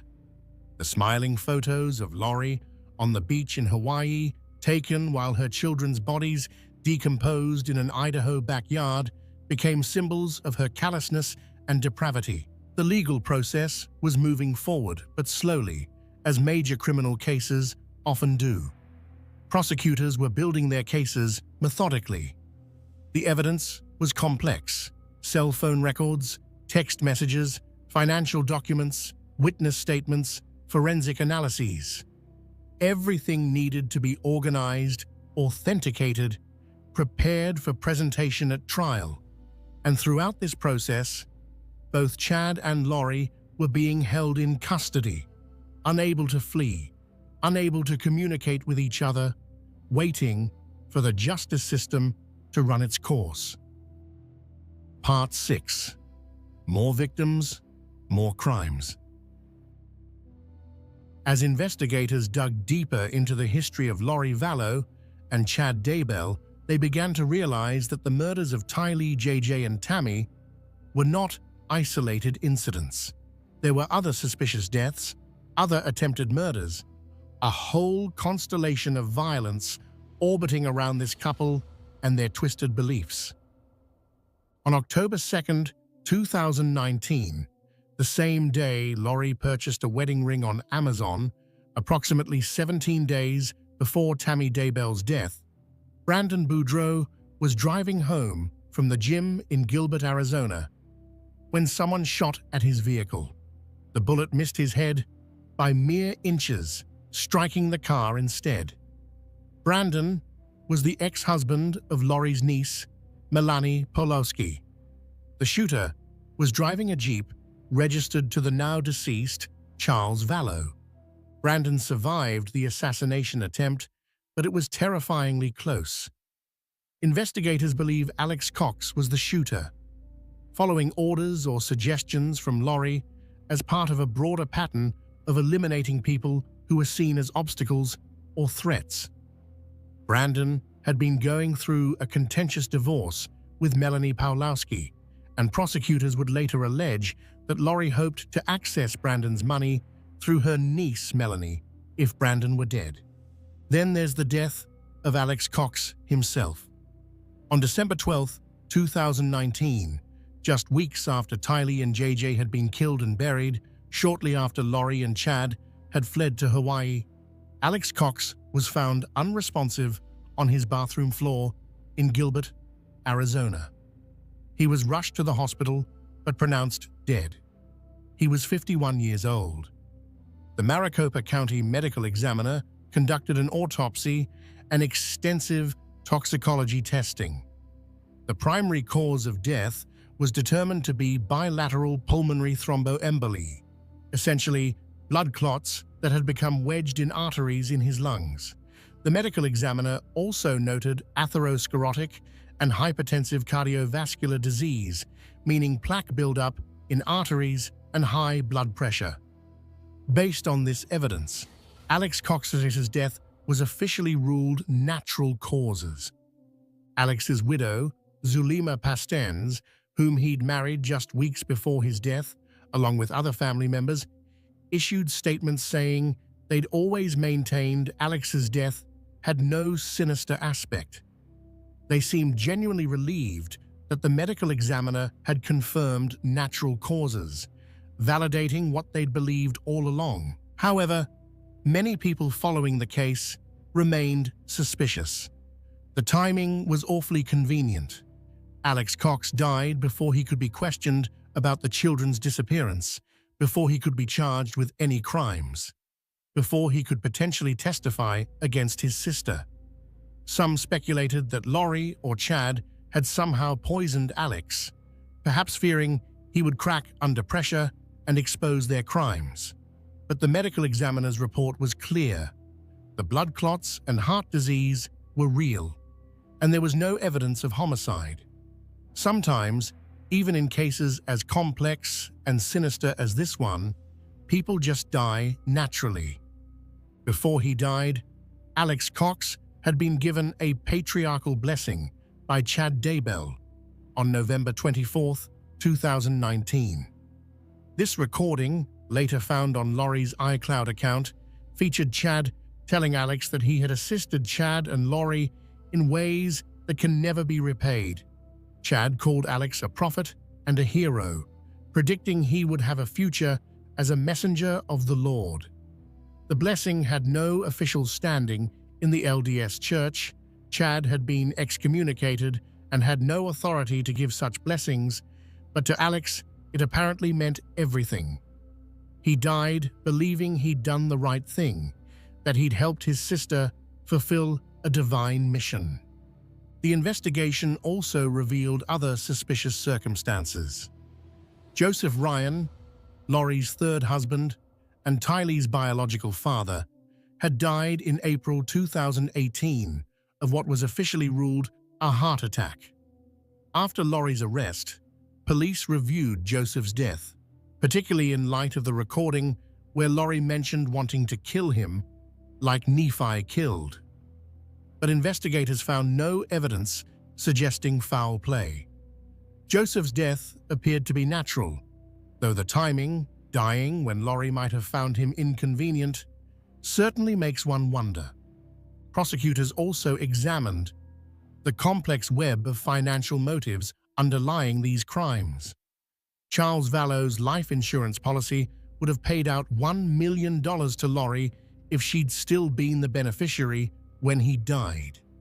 Chad Daybell had increased Tammy's life insurance policy shortly before her death. Lori was receiving Social Security survivor benefits for both J.J. and Tylee even after they were dead, essentially stealing money meant to care for them. The theft charges in the indictments reflected this ongoing fraud. And then there were the religious conferences, the followers, the people who bought Chad's books and attended his speaking events. Chad and Lori weren't just committing crimes for money or even just for each other. They were operating within a belief system that justified everything they did, a system where they were the heroes, the chosen ones, the people destined to save humanity. Part 7. The Trials and Verdicts.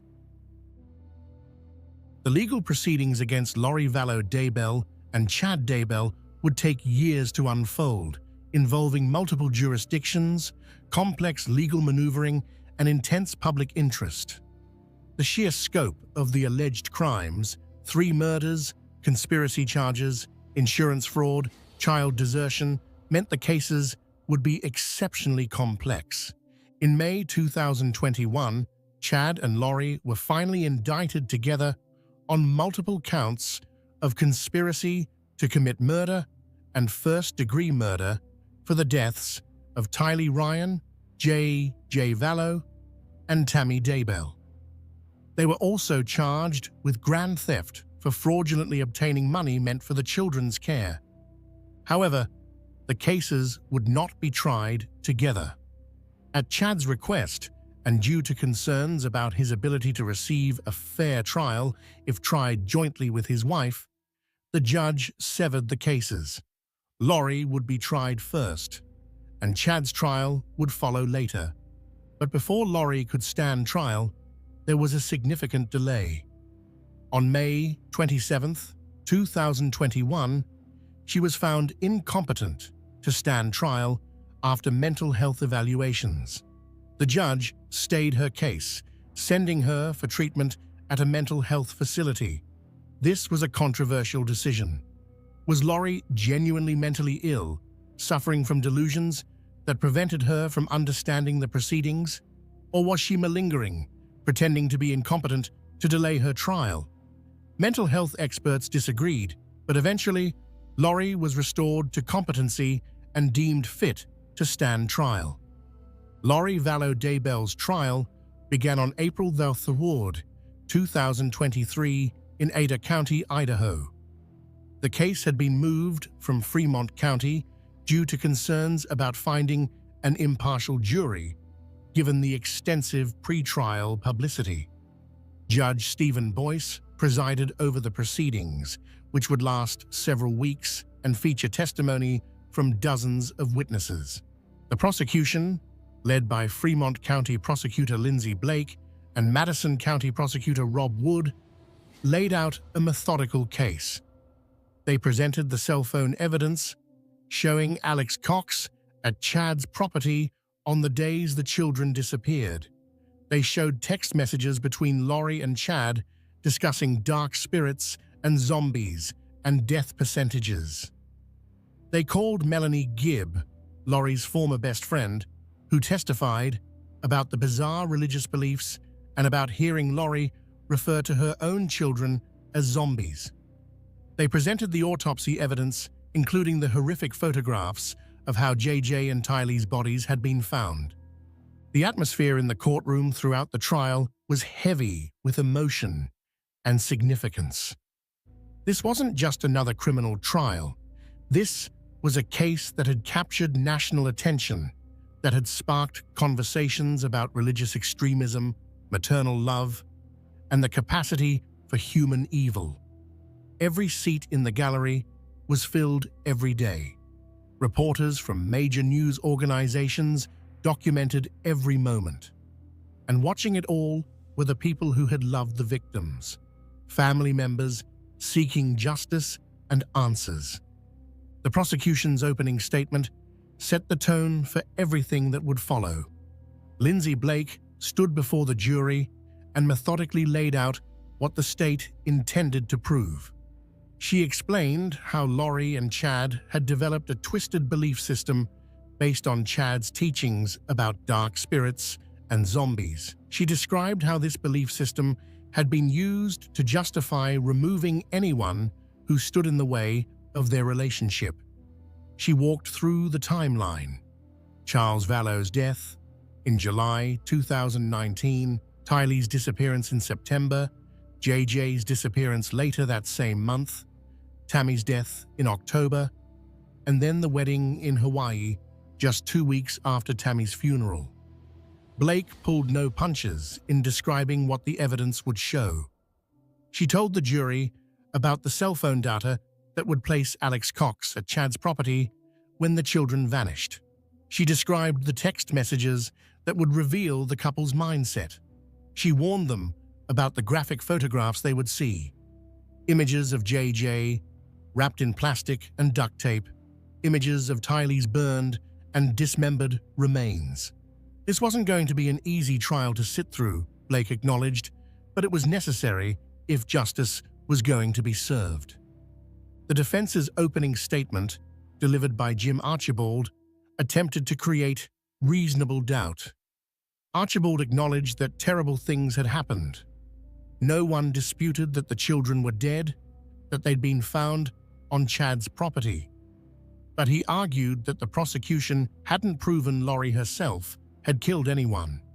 He suggested that Alex Cox, who had conveniently died before he could be charged or testify, might have been acting alone or primarily responsible.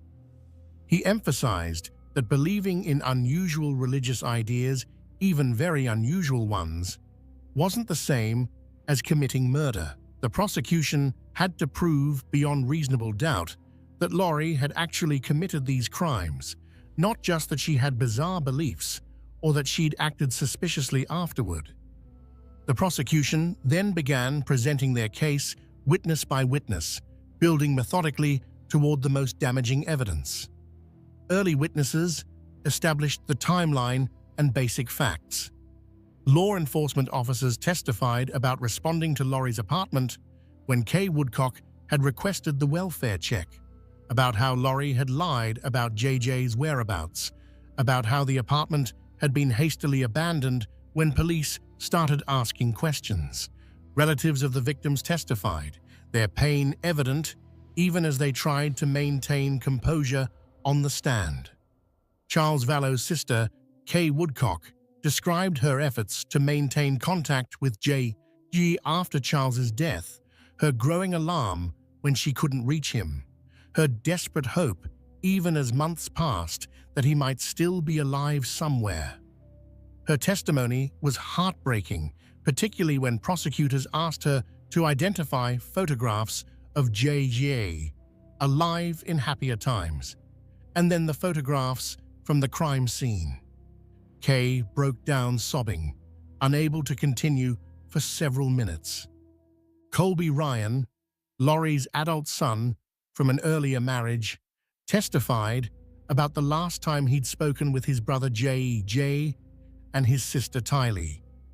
He described how Lori had lied to him about how Charles Vallow died, initially telling him it was a heart attack before the truth about the shooting came out. He talked about trying to reach his siblings after they'd moved to Idaho, about getting evasive answers from his mother, about the growing sense that something was terribly wrong. Watching Colby testify was perhaps one of the most poignant moments of the trial. A son forced to testify against his mother in a case involving the murders of his siblings. The complexity of his emotions was visible on his face throughout his testimony.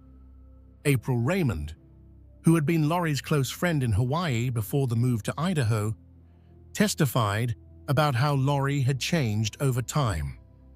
April described the Lori she'd first met in 2015, a devoted mother who seemed to do everything for her children, who was patient with JJ despite the extra demands his autism placed on her, who appeared to love Tylee deeply.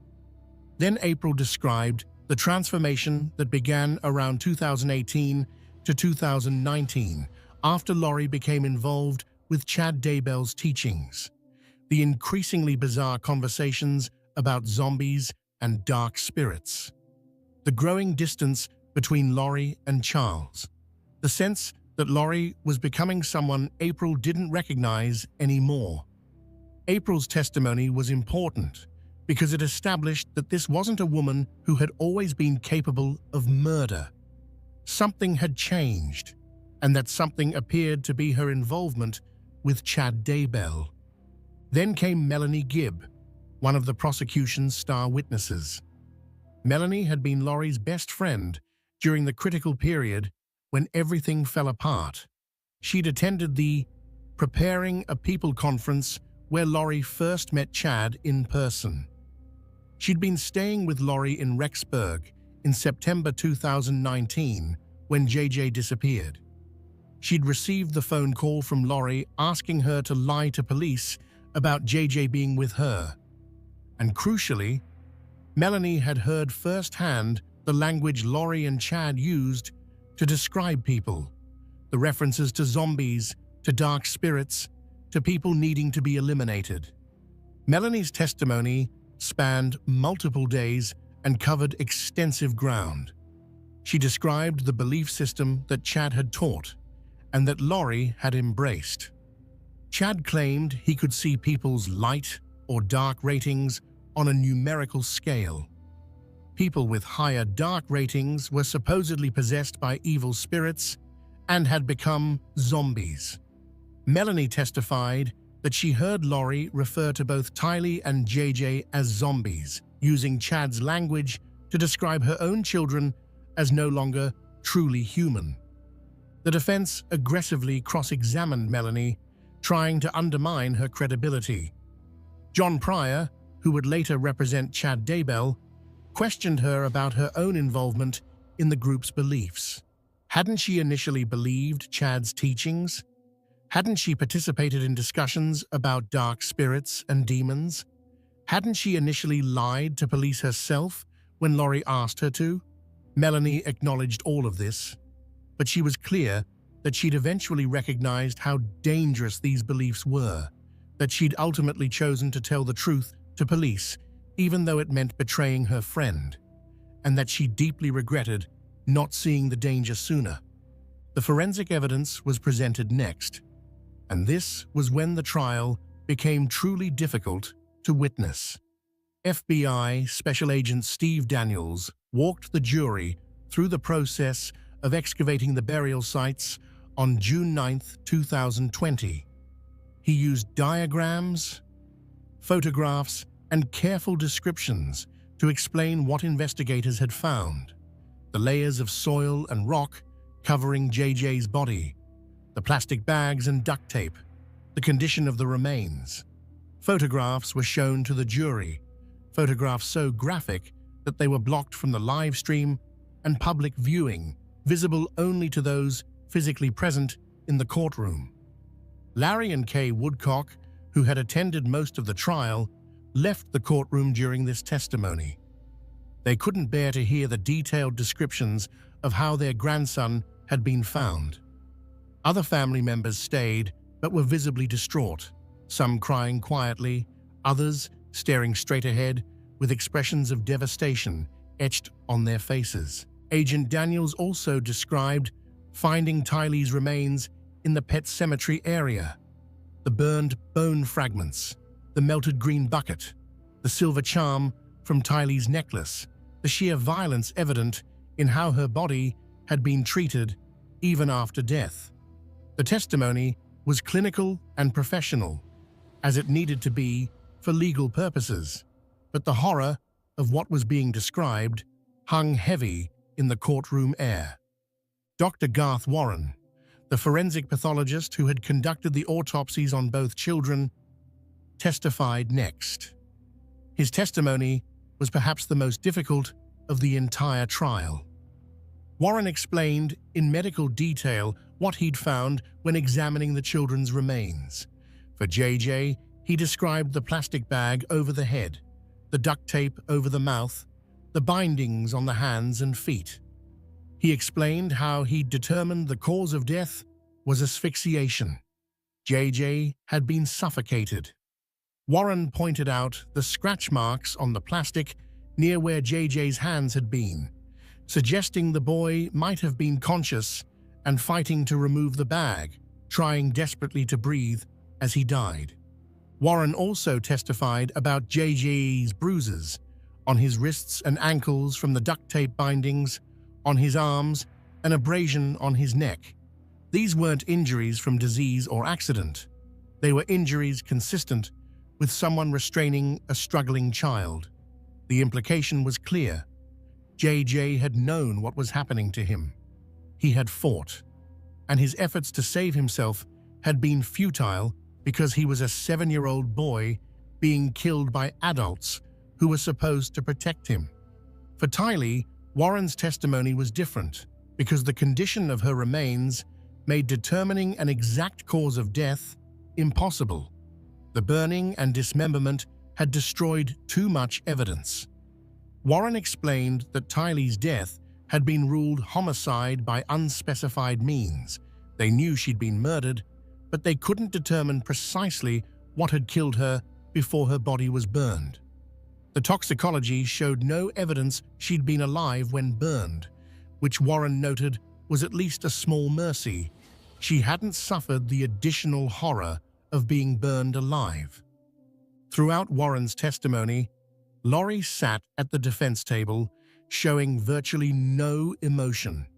She took notes occasionally, conferred with her attorneys in whispers, but never showed visible distress at the descriptions of how her children had died. This lack of affect, this apparent absence of normal human emotion, was noted by many observers and seemed to harden the jury against her. How could a mother sit unmoved while hearing clinical descriptions of her children's violent deaths? The prosecution also presented evidence about Charles Vallow's death and Tammy Daybell's death, establishing the broader pattern of people dying when they became inconvenient to Lori and Chad. Detective David Stubbs from Chandler, Arizona, testified about the investigation into Charles's shooting. He described the scene, Alex Cox's claim of self-defense, Tylee's statement supporting her uncle's version of events. He acknowledged that police at the time had believed it was self-defense, but that looking back with the benefit of hindsight and additional information, there were red flags they'd missed. Dr. Eric Christensen, the medical examiner who'd performed Tammy Daybell's autopsy after her exhumation, testified about finding evidence of asphyxiation. The bruising on Tammy's arms and chest, the pattern suggesting she might have been restrained, the pink foam around her mouth consistent with asphyxiation, the absence of any medical condition that would have caused natural death. Christensen was clear. Tammy Daybell had been murdered, almost certainly smothered in her own bed. The cell phone evidence was presented through multiple witnesses.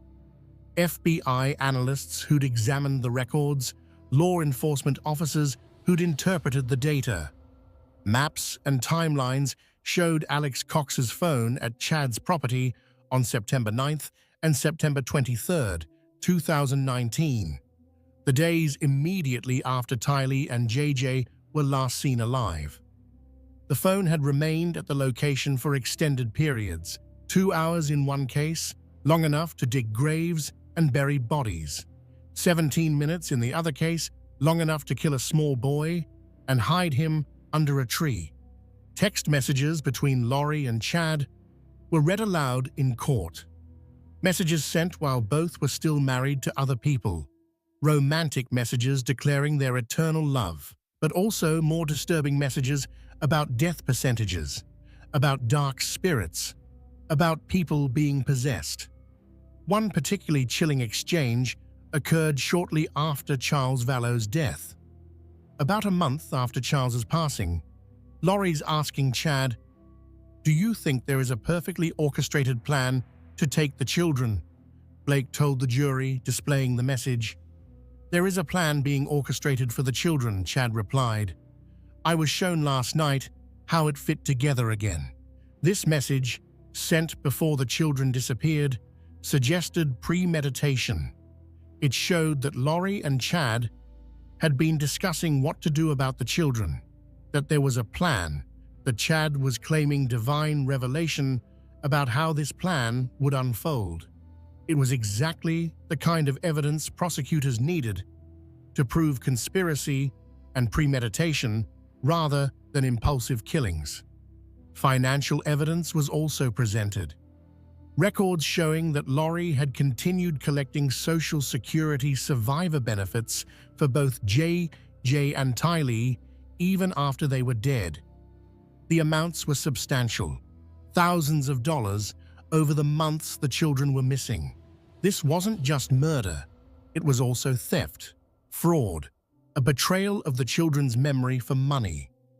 The prosecution argued this showed Lori's motivation was partly financial, that she wanted the children gone so she could be with Chad, but she also wanted to continue profiting from their deaths. Evidence about Charles Vallow's life insurance came in as well. The million-dollar policy that Lori thought she'd inherit, but that Charles had changed to name his sister Kay as beneficiary instead. Text messages and conversations suggested Lori had been counting on that money, that she'd been furious when she learned she wouldn't receive it. This, prosecutors argued, showed another pattern: killing for money that didn't always materialize, but that didn't stop the killing. As the prosecution's case drew to a close, they presented their final witness, a summary witness who tied everything together, showing the jury how all these individual pieces of evidence fit into a coherent narrative. Then they rested, confident they'd proven their case beyond reasonable doubt. The defense's case was much shorter. They called relatively few witnesses, mostly focused on trying to cast doubt on specific pieces of evidence, or to suggest that Alex Cox, now conveniently dead and unable to defend himself, had been the primary actor. They pointed out repeatedly that there was no physical evidence directly linking Lori to the killings, no DNA, no murder weapons with her fingerprints, no witness who saw her personally harm the children. But this argument largely fell flat because the circumstantial evidence was so overwhelming. Lori didn't need to personally kill the children to be guilty of their murders. The law recognizes that people who plan murders, who conspire with others to carry them out, who help cover up the crimes afterward, are just as guilty as the person who physically commits the act. And the evidence showed Lori doing all of those things, calling her children zombies, lying about their whereabouts, collecting their benefits after death, fleeing to Hawaii, showing no concern about finding them when police came asking. Colby Ryan, Lori's adult son from an earlier marriage, testified. He spoke about the last time he'd talked to his brother J.J. and his sister Tylee. He told the jury how Lori had lied to him about how Charles Vallow died, initially telling him it was a heart attack, then never addressing why she'd lied even when he directly asked her about it. Watching Colby testify was heartbreaking. A young man trying to make sense of how his mother could have done such terrible things to his siblings. Kay and Larry Woodcock attended much of the trial, sitting through testimony about how their beloved grandson had been killed and buried. There were moments when Larry had to leave the courtroom overcome with grief. Kay's face throughout the trial showed the devastating impact of the case. A grandmother who had tried to protect her grandson, who had raised the alarm when she couldn't reach him, but who had ultimately been unable to save him. Lori's defense attorneys, led by Jim Archibald, had a nearly impossible task. The evidence against their client was overwhelming. Their strategy seemed to be to suggest that Alex Cox was responsible for the murders, that Lori might have known about them afterward but hadn't directly participated, and that the prosecution hadn't proven beyond reasonable doubt that Lori herself had killed anyone. But this defense fell apart under scrutiny. Even if Lori hadn't physically killed the children herself, the evidence showed she'd been complicit. She'd called them zombies. She'd lied about their whereabouts. She'd fled when police came asking questions. She'd collected their Social Security benefits after they were dead. And perhaps most damningly, she'd shown no emotion, no remorse, no grief. She'd gone to Hawaii and gotten married while her children's bodies decomposed in Chad Daybell's backyard. On May 12, 2023, after deliberating for about 7 hours, the jury returned its verdict. Lori Vallow Daybell was found guilty on all charges: 2 counts of first-degree murder for JJ and Tylee, 3 counts of conspiracy to commit murder for JJ, Tylee and Tammy, and grand theft. The courtroom was silent as the verdicts were read. Lori showed no visible reaction. On July 31, 2023, Judge Boyce sentenced Lori Vallow Daybell to life in prison without the possibility of parole. The judge imposed multiple life sentences to run consecutively, one for each murder, meaning even if one conviction was somehow overturned, she would still face life in prison for the others. Lori would never be free again. But the legal saga wasn't over. After her Idaho convictions, Lori was extradited to Arizona to face additional charges related to Charles Vallow's death and the attempted murder of Brandon Boudreaux. These trials would take place in 2025. In the Arizona proceedings, Lori made the unusual and ill-advised decision to represent herself.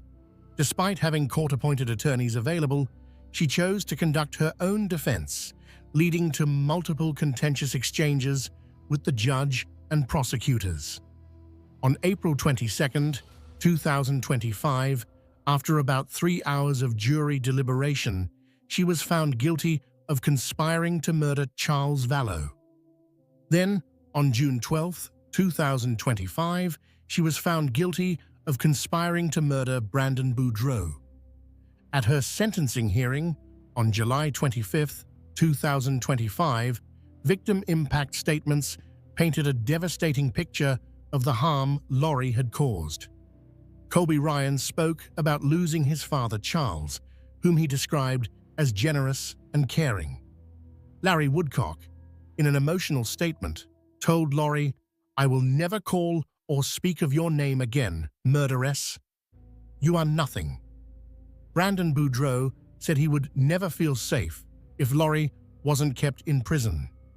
Judge Justin Boreski, before imposing sentence, addressed Lori directly, saying she had left a wake of destruction stretching across multiple states and that she should never be released from prison. He then sentenced her to 2 additional consecutive life terms with the possibility of parole after 25 years. Combined with her Idaho sentences, Lori Vallow Daybell would almost certainly die in prison. While Lori's trials concluded, Chad Daybell's case was still pending. His trial finally began on April 1, 2024, in Boise, Idaho, after being moved from Fremont County for the same reason as Lori's trial. Pre-trial publicity made finding an impartial jury difficult in the area where the crimes occurred.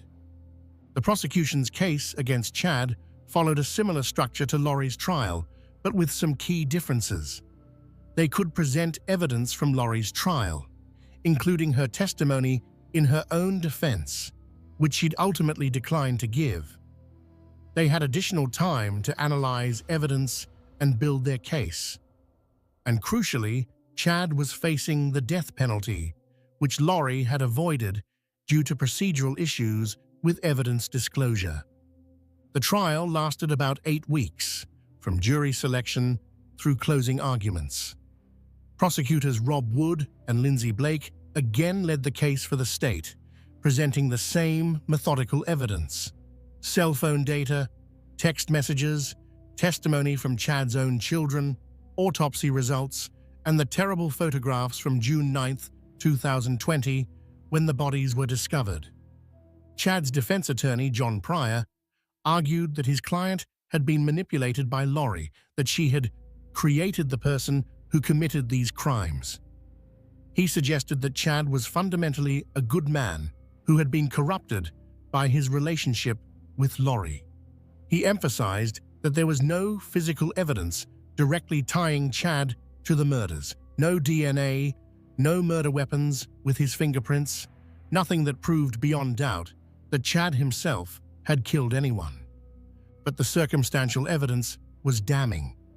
The children were buried on Chad's property. Chad had texted about a raccoon for the pet cemetery on the very morning Tylee was killed and buried there. Chad had increased Tammy's life insurance shortly before her death. Chad had married Lori mere weeks after Tammy died, and Chad had shown no emotion throughout the trial, never shed a tear looking at photographs of dead children buried in his backyard. On May 30th, 2024, after less than 6 hours of deliberation, the jury found Chad Daybell guilty on all 8 charges. 3 counts of first-degree murder for Tylee, JJ, and Tammy, 3 counts of conspiracy to commit murder, and 2 counts of insurance fraud. His face remained largely expressionless as the verdicts were read. The trial then moved to the penalty phase, where the jury would decide whether Chad should receive the death penalty or life in prison. Prosecutors argued that the murders were especially heinous, atrocious, and cruel, manifesting exceptional depravity. They pointed out that Chad had exhibited utter disregard for human life and had shown a propensity to commit murder that would likely constitute a continuing threat to society. In a stunning decision, Chad chose not to present any mitigating evidence during the penalty phase. He waived his right to have his attorneys present reasons why he should not be sentenced to death. No evidence of mental illness, no troubled childhood, no remorse, nothing. When Judge Boyce confirmed this decision with Chad, asking if he understood he was giving up the opportunity to present evidence that might save his life, Chad simply responded, "That is my choice." Victim impact statements were presented on Friday, May 31st. Tammy's father, Ron Douglas, spoke about his daughter being treated how she was and finding comfort knowing she was resting peacefully in Utah, buried alone and near her beloved mother. Kay Woodcock spoke about the immense pain the family continued to endure daily, about milestones JJ would never reach. Without any mitigating evidence to consider, the jury deliberated on Chad's sentence. On June 1st, 2024, they returned with their decision: death. All 12 jurors had unanimously agreed that Chad Daybell should be sentenced to death for his crimes. Judge Boyce formally imposed the death sentence on Saturday, June 1st, 2024. Chad showed no emotion as the sentence was announced, his face remaining blank as it had throughout most of the trial. He was also sentenced to 15 years for the insurance fraud charges. He now sits on Idaho's death row, the 9th inmate awaiting execution in that state. Both Chad and Lori have filed appeals of their convictions and sentences. These appeals will likely take years to wind their way through the court system. Idaho has a mandatory post-conviction review process for death penalty cases, and defendants can pursue additional appeals after death warrants are filed. Given that Idaho hasn't executed anyone since 2012 and that a recent execution attempt was halted due to medical complications, it's possible Chad Daybell will die of natural causes before the state executes him. Part 8. Understanding the Tragedy: Belief, Manipulation, and Evil. As we step back from the specific events of this case, we're left with difficult questions. How could this happen? How could a mother murder her own children? How could seemingly intelligent people convince themselves that killing was not only acceptable, but divinely ordained? And perhaps, most importantly, what can we learn from this tragedy to prevent future ones? The case of Lori Vallow Daybell and Chad Daybell represents a perfect storm of factors that led to horrific violence. Let's examine each element. First, there's the role of fringe religious beliefs. Chad and Lori weren't mainstream Mormons.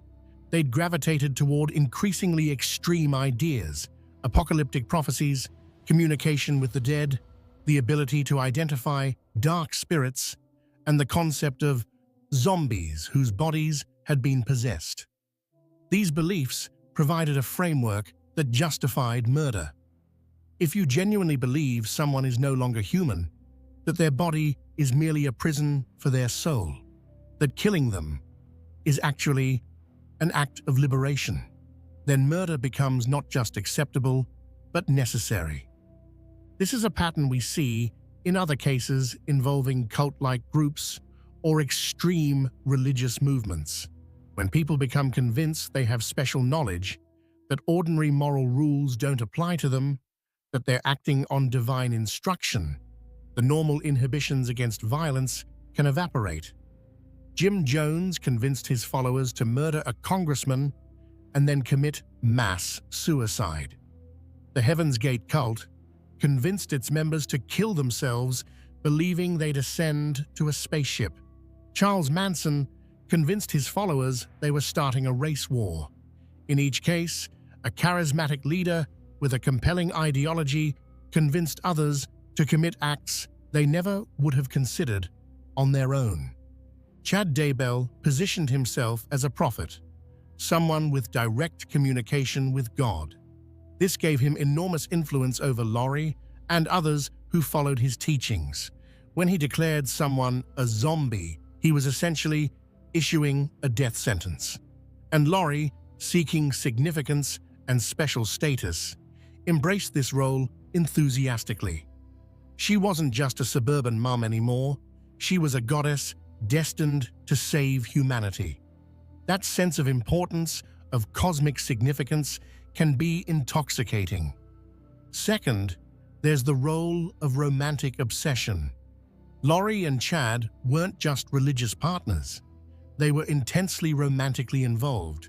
They believed they'd been married in past lives, that they were soulmates destined to be together for eternity. This romantic obsession blinded them to reality and gave them motivation to eliminate anyone who stood between them.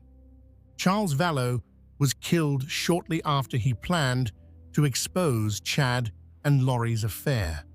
Tammy Daybell was killed so Chad would be free to marry Laurie. Even the children's deaths can be seen through this lens. They were obstacles to Laurie and Chad's perfect life together. If Laurie was going to run away to Idaho with Chad, what would she do with two children, one of whom required special care for his autism? The cold calculation is horrifying, but it's consistent with how people in the grip of obsessive romantic attachment can rationalize nearly anything. Third, there's the financial motivation. Multiple people in this case were killed or targeted for killing partly because of insurance money or financial benefits. Charles Vallow's $1 million life insurance policy, which Laurie thought she'd receive. Tammy Daybell's increased insurance policy that Chad would receive. The Social Security benefits Laurie continued collecting for JJ and Tylee long after they were dead.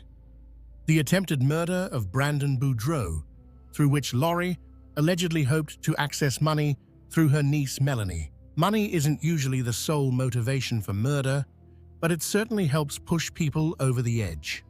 If murdering someone not only removes an obstacle, but also provides financial resources to start your new life, the temptation becomes stronger. This is why insurance fraud charges were included in both Chad and Laurie's indictments. The murders weren't just crimes of passion or religious fanaticism, they were also calculated financial crimes. Fourth, there's the role of enablers and accomplices. Alex Cox was central to carrying out these crimes. He shot Charles Vallow. Cell phone evidence places him at Chad's property when the children were killed and buried. He likely attempted to shoot Tammy Daybell and definitely shot at Brandon Boudreaux. Without Alex's willingness to commit violence on his sister's behalf, many of these crimes might never have occurred. Alex's relationship with Laurie was unusual. He'd attacked her husband Joseph Ryan years earlier. Based on his pattern of behavior, investigators believed he was utterly devoted to her in a way that went beyond normal sibling loyalty. Some have speculated about whether their relationship was inappropriately close, though this has never been confirmed. What is clear from the evidence is that Alex saw himself as Laurie's protector and was willing to commit violence on her behalf. His death from natural causes in December 2019, while preventing him from facing justice, may have actually saved lives. Without Alex as their enforcer, Chad and Laurie's ability to kill was substantially limited. There were also other people in Chad and Laurie's orbit who didn't directly participate in crimes but who enabled their behavior through passive acceptance. Melanie Gibb heard them talking about zombies and dark spirits, but didn't immediately alert authorities. Zulema Pastenes, who later married Alex, was aware of some of the group's beliefs. Other members of their religious circle heard Chad's teachings and didn't recognize how dangerous they were. None of these people are criminally responsible, but their passivity allowed Chad and Laurie to operate longer than they otherwise might have. Fifth, and this is important, there's the question of mental illness. Mental health experts who evaluated Laurie came to different conclusions at different times. Initially, she was found incompetent to stand trial. Later, she was deemed competent. During her trials, she showed no remorse, no emotional response to seeing photographs of her dead children. This lack of empathy could suggest antisocial personality disorder, commonly called sociopathy or psychopathy, though no formal diagnosis was made public. There's also evidence that could suggest genuine delusion. Laurie's behavior became increasingly bizarre, starting around 2018 to 2019. Friends described a dramatic change in her personality. She went from being described as a devoted mother to someone capable of killing her children. This rapid personality change could indicate a psychotic break or the development of a delusional disorder, though experts disagreed on this assessment. The truth is probably complex. Laurie may have been predisposed to certain personality traits, narcissism, lack of empathy, a need for admiration and significance that made her vulnerable to Chad's manipulative ideology. Then, immersed in his teachings, she may have developed genuine delusional beliefs that reinforced what she already wanted to believe, that she was special, that ordinary rules didn't apply to her, that killing was justified. However, prosecutors successfully argued she understood the wrongfulness of her actions, which is why she was found competent to stand trial. Sixth, there were numerous system failures that allowed these crimes to occur. When Charles Vallow went to the police in early 2019, telling them his wife had threatened to kill him and that he feared for the children's safety, police took a report but didn't take immediate protective action. Charles was killed less than 6 months later. Could police have done more to protect him? Perhaps, though it's also true that domestic violence situations are notoriously difficult to manage, and police often can't act without clear evidence of imminent danger. When Alex Cox shot Charles Vallow, claiming self-defense, police investigated but decided not to file charges. Was this the right decision? In hindsight, knowing what we know now, it seems like a tragic error, but at the time, Alex's story was supported by Tylee's statement, and there may not have been sufficient evidence to prove it wasn't self-defense. Still, one wonders if more aggressive investigation might have uncovered evidence of premeditation. When Tammy Daybell died suddenly, the coroner accepted Chad's explanation and ruled it natural causes without an autopsy. This was a mistake, though an understandable one. Tammy's family declined an autopsy. Chad presented a plausible story about her health issues, and nothing immediately suggested foul play. But if an autopsy had been performed in October 2019, Tammy's death would have been ruled a homicide. Chad would have been arrested, and Tylee and JJ might still have been alive to testify against their mother. These weren't malicious failures. They were failures of training, of imagination, of resources, of protocols. Police, coroners, social workers, they're all dealing with countless cases, limited budgets, incomplete information. They can't investigate every death as if it might be murder. They can't remove children from their parents based solely on bizarre religious beliefs without evidence of actual abuse. The systems did what systems do. They followed established procedures, made decisions based on available evidence, and moved on to the next case. But the consequences of these failures were catastrophic. 3 people were murdered who might have been saved if someone in authority had connected the dots earlier, had taken the warning seriously, had looked deeper when something seemed off. Part 9. The Victims. Remembering Tylee, JJ, and Tammy. In discussing this case, it's easy to focus on the perpetrators, the twisted beliefs, the murders, the investigations, the trials. But we should never forget that at the center of this story are 3 innocent victims whose lives were cut short. Tammy Douglas Daybell was 49 years old when she was murdered by her husband of 28 years. She was a school librarian who loved working with children. She was physically fit and active, taking exercise classes and clogging lessons.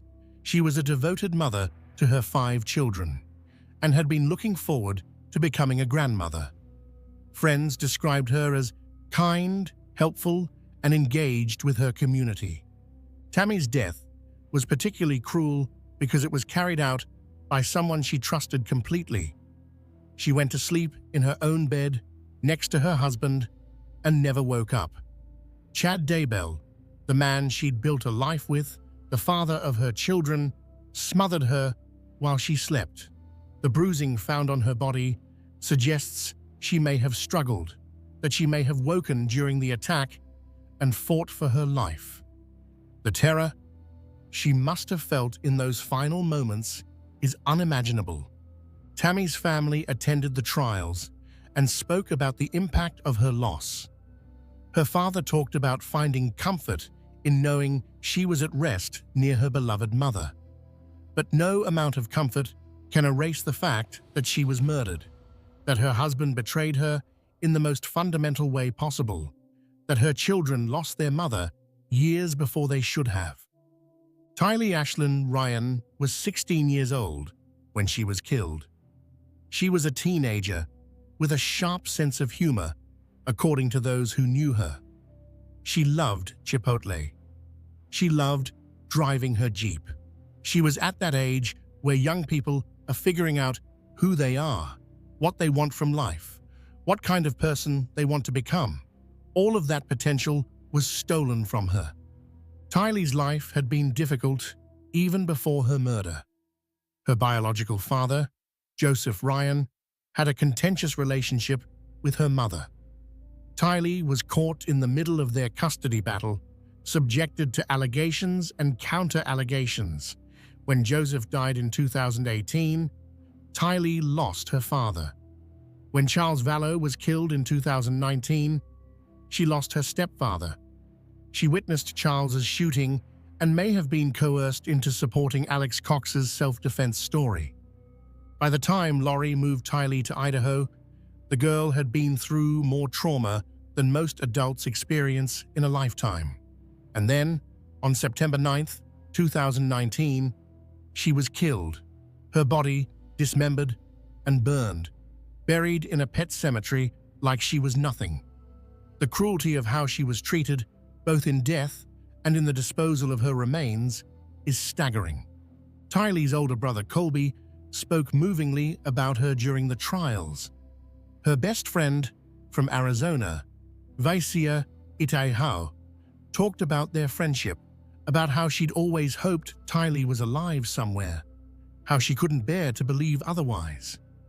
Tylee deserved so much better than the life and death she got. Joshua Jackson, J.J. Vallow was 7 years old when he was murdered. He was born with drugs in his system due to his biological parents' substance abuse and spent time in the neonatal intensive care unit. Despite this difficult start, J.J. was adopted by people who were supposed to love and protect him. He was diagnosed with autism, which meant he needed extra care and patience, but people who knew him described him as a happy boy who loved to play and laugh. JJ had already lost so much by September 2019. His adoptive father Charles, who truly loved him, had been killed. His sister Tylee had disappeared. He was in a new state, attending a new school, away from everyone familiar. And then, one night, he was suffocated, bound with duct tape, wrapped in plastic bags, and buried under rocks and dirt. The evidence suggests JJ may have been conscious as he was being killed, that he scratched at the bag over his head, trying to get it off, trying to breathe. A 7-year-old autistic boy, confused and terrified, fighting for his life, while the adults, who should have protected him, instead murdered him. It's a level of cruelty that defies comprehension. JJ's grandparents, Kay and Larry Woodcock, became the public face of the search for him. They never gave up hoping he'd be found alive, even as months passed, with no word. When his body was discovered, Larry could barely contain his grief in the courtroom. Kay spoke about milestones J.E. would never reach: birthdays, first days of school, graduations, all stolen from him. In remembering these victims, we honor their lives, not just their deaths. Tammy was a woman who dedicated her career to helping children learn. Tylee was a teenager with her whole life ahead of her. JJ was a little boy who deserved love and care. They were real people with hopes and dreams, and people who loved them. They weren't zombies, they weren't obstacles. They were human beings with inherent value and dignity. And while nothing can bring them back, while no amount of justice can undo what was done to them, we can at least ensure they're remembered not as victims in a sensational true crime case, but as individuals who mattered, whose lives had meaning beyond the circumstances of their deaths. Part 10. Lessons and Implications. As we reach the end of this long journey through one of the most disturbing true crime cases in recent American history, it's worth asking, what can we learn from the tragedy of Lori Vallow Daybell and Chad Daybell? How can we honor the memories of Tammy, Tylee, and JJ by ensuring something like this doesn't happen again? First, we must recognize the warning signs of radicalization. When someone you know begins expressing increasingly extreme beliefs, especially beliefs that dehumanize others or that claim special knowledge that justifies harming people, that's a red flag. Chad Daybell's teachings about zombies and dark spirits weren't harmless religious enthusiasm. They were a framework for murder. If someone in your life starts talking about people as if they're not fully human, as if killing them would be justified or even necessary, that person may be dangerous. The challenge is distinguishing between unusual but harmless beliefs and genuinely dangerous ideology. Plenty of people hold unconventional religious or spiritual views without becoming violent. The key warning signs include dehumanizing language towards specific people, claims of divine authority to harm others, increasing isolation from friends and family who question the beliefs, and escalating rhetoric about taking action against those deemed evil or possessed. Second, we must take domestic violence threats seriously. When Charles Vallow went to the police in January 2019, telling them Lori had threatened to kill him, that should have triggered more intensive intervention. Domestic violence doesn't always escalate gradually. Sometimes there's a sudden shift where someone who has never been physically violent before makes credible threats. Those threats should be taken seriously, investigated thoroughly, and responded to with appropriate protective measures. The problem is resources. Police departments are overwhelmed with domestic violence calls. They can't investigate every case to the degree it might deserve. They have to make judgment calls based on limited information. But Charles Vallow's case had specific warning signs: bizarre religious beliefs, threats of murder, concerns for children that in hindsight should have prompted more action. Third, we need better coordination between different jurisdictions and different agencies. The crimes in this case spanned multiple states: Arizona, Idaho, Hawaii. Different police departments investigated different incidents: the shooting of Charles Vallow in Chandler, the disappearance of the children in Rexburg, the death of Tammy Daybell in Salem, the shooting at Brandon Boudreaux in Gilbert. For a long time, no one was connecting these dots because they were happening in different places, investigated by different agencies. Better information sharing, better coordination, better systems for flagging when the same names keep appearing in suspicious incidents across jurisdictions. All of these could help catch serial offenders before they rack up multiple victims. This is particularly important in our mobile society, where people can easily move from state to state, starting over in new communities where no one knows their history. Fourth, we need to reform how we handle suspicious deaths. Tammy Daybell's death should never have been ruled natural causes without an autopsy. A healthy 49-year-old woman doesn't just die in her sleep without explanation. The coroner's willingness to accept Chad's story about health problems that Tammy's medical records didn't support, combined with the family's refusal of an autopsy, resulted in a homicide being missed. Some states have laws requiring autopsies in certain circumstances: sudden death of someone under a certain age, deaths in police custody, suspicious circumstances. Perhaps those laws need to be expanded and more strictly enforced. Perhaps coroners need more training to recognize red flags.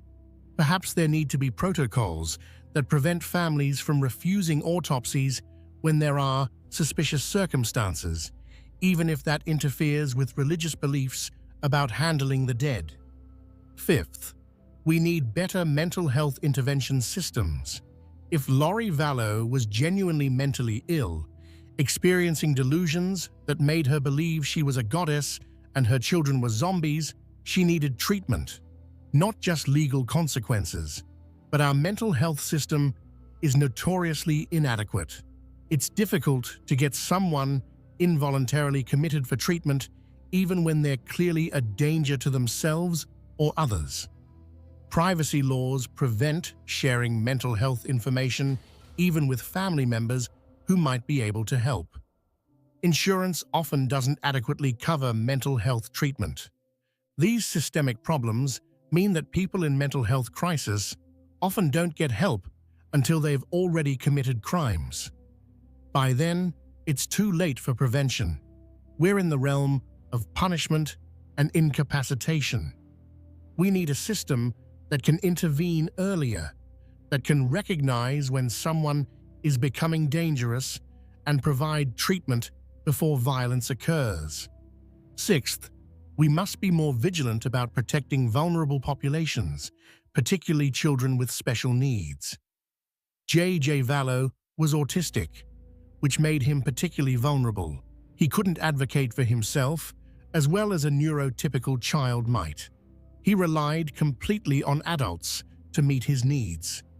When those adults decided he was an inconvenience, he had no way to protect himself or escape.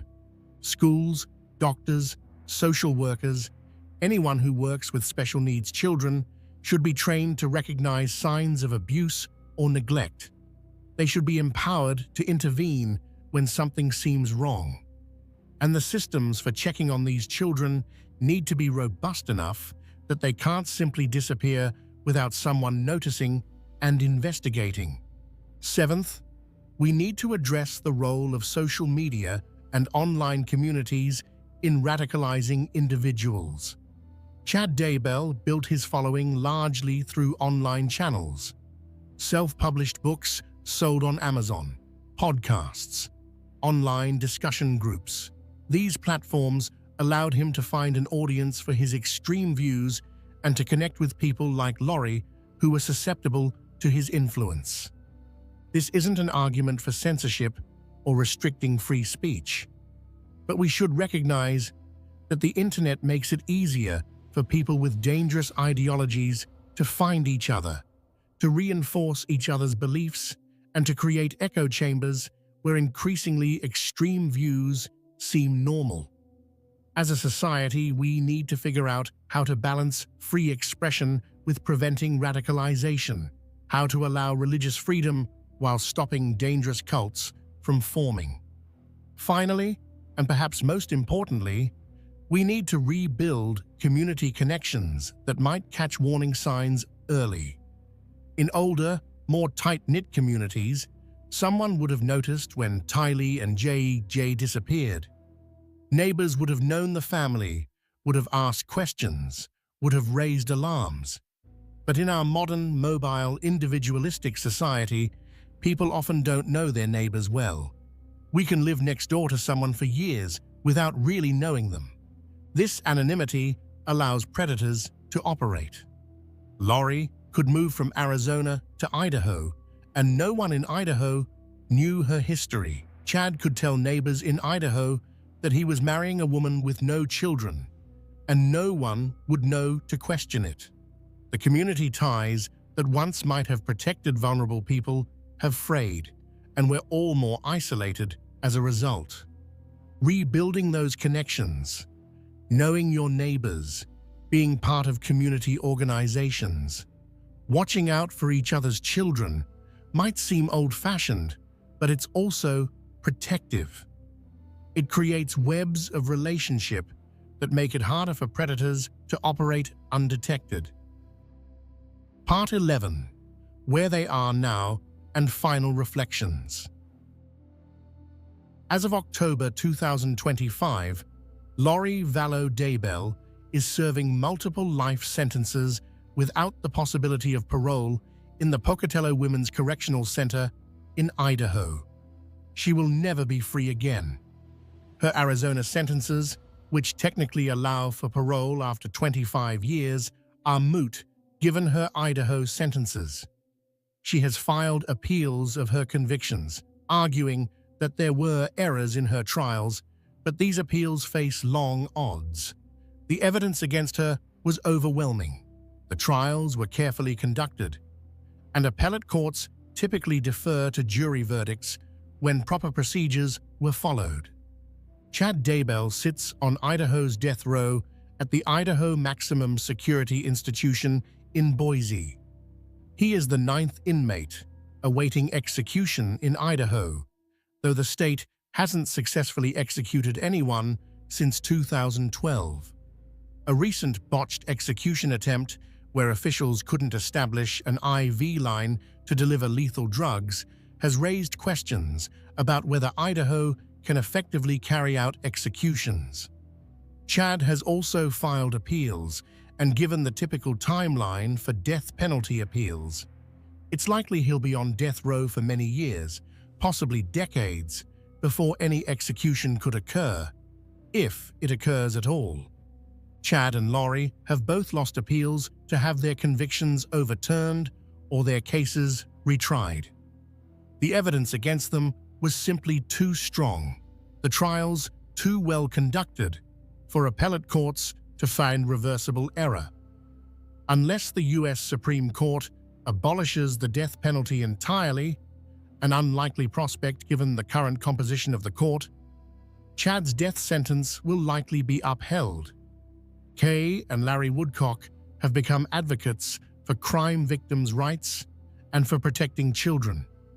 They've spoken publicly about their experience, about the importance of staying vigilant, about never giving up, even when situations seem hopeless. JJ's remains have finally been released to them, and they were able to give him a proper burial with his family. Tylee's remains have also been released and laid to rest. Colby Ryan, Laurie's oldest son, has had to process the unimaginable truth that his mother murdered his siblings and conspired to murder his stepfather. He testified against her, helping to ensure justice was served.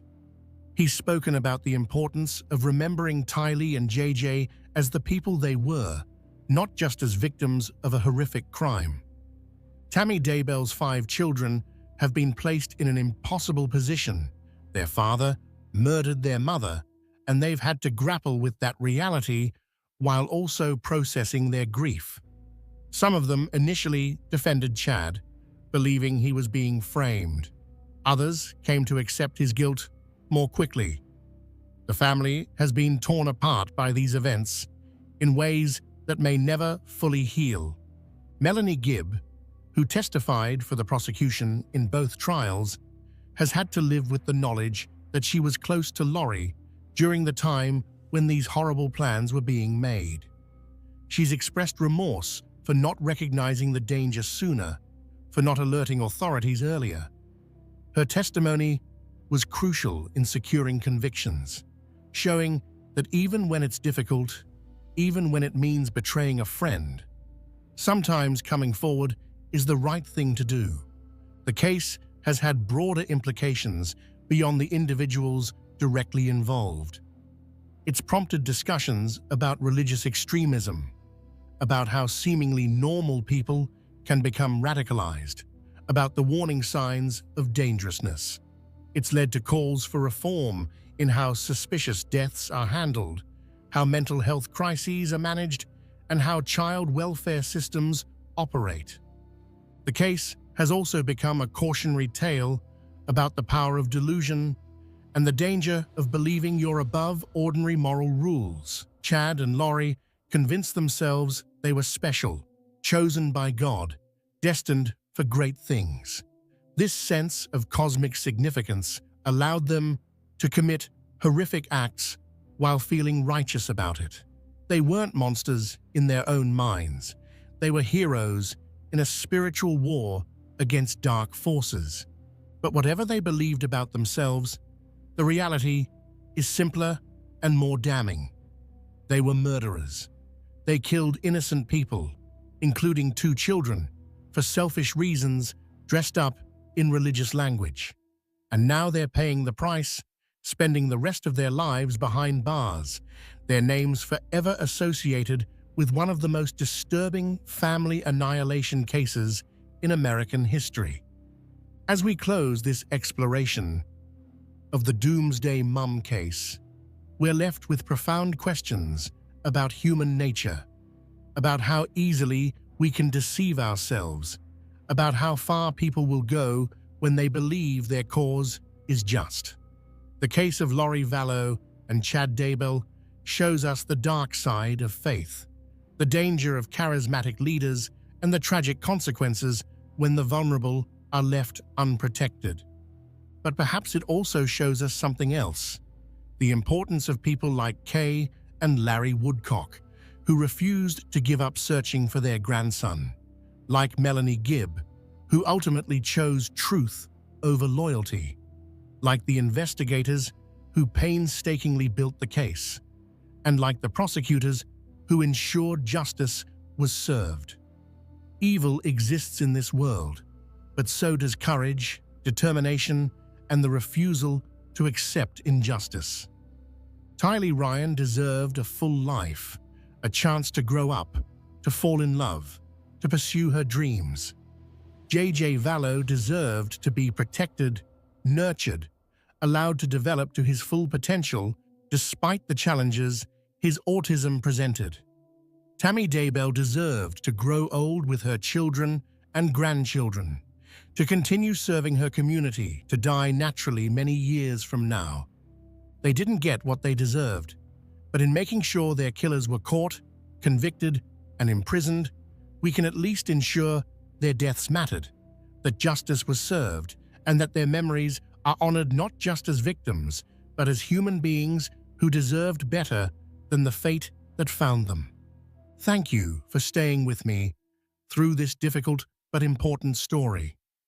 The case of Lori Vallow and Chad Daybell is one that demands to be told, not for the sensational elements, but because understanding what happened might help us prevent future tragedies.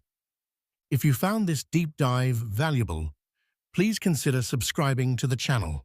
More importantly, if you or someone you know is in a situation where someone is making threats, expressing violent ideologies, or acting in ways that seem dangerous, please reach out to appropriate authorities. Don't assume someone else will handle it. Don't wait until it's too late. And remember, children like JJ and Tylee depend on adults to protect them. If you see something that doesn't seem right, speak up. Ask questions. Don't be afraid to be wrong if it means potentially saving a life. Until next time, take care of yourselves and take care of each other. And hold your loved ones close, because we never know how much time we have with the people we love. How the serial killer hid in plain sight. Content Advisory. This presentation discusses violent crimes, including murder and sexual assault. While graphic details have been minimized, some content may be disturbing. Listener discretion is advised. Disclaimer on victim counts. Victim counts in this presentation represent confirmed murders, unless otherwise stated. Many of these killers are suspected of additional crimes that remain unproven. When referencing victim numbers, we rely on officially confirmed cases and clearly label any speculation or unverified claims. Disclaimer on psychological analysis. Psychological interpretations in this presentation are based on expert analysis, documented interviews, and established forensic psychology research. However, the inner workings of these individuals' minds cannot be known with absolute certainty. Where psychological motivations are discussed, they represent the professional assessments of forensic experts and criminal profilers rather than established facts. The neighborhood barbecue was in full swing that warm summer evening. Children's laughter echoed across manicured lawns, while adults gathered around grills, cold drinks in hand, swapping stories about work and weather. Among them stood a man who epitomized suburban normalcy. He wore a pleasant smile, shared recipes for the perfect burger, and made sure everyone's glass stayed full. Neighbors knew him as the guy who volunteered at the local church, the one who always showed up when someone needed help with yard work or moving furniture. He was, by every visible measure, one of the good ones. But beneath that carefully constructed facade lurked something else entirely, something dark, something predatory. Because this same man, the one flipping burgers and telling dad jokes, had murdered multiple people. Their bodies lay hidden, not far from where these good people stood laughing and living their ordinary lives. The predator wasn't lurking in some distant shadow or abandoned building. The killer was right there, shaking hands and asking about your weekend plans. This is perhaps the most terrifying truth about serial killers. They don't always look like the villains we imagine. They don't always act strangely or give off obvious warning signs. Some of the most prolific and brutal murderers in history were people who successfully convinced everyone around them that they were normal, decent, even admirable human beings. They held respectable jobs, they raised families, they served their communities, and they killed, again and again and again. Tonight, we're going to explore the chilling reality of serial killers who hid in plain sight. These are the stories of men who perfected the art of the double life, who wore masks so convincing that even those closest to them never suspected the truth.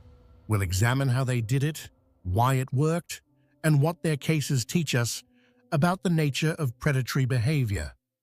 Because understanding how these killers concealed themselves isn't just morbidly fascinating, experts believe this knowledge may help law enforcement and communities recognize warning patterns before more lives are lost. So settle in, get comfortable, and prepare yourself for a journey into the darkest corners of human psychology, where we'll meet the neighbors, the volunteers, the family men, who turned out to be something else entirely. The psychology of the mask. Before we delve into specific cases, we need to understand something fundamental about how certain killers operate. Psychologists have a term for what these individuals do. It's called compartmentalization. This is the ability to separate different aspects of one's life into mental boxes, keeping them so distinct that they never seem to touch or contaminate each other. For most of us, compartmentalization is a healthy coping mechanism. We might separate our work persona from our home persona, becoming more formal and professional at the office while being relaxed and casual with family. That's normal. That's adaptive. But for certain killers, compartmentalization becomes something far more sinister and far more complete. These individuals don't just separate different roles, they create entirely different personalities. There's the public self, the person everyone sees and knows. This version is often charming, helpful, and socially skilled. It's the face they show to neighbors, co-workers, and even family members.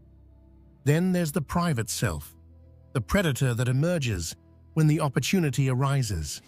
This is the part they keep carefully hidden, the part that plans, stalks, and kills.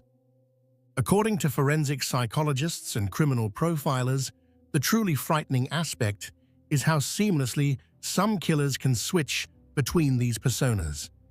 One moment they're genuinely engaged in normal social interaction, laughing at jokes, expressing concern for a sick friend, discussing the minutiae of daily life. The next moment, something shifts inside them, and the predator emerges. Then, just as quickly, the mask slides back into place, and they return to being the person everyone thinks they know. This ability to maintain such a convincing facade is often linked to psychopathy. Now, it's important to understand that not all psychopaths are violent, and not all violent criminals are psychopaths. But many of the killers who successfully hide in plain sight exhibit traits consistent with psychopathic personality disorder. These traits include superficial charm, a grandiose sense of self-worth, pathological lying, manipulation, lack of remorse or guilt, shallow emotional responses, and a parasitic lifestyle where they use others for their own benefit. What makes psychopathic killers particularly dangerous is something called the mask of sanity.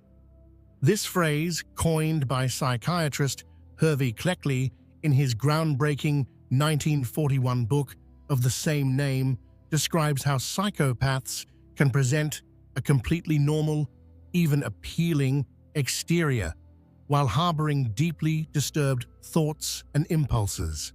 They understand social norms not because they feel them, but because they've learned to mimic them. They're actors playing the role of a normal person, and some of them are devastatingly effective at it.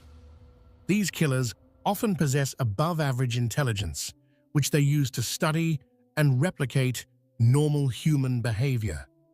They watch how people react to tragedy and learn to fake the appropriate emotional response. They observe what makes someone trustworthy and adopt those characteristics. They're essentially emotional frauds, counterfeiting feelings they don't actually experience to blend into society. There's also typically a strong element of narcissism at play. Research suggests that many of these killers believe they're fundamentally superior to others, that ordinary rules don't apply to them. This grandiosity fuels both their crimes and their confidence that they won't be caught. They think they're smarter than law enforcement, cleverer than their neighbors, more cunning than anyone who might suspect them. And sometimes, terrifyingly, they're right, at least for a while. Another crucial factor is the element of control. According to forensic psychologists and criminal profilers, many serial killers are primarily motivated by a need for power and dominance rather than sexual gratification alone. But maintaining a normal facade requires control as well, just a different kind. They must control their impulses in public, control their words and expressions, control the information others have access to. Research suggests this need for control may extend to every aspect of their lives, creating an existence that is simultaneously meticulously organized and horrifyingly violent. The social context matters too. Research has shown that these killers often thrive in environments where people want to trust each other, where the default assumption is that your neighbor, your co-worker, your fellow church member is basically good. They exploit our desire to see the best in people, using our own optimism and communal trust against us. In tight-knit communities where everyone knows everyone else, the cognitive dissonance of suspecting someone familiar can be overwhelming. Our brains resist believing that someone we know could be capable of such horrors. It's also worth noting that many of these killers insert themselves into positions that inherently command trust. They become teachers, coaches, volunteers, religious leaders, roles that society has been conditioned to respect and trust. These positions provide not only cover but also access to potential victims. They create situations where questioning someone's motives feels somehow inappropriate or even offensive. The phenomenon of hiding in plain sight reveals something uncomfortable about human nature and social dynamics. We rely on shortcuts and assumptions to navigate our social worlds. We can't deeply investigate every person we interact with, so we use surface indicators. Does this person seem normal? Do they fit in? Do others vouch for them? To make quick judgments about trustworthiness. Serial killers who successfully hide in plain sight have figured out how to game this system, presenting exactly the right indicators while concealing their true nature. Understanding these psychological mechanisms is crucial not just for law enforcement, but for anyone who wants to better understand how predatory individuals operate. Experts emphasize that while we cannot always identify dangerous individuals by appearance or surface behavior, awareness of these patterns can contribute to improved community safety and more effective investigation strategies. Now, with this psychological framework in mind, let's examine specific cases that illustrate these principles in action. We'll start with a man who maintained his cover for over 30 years, fooling his family, his friends, his church congregation, and his entire community while committing some of the most brutal murders in American history. Dennis Rader, the church president with a terrible secret. Dennis Lynn Rader was born on March 9, 1945, in Pittsburgh, Kansas, the first of 4 sons born to Dorothea May Cook and William Elvin Rader. His father worked for Kansas Gas Service and was a former United States Marine. His mother worked as a bookkeeper. The family attended Zion Lutheran Church in Pittsburgh, where Dennis was baptized as an infant. By all external appearances, The Rader family was typical of countless American families in the post-war era, working class, church-going, and unremarkable. His childhood appeared outwardly normal, though he would later claim, and it's important to note these are his own self-serving claims, that he'd been born with violent sexual fantasies. Psychologists note that such claims often serve to minimize personal responsibility and should be understood within that context.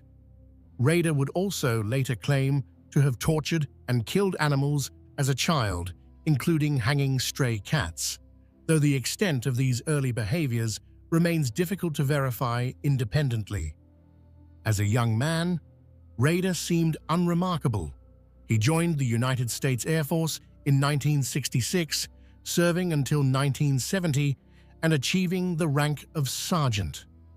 During his service, he received training and experience that would later prove useful in his crimes: discipline, attention to detail, and the ability to follow procedures meticulously.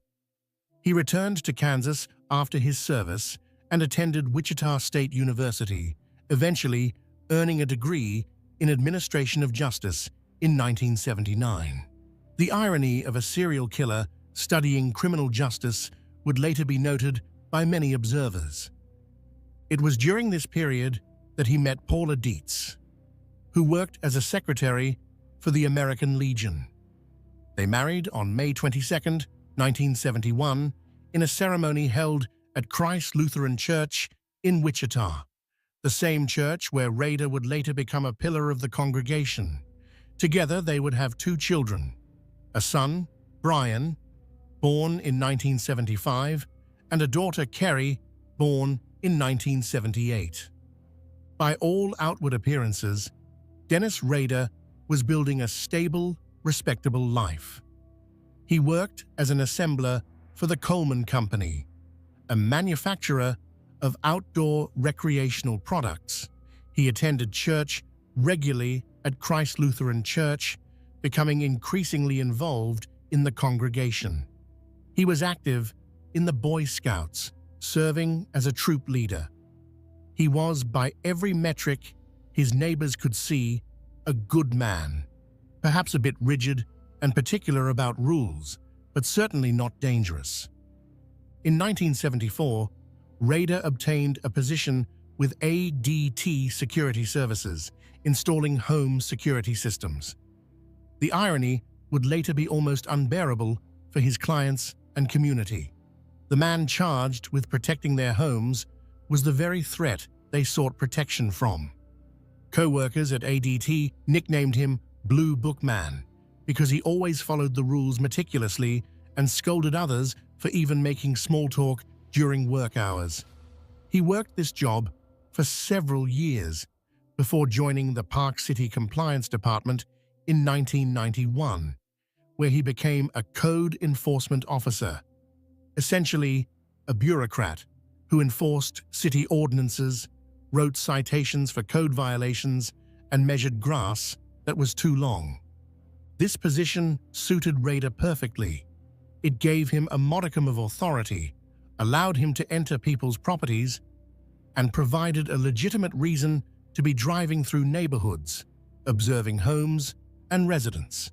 His co-workers would later describe him as officious, someone who relished his small amount of power, perhaps a bit too much. He was known to be inflexible about rules, measuring lawns with precision and issuing citations for even minor violations.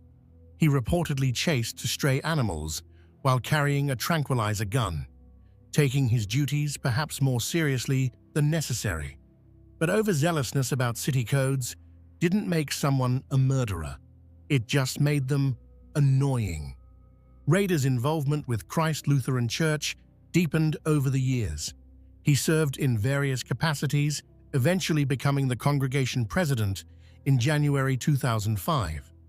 He was responsible for administrative duties, congregation meetings, church finances. He was trusted with the most mundane and intimate details of church operations.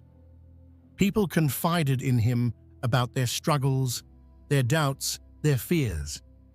He counseled them, prayed with them, presented himself as a pillar of faith and community. But there was another Dennis Rader, a secret Dennis Rader, one that had been active since January 15th, 1974.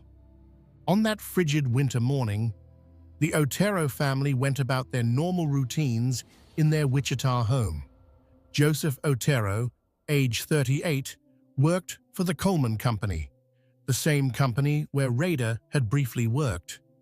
Julie Otero, age 34, was his devoted wife.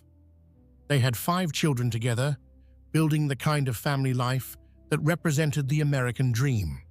That morning, 9-year-old Joseph Jr., 11-year-old Josephine, and their siblings were in various states of waking up for school. Dennis Rader had been watching the house. He'd seen the family's routines, knew their schedules. According to his later confessions, he had been stalking Julie Otero since December 1973, apparently developing an obsession with her. When he knocked on the door that morning, the Oteros let him in, perhaps believing he needed help, perhaps thinking he was from the telephone company, as he would later claim to have told them. Once inside, he revealed his true intentions. Using weapons he'd brought with him, Rader methodically restrained the family members. He killed Joseph Otero Sr. by strangulation with a cord. He killed Julie Otero the same way. 9-year-old Joey was also strangled.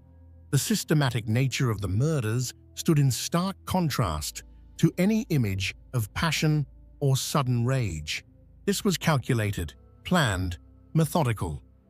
Then, Rader took 11-year-old Josephine to the basement, where he killed her. The crime scene was staged in a way that suggested sexual motivation, though Rader's actual intent was about power and control. When investigators arrived at the Otero home later that day, after family members discovered the bodies, they found a scene of calculated brutality that would haunt the Wichita community for decades. The community was shocked. The Oteros were a good family, well-liked, with no apparent enemies. Who would do such a thing?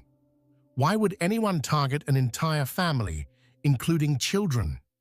The randomness of it made it even more terrifying. If the Oteros could be victims, anyone could. But after committing these horrific murders, Dennis Rader didn't flee the state or go into hiding. He went home to his wife Paula, who was pregnant with their first child. He went to work at the Coleman Company. He attended church. He helped neighbors. He lived his normal life as if nothing had happened.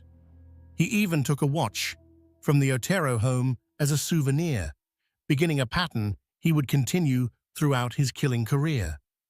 This ability to commit savage murder and then seamlessly return to mundane normalcy is what Rader would later describe, using his own terminology, as cubing. Though forensic psychologists note this is his own term for what is clinically known as dissociation or extreme compartmentalization. He claimed to be able to separate his life into distinct compartments that never touched: work Dennis, church Dennis, family Dennis, and what he called his Factor X, or his demon. Experts emphasize that such self-serving explanations should be viewed critically, as they often serve to minimize the killer's responsibility for their conscious choices. 3 months after the Otero murders, on April 4, 1974, Rader struck again. Catherine Bright, a 21-year-old woman who also worked at the Coleman Company, was home with her brother Kevin when Rader broke in. He shot Kevin Bright, who survived despite serious injuries and would later provide descriptions to police. Rader then murdered Catherine by stabbing her multiple times. The attack was brutal and prolonged. Catherine fought for her life, sustaining numerous defensive wounds before succumbing to her injuries. Kevin Bright's survival and his ability to describe the attacker should have led to Rader's capture, but somehow the investigation didn't connect him to the crime. Then, something happened that would define the BTK case for the next 30 years. Dennis Rader wanted credit for his crimes. He wanted recognition. He wanted people to know what he'd done and to acknowledge his work. On October 22, 1974, a Wichita Eagle reporter received a phone call directing him to a book at the Wichita Public Library. Inside that book was a letter describing the Otero murders in detail that only the killer could know. The letter was chilling in its matter-of-fact tone, describing the crimes as though they were ordinary events. At the bottom, the author had provided a name for himself: BTK, bind, torture, kill. The letter stated, "The code words for me will be bind them, torture them, kill them, BTK." This would become his signature. Over the years, BTK would send numerous letters to media outlets and police, taunting them, providing details of murders, sometimes sending items belonging to victims. He seemed to crave the attention, the notoriety, the knowledge that the entire city was talking about him, even though they didn't know who he was. But despite this correspondence, BTK would remain unidentified for decades. And during those decades, Dennis Rader continued his double life. In 1975, his son Brian was born. Rader was present for the birth, a devoted father from the start. He coached Brian in Little League, attended his school events, helped with homework. Brian would later describe his father as strict but loving, someone who enforced rules but also spent quality time with his children. Rader killed again in 1977. On March 17th, Shirley Vian, a 26-year-old mother of 3 young children, was murdered in her home. Shirley was sick with the flu that day, lying in bed when Rader forced his way into the house. He told her children, ages 5, 7, and 8, that he was wanted by the police and needed to hide. He locked them in the bathroom, telling them he would harm their mother if they came out or made noise. The children huddled together in terror, hearing sounds from outside, but not understanding what was happening. Rader killed Shirley in her bedroom while her children waited just feet away. When he left, the children eventually emerged to find their mother dead. The psychological trauma inflicted on these children, who survived but lost their mother in such a terrifying way, is immeasurable. On December 8, 1977, Rader broke into the home of Nancy Fox, a 25-year-old woman who lived alone. Nancy worked at a jewelry store and was known for her friendly personality. Rader killed her by strangulation with a belt. Then, in a display of his twisted arrogance, he used her own phone to call the police and report the homicide, directing them to her address. He wanted them to find his work. He wanted credit. The phone call was brief and matter-of-fact, demonstrating his complete lack of remorse or emotional connection to his victim. After the Fox murder, BTK went silent. Not because he'd stopped thinking about killing, not because he'd experienced remorse, but because, as he would later explain, his life circumstances had changed in ways that made murder more difficult. In 1978, his daughter Kerry was born. His children were growing up. His wife was more aware of his movements. His job demanded more of his time. The compartmentalization required more effort. But he didn't forget. He kept souvenirs from his victims, photographs, identification cards, items of clothing. He revisited these items regularly, using them to relive his crimes in his imagination. He would later admit to creating elaborate fantasies and even detailed drawings of potential future victims during this dormant period. The years passed. 1978, 1979, 1980. No new BTK murders.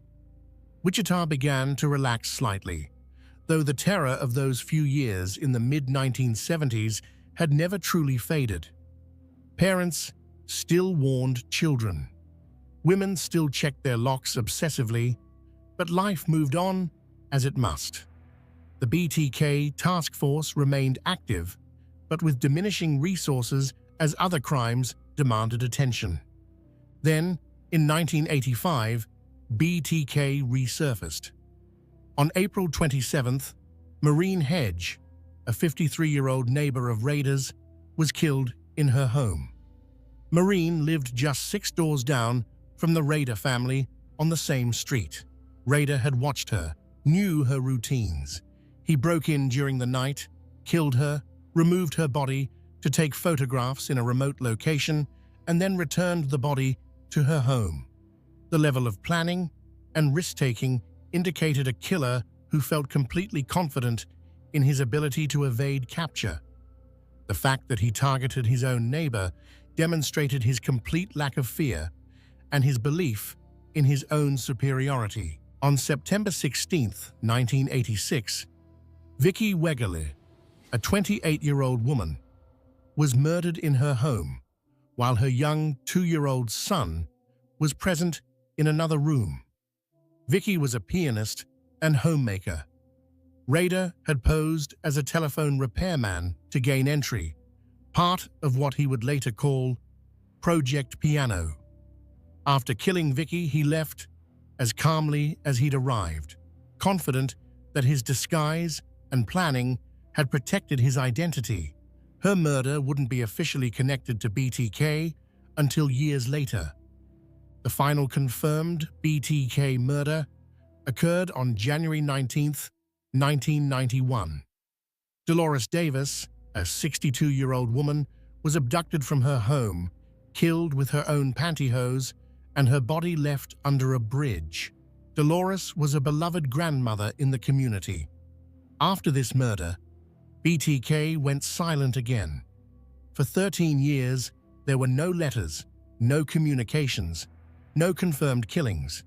The case grew cold. Investigators retired. The city moved on, though the shadow of BTK never entirely lifted. During all these years, Dennis Rader lived his normal life with remarkable success. He raised his children. Brian and Kerry Rader had a father who attended their school events, helped with homework, enforced household rules with perhaps more rigidity than most parents, but nothing that seemed abnormal. They had family dinners, they went on vacations, they celebrated birthdays and holidays. Paula Rader had a husband who went to work, came home, handled household repairs, and seemed like a typical middle-aged man settled into the routines of suburban life. If she noticed anything unusual, she didn't recognize it as evidence of murder. His co-workers at the Park City Compliance Office knew Dennis Rader as the guy who took his job very seriously, maybe too seriously. He was meticulous about city codes, inflexible about enforcement, the kind of person who'd measure your grass with a ruler and write a citation if it exceeded the permitted height by half an inch. Some found him irritating. Others thought he was just doing his job thoroughly. No one thought he was a serial killer. His church congregation knew him as Brother Dennis, devoted to Christ Lutheran Church, always present at services, reliable for administrative tasks, eventually trusted enough to become congregation president. He led council meetings. He managed church finances. He represented the congregation in community interfaith activities. He was, by all accounts, a dedicated member of the Christian community. But in 2004, after 13 years of silence, BTK suddenly began communicating again. The Wichita Eagle ran a story marking the 30th anniversary of the Otero murders, and Rader would later explain that he was kind of bored and concerned that his work would be forgotten. Investigators believe his need for recognition overcame his caution. He began sending letters to media outlets again, including items from old crime scenes to prove his identity. What followed was a cat-and-mouse game between BTEK and law enforcement. Rader sent numerous communications over the next year, some in serial boxes, possibly a reference to serial killer, containing drawings, photographs, written descriptions of murders, and even dolls posed to mimic his victims. He seemed to be playing a game, testing the police, enjoying the renewed attention his crimes were receiving. In one of his communications, Rader made a fatal error. He asked police if they could trace information on a floppy disk. The police, hoping to encourage him to send a disk, lied and said no, they couldn't trace it. Trusting this response and displaying a surprising naivety for someone who'd evaded capture for 30 years, Rader sent a purple floppy disk to a television station. Forensic analysts examined the disk and found deleted metadata that included the name Dennis and a connection to Christ Lutheran Church. This led investigators directly to Dennis Rader. They obtained a DNA sample from his daughter Kerry's medical records at a university clinic. She had had a routine pap smear and compared it to DNA evidence from the crime scenes. The match was conclusive. On February 25, 2005, Dennis Rader was arrested outside his home in Park City, Kansas, on his lunch break from his compliance officer job. When asked if he knew why he was being arrested, Rader reportedly responded, "Oh, I have suspicions why." Even in the moment of his capture, there was an almost casual quality to his demeanor, as if being arrested for serial murder was just another item on his day's schedule. The arrest shocked everyone who knew him. His family was devastated. Paula Rader filed for an immediate emergency divorce on July 26, 2005, waiving the normal 60-day waiting period. Their marriage was dissolved as quickly as the legal system allowed. She released a statement saying that neither she nor her children had any suspicion of his crimes. The psychological trauma of discovering that the man she'd been married to for 34 years was BTK is difficult to comprehend. Their children, now adults, had to reconcile the father they'd known with the serial killer he actually was. Brian and Kerry Rader have largely stayed out of public life since their father's arrest, attempting to build lives separate from the horror of his legacy. Kerry Rawson, she took her married name, eventually wrote a book in 2019 titled A Serial Killer's Daughter, My Story of Faith, Love, and Overcoming, and participated in the 2025 Netflix documentary My Father, the BTK Killer, where she shared her quest for answers and healing. In letters Rader wrote to Kerry from jail, he showed a disturbing mix of fatherly affection and complete lack of genuine remorse. He wrote things like, "You will always be my baby girl, I raised right, and life before the arrest was a good time, and the dark side took me away," as if his murders were something that happened to him rather than choices he made. Kerry described the agonizing process of trying to reconcile the loving father she remembered with the killer he actually was. The congregation at Christ Lutheran Church was stunned. This man they'd trusted, who'd managed their church, who'd represented their faith community, he'd been BTK all along. Some members struggled with profound questions about faith, about how they could have been so thoroughly deceived, about what it meant that they'd prayed alongside a serial killer. Rader's co-workers reported feeling disturbed and betrayed. They'd worked alongside him for years, shared breaks with him, attended office parties with him. The code enforcement officer who measured grass and wrote parking tickets had murdered 10 people. The cognitive dissonance was overwhelming. During his interrogation and subsequent court proceedings, Rader was unnervingly cooperative and detailed in describing his crimes. He showed no genuine remorse, instead seeming almost proud of his ability to have hidden for so long. He explained his methods, his planning, his motivations with a clinical detachment that forensic psychologists found characteristic of psychopathic personality disorder. He spoke about his victims as though they were objects, projects he'd completed. He detailed his trolling process, how he'd search for potential victims, how he'd plan his attacks, how he'd relive the crimes through his souvenirs. On June 27, 2005, Rader pleaded guilty to 10 counts of first-degree murder. On August 18, 2005, he was sentenced to 10 consecutive life terms in prison, one for each of his confirmed victims. Kansas had no death penalty at the time his crimes were committed, so life imprisonment was the maximum sentence.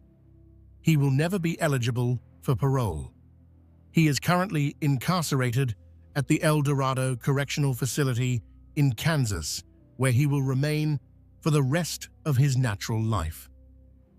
The BTK case represents one of the most disturbing examples of a serial killer successfully hiding in plain sight.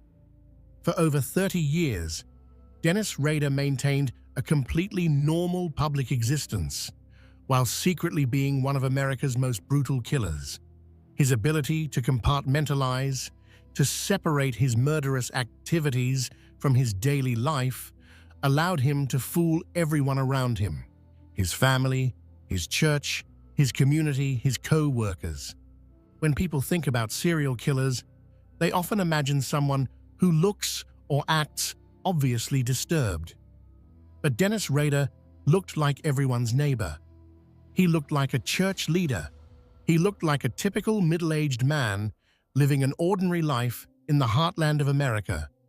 And that's precisely what made him so dangerous and so successful at evading capture for so long.